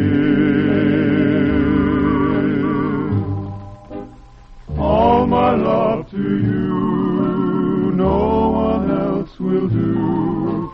Sentimental me.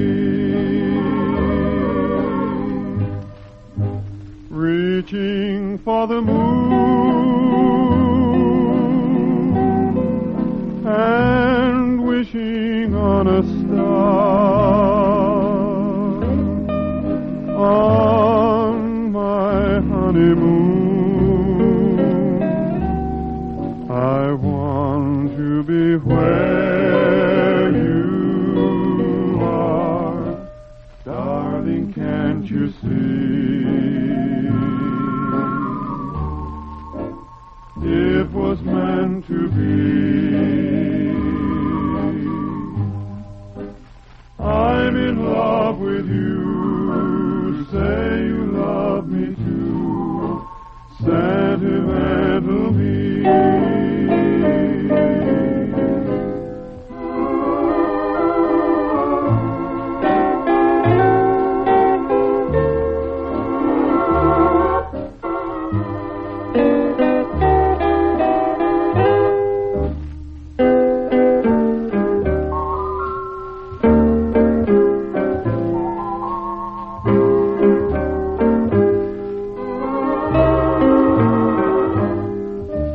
Reaching for the moon, reaching for the moon, and wishing on a star, wishing on a star, on my honeymoon, on my honeymoon. I want to be where you are, darling, can't you see?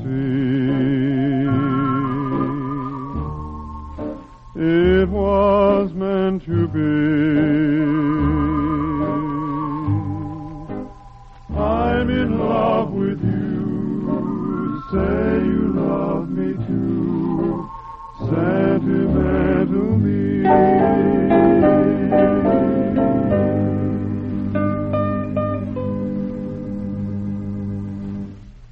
The Ames brothers waxing real sentimental, Sentimental Me.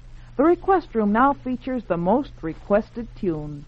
It's Guy Lombardo's version of Petite Waltz.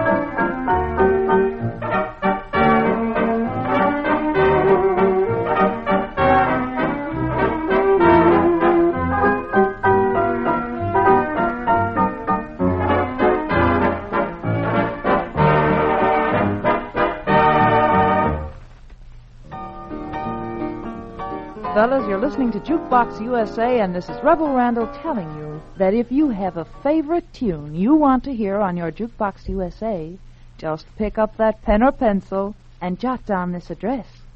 Jukebox USA, Armed Forces Radio, Los Angeles. I'll be waiting to hear from you. Stand by now for the specialty of the day.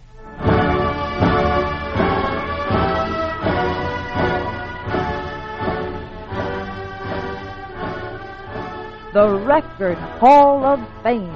These are the classics, fellas. Records that have withstood the test of time, that are as good listening now as they were when they first came out.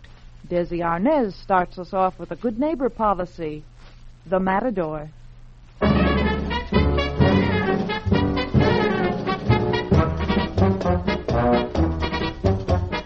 Once a matador was in the ring,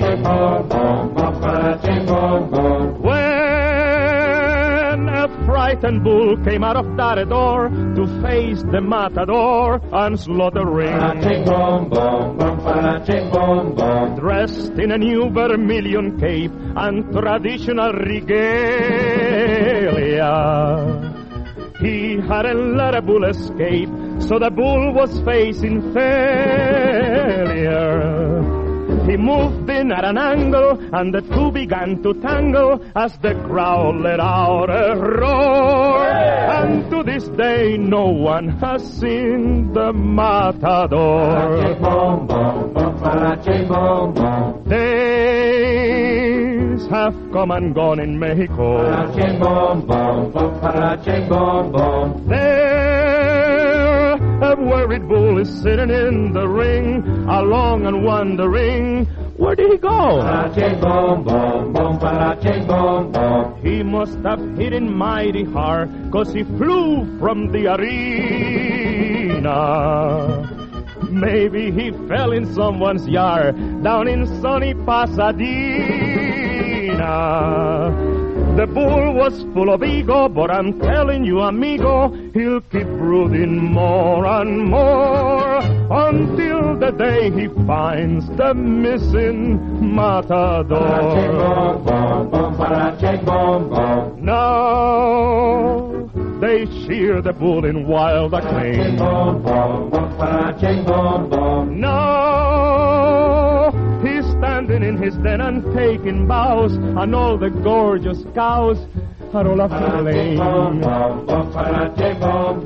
This 700 pounds of fake is reputed to be some steer. This is a very big mistake, for the people got a bum steer. He may be celebrated, but he actually was slated for Pepito's butcher store to be a beefsteak for the famous matador.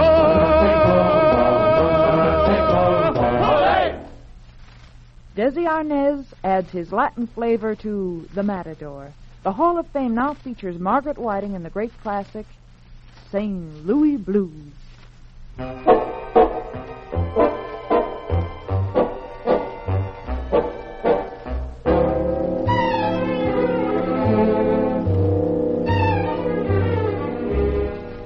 I hate to see that evening sun go down.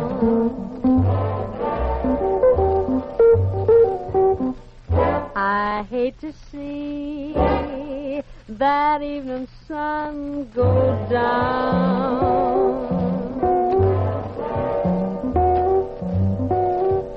'Cause my baby, he done left this town.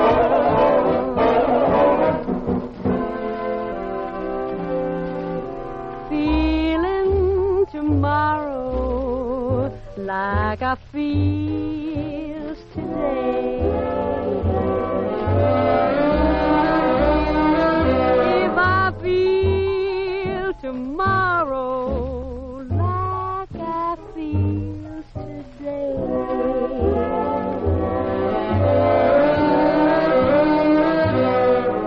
I'll pack my trunk and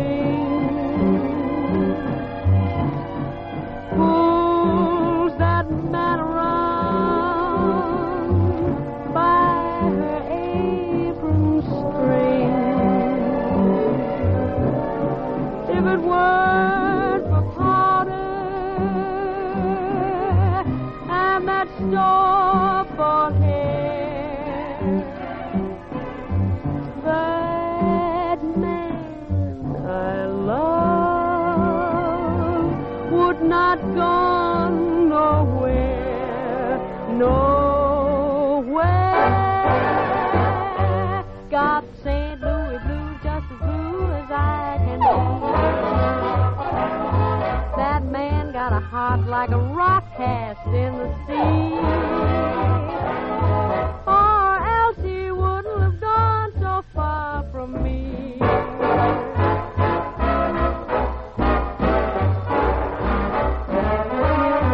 I got the St. Louis blues. I got the St. Louis blues. I got those hard to lose St. Louis blues.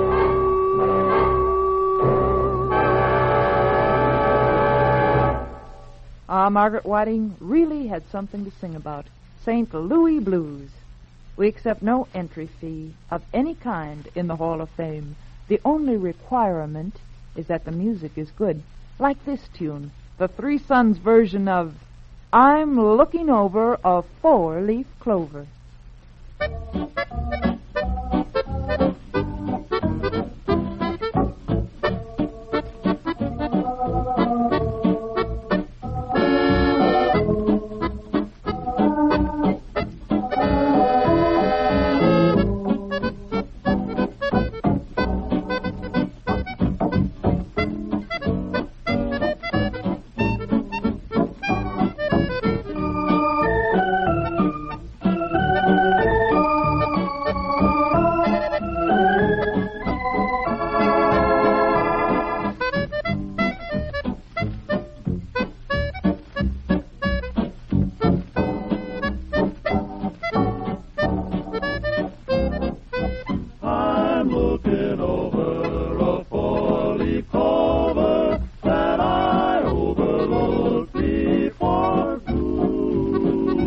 One leaf is sunshine, the second is rain, third is the roses that grow in the lane. No need explaining, the one remaining is somebody I adore.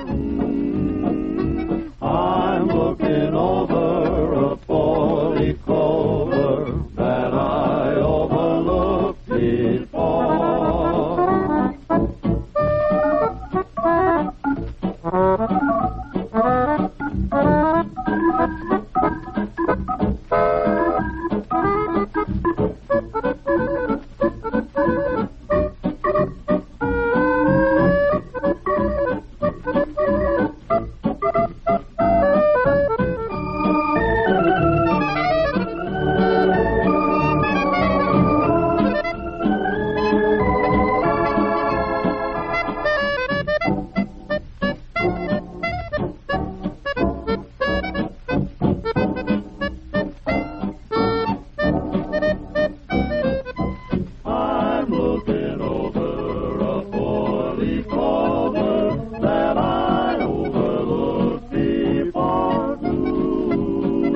One leaf is sunshine, the second is rain, third is the roses that grow in the lane. No need explaining, the one remaining is somebody I adore. I'm looking over a four-leaf clover that I overlooked before.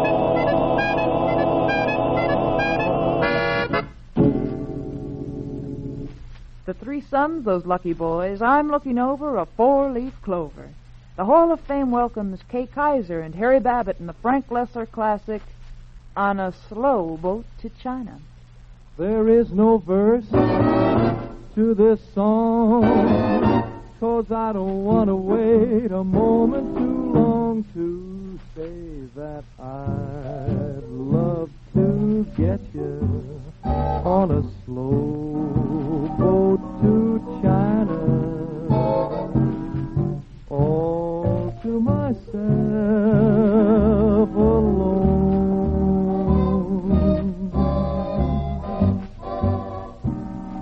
Get you and keep you in my arms evermore. Leave all your lovers, sweet surfing on a faraway shore.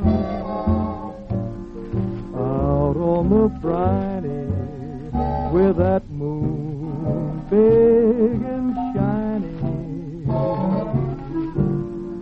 melting your heart of stone. Honey, I'd love to get you on a slow boat to China, all to myself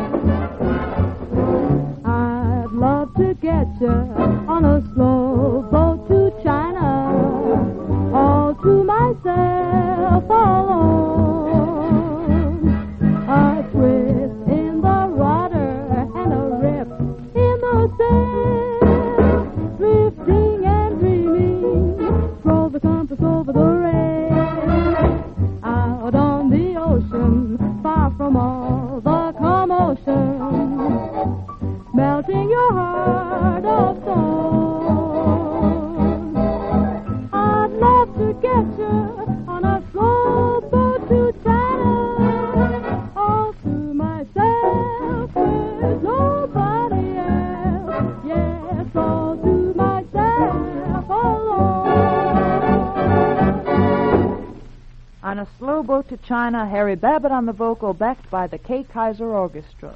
Dave Rose makes many appearances in our Hall of Fame. This time, it's for his interpretation of The Way You Look Tonight.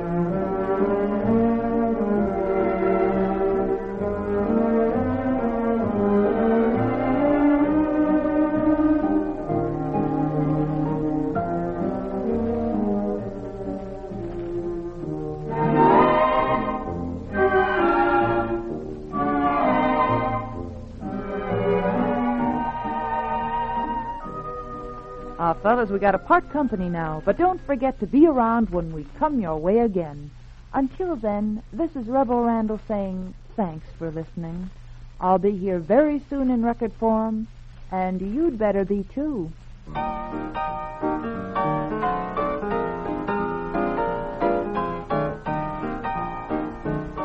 Jukebox USA is written and produced by Rudy Burns in cooperation with the American Federation of Musicians.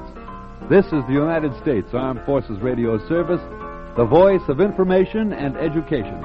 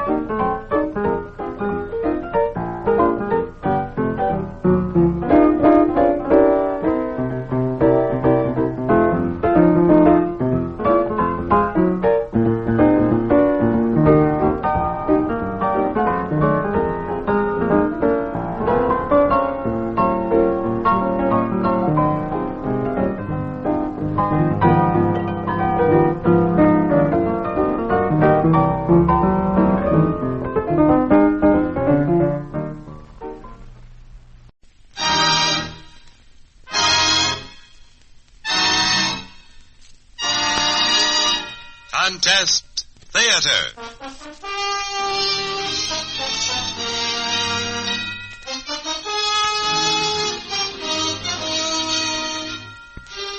From the heart of Hollywood, the Armed Forces Radio and Television Service brings you your favorite stars in stories written by you, our listeners. Here each week, the most brilliant performers of stage, screen, and radio step to our microphone to entertain you on Contest Theater. Today, Dane Clark stars in Destination Mars, an exciting story of adventure in outer space.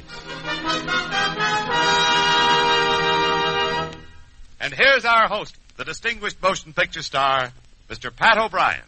Thanks, Jimmy Wallington, and hi, everyone. Welcome again to your Radio Theater. Today's play, like all our shows, was suggested by one of you listeners. So it's really your show. Now, if you haven't sent in a story idea, we'll tell you later how to go about it. Today's play was suggested by Barbara Shepard of Ellery, Illinois.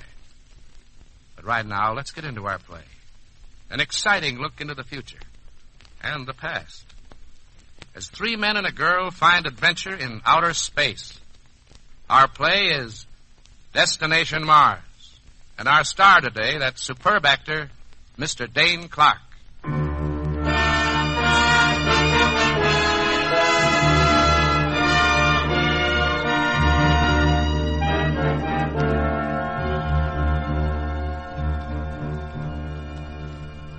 Behind his desk in the administration building of a great southwestern guided missile base, a little man with graying hair and alert eyes pores over a stack of mysterious charts and lengthy reports. His manner showing more and more interest and vitality as he reads on. He is Dr. Amos Griffin, one of the world's greatest scientists, and the papers before him contain a promise of history in the making. Satisfied at last, he turns to the intercom on his desk. Carroll? Yes, Dr. Griffin. The young men I asked you to send for, have any of them arrived yet? Yes, sir.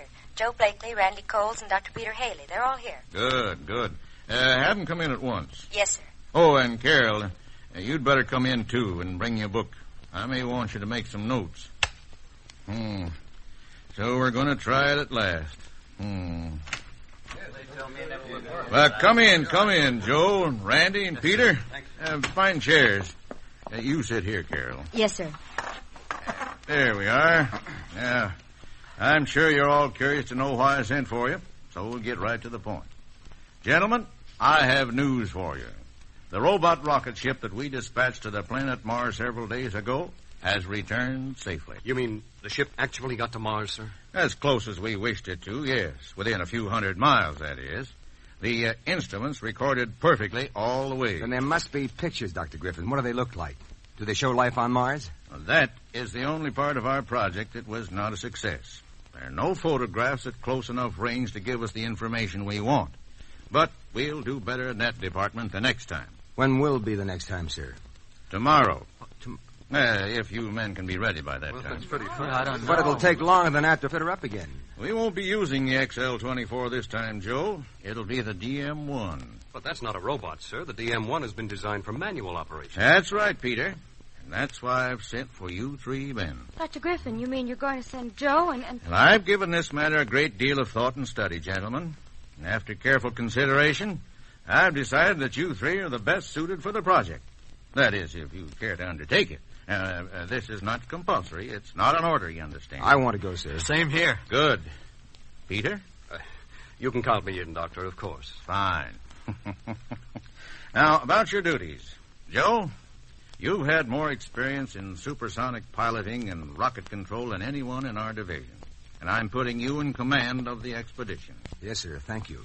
All clear? Yes, sir. Dr. Griffin. Yes, Carroll, what is it? The DM-1 was actually designed for a crew of 4. Yes, that's true, but on this first flight... May I go, too?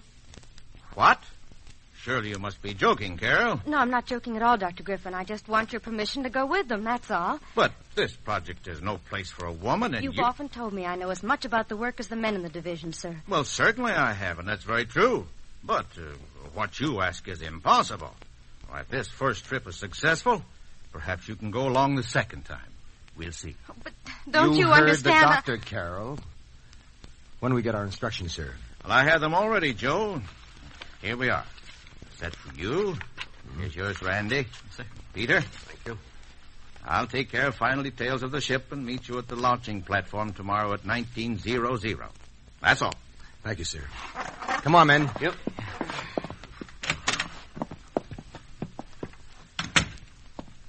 Phew. Gosh, Joe, that was a bolt out of the blue. I feel sort of numb all over. Well, let's get back to our quarters and study these instructions. Yeah, Okay. better. Joe, Yes, Carroll. would you stay a minute? I want to talk to you. Huh? Sure. Look, fellas, you go ahead, will you? I'll be along in a minute. All right. Well, what's on your mind, honey? Darling, I've got to go on this trip with Now, you. listen, you heard what Dr. Griffin said. I don't care what Dr. Griffin said. He wasn't too positive about my not going, and the ship was designed for 4, and, well, if you talk to him about it... Honey, I don't want to talk to him about it. Because I don't want you risking your pretty neck on a thing like this. If things turn out badly, Can't you understand? That's why I want to be with you. I realize the danger, but, well, if anything happens to you and you don't come back, I wouldn't want to go on living anyway. Or perhaps you've forgotten that I love you. Baby, I know you love me. And I love you, too. And I understand how you feel, but we'll be all right. I'll be back, okay?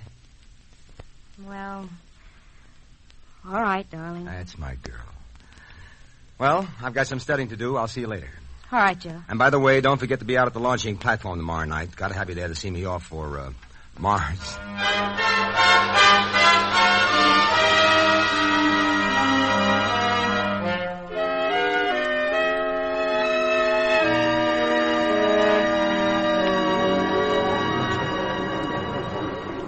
What time you got, Joe? 1926, Randy. Just 4 minutes more. Yeah. How about you, Doc? All set? Oh, yeah, Joe, I'm all set. I wonder what's happened to Carroll. She was going to be Oh, here. I saw her a few minutes ago talking to Dr. Griffin. Oh, if she thinks she can sell him on the idea of Joe! coming up. Oh, there she is now. Yeah. You think I'd forgotten you, did you? Oh, I hope not, honey.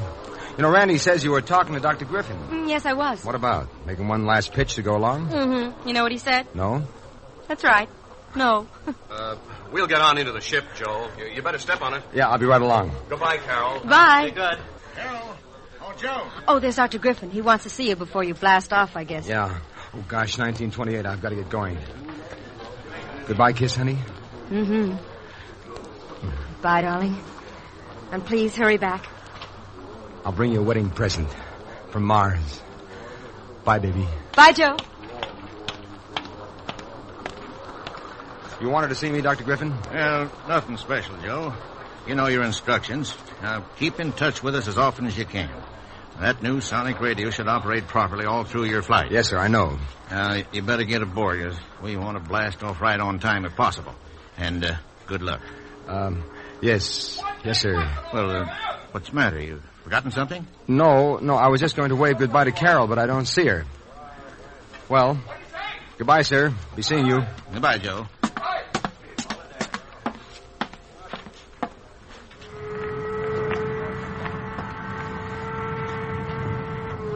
Doc, Randy, you all set? Yeah, all set, Joe. Waiting for you.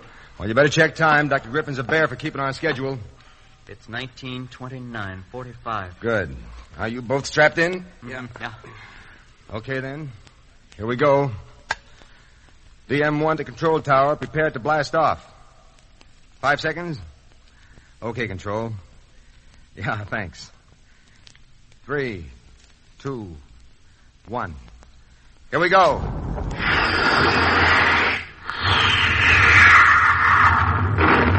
Okay, Mars, here we come.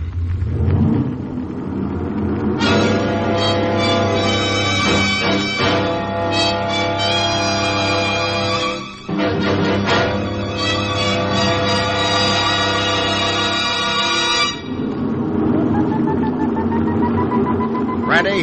Yeah, Joe? Have we cleared the Earth's atmosphere yet? Not quite. Any minute now.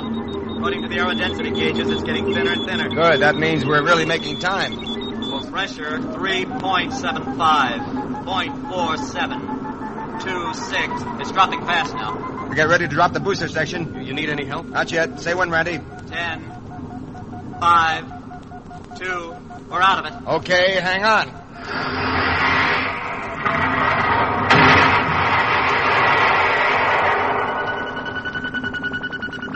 Nothing had happened. Nothing at all. That's right. And we're on our way. Nothing to do now but settle down to a few dull hours till we get into the Mars atmosphere. Dull, he says. What's dull about traveling through space faster than man's ever gone before? Headed for a little pinpoint of light that may even be gone when we get there. Don't get so worked up, Randy. I was only kidding. Still, we might have time to work in a hand or two at bridge before we land. By the way, how's your vector reading? Perfect. I just looked. We're headed straight for Mars, just like it worked out on paper. I was just thinking, Joe, wouldn't it be possible for a rocket ship to run into a star or a meteor or something out there in space? Well, it's possible, sure. Just have to wait and find out. None of our robot rockets have. Dr. Griffin figures his radar repellent device will pull us off course long enough to avoid hitting anything in our way and then rectify the course again when we're out of danger. I certainly hope he's right. Yeah. Hey, look out there through the port. Did you ever see so many stars before? Want to wish on one? No, Hey, what are you doing here? Carroll, you... Hi, darling. How in the name... How did you get here? Well, I just walked aboard, that's all. She's a stowaway. Honey, how'd you find a place to hide? You might have been back in that booster section we just dropped off back there. Not a chance. Don't forget, I know almost as much about this spaceship as you do, Joe. Oh. Well, aren't you glad to see me? No. Huh? Well, I mean, sure, I'm glad to see you safe, honey, but you just can't be here. You've ruined the whole thing. I'll just have to radio back to Dr. Griffin and tell him what you've done, and then we'll have to turn back and You can radio him if you want, but it'll just be a waste of time. Why do you say that? I had a little talk with Dr. Griffin this afternoon. You mean he agreed to let you come? It wasn't easy, but I won. I also knew you wouldn't hear of it if you knew, and that's why I stowed away. Women. Now, darling, you know you can't do without us, even on Mars. Okay, I guess you're right. And now can we look at the stars? We cannot. As long as you're here, you'll have to be useful. Get a pad and pencil, lady. From now on, I'm going to dictate my reports.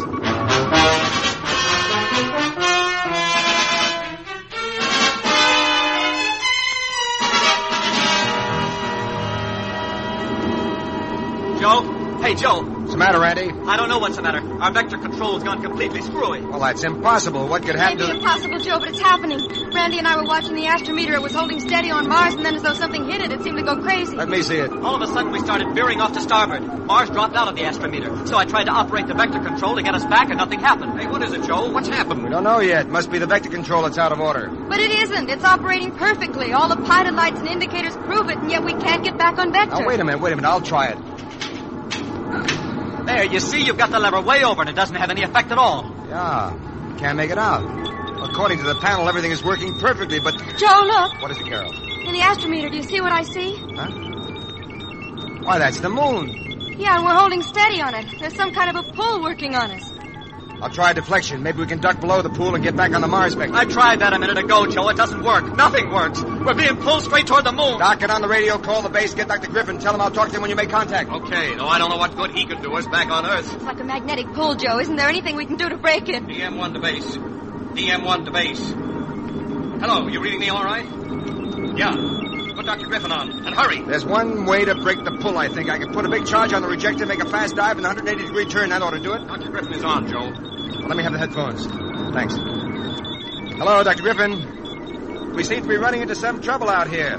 Can't stay on the Mars vector. And we're being pulled straight toward the moon. That's right. No, the vector controls have no effect. Yes, sir, I can try loading the rejector and... What's that, sir? But, well, don't you think it's foolish to... Yeah, I see. Yes, maybe we can. Very good, Doctor. I'll report to you as soon as there's any new development. DM1 out. What'd they say, Joe? Did we try the rejector? We try nothing. We just keep on going as we are. Dr. Griffin says if we can't make it to Mars, he'll settle for the moon.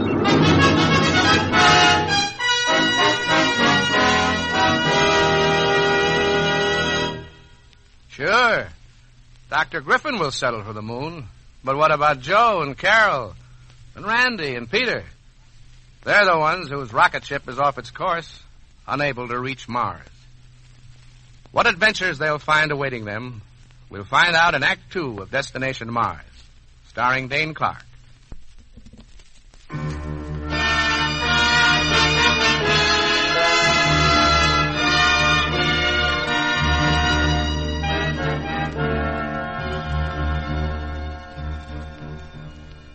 Our travelers into space. Joe Blakely in command of the rocket ship M1.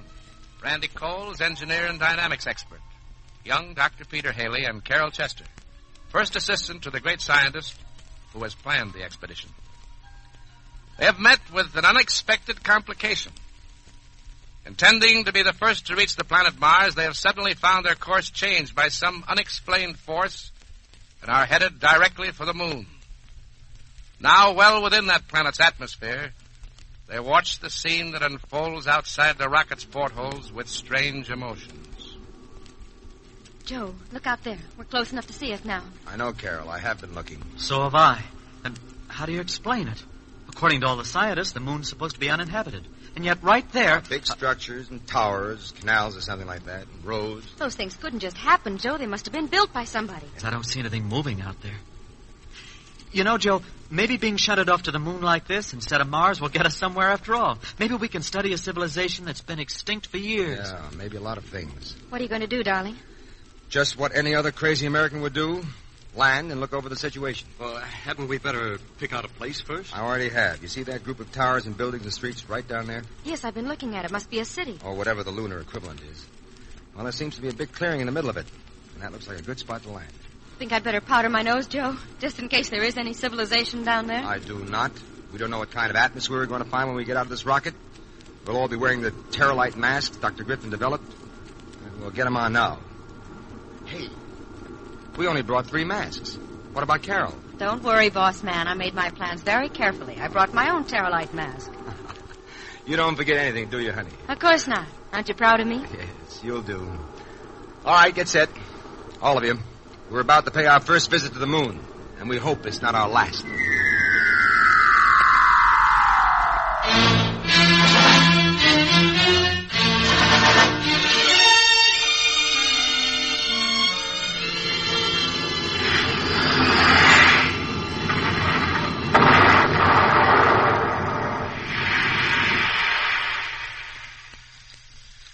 Well, here we are.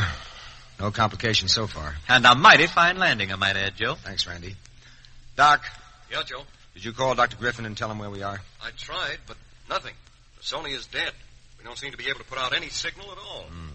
Strange. Well, maybe something about mineral conditions on this place, huh?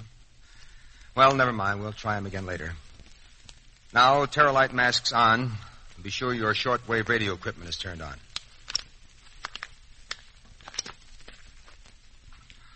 All right, let's check. You hear me, Doc? Sure. Fine. Randy? Good here, Joe. How about you, Carroll? Carroll, what's the matter? You look like a moon man yourself in that getup. Well, never mind that. I'm going to open the hatch and we'll go out one at a time. Follow me.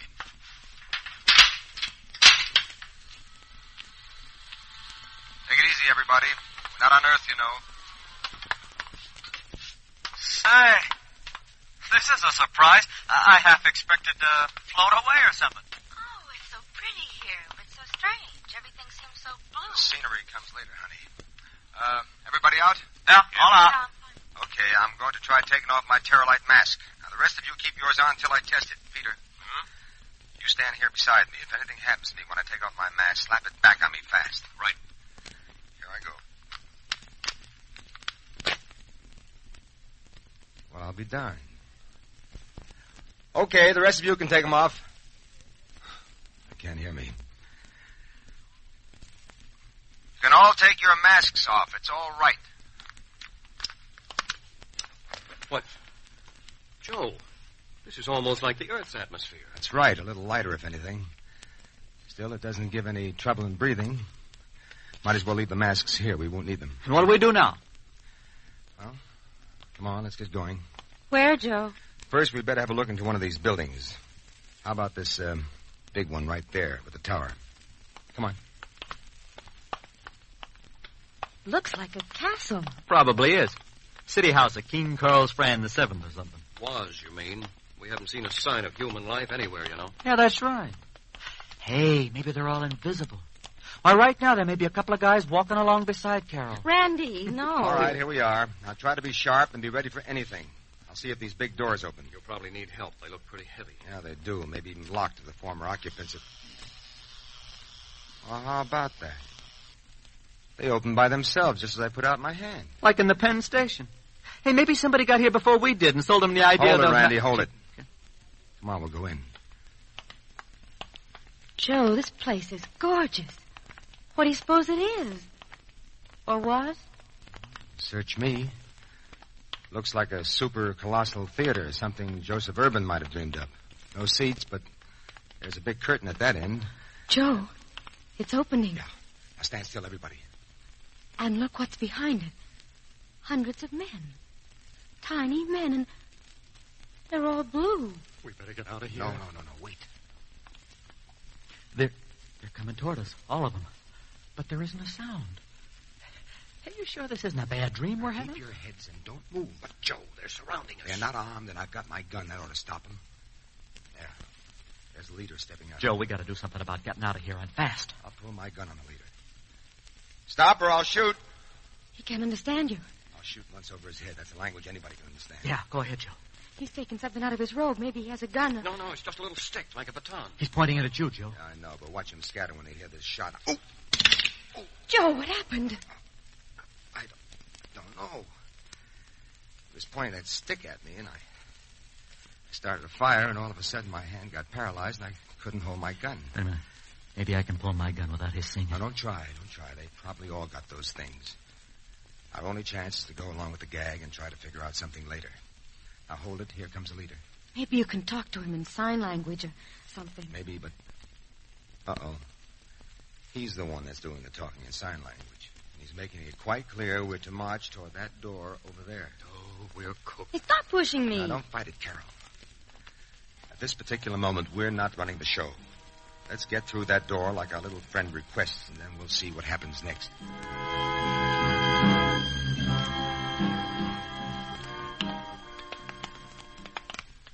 Look, Joe, they're taking us right up to that throne thing. The little man on it must be the king or something. What can we do, Joe? Well, I don't know yet. Look, Joe, at that king person. He's smiling.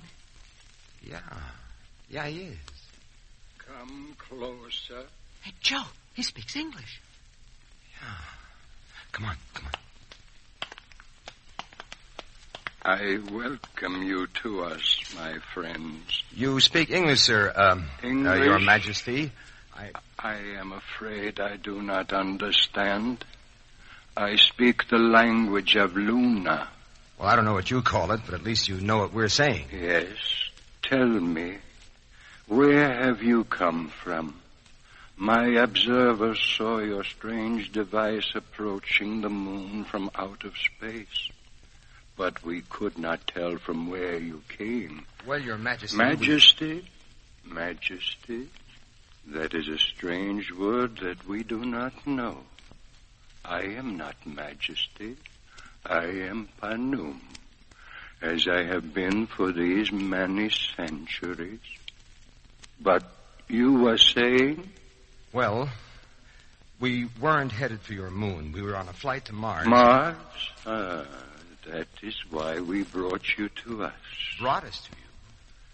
I'm afraid I don't understand. We wouldn't be here at all except that your moon seems to have a gravity all of its own. A gravity which we control, which I control. I am able to switch it on and off at my will, and in any direction I see fit. Yesterday, I was making experiments in the direction of Mars. That is why we drew you to us. Oh, be darned. How about that, Joe? Turning gravity on and off when you feel like it. You still have not told me from where you come. Oh, well, we're from the Earth. Earth? The planet Earth? You are joking. Please tell me the truth. But that is the truth, Panu. It is impossible. There is no life upon the planet Earth. Our scientists have made certain of that. Well, then they'd better change their thinking. We're from the planet Earth. We left last night to try to make the first flight to Mars. There are millions of people living on Earth. Wait. There may be an explanation of your fantastic story. Yes, I believe there is. Ralgan, my most able scientist, has made a study of that kind of thing. And this bears out his theory. His theory? What theory? You see, though you did not know it, you have passed not only through space, but you have also passed through time as well. Now, we know that there is no life on Earth today, but we have determined that in 1,000,000 years there will be life on that planet. This moment is your yesterday of 1,000,000 years ago, and we see living creatures who will exist long after we are gone. Interesting thought, isn't it? Yes. Yes, it's interesting, all right, but a little confusing. I wonder if I could ask you a favor. Naturally, I shall be happy to listen. But first, there is something I must do. What do you call yourself on the Earth? My name? It's Joe Blakely. Joe Blakely? Well, we could change it. Yes, you seem to be exactly right. Lorak, come here. Hey, what does he mean, Joe? You seem to be exactly right. For what? Well, I know. He's thinking faster than I am, and he's on his home ground.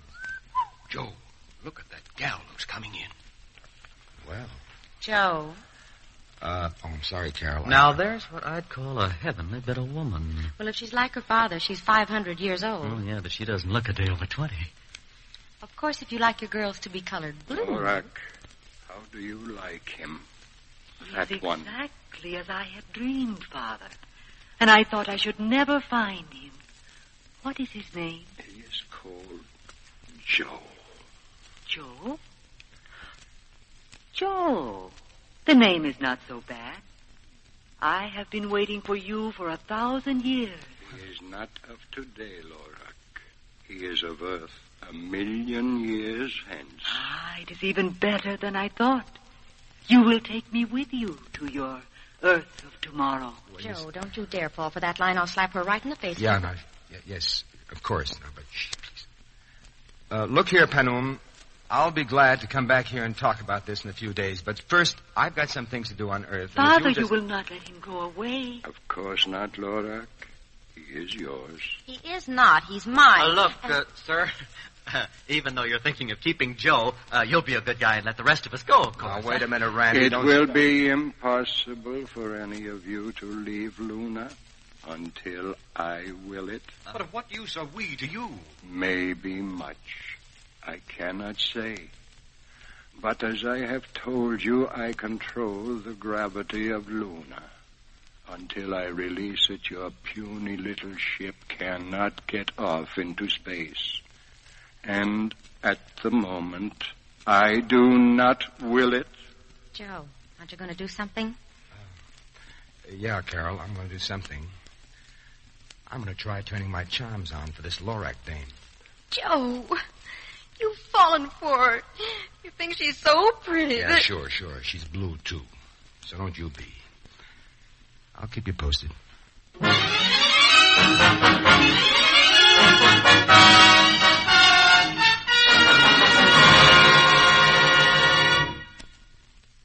You see?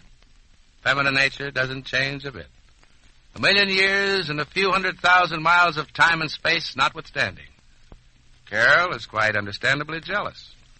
And Joe seems helpless to escape Lorak's infatuation.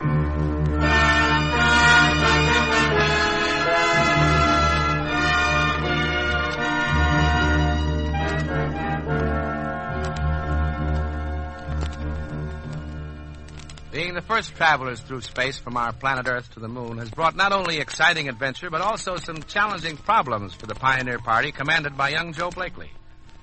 Not only do they find themselves the unwilling guests of Panun, who seems to be the ruler of Luna, now Joe has suddenly become the chosen mate of Lorak, the ruler's daughter, much to the dislike of Carroll Chester, Joe's fiancée. As the four Americans walk with Lorak through the constant bluish light of the lunar atmosphere, Carroll, Peter, and Randy, well ahead of Joe and the princess, the American girl is silent, seething inside.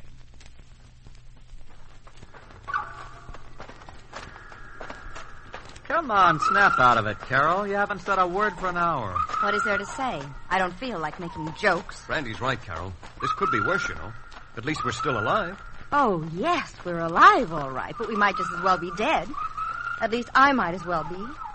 Here I am, 1,000,000 miles from home, with no prospect of getting back, and on top of that, I've lost Joe to that horrible Lorak. Oh, you haven't lost him, Carroll. He's just trying to work through her to get us out of this place. Well, he's using a strange way to go about it. Besides, she isn't horrible. She's beautiful. Now, if the king had picked me for her... Well, he didn't. He picked Joe, and so did she. And you can deny all you want to. He's fallen for her. You know, if we could make Panum and Lorak change their minds about this romance, it might be easier for us to get off the moon and back to Earth. Yes, if. And if Joe would just once tell me that he loves me and wants no part of that siren, I think I might even be happy.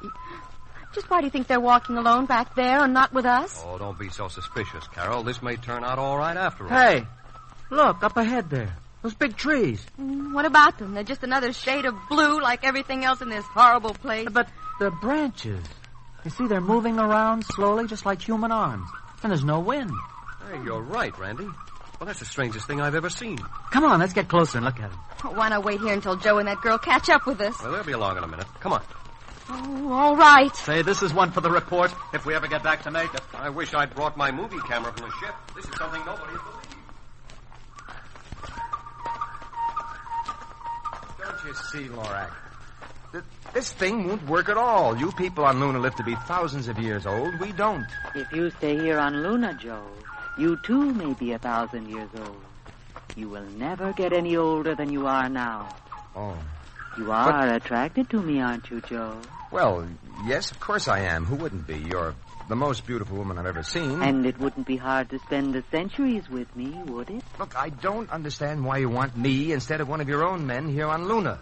Then I will tell you. It is partly because you fascinate me as no man of Luna has ever done, and partly because we may further a great plan of my father. A plan? What kind of a plan? Bring the people of the planets together, to intermingle the races until the entire universe is united. With Panum as head? Naturally. Well, that's a king-size plan, all right, but... Hey, that's Carroll screaming. Yes. Do not worry about Carroll. Of course I'm worried about her. Come on, let's see what happened to her. I can tell you what has happened to her. I can see up ahead. There they are, by those big trees. Yes, the gormalus trees.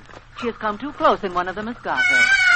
What do you mean? What do you mean it's got her? How can a tree do anything? It is the only dangerous tree on Luna, a destroyer of men. The limbs are like arms of flesh. They reach out and grasp one and squeeze until the victim is dead. Carroll! Joe, hurry! This tree's got hold of Carroll. We gotta get her loose. Lorak, what can we do to stop it? There must be something. Perhaps there is.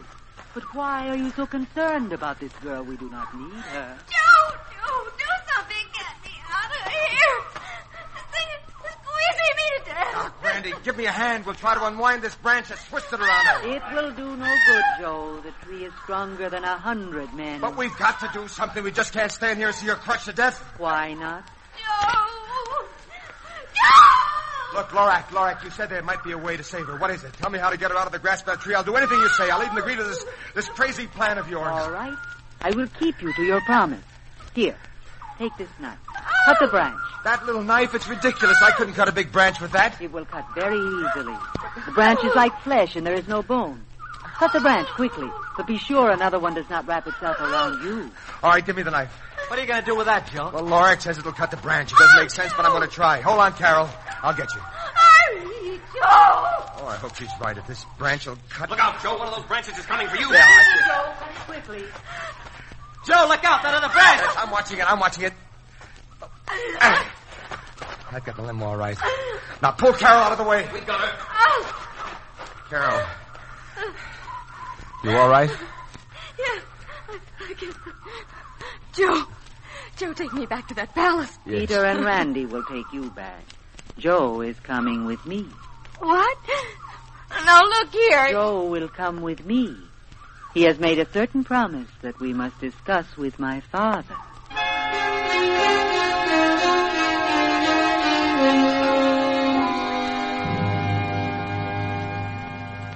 Now, look here, Panum. I know I made that promise to Lorak. It was the only way to save Carroll's life. And my daughter showed you how to do that, did she not? She kept her part of the bargain. Yes, but Oh, I'll keep my promise if I have to. I guess none of us would stand much chance unless I did, but I'm trying to make you see how impossible it is. Impossible? Why? Look, I don't know whether you know anything about love here on Luna, but on Earth we do. And I'm in love with Carroll. I don't love your daughter. That should make no difference. If this is what she wants... But it makes a difference to me. Why, there are a lot of men back on Earth who'd go for a deal like this. If you let us go back, I'll send a dozen of them up here for her to look over and take her pick. But she only wants you. So... The alarm. There is trouble. Trouble? What kind of trouble? I do not know. Panoon! Invaders! Invaders? What are you saying? Invaders! A whole fleet of spaceships have appeared suddenly out of nowhere. Our sentries did not even have time to sound the alarm. More Earth people. No, it couldn't be, Panoom. We don't have a fleet of ships that would Not be able... Earth people. They're from Mars. Already their leaders have landed and announced they have come to conquer us. Not all the ships have landed. No, only a few when I left the Great Square. Then there is still time to keep the rest away from us. What are you doing? Releasing the lunar gravity. Without our gravity, they cannot land. Then I will use the repulsion ray and drive them off. You mean you can control gravity of the whole planet right from here, from this control board? Of course. There. We are too late, Panoon. Even while you were going to the controls, they've landed out there with the speed of light. You did not release the gravity soon enough, and they're carrying strange weapons. Wait. Let me look out there. They are marching right on the palace. What is the matter with our guards? Joe, what's happened? People from Mars. They're coming in to attack. You can see what's happening to our guards, Panoon. They're disintegrating them with those strange weapons as they come. Our people are powerless against them. Hey, this is a fine way to end up. Isn't there anything you can do, Panoon? There is nothing. We have no defense against people such as these. Wait a minute. Maybe we have. What do you mean, Joe? When we landed, you took our guns, our automatics. Where are they? They are right here. But do you think that those ineffectual little Earth weapons would have any effect on men with ray guns? Well, I'm not so sure about that. They've got the offense all right, but what about their defense? Let's have those guns. But they will disintegrate you as they are doing to the others as soon as they see you. Well, they're not going to see us first. And I've got a hunch even those guys can't stand up against a 45. Well, here are the guns. Okay. Hey, come on, grab one, Doc. Okay. You two ready? Yeah. Each one of us will take one of those windows, stay out of sight, and start firing at the leaders when I say. Right, got it. All right, come on. I'll get that leader first, the one in front. And, Panoom, if this works and we save Luna for you, will you let us go back to Earth? If you save us, you may do as you wish. Okay, then. Here we go. Let him have it.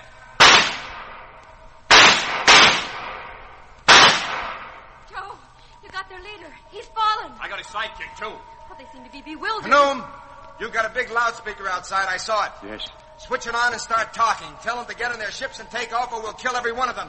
But, Joe, you couldn't do that. You'll run out of ammunition. Well, they don't know that. And maybe they can't understand what Panoom's saying. Well, they'll get the idea anyway. Go ahead, Panoom. Yes. And keep up the firing, but not too fast. We've got to make every shot count, and don't get in sight. Boy, I got that big one. Attention. You will all be killed like your leaders unless you leave at once in your ships. We have a weapon that will kill you all. Go to your ships at once and take off. Go at once. Joe, they seem to understand what he said. At least they've stopped. They can understand our shots and their dead leaders, that's certain. Look, they're running back for their ships. I hope they don't get ours by mistake. That would be the end. They wouldn't know how to operate the DM-1. Yeah? Yeah, they're leaving. Look at them go. Shall I say anything more? No, Panoom. Looks like you've said enough. They'll be off Luna before you can count to 20. See? There goes the first ship. And another. And another. They have gone. Yeah. And we made a bargain, Panoom. Father, I heard what he made you say, but if you let them go... I know, Lorak, I know. But there is no other way. We have made a promise, and we must keep it. Don't feel too badly about it, Lorak. I'll send up a bunch of candidates better than me, and you can take your choice. I hope that you two will come again soon, Joe. The Earth people of tomorrow and the Luna people of today must be friends. Yeah, that's right. Well, Your Majesty, if you'll just get ready to operate that gravity control of yours again, we'll shove off and don't think it hasn't been fun.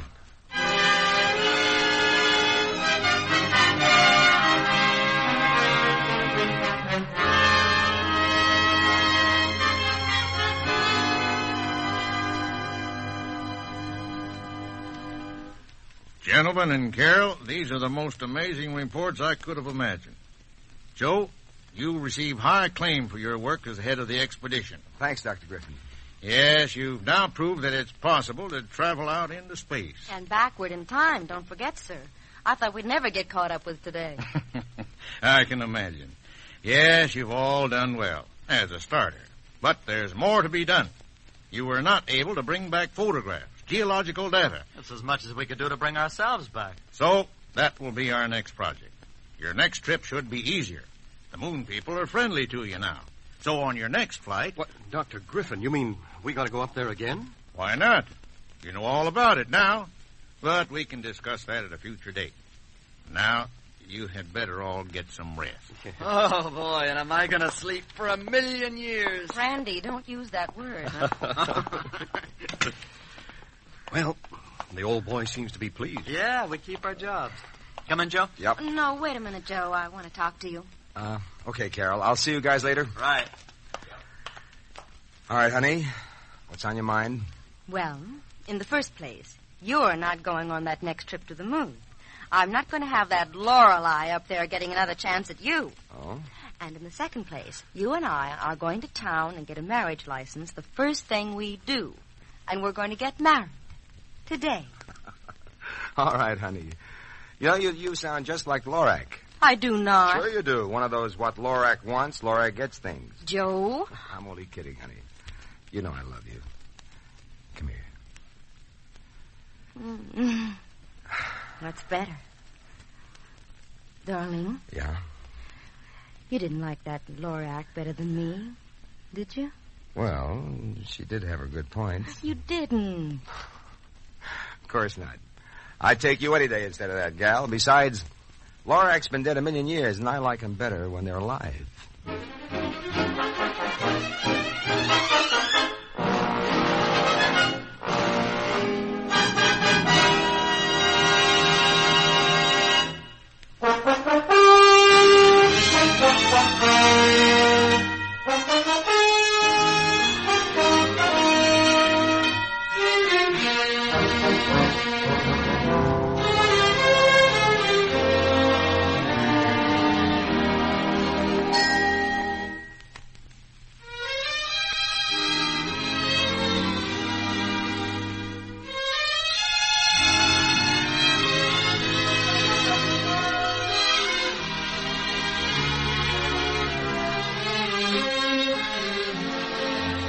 Contest Theater is produced and directed in Hollywood by Fred Leving. This is your announcer, Jimmy Wallington, inviting you to be with us again next week at the same time for Contest Theater, a presentation of the United States Armed Forces Radio and Television Service.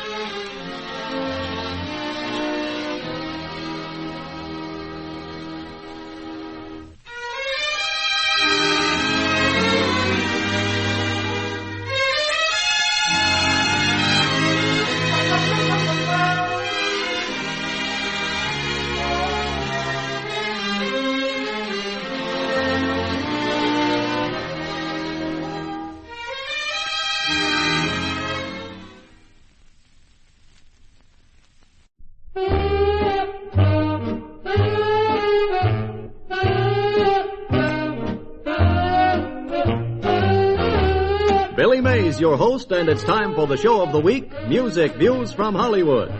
Our friend Billy has a lot of wonderful tunes lined up and many personalities to introduce to you, so let's get rolling with the affable Mr. May.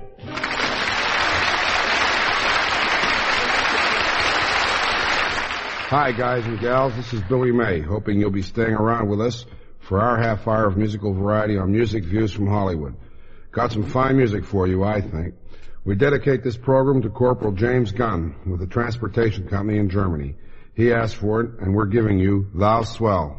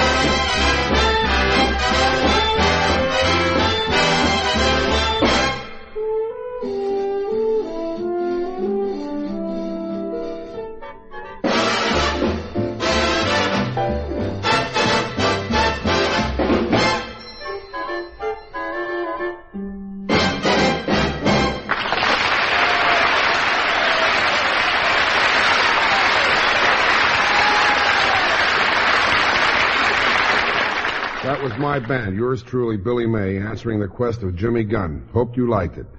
Here's a gal now moving in close to the mic that you all know, Sparkling Patty Andrews, has a couple of wonderful songs. So I'll bow off and let her take over. Patty? Where to, my love?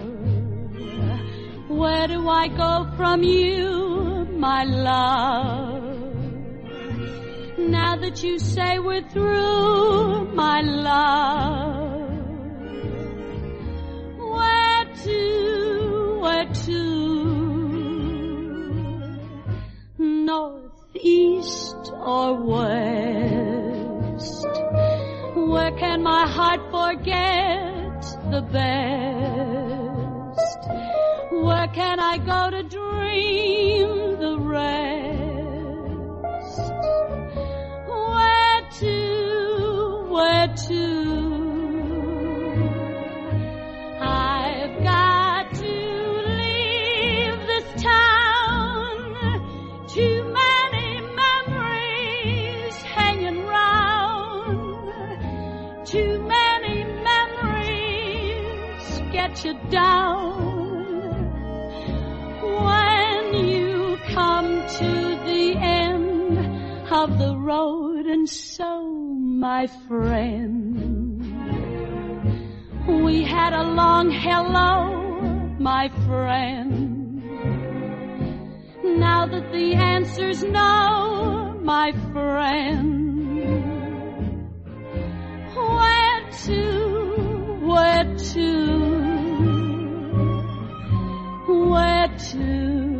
my love?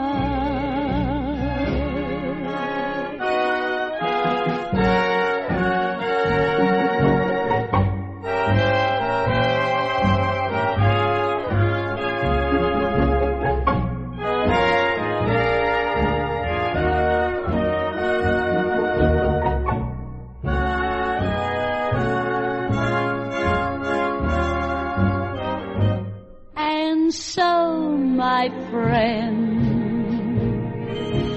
we had a long hello, my friend.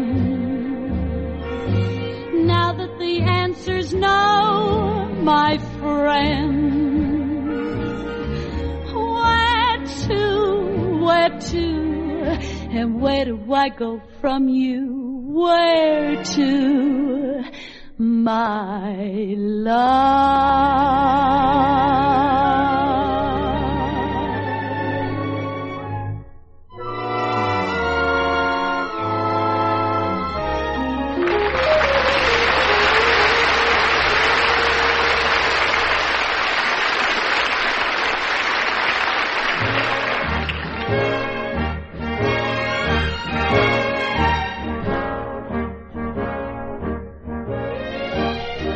Without love, life is milk without the cream, and gone is everything you're dreaming of. Without love,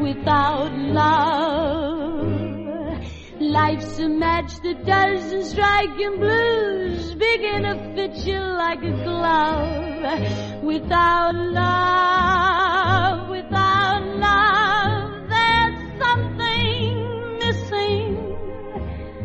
ask our friend the dove. Without love, life's a song without the tune, and who would care about the moon above? Without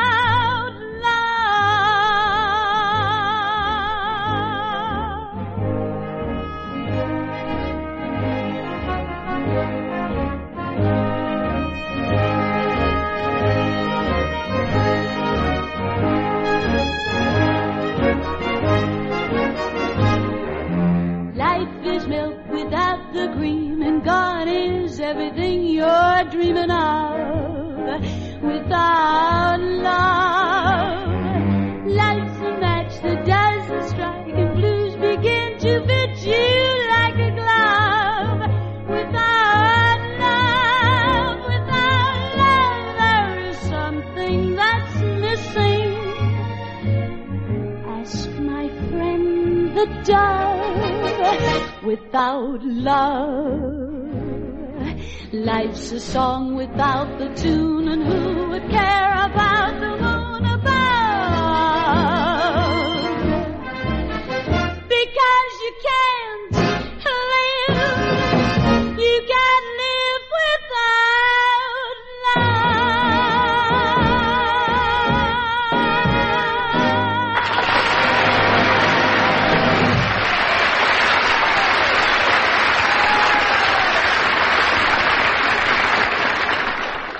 A marvelous performance, Patty Andrews. First she sang Where To, My Love, a pretty new ballad, and then the great oldie Without Love. That last song was first heard in a Broadway show here in the U.S., Flying High, quite a few years ago. And I think it's a mighty fine tune to review. Nelson Riddle, my good pal, did the exciting arrangements. Got a great instrumental lined up for you now, featuring one of Hollywood's most brilliant studio musicians, Manny Klein. Listen to Run, Manny, Run.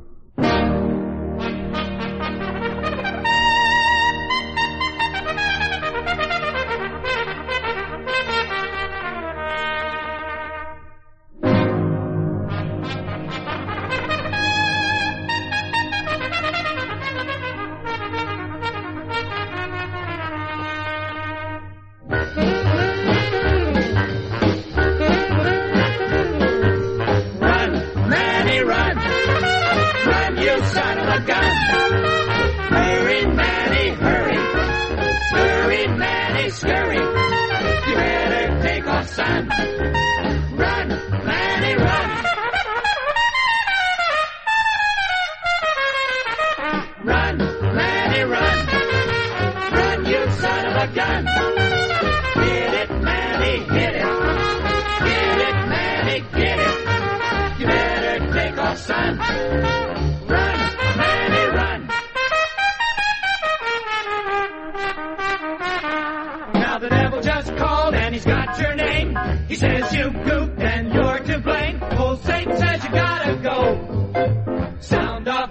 it's time to blow.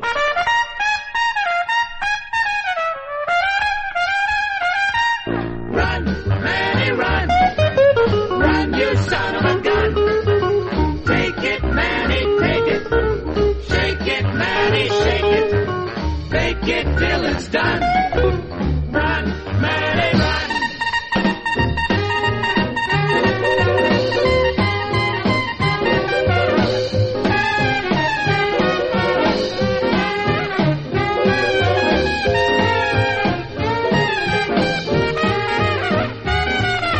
The devil just called and rang the bell. He says you blow like Gabriel. You better fly and lose the sky. Run, Manny, run. Run, Manny, run. Run, you son of a gun. Take it, Manny, take it. Shake it, Manny, shake it. Fake it till it's done. Run. Run. Run, run, run, Manny, run.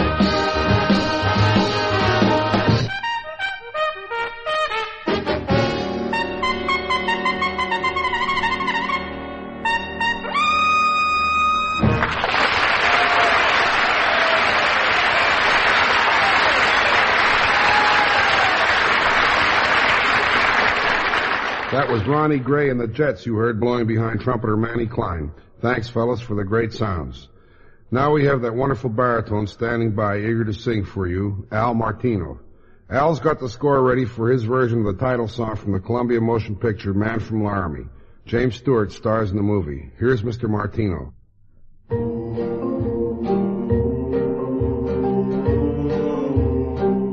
The man from Laramie, he was a man with a peaceful turn of mind. He was kind of sociable and friendly as any man could be. But you never saw a man outdraw the man from Laramie. The man from Laramie. He was a man with a warm and gentle heart, but when they'd start the arguing and fighting, frightening and lightning fast was he. There was no coyote who could outshoot the man from Laramie. He had a flair for ladies. The ladies loved his air of mystery. The West will never see a man with so many notches on his gun. Everyone admired the fearless stranger. Danger was this man's specialty. So they never bossed or double-crossed the man from Laramie.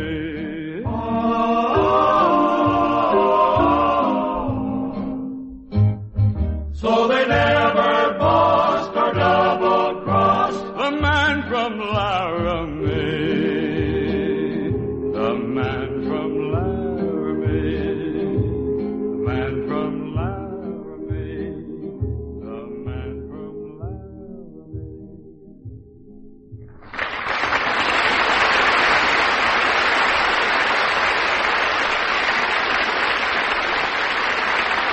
Thank you, Al Martino. Friends, you're listening to Music Views from Hollywood, and your MC is Billy May. Corporal James Gunn was kind enough to write asking for the next songs you're going to hear. The band is waiting to go, so I'll pick up my baton and get with them.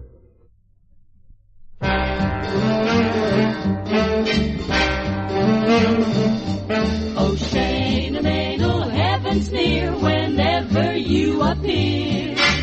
Never room for wonder, doubts, or fear. But Shane-a-Maidle, there's just joy, the joy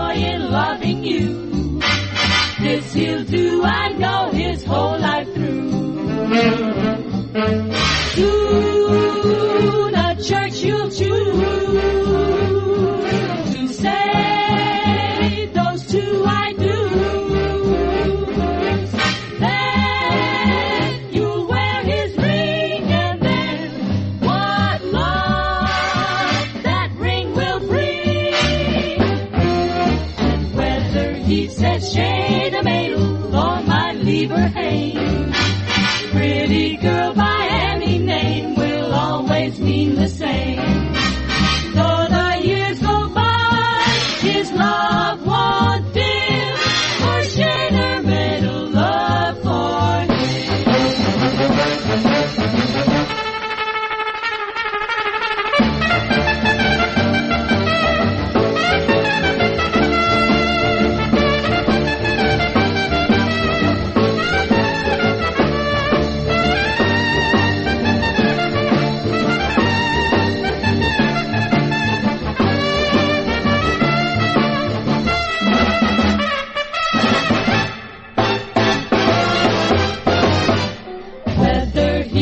Shane, a maidel, or my lieber hang.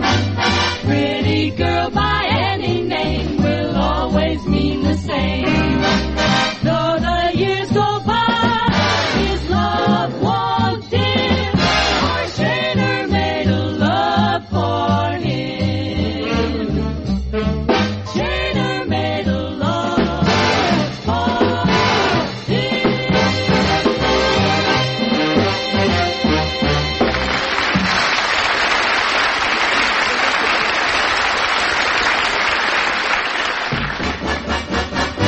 How important can it be that I've tasted other lips? That was long before you came to me with the wonder of your kiss. So the story got around of an old romance in me. But it happened oh so long ago. How important can it be? Mine was a young and a foolish heart, seeking love at every turn. But I have grown so much wiser now. Even a foolish heart can learn. Just fade away. Why get lost in yesterday? The important thing is here and now, and our love is here to stay.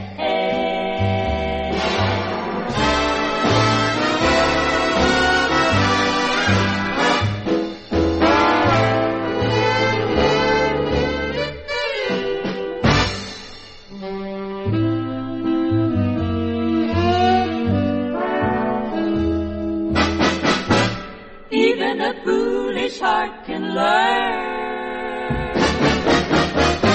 Let the past just fade away.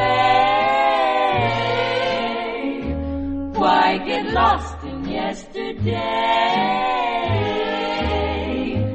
The important thing is here and now, and our love is here to stay.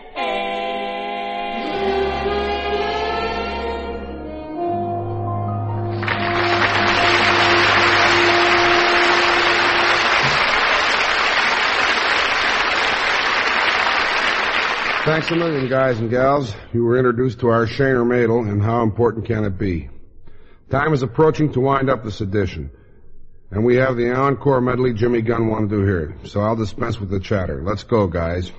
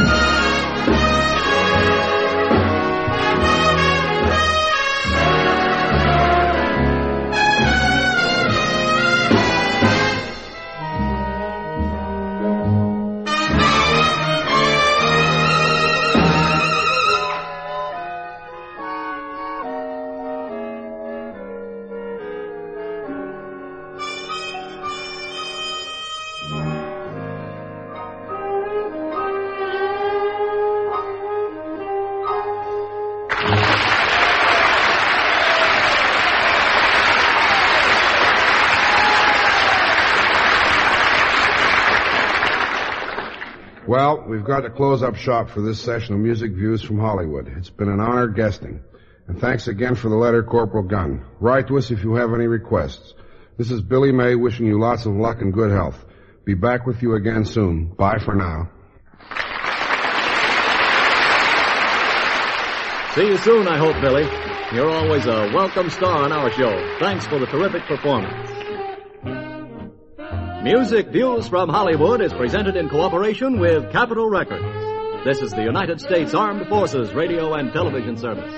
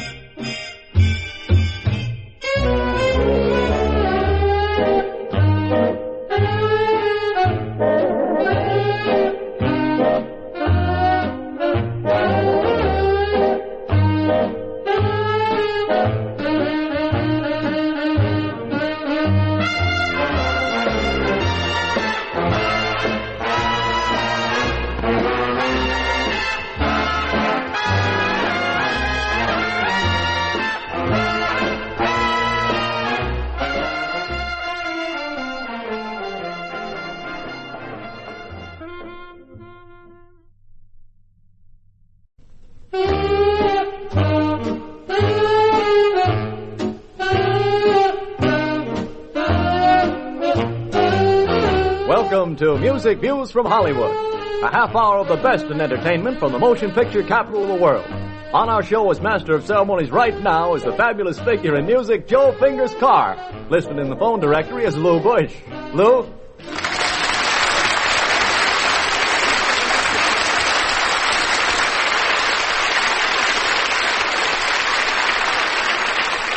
Thanks for asking me over, Jack. And lest we forget later on, let me mention right now that the program is produced especially for our American Armed Services all over the globe. Wonder how many millions that covers. Well, I've got a pleasant note from PFC Sterling Hutchison, who is stationed at Camp Gifu in Japan, and with all the modesty I can muster, I advise you that he writes, quote, Joe Fingers Carr and his ragtime piano rate very high, for which I'm eternally grateful. And he asked for this selection. So here goes Portuguese Washerwoman.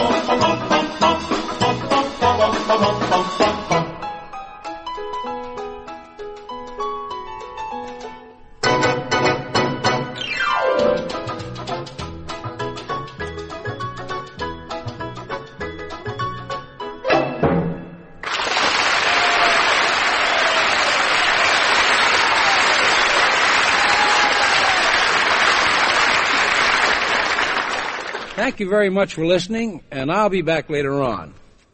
You know, for some fine listening, here's a band leader who's a very good friend of mine that you're all familiar with, the great Woody Herman. He sings a nice little melody from the movie The Eddie Duchin Story. Take over, Woody. No heart should refuse love. How lucky are the ones who choose love, and if we should lose love, we have the right to love again.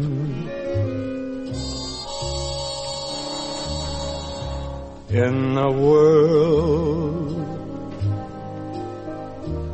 full of faces, so few ever find their places. In many cases,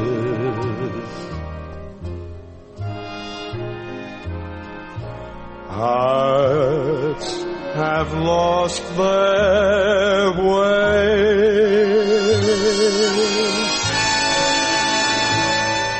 Don't live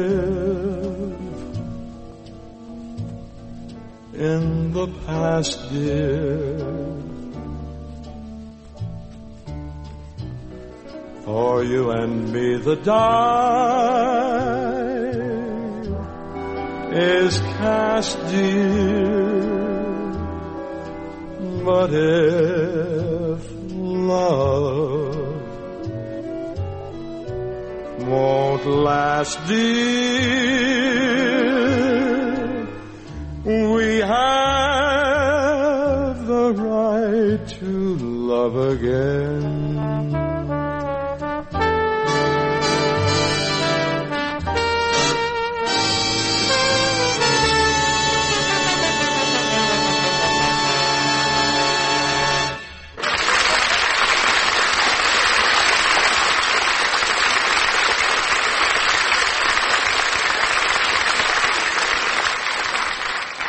Gee, that's a great song, and incidentally, it's wonderful to hear the pipes of such an old pal of mine sound so great.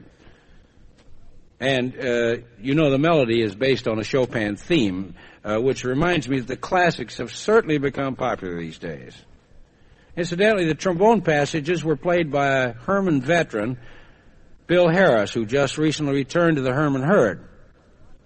Well, as you know, rock and roll is kind of swept across the United States nowadays, and on this record, Maestro Herman joins the current trend with a vocal on the song, I Don't Want Nobody.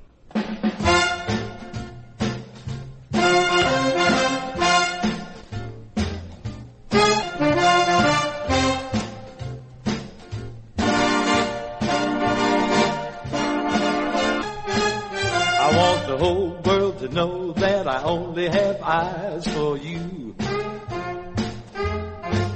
I want the whole world to know that I only have eyes for you. I don't want nobody I love but you. You'll be home cooking dinner or strolling down the avenue.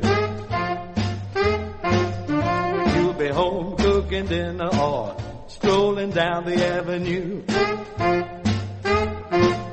If my love comes down, I come running back there to you.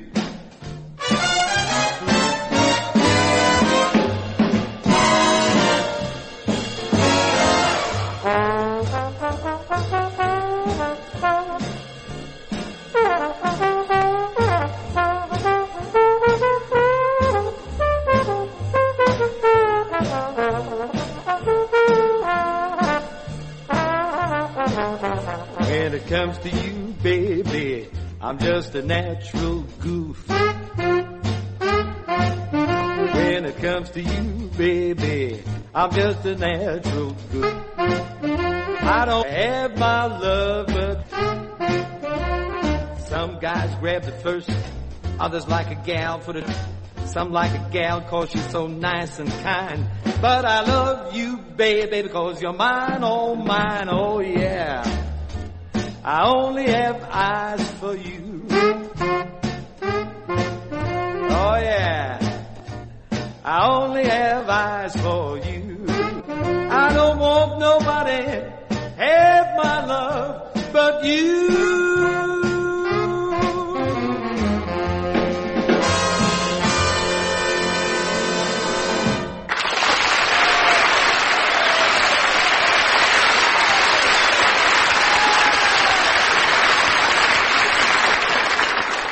Thanks a lot, Woody. Now, your host, Joe Fingers Carr, plays for you...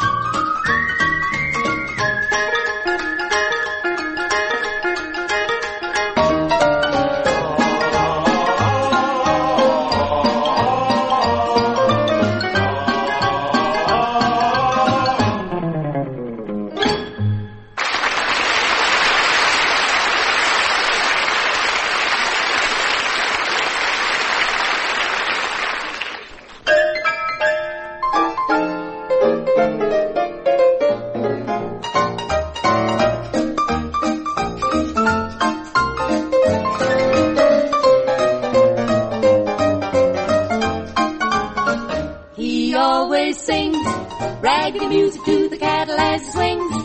Back and forward in the saddle on a horse, pretty good horse, that's a syncopated, and there's such a funny meter to the roar of his repeater, how they run when they hear the fellas come, because the western folks all know he's a highfalutin, shoot son of a gun from Arizona, ragtime cowboy Joe.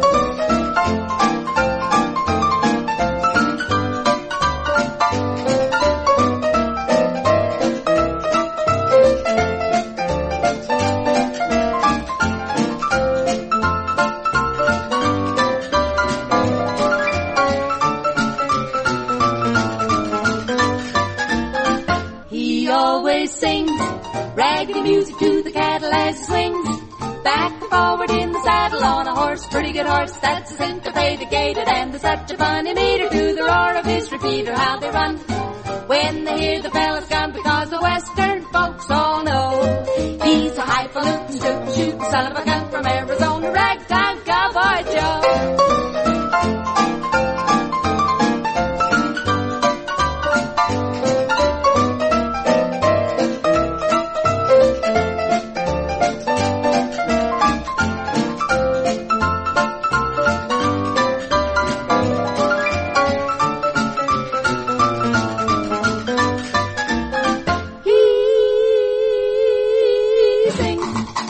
raggedy music to the Cadillac swings.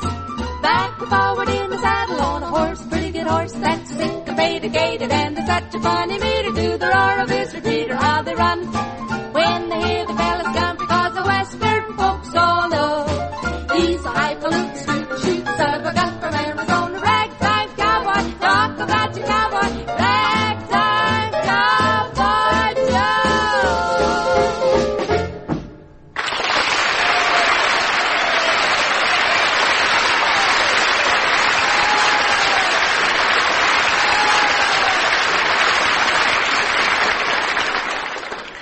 Thanks, fellas and gals. Just to remind you, you're listening to Music Views from Hollywood, a half hour of the finest in popular music, beamed for our United States personnel with the armed forces abroad. And your MC is Joe Fingers Carr, otherwise known as Lou Bush. Now, I'd like to introduce you to a lovely little lady from New York named Carroll Bennett. She sings, I Was Your Only Love. Oh, just for your information, and I'd like you to be informed, Carroll is a shapely brunette, 5'3" inches tall.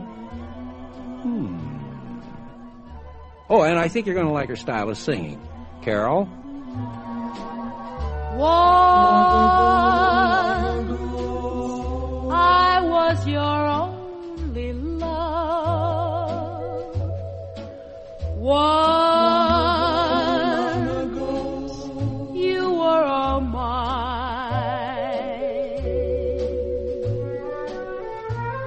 I recall,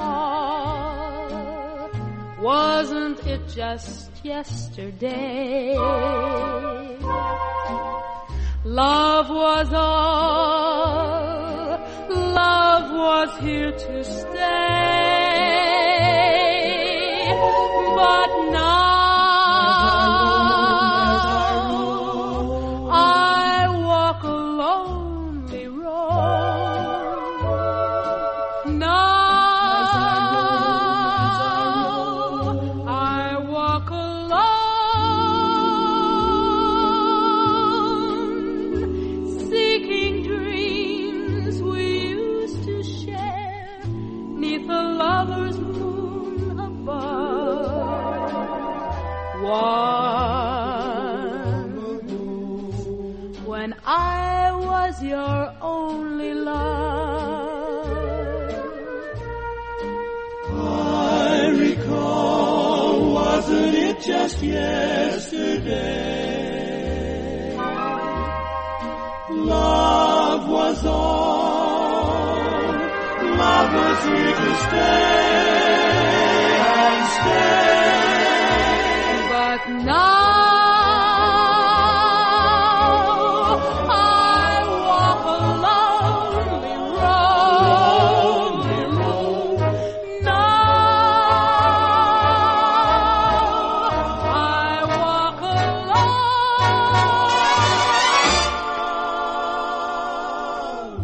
seeking dreams we used to share 'neath a lover's moon above.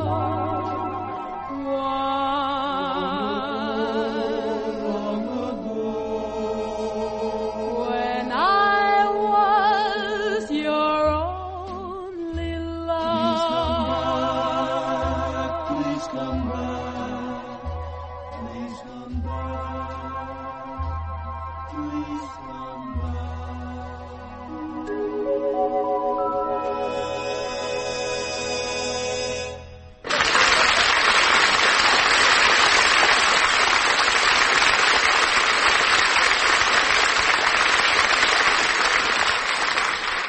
Remember the name Carroll Bennett, an enchanting singer from New York City. Oh, and while we're on the subject of the fair sex, how about giving a listen to another dynamic lady from the East Coast, Trudy Richards.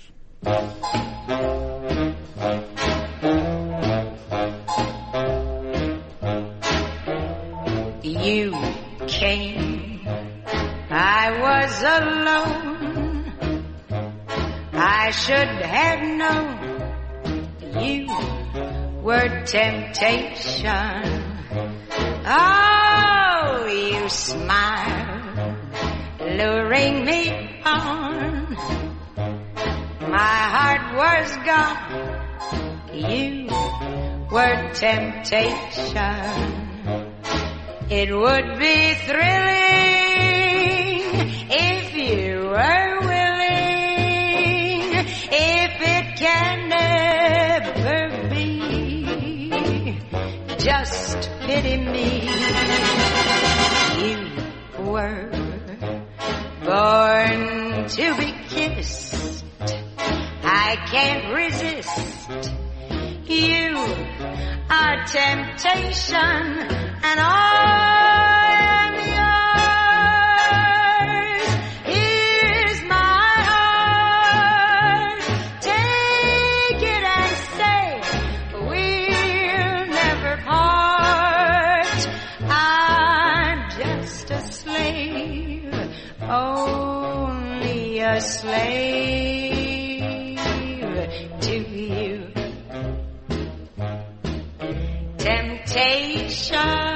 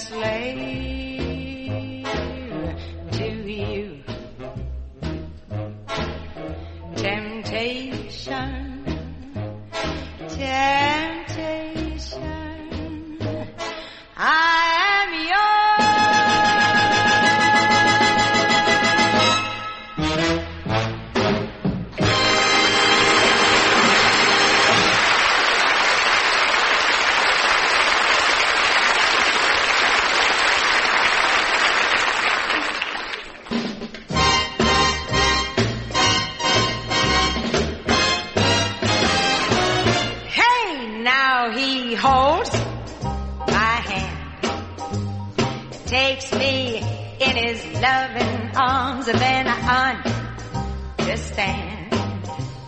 Thrilled by all his many charms, his eyes of fire, with one desire, just a heavenly kiss. Could I resist? And then he dims the light, soothes me with a soft caress, and then he holds me tight, fills my heart with happiness. One kiss, one fond caress will lead the way to happiness. He takes me to paradise.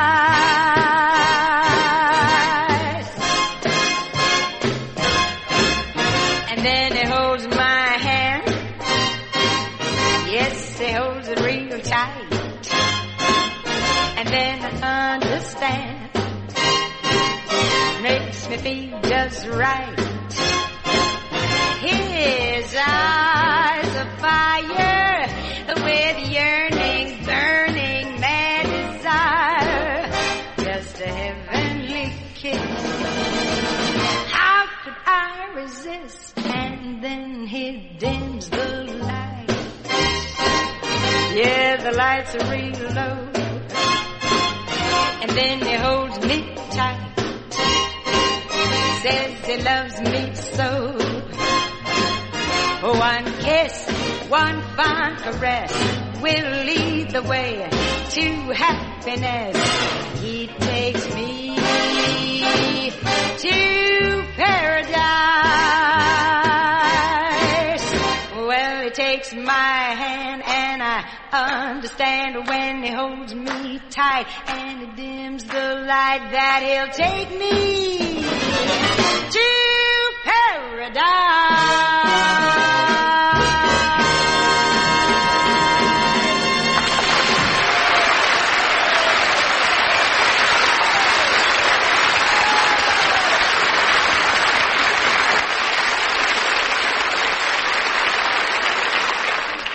Gee, isn't that truly wonderful? Maybe some of you young old-timers will remember her fine work with the Charlie Barnett Band. Now she's on her own doing a single, I'm happy to say. So, Trudy, how about an encore? Got to leave as soon as I can. Traveling home to see my man. His sweet smile will turn the trick. Got to see my baby quick, quick, quick. I'm traveling, moving, traveling home. Tired, so tired being alone. Well, the clock is ticking and it's 8:30. Got to hurry and I can't be late. Baby's anxious and he won't wait. Traveling, traveling home. Traveling, moving home in style. I'm happy 'cause he thrills me with his smile. Well, the clock is ticking and it's 9:30. Got to hurry 'cause he's mine, oh mine. When I get there, everything'll be fine. Traveling, traveling home. Ooh, I need him and I can't say no. My heart is his 'cause I love him so. His sweet smile will turn the trick. Got to see my baby quick, quick, quick. I'm traveling, moving home tonight. Traveling, moving, traveling light. Well, the clock is ticking and it's 10:30. Haven't seen my baby, Lord knows when. Just can't wait for his kiss again. Traveling, traveling home. Traveling, traveling, moving, moving home. Traveling, traveling, moving, moving home. Well, the clock is ticking and it's 10:30. Haven't seen my baby, Lord knows when. Just can't wait for his kiss again. Traveling, traveling home. Traveling home just for his kiss. Loving him I just can't miss. Wouldn't trade the world for this. I'm traveling, yes I'm moving, going home.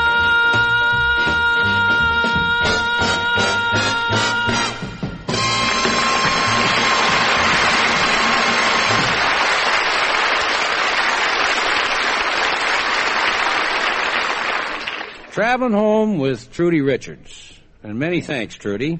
Well, your host, Joe Fingers, winds up the show with a request number, and a rouser if I ever heard one, called Deep in the Heart of Texas.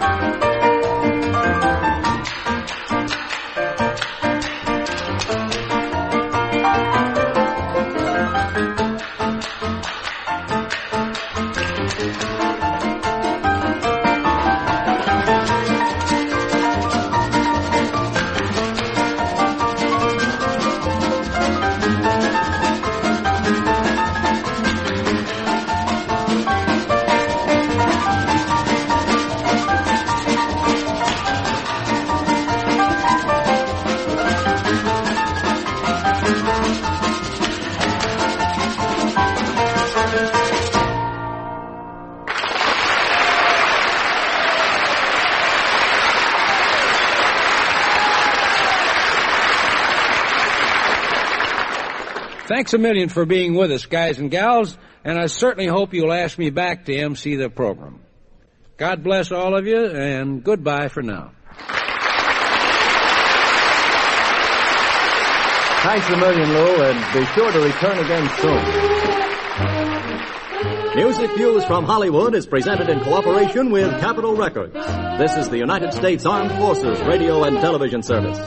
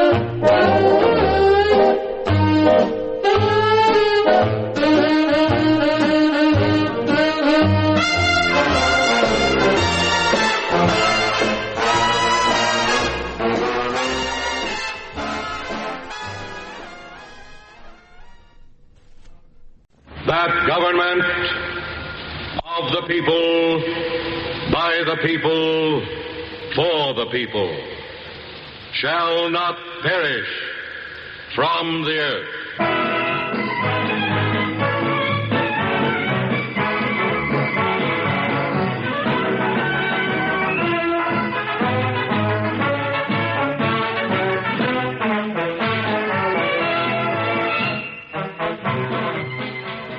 The Federal Civil Defense Administration presents By the People.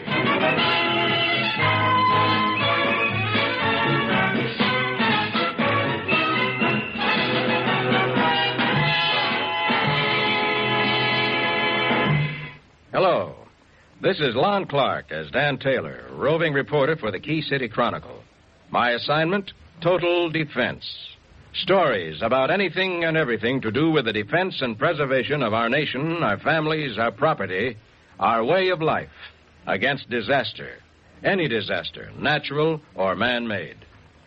I had been in California for over a week, checking naval missile facilities and marveling, as I always do, when I see with my own eyes the incredible instruments man's ingenuity has devised. I was talking to a friend of mine about it, Commander Harrington. Fantastic, Commander, these missiles. Almost impossible for an untrained mind like mine to grasp. Mm-hmm. Interesting thing about missiles, Dan, they have great peacetime potential, you know. Sometime when you have a couple of days to spare, I'd like to give you a rundown on these peacetime potentials. Commander Harrington here. Long-distance call from Mr. Dan Taylor from Key City. Operator says it's urgent. Put it through. Mr. Taylor's right here. For you, Dan. Oh, thanks. Must be my editor. Hello? Dan, this is Bruce Wagner. Listen, Dan, there's a tremendous forest fire raging down in Southern California. Yes, I know. I've been so tied up here with Commander Harrington, I haven't followed it closely, though. Well, it's out of control now, completely out of control. Oh, that's terrible. The fire edge is almost 25 miles long and lengthening by the hour. I know how you hate them, Dan. I remember the story you did on the Elko on fire last year. This one's a natural. I want you to go down there and cover it completely. Stick with it till every last spark's extinguished. Every charged stick of wood's under control. You say a natural. I don't follow you, Bruce. What's a natural follow-up to your story on Navy missiles? Forest fires, Dan, they're natural disaster. But fires started by nuclear missiles, by bombing attacks, they're man-made. I want you to watch those forest rangers operate in peacetime. Evaluate how well equipped they are in case of enemy attack. Are you with me? Yeah, that's a story, Bruce. Mighty important angle of total defense. Well, you've been cleared with the Department of Agriculture. They promise the full cooperation of the Forest Service. When you get to Altira, contact Forest Supervisor Roberts. He'll see that you get the full picture. Get going, Dan, as fast as you can.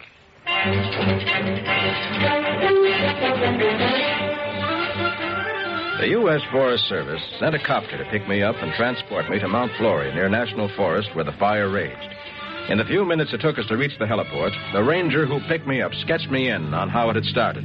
Betrayed by the weather, the things it can do to man and animals. This golden sunshine, this wonderful dry air. Why, these 2 weeks I've been here in California seem like heaven. Yeah, to you maybe, not to us. Not to anyone who knows the woods. Been like this for weeks now, months. April, May, June, sun and more sun, not even a sprinkle of rain. Well, the things certainly look wonderful. Green, fresh, and growing beautiful. Oh, sure, they look wonderful. But looks are deceptive. Those trees are tinder dry. Humidity's way below normal. Down there at Mount Flory, those stands of pine and fir were tinder dry. A single spark was all they needed. And everyone connected with the Forestry Service knew it. Rangers, lookouts, firemen, crewmen, truck drivers. All this seems so incredible. Everyone on guard for the first wisp of smoke. Thousands of people watching, searching the woods day and night. And despite every resource, catastrophes like this happen. Nature, Dan. Fire, flood, earthquake, tornado, volcanic eruptions. We do what we can. We study and improve our methods and try to outwit her, but nature is still stronger than we are.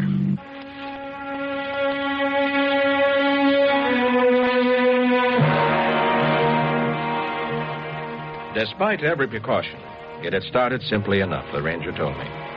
During the danger season, the Forest Service of the U.S. Department of Agriculture hired thousands of temporary helpers, among them lookouts. High up in glass and steel cubicles, hung over space, anchored to rocks with great steel cables, and circled with tower catwalks, lookouts watched those forests as a mother watches a newborn child. Men and women drawn to the dramatic beauty of the silent woods spent months there in those towers watching, living a special kind of life which gave them something they were looking for. High up in Jacinto Cliffs, John Rivers stood on his tower catwalk and stared into the valley below. Then suddenly he saw it. A smoke, a wisp of smoke, where there should be none. He dashed into the tower over to the firefinder, took an azimuth reading, then contacted the district ranger by radio. Jacinto Bluffs lookout to District Ranger. District Ranger Smith here. I spotted a smoke. Azimuth 123 degrees, 10 minutes. SC Section 4, Township 22 south, range 6 west. Smoke dark gray, rising vertically 500 feet, moving northwest. 10-4. I'll get readings from Mount Baldy and High Mountain. Down at headquarters within minutes, the district ranger received 2 more reports from lookouts, crossed the 3 azimuth shots on the big headquarters map, and pinpointed the smoke to half an acre in the valley. Within seconds, pumper trucks and fighting crews were speeding to the smoke. And they couldn't control it? Why? Because a bulldozer couldn't clear a rock from a piece of land. What? The farmer used dynamite to blast it, and he sparked the dynamite with a battery. Within 10 minutes, Dan, the valley was a raging inferno with a mushroom cloud hanging over it like Hiroshima. Up, there comes your whirlybird. Look her over before you get aboard. She's special. Oh? You see that tray bracketed underneath her? Yeah. There's hose on that tray. Linen hose. What? A big burn like this, the Forest Service has to throw in everything we've got. Mount Flory's rough terrain, and that copter can lay 1,500 feet of hose from the air in less than 2 minutes. Yes, and parachute smoke jumpers in when they're needed. Off the pilot signaling, you better run.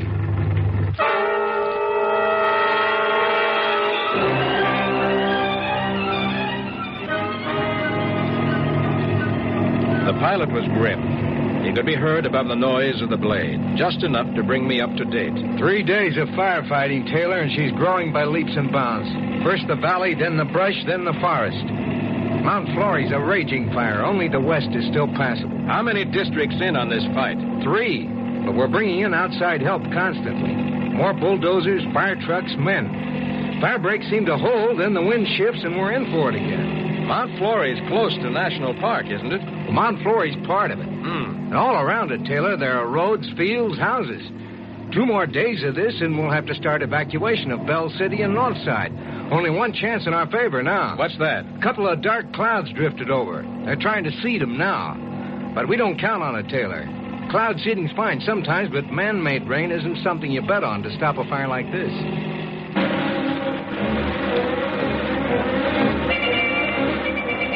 The copter dropped me off at Altira, then headed for Mount Flory.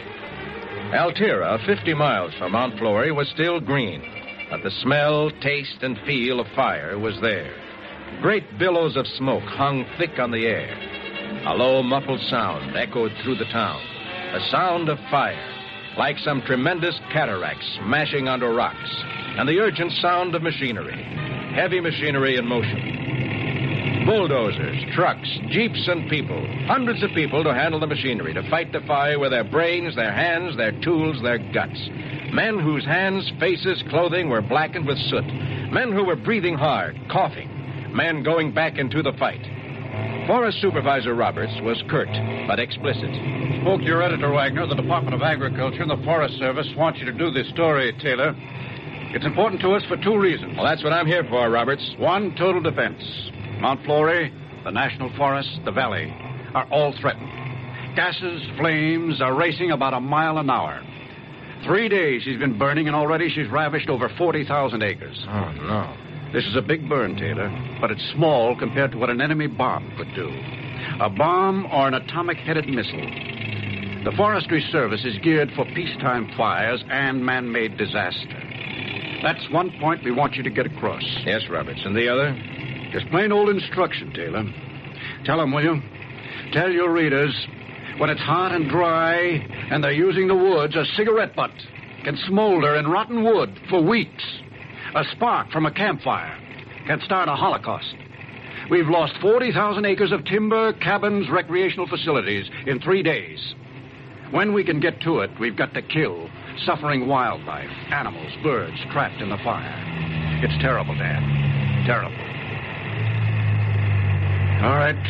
Here's your transportation. Your editor says you want to get in the thick of this. That's so? I do.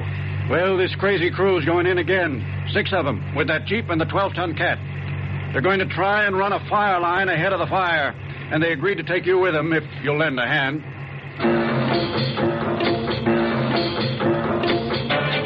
It was fantastic. The men in the crew, their lungs choked with smoke, near the point of total exhaustion, were back at work again after a 2-hour break. Volunteers, hired for this emergency, they stuck to their jobs like seasoned soldiers in the closing days of a great battle. Why? You've already done a great job. Forest Supervisor said he ordered you to rest for a while. Look, we've got the know-how. This crew's been through it before. This is a big burn, mister. If we don't lick it, it'll lick us. And a lot of us got plenty to protect. Homes and families at Bell City. We're going to fight this one if it takes a month. We've got to. We've got to keep it from Bell City and Northside.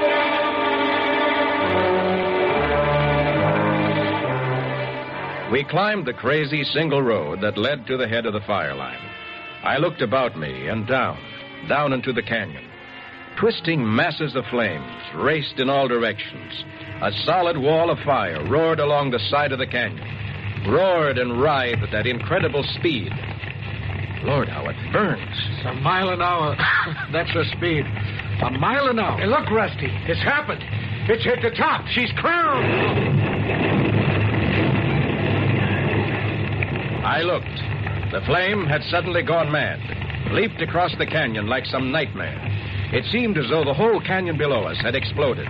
And in a sense it had.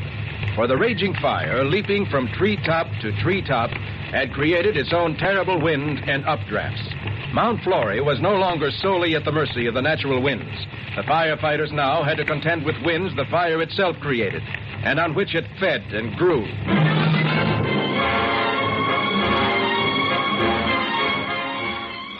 But the 6-man crew kept going, straight to the head of the key fire line. Some 20 miles beyond it lay the roads that led to Bell City and Northside, lined on either side with stands of virgin timber and rank brush. The air was dark, the sky completely obscured, the atmosphere unbelievably hot. We could scarcely see the radiator of the Jeep in which I was riding, but we made it. We reached our destination. There, the fire break's been burned out. How they holding? Only fair, Rusty. Seems to be okay, then the wind shifts on that side. Well, thank God for that bulldozer. We got to reinforce the brakes up here. She'll cross as sure as Mount Flory. I got news for you, Sam. She's already blown. Canyon's crowned. She's licking her way east. Well, what happens if you lose out here, Rusty? Just what happened in the last big burn and the one before that. We get out, if we can. And we start all over again. We build a new fire line. Don't you understand, Taylor? We can't sit around and pray for rain. There are towns out there, people and kids and homes. If we don't stop this destruction, there's no end to it. We've got to keep fighting till we've licked it. All right, get those water pumpers and that hose out. We got a fire truck here. We can get going. Hey, you hear that? Yeah. I can't see anything, but I hear it. Lights. Yeah, a couple of flames. Hey, we got them. Do you hear that, Taylor? Maybe it'll work and maybe it won't, but here at last they come. Here come the bombers.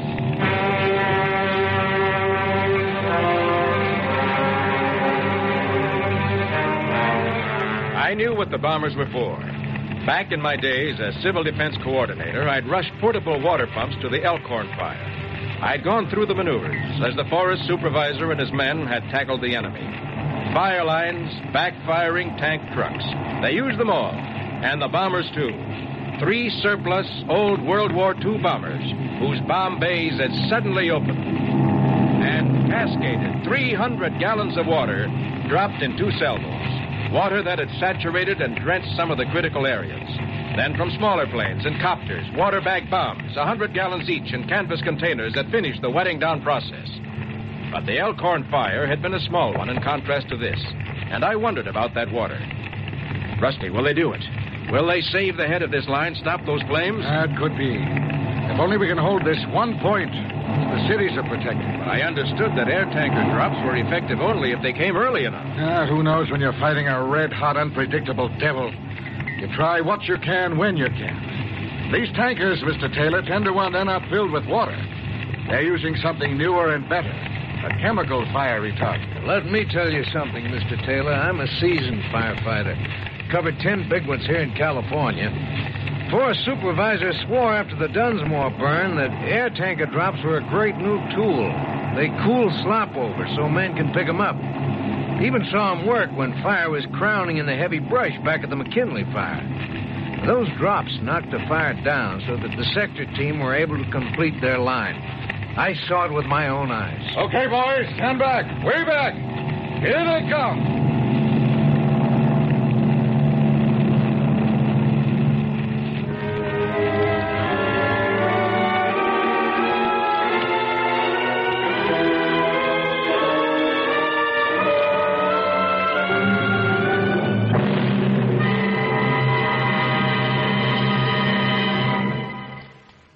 It worked.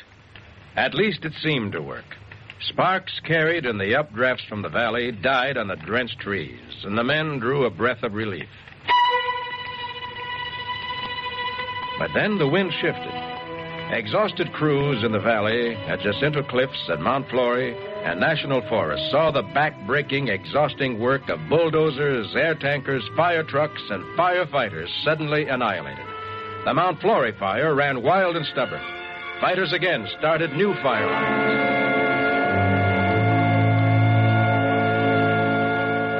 Back at Altira, I conferred with Forest Supervisor Roberts. And 2 days later, I went up in a copter on a reconnaissance mission with the pilot who'd brought me down. The scene was fantastic. Below us, Bell City lay deserted, dead.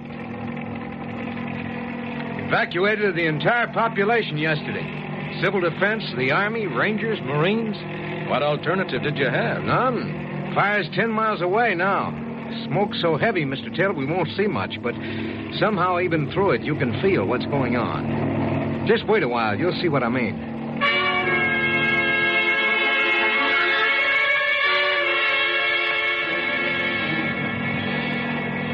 The smoke was thick and black and angry. But behind it, you could see the glow of fire, feel the consuming heat. And above the roar of the copter blades, you could hear it. Fire. Wild fire on a rampage. The Flamingo Range, a natural watershed for the area, used for irrigation and drinking water. Its tall stands of timber holding the earth, preventing erosion. Flamingo Range had become a flaming hell, destroying nature's own protective cover. Flames leaped over roads, crawled up and down slopes, jumped from tree crown to tree crown. Clouds of smoke rose to 40,000 feet over the Pacific. Ashes and cinders fell 2 inches thick along the coast. And still the fire raged.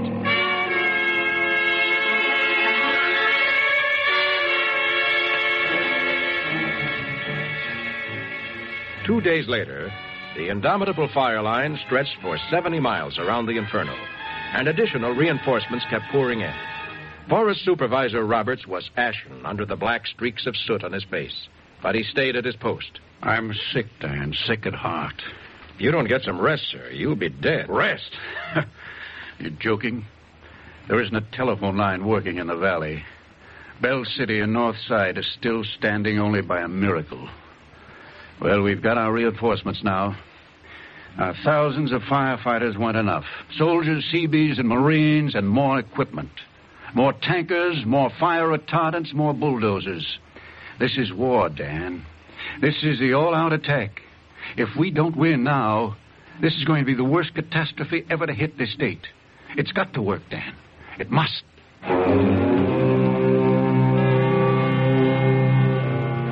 I tried to write that night in the smoke-filled cabin, but I couldn't. Instead, I went out and lent a hand with the coffee and sandwiches. The courage of firefighters has never been sufficiently publicized. Those men were unconquerable. And in the end, the strength of man and his technical know-how overpowered nature, and the fire was beaten.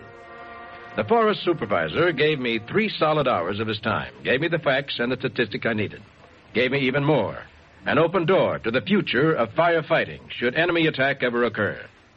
Well, Dan, you know it for a fact. Never has been a fire we couldn't lick in the end, with or without rain. But fires from nuclear bombs. We're working on that, too. Bombs, lightning. This is a new age, Dan. We're adding air power to our firefighting forces. Air power is mobile. It can transport men and material to rough terrain. It can help us lay hose. It can release fire-retardant chemicals. With the regulars, the special help we have on standby, with the Army, Marines, Navy, and Seabees always ready to pitch in, well, the Forest Service is geared to fight back at any fire, natural or man-made. And there's more ammunition in the offing. Like what? Many things. We'll go into them when I've rested a bit, but I'll give you something to think about. You're mighty interested in missiles, aren't you? Naturally. They're part of total defense. Against an enemy, sure. But just toy with this, Dad. You've seen what fire retardants can do. Try and imagine the potential of missiles loaded with fire retardants. Why, a fire could be fought from a relatively safe area by remote electronic controls. Yes. They're working on it, Dan, now. The Army, the Navy, the Air Force, the Forest Service, the Federal Civil Defense. Arms of the government, Dan, in an all-out fight against fire. Any fire, natural or man-made.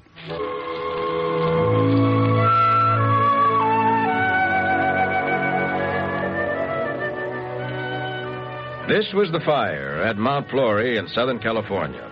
Part of the story on total defense.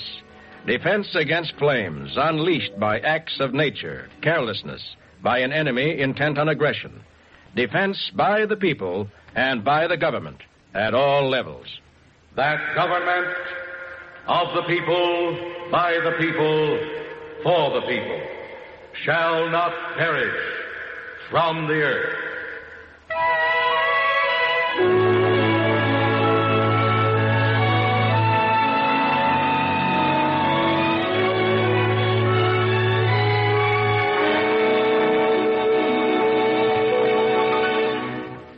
Guten Morgen, buongiorno, buenos dias. Wherever you are in service, you carry part of your country with you, perhaps more than you think. For instance, your Social Security card in your wallet means that you can now plan on 2 retirement checks when you retire at the age 65. That's because military service now counts toward both military retirement and Social Security retirement. Social Security can mean more peace of mind as well as better retirement for the serviceman. Now that he's under Social Security, there's better family protection for the serviceman. Protection in the form of regular monthly checks to his widow and children in the event of his death.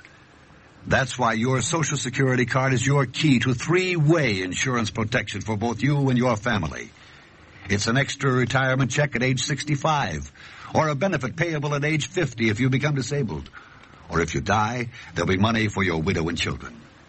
Your service library or reading room has pamphlets on hand to give you complete details on the Social Security program. Have you investigated your Social Security benefits?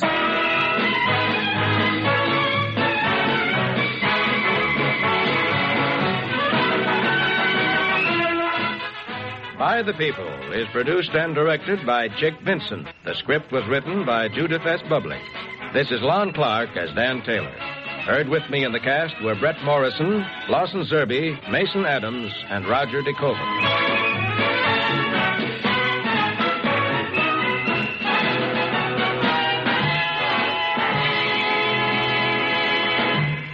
By by the People has come to you through the worldwide facilities of the United States Armed Forces Radio and Television Service.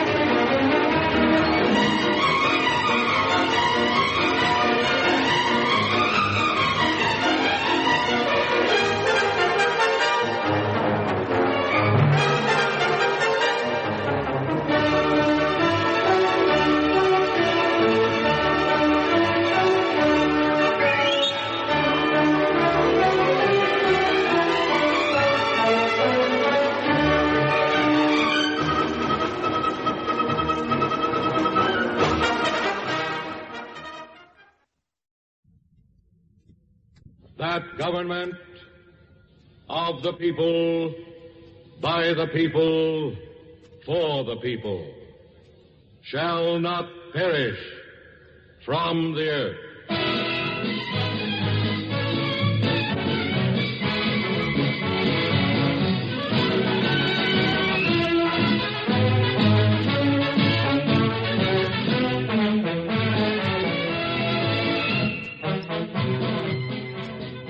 Federal Civil Defense Administration presents By the People.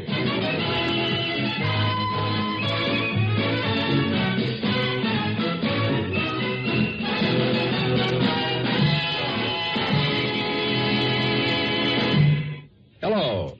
My name's Dan Taylor. I'm a newspaperman, a roving reporter. My beat, the world. My assignment, total defense. Anything and everything that has to do with the defense of our nation, our people, our way of life, our property against disaster. Any disaster. Natural or man-made. I was up in Key City going over material with my editor, Bruce Wagner. I'm on the move a good deal of the time, and things move quickly in swift-moving times. So sometimes I miss out on vital changes. You mean you didn't know about it? No, I didn't, Bruce. The order was adopted at the end of 1957. Well, that's when I started working for the Key City Chronicle, and you. Well, I'll admit you've been pretty tied up. But things are beginning to shape up now. It's time you got with it.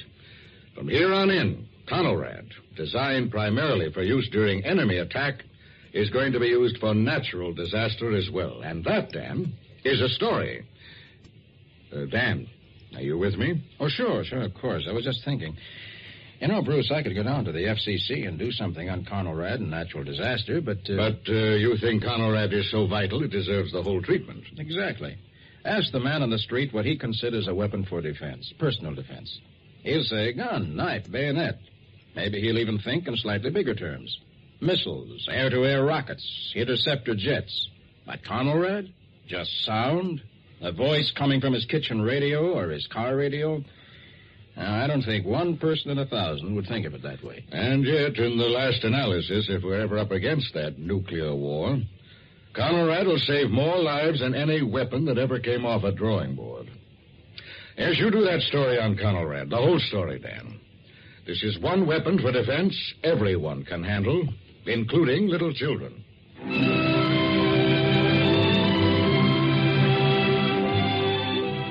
Conelrad. Plan for Control of Electromagnetic Radiation. Conelrad for short. Devised by the broadcasting industry and the government working together to disseminate official information and civil defense instruction in times of emergency. The voice of Conelrad. Your weapon against enemy attack. The unleashed fury of nature. The dangers of radioactive fallout. Your ally to guide you to food, safety, shelter, to keep your morale high by keeping you in touch with facts, the true facts.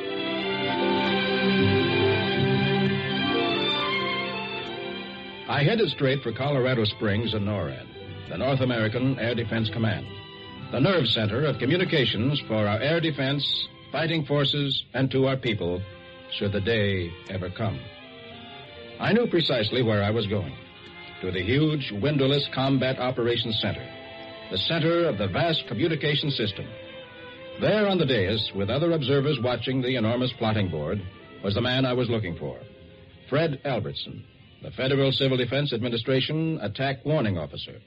Dan Taylor. Hey, you're getting to be a regular visitor these days. What now? Conelrad. This time, you're my feedline. Well, you walked in at just the right moment. I'm taking a break. Jim Roberts over there is sitting in for me. Let's have some coffee, shall we? And I'll tell you everything you want to know.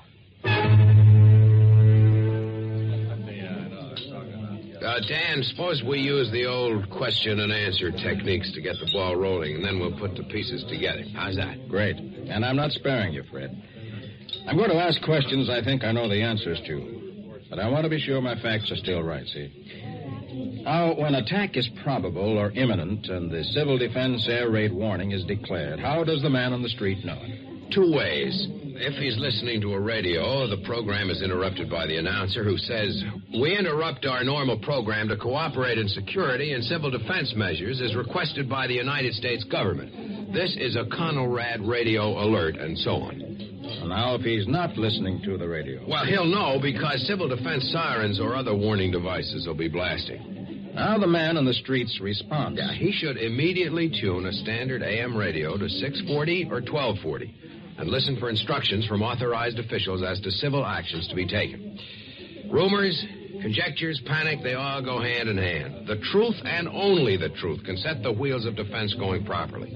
And the source?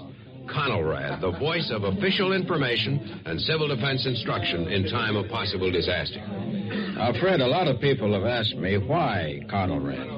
Why not just official announcements on regular radio wavelengths? Why 640 or 1240? Because we learn from experience, Dan. See, we know from the past that enemy bombers can tune their direction finders to a broadcast station and beam right to their targets.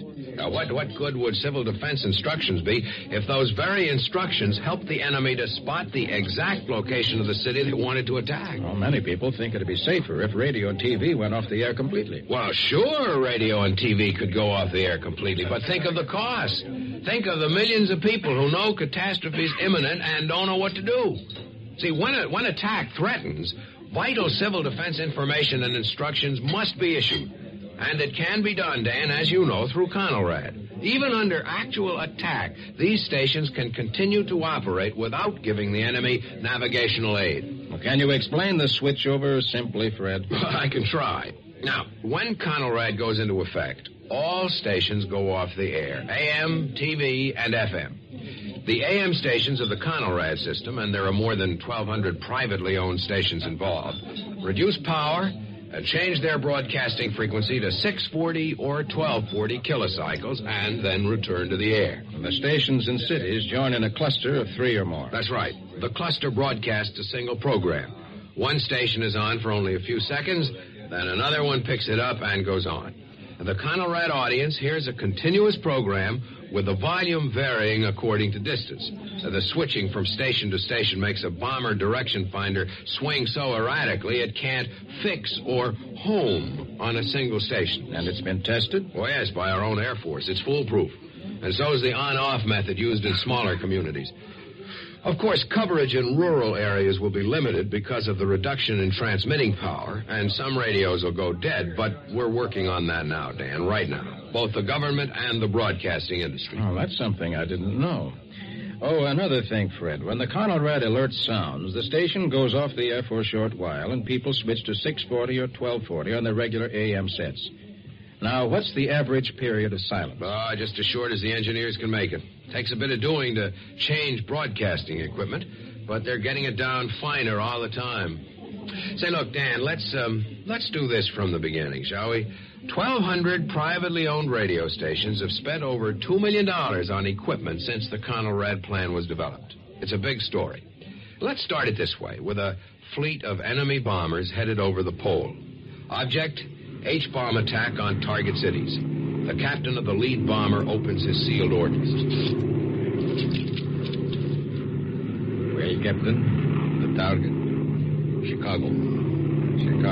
We will rendezvous with other bombers over H317. Destination, United States.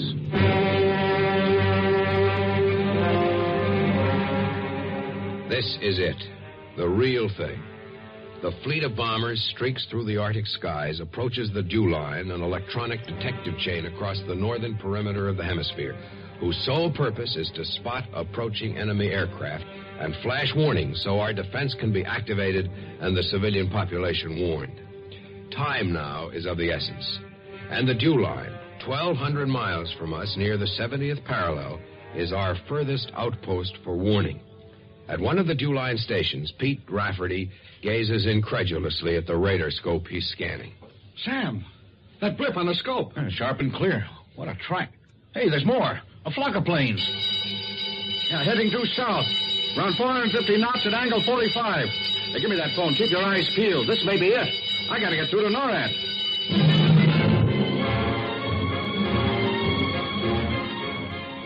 The warning bells alert all fighter interceptor planes at the very moment Pete puts his call through to NORAD. We receive it here in the combat operations room, and our whole defense setup springs into action. Strategic Air Command, the military, the president, and the people through civil defense. Now, let's get back, shall we, back to the dais so you can see what I'm talking about. We went back to the combat operations room, and Fred showed me his battery of phones. With NORAD's declaration of an air defense emergency, Conelrad goes into effect almost immediately. And NAWAS, the National Warning System operated by the Federal Civil Defense Administration. I alert Battle Creek, FCDA regional offices, and in each of the 48 states, some 276 warning points throughout the nation. And all by lifting that single phone. Yes. The air divisions notify key Conelrad stations by phone. Conelrad goes into effect at the key stations. The other Conelrad stations, who are constantly monitoring the key stations, pick it up and make appropriate announcements before leaving the air. Now, let's take your family or mine, for example. Let's take my wife, Helen. She happens to be sitting in the kitchen when the dew line report reaches NORAD and Conelrad goes into effect. She's listening to music as she fixes our daughter's lunch. We interrupt our normal program to cooperate in security and defense measures as requested by the United States government. My wife is familiar with the public action signals with civil defense. She recognizes that the siren is blasting the alert signal. She tunes the radio to 1240 and waits for the voice of Conelrad to come on. While she waits, Helen gets the food hamper and the extra blankets and clothing she's readied against this day. Our young daughter Betsy, home for a lunch hour, comes through the garden gate as the sirens blast. Helen sends up a silent prayer of thanks. A couple of minutes later, Conelrad goes on the air. This is Conelrad. Here is a special bulletin to all residents of this area. The sirens you hear are sounding the alert signal. Hostile aircraft has been sighted over the Arctic and is heading toward this country. Civil defense authorities may order evacuation of this area within the next few minutes. Stay tuned to this station. Do not panic. Do not use your telephone. Follow instructions laid out by your local officials. Keep listening to this station for information. Helen feeds our daughter as she waits for the next bulletin. Her car has been readied over the months against this day. Gas tank filled, parts checked. Her food supplies packed in a hamper are already in the car. She fills jugs with fresh water, gathers raincoats, rubbers, and extra blankets as she waits. The voice comes on again. This is Conelrad. This is James Riley, Civil Defense Coordinator for Morgantown. Several enemy bombers sighted over the Arctic have already been intercepted by our Air Force and destroyed. A few have pierced the dew line and may be heading this way.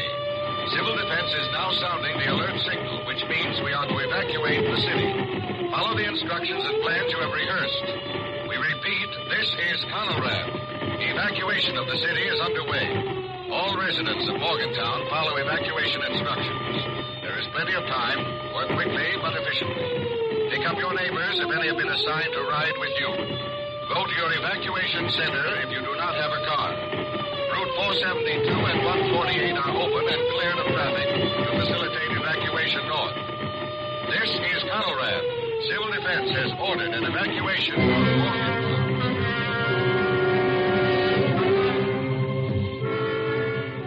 Helen and Betsy pick up our next-door neighbor and her baby and head out of town. Morgantown is a prime target area. The women are frightened, sick at heart, normal reactions. But the car radio is on the Conelrad station. And because of the Civil Defense National Warning System, they've over 2 hours of precious time between them and the enemy bombers. Time in which to get to safety for themselves and the children. This is your Conelrad station. This is James Riley, Civil Defense Coordinator for Morgantown. Traffic on Highway 7 has become heavy. All cars evacuating north, down near the Landover Turnpike, use alternate Route B. Switch to US 124, which is clear and moving rapidly. Traffic on Highway 7 has become heavy.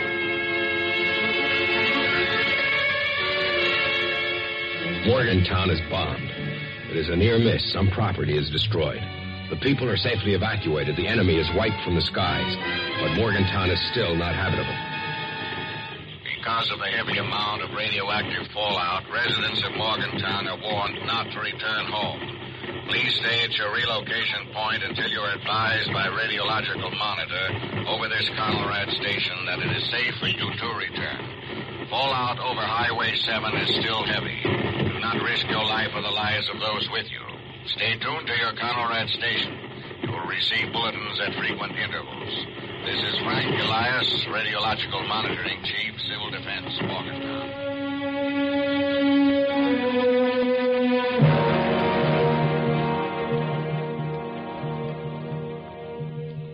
This was Conelrad. This was how it functioned. This was how it was geared to give the civil defense instructions and information that could mean the difference between life and death for the American people if an enemy should ever strike. I wound up my meeting with Fred Alberts.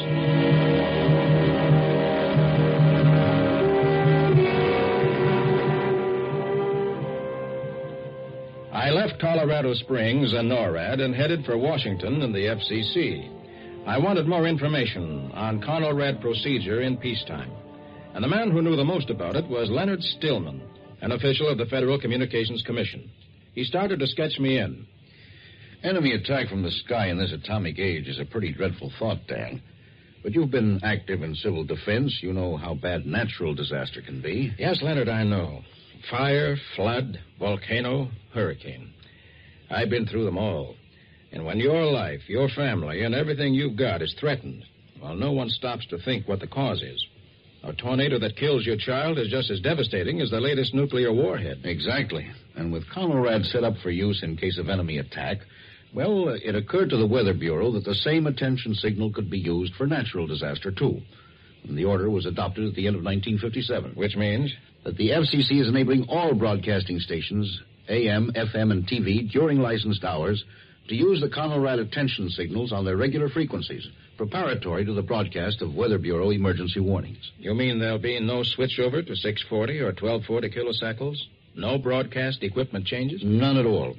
In addition to regular Weather Bureau network, the attack warning system can be used for fast, widespread dissemination of severe weather warnings issued by the U.S. Weather Bureau.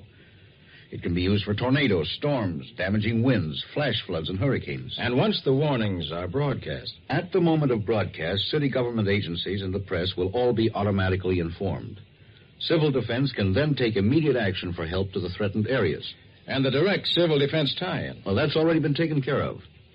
The Weather Bureau has designated the meteorologist in charge of one station in every state to serve as state civil defense liaison representative. His job, to assist in resolving weather warning problems. Now, here's a list of the U.S. Weather Bureau stations and the meteorologists in charge. All warnings for a given area will always be limited to the wording of the originating Weather Bureau office. That's to eliminate the possibility of conflicting warnings, of course. Yes. All weather warnings are a Weather Bureau effort. Look, let's take a case in point. Suppose there's been bad weather off the Atlantic. Suppose a hurricane's built up at sea and suddenly changed its track. It's intensifying by the minute. In Washington, D.C., weathermen stood ready to advise the use of Conelrad for the preservation of life and property in the area they serviced. Intensifying hurricanes, impending thunderstorms which could be tracked on radar, winds endangering life and property, snowstorms, these were some of the enemies Conelrad was geared to fight. Then suddenly the warning and advice to use Conelrad was issued by the Washington, D.C. office. The men waiting at local Weather Bureau offices in threatened states moved rapidly to put the Conelrad service into operation by use of their local teletypewriter circuits. This severe weather warning requires Conelrad alerting procedures. And the Conelrad attention signal went into effect. There were 2 approved methods of procedure at Weather Bureau stations. Key radio stations in the Conelrad system could be notified either by phone or by local Weather Bureau teletype. In New York City, the special teletype was used. The 3 bells, rung 3 times, alerted New York's 4 key stations, WOR, WCBS, WRCA, and WABC. In addition, it activated teletypes at the news services, special agencies of city government, and state and city civil defense. Radios in and around the area serviced by the U.S. Weather Bureau in New York City responded within minutes.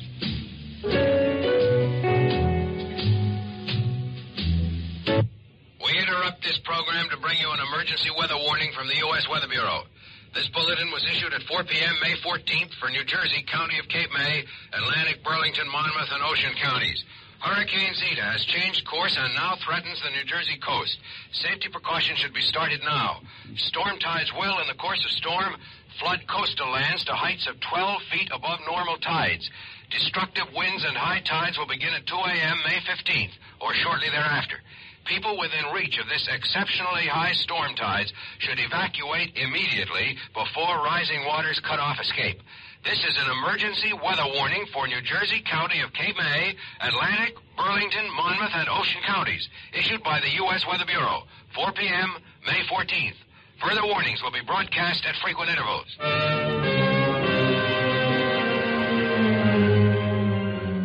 No changeover to other frequencies is necessary for the Conelrad alert. In New York City, the 4 key Conelrad stations are constantly monitored by smaller stations. Within seconds, they too broadcast the warnings verbatim as issued by the Weather Bureau. State warning systems spread the alert quickly. At Civil Defense headquarters in New Jersey and New York, officials made swift plans.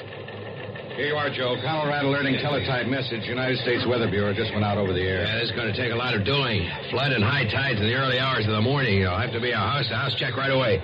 Radio's not enough. Everyone's got to be contacted personally. This is a job for civil defense.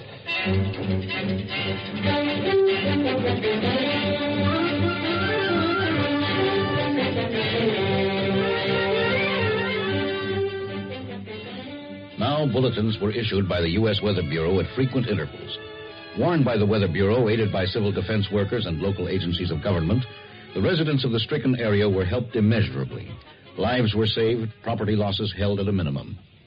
And this, Dan, is Conelrad in peacetime. Another arm of defense against disaster. Another weapon against nature on the rampage. Another means of safeguarding people, free people, living in a democracy. That government of the people, by the people, for the people, shall not perish from the earth.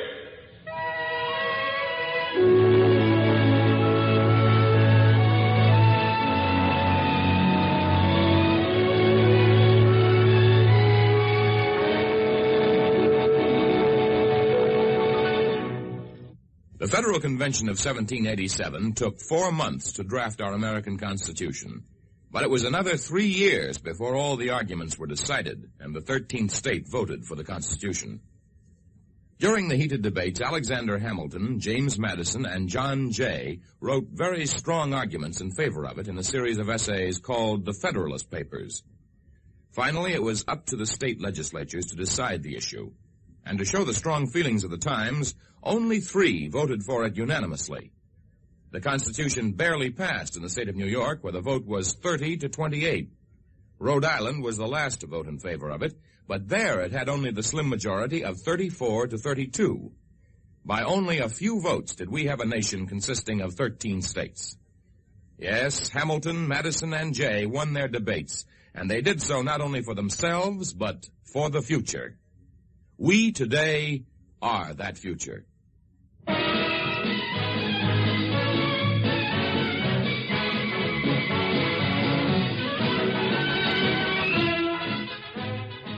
By the People is produced and directed by Chick Vincent. The script was written by Judith S. Bublick. This is Lon Clark as Dan Taylor. Heard with me in the cast were Brett Morrison, Mason Adams, and Louis Van Ruten.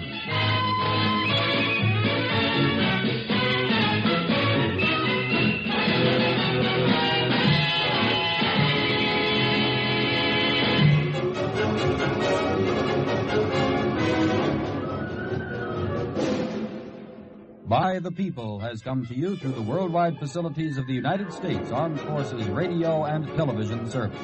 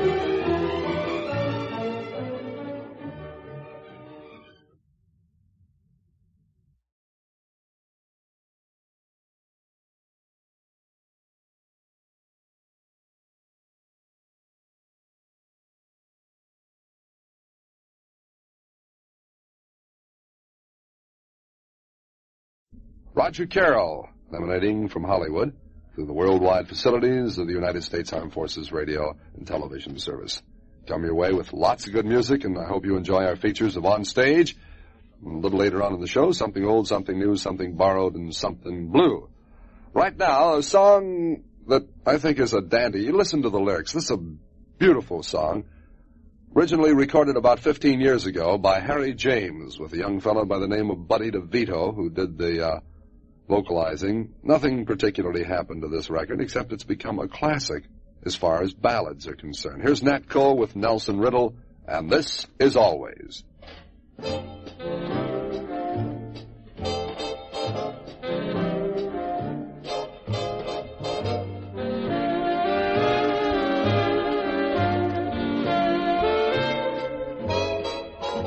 This isn't sometime, this is always. This isn't maybe, this is always. This is love,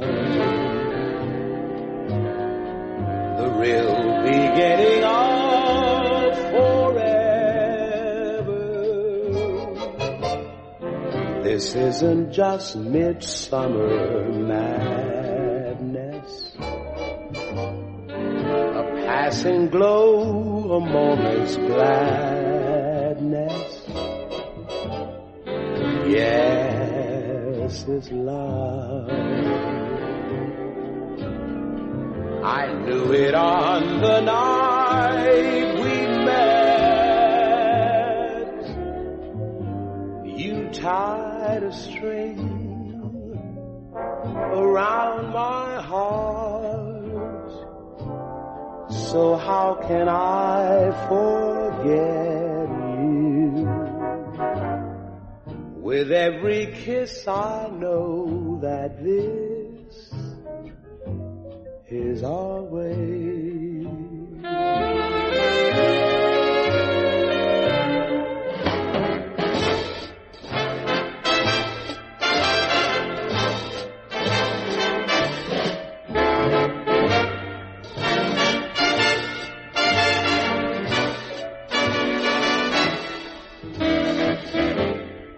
Yes, his love. I knew it on the night we met. You tied a string around my heart. So how can I forget you? With every kiss I know that this is always, always, always.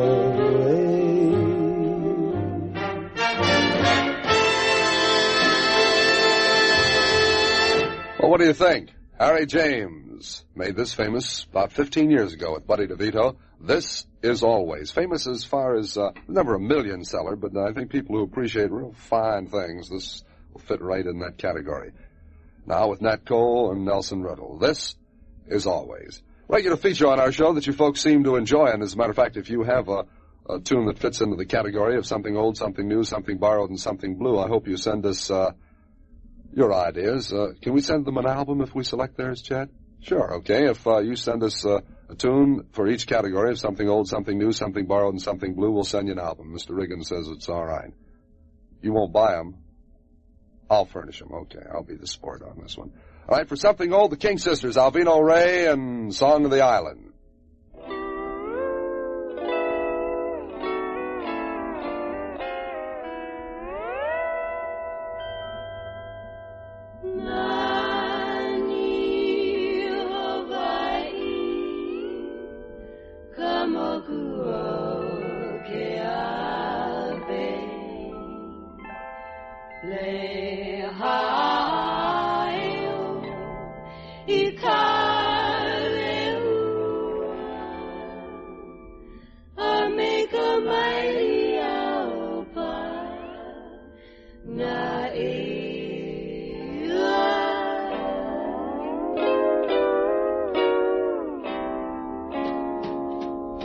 Hawaiian Isles of beauty, where skies are blue and love is true, where balmy airs and moonlight caress the waving palms of Honolulu.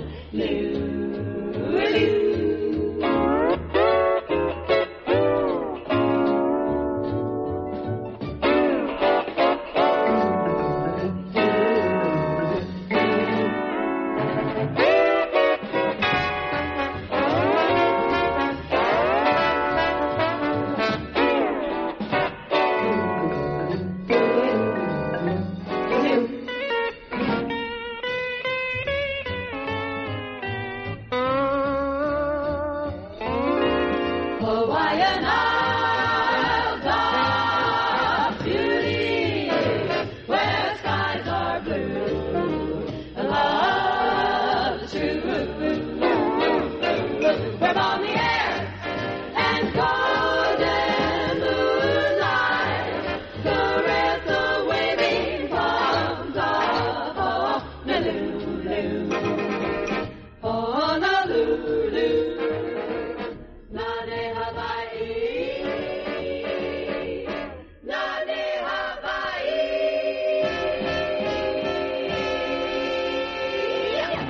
All right, for something old, I think it always makes for good listening, wouldn't you say so? The King Sisters, Alvino Ray's Orchestra, and the Song of the Islands. Actually, this will never grow old, of course, but it's a real good sound. Something new from the Meredith Willson Broadway production of the unsinkable Molly Brown. Jonah Jones, the quartet, and Are You Sure?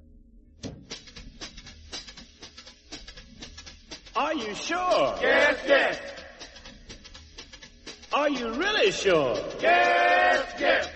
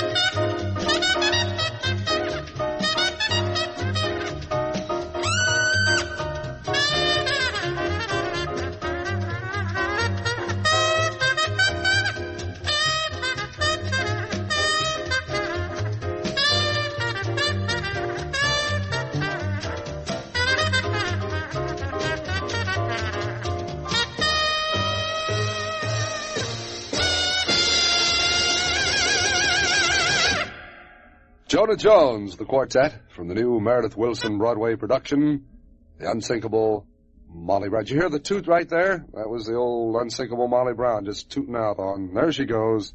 Bon voyage, my friends. Something borrowed right now from the motion picture High Hopes. Flip side of this record won an Academy Award, the title tune, but here's a song that the writers made a lot of money on because it was on the flip side. It's a beautiful song from Frank Sinatra. All of My Tomorrows.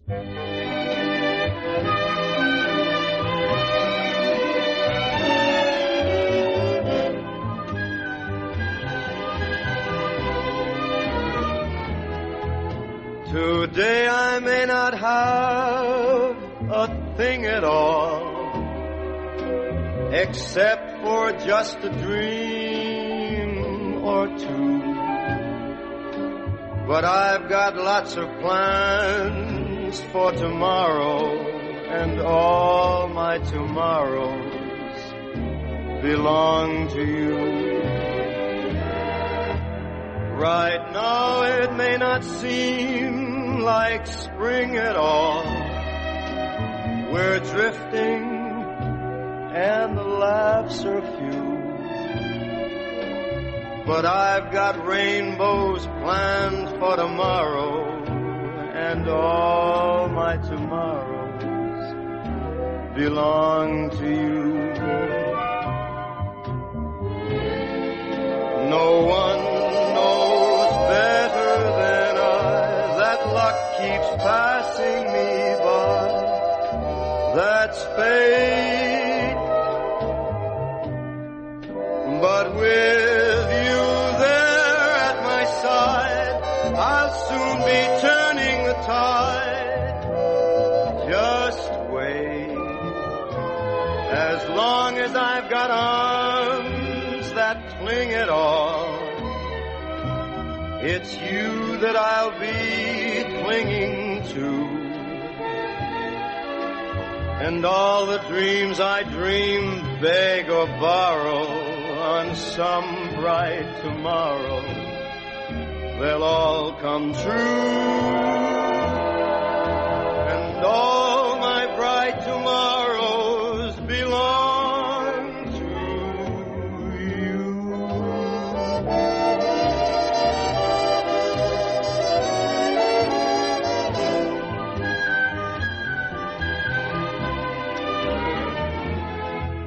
As long as I've got arms that cling at all, it's you that I'll be clinging to.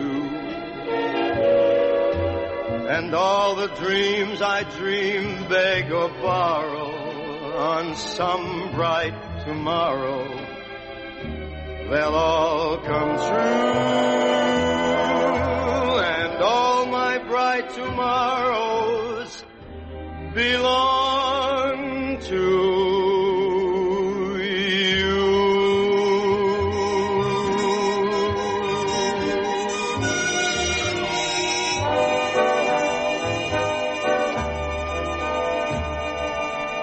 In the category of something borrowed, a beautiful song, All of My Tomorrows, from the motion picture High Hopes, I should say, Frank Sinatra with Nelson Riddle.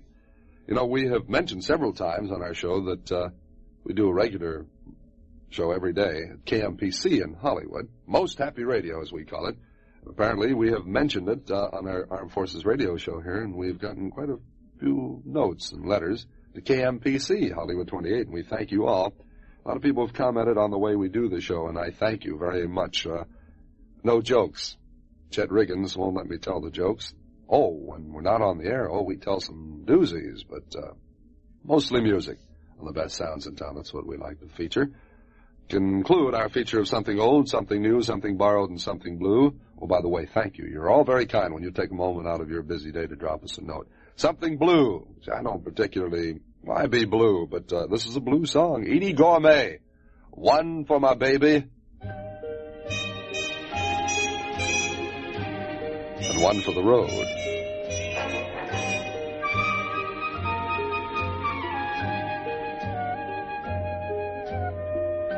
It's 2:45. There's no one in the place. except you and me. So set 'em up, Joe.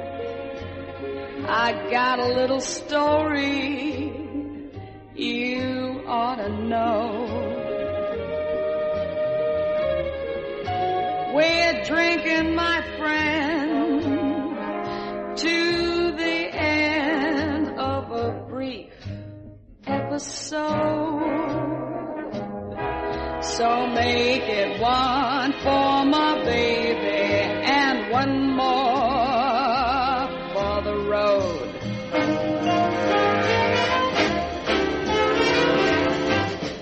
I got the routine, so drop another nickel in the machine. I'm feeling so bad, wish you'd make the music dreamy and sad. Could tell you a lot, but you've got to be true to your code. So make it one for my baby and one more for the road. Well, you'd never know it, but buddy, I'm a kind of poet and I've got a lot of things to say. And when I'm gloomy, you simply gotta listen to me until it's talked away.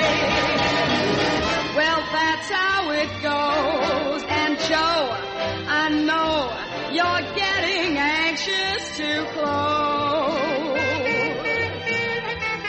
So thanks for the cheer.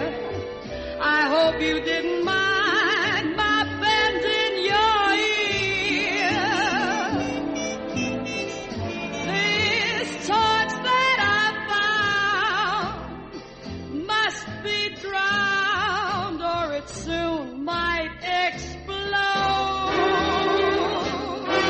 So make it one for my baby and one more for the road.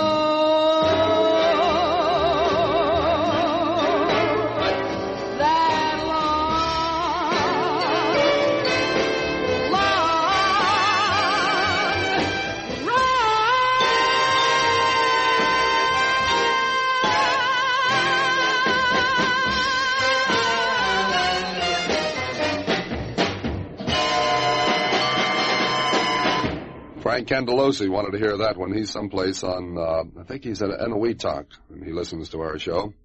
One for my baby and one for the road. Edie Gourmet. This album was recorded in Las Vegas.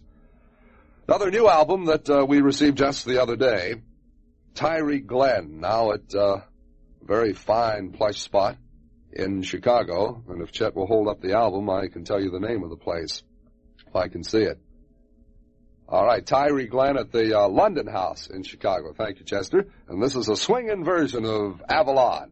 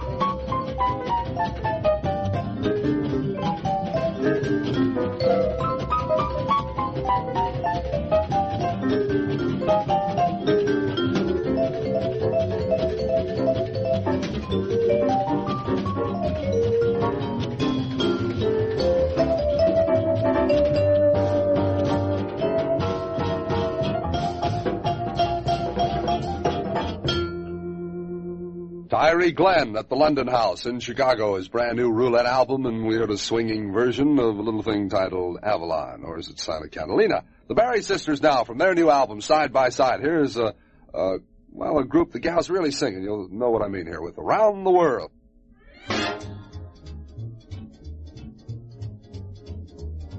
Around the world, I've searched for you. I traveled on when hope was gone to keep our rendezvous. I knew somewhere, sometime, somehow, you'd look at me and I could see the smile you're smiling now. Well, it might have been in County Down or in New York or Gay Paris, even London town. No more will I go all around the world, for I have found my world in you. Gay Paris wasn't gay for me, 'cause I couldn't find a trace of love. London town had its ups and downs, but I jolly well could not find love. While I was in China, I had a yen, but no one had a yen for me. In Spain, I was ready, but the beginning never began for me. Around the world, I searched for you. I traveled on when hope was gone to keep our rendezvous. I knew somewhere, sometime, someplace, somehow, you looked at me and I could see the smile you're smiling now. It might have been in good old County Down, New York, Gay Paris, or was it London town? No more. Well, I go around the world, for I found my world in you, Scooby-Doo. Yes, I have found. Yes, I finally found. I have found my world in you.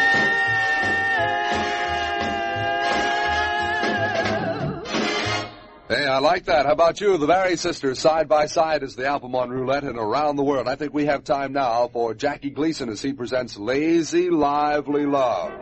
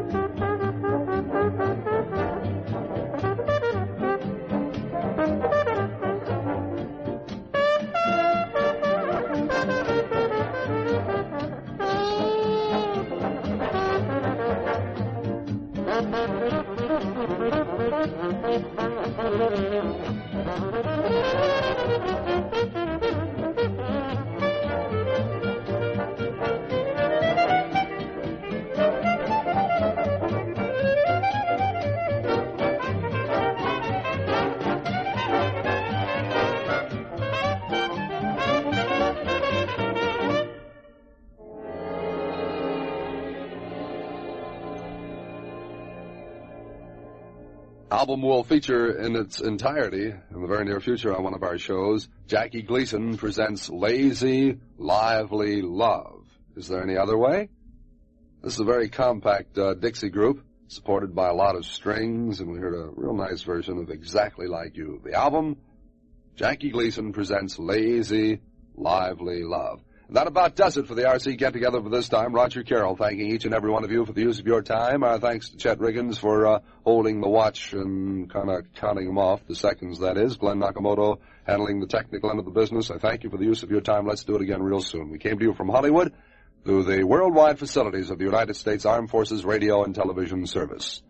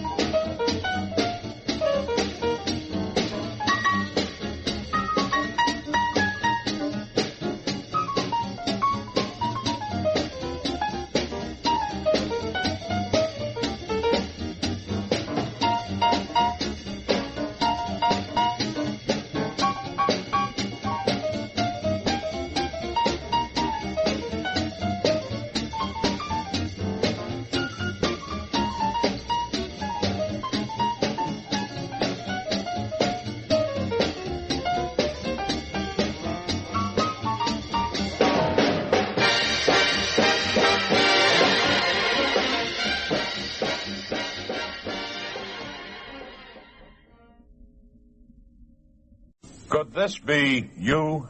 I was up in Newport, and I went up there on a case and everything else, and I'm shook up about it.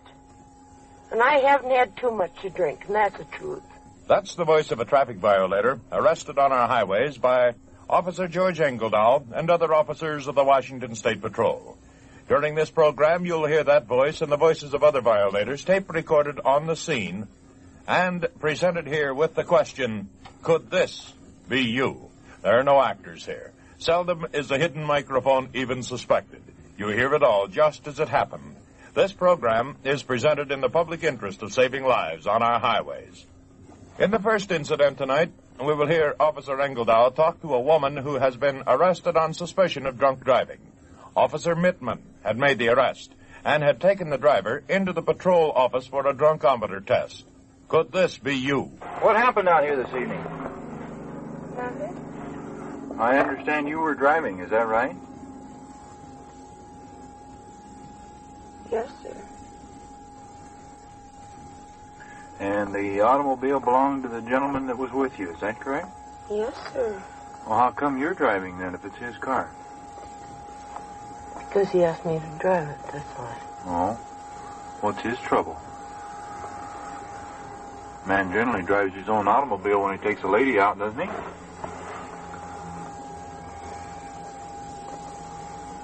What happened this evening? Nothing. You've had quite a bit to drink tonight, haven't you? No. From where I'm standing, it looks to me like you've had plenty to drink. No, I haven't. I was up in Newport, and I went up there on a case and everything else, and I'm shook up about it. And I haven't had too much to drink, and that's the truth. What happened up in Newport?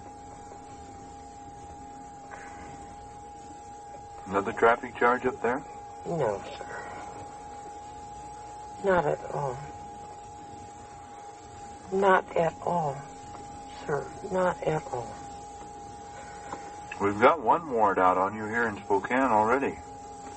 And here you are, you're just out of court today in Newport, apparently, and now you're picked up again on another charge this evening. You seem to be having all kinds of difficulty with the law. Oh, you bet I am. Because I go to work and my husband tries to kill me. Big deal. Sure, great big deal. I think that's fine. Takes the kids away from me. He does everything. And I'm supposed to go to work and stand by it and worry about it. No, not worry about it. He thinks he's doing something real great.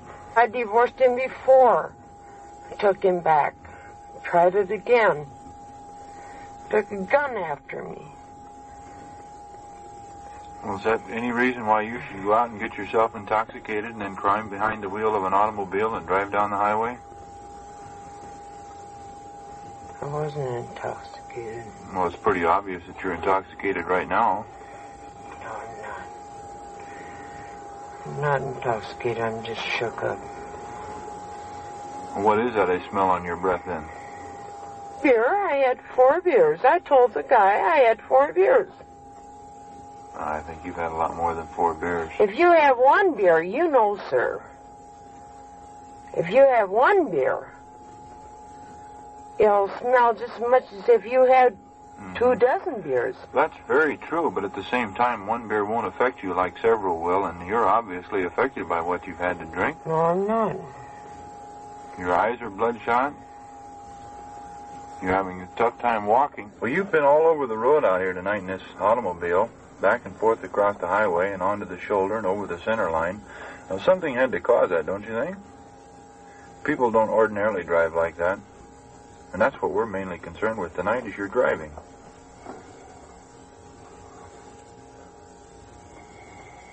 Now, what do you think would cause you to drive that way?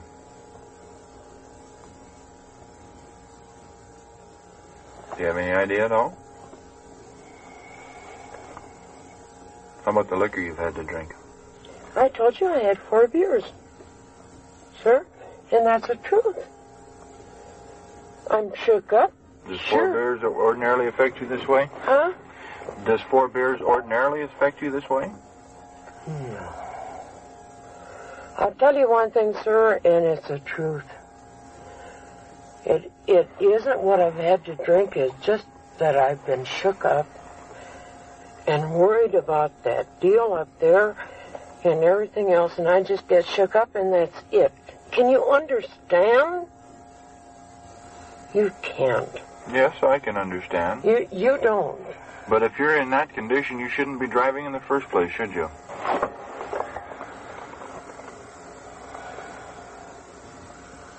Probably a combination of the beer and the nerves. Nobody understands. Nobody has got any sympathy for me at all. Is that what you're after, is sympathy? All we're trying to do is keep you and everybody else out here that uses this highway alive. Sometimes it's necessary to take drivers off of the road for their own protection and the protection... I can see it. I can see it, sir. Actually, I can see it. Because there's been time and time and time again where I've driven down the road where there should be somebody that goes to work and picks up somebody. You know what I mean? Certainly. We see it all the time. But then they're not there at the time they're supposed to be. Can you understand? Well, we were here tonight, and I think we were here at the right time to get you off the road. Yeah. Here was a driver under the influence of 2 deadly conditions, beer and an emotional conflict. Either one of them can cause all kinds of trouble on the highways. This driver was no stranger to trouble with the patrol officers, though. You heard Officer Engeldahl say that there was already 1 warrant out for her. Another point to remember is that had she had a wreck and injured or killed someone, the owner of the car would have been held liable for the damages. Ponder this the next time you decide to let someone else drive your car. Well, you heard the woman say that she had had 4 beers. After Officer Engeldahl talked to her, she was taken into the patrol office for the drunkometer test, and Officer Engeldahl then talked to the owner of the vehicle. Here is a slightly different story. Could this be you? How do you do, sir? Good evening. How are you tonight? Huh? I ain't doing no good with you guys. Well, I'd just kind of like to talk to you a minute about how you got here in the first place. Oh, okay, sir. What happened out here this evening? Oh, we was just right along minding our own business, and we got nailed.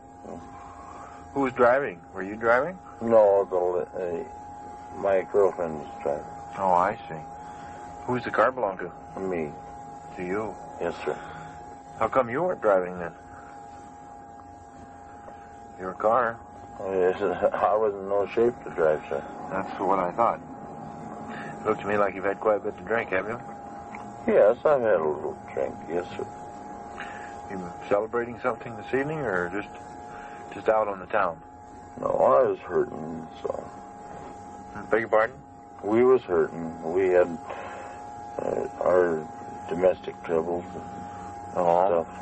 Well, what do you suppose happened that would cause him to stop you in the first place? Well, I don't know, sir. I thought she was driving properly, and... You thought so, huh?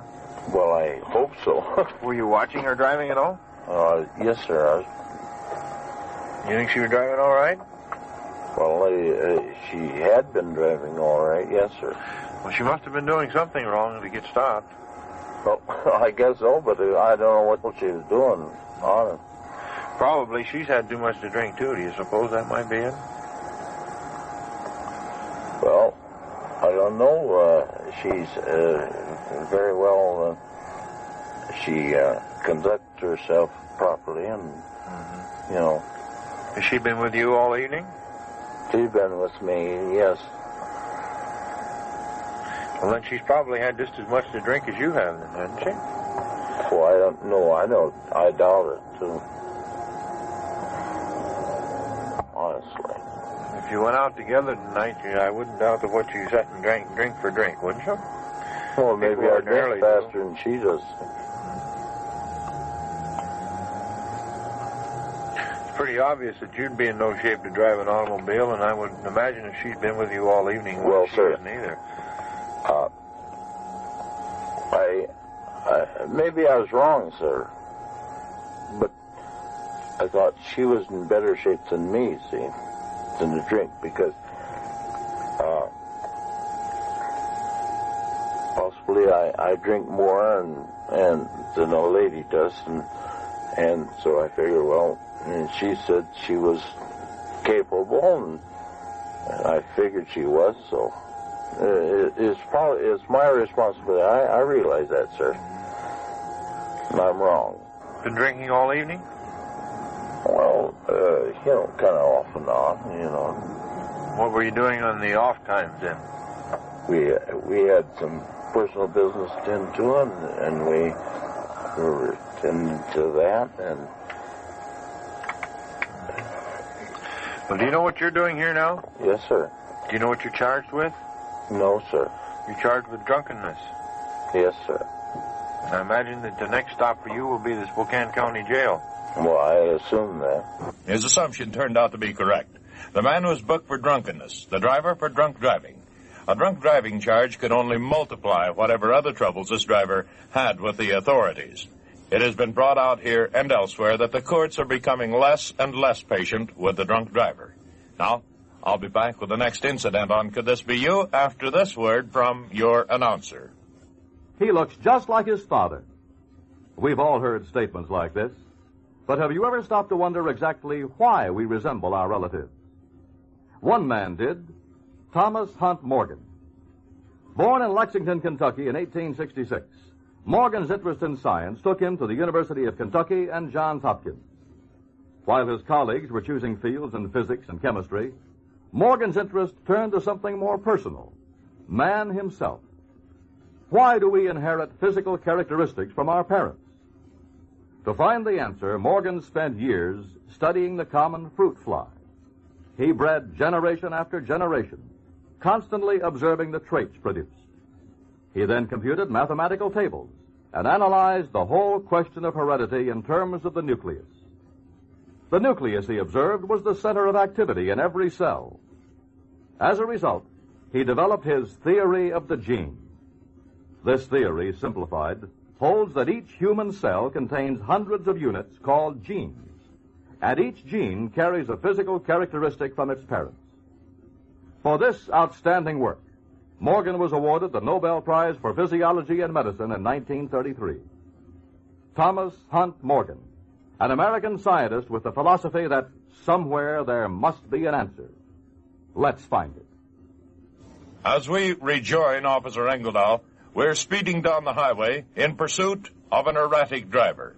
The officer is giving a running account of the actions of this driver. Could this be you? At the present time, We're in pursuit of about a 1952 or 53 Ford sedan traveling south on US 10 in the Four Lakes area. Actually, we're just south of Four Lakes, and we're directly behind this vehicle now. We're getting at a good pace on him at just a little better than 80 miles an hour.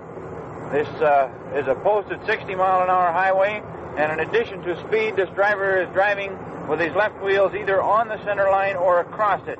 As oncoming traffic approaches, he will swing back to his own side of the road momentarily until they get by, and then right back out, straddle or across the center line. I think we'd better get him stopped and find out what his trouble is. The brake lights come on. The driver is slowing down and pulling to the shoulder. It looks like there are two men in the car. We don't see anybody else, just the two men in the front seat. Let's go up and have a talk with this driver.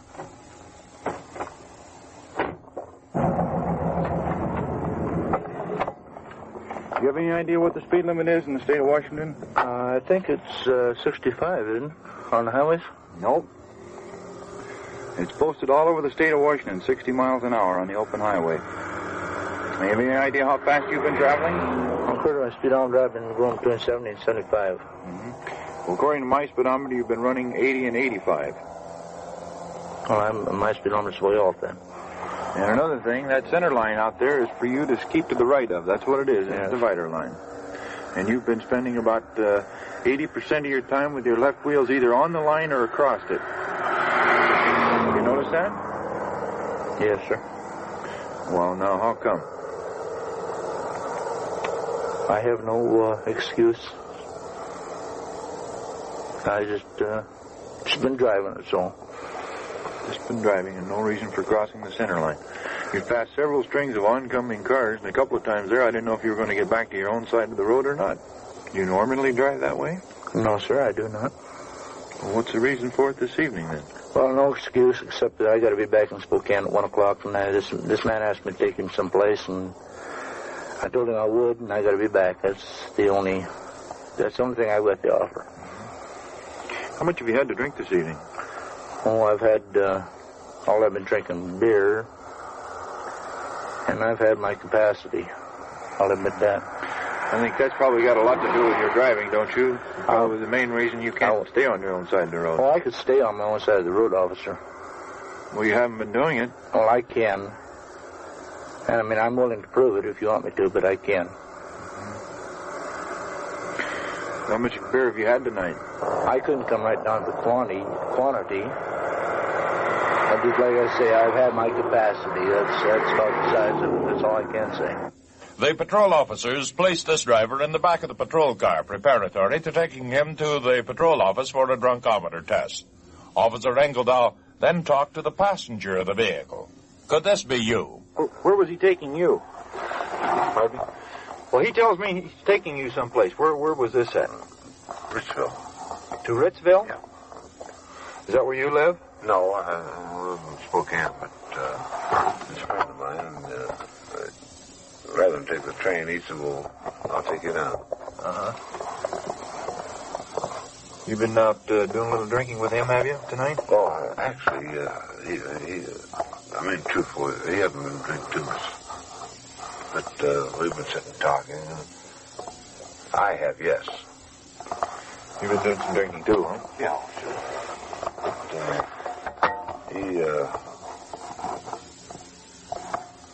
But he has to be back in Spokane. He said, well, I'll get you down to Ritzville when I come back. And I said, well, no, I said, no, it's going to hurry you too much.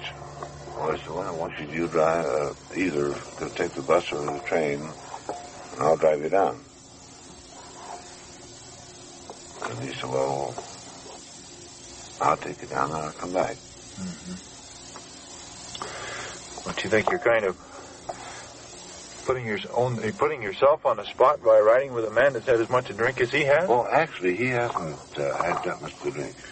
Well, sitting over there where you're at, did you notice anything wrong with his driving? Yes, and I told him, but you notice that cast in his arm? Mm-hmm. That's the main thing there. To me, it isn't because he's drunk. Well, he's got another good arm he can steer with. That's what he's been trying to do, and He's traveling 80 and better and back and forth across this road out here. That I didn't notice because, of course, I'm anxious to get down to Ritzville. You'd have been a lot safer on a train or a bus, I think. Now I know that. Yes, he knows it now. He was lucky not to have found it out an even harder way. 80 miles an hour, even without a few drinks, with the driver's arm in the cast, is just asking for trouble. There was no doubt or argument about the reason for the next driver's troubles. Here's the way it looked to Officer Engeldahl from the patrol car. Could this be you? We're in behind about a 1950 Cadillac, and this driver seems to be having quite a bit of difficulty. He's over the center line and then onto the shoulder, and right now he's doing pretty good. However, he's beginning to weave a little. He's going toward the right now. He's off on the shoulder with his right wheels. He's coming back to the roadway now. He's only moving about 20 miles an hour. And now there he goes out over the center line. I think we better get this driver stopped and find out what his trouble is. We haven't seen any brake lights yet. There they come. The brake lights just went on. He's slowing down very slow and is moving toward the shoulder. He's not off yet, though. He's just barely there. Now he's off onto the shoulder and is just about stopped. Let's go up and have a talk with this driver. How do you do, sir? As usual. How are you this evening? Fine. How come you got that top light on? Have that on. Didn't mean to have that on. There we are. That's better. I've been watching you drive for the last half or three-quarters of a mile, sir, and you have been back and forth over this one lane of travel out here, over the center line and back again several times, and you're only moving about 20 miles an hour. What seems to be the difficulty this evening? Beg your pardon? Negligence. Negligence? What do you call it? Yeah, that could be. Also, I think there's been quite a bit of drinking here, too, hasn't there? No, not too much, Butch. Well, I don't know. There's an awfully strong odor of liquor on your breath. How much have you had to drink tonight? Oh, I'll wait. If I said 2 beers or 4 beers, you wouldn't be moved. No, I don't think I would. No, that's right. How much do you think you've had to drink this evening? I had a few drinks. Beg your pardon? I had a few drinks. A few drinks? Yeah. Well, how many is a few? Well, beer and whiskey. There's enough drinks in it. Maybe quite a few, huh? That's possible. It's possible? Possible. Where have you been this evening? Oh, down in Spokane here, and I'm going to, I'm headed to Montana, see. You're headed for Montana? Yeah. Where's your home? My home is in Colorado. Mm-hmm. Well, I think you've had a little too much to drink to be out here driving this evening. Well, I park over there. You're good people. Well, actually, we can't just allow you to park your car either. I think right now you better get out and come on back to my car. This driver was arrested and taken to the county jail. The charge, drunk and reckless driving. Should he be found guilty, he could spend a few more days in jail, as well as paying a heavy fine and losing his driver's license. Another driver who learned, next to the hardest way, that drinking and driving does not pay. The hardest way to learn involves a rending crash. Now, I'll be back with the final word on Could This Be You? After this word from your announcer. An American is always proud and happy to help someone help himself. Not only because he is usually helped in return, but for the simple reason Americans feel other people also ought to have the opportunity to live a peaceful, happy, and fruitful life. That's why the USA is one of the member nations of CETO, the Southeast Asia Treaty Organization. The United States helps the other CETO countries, and they help the United States. That's the way CETO works. CETO is working to preserve all of the freedoms and liberties for you. You have heard Could This Be You? Actual recordings of the arrests of traffic violators on Washington state highways by Officer George Engeldahl and other officers of the Washington State Patrol. Could This Be You? Is a copyright feature of Golden West Broadcasters Incorporated, presented in cooperation with the Washington State Patrol and presented in the public interest of saving lives on our highways. The voices you have heard are all real. There has been nothing added for effect. Now, this is Buck Ritchie, hoping that you will not be on next week's program. Could This Be You is heard round the world via Armed Forces Radio Service. The Washington State Patrol does not endorse any product or commercial service. Could This Be You has come to you through the worldwide facilities of the United States Armed Forces Radio and Television Service.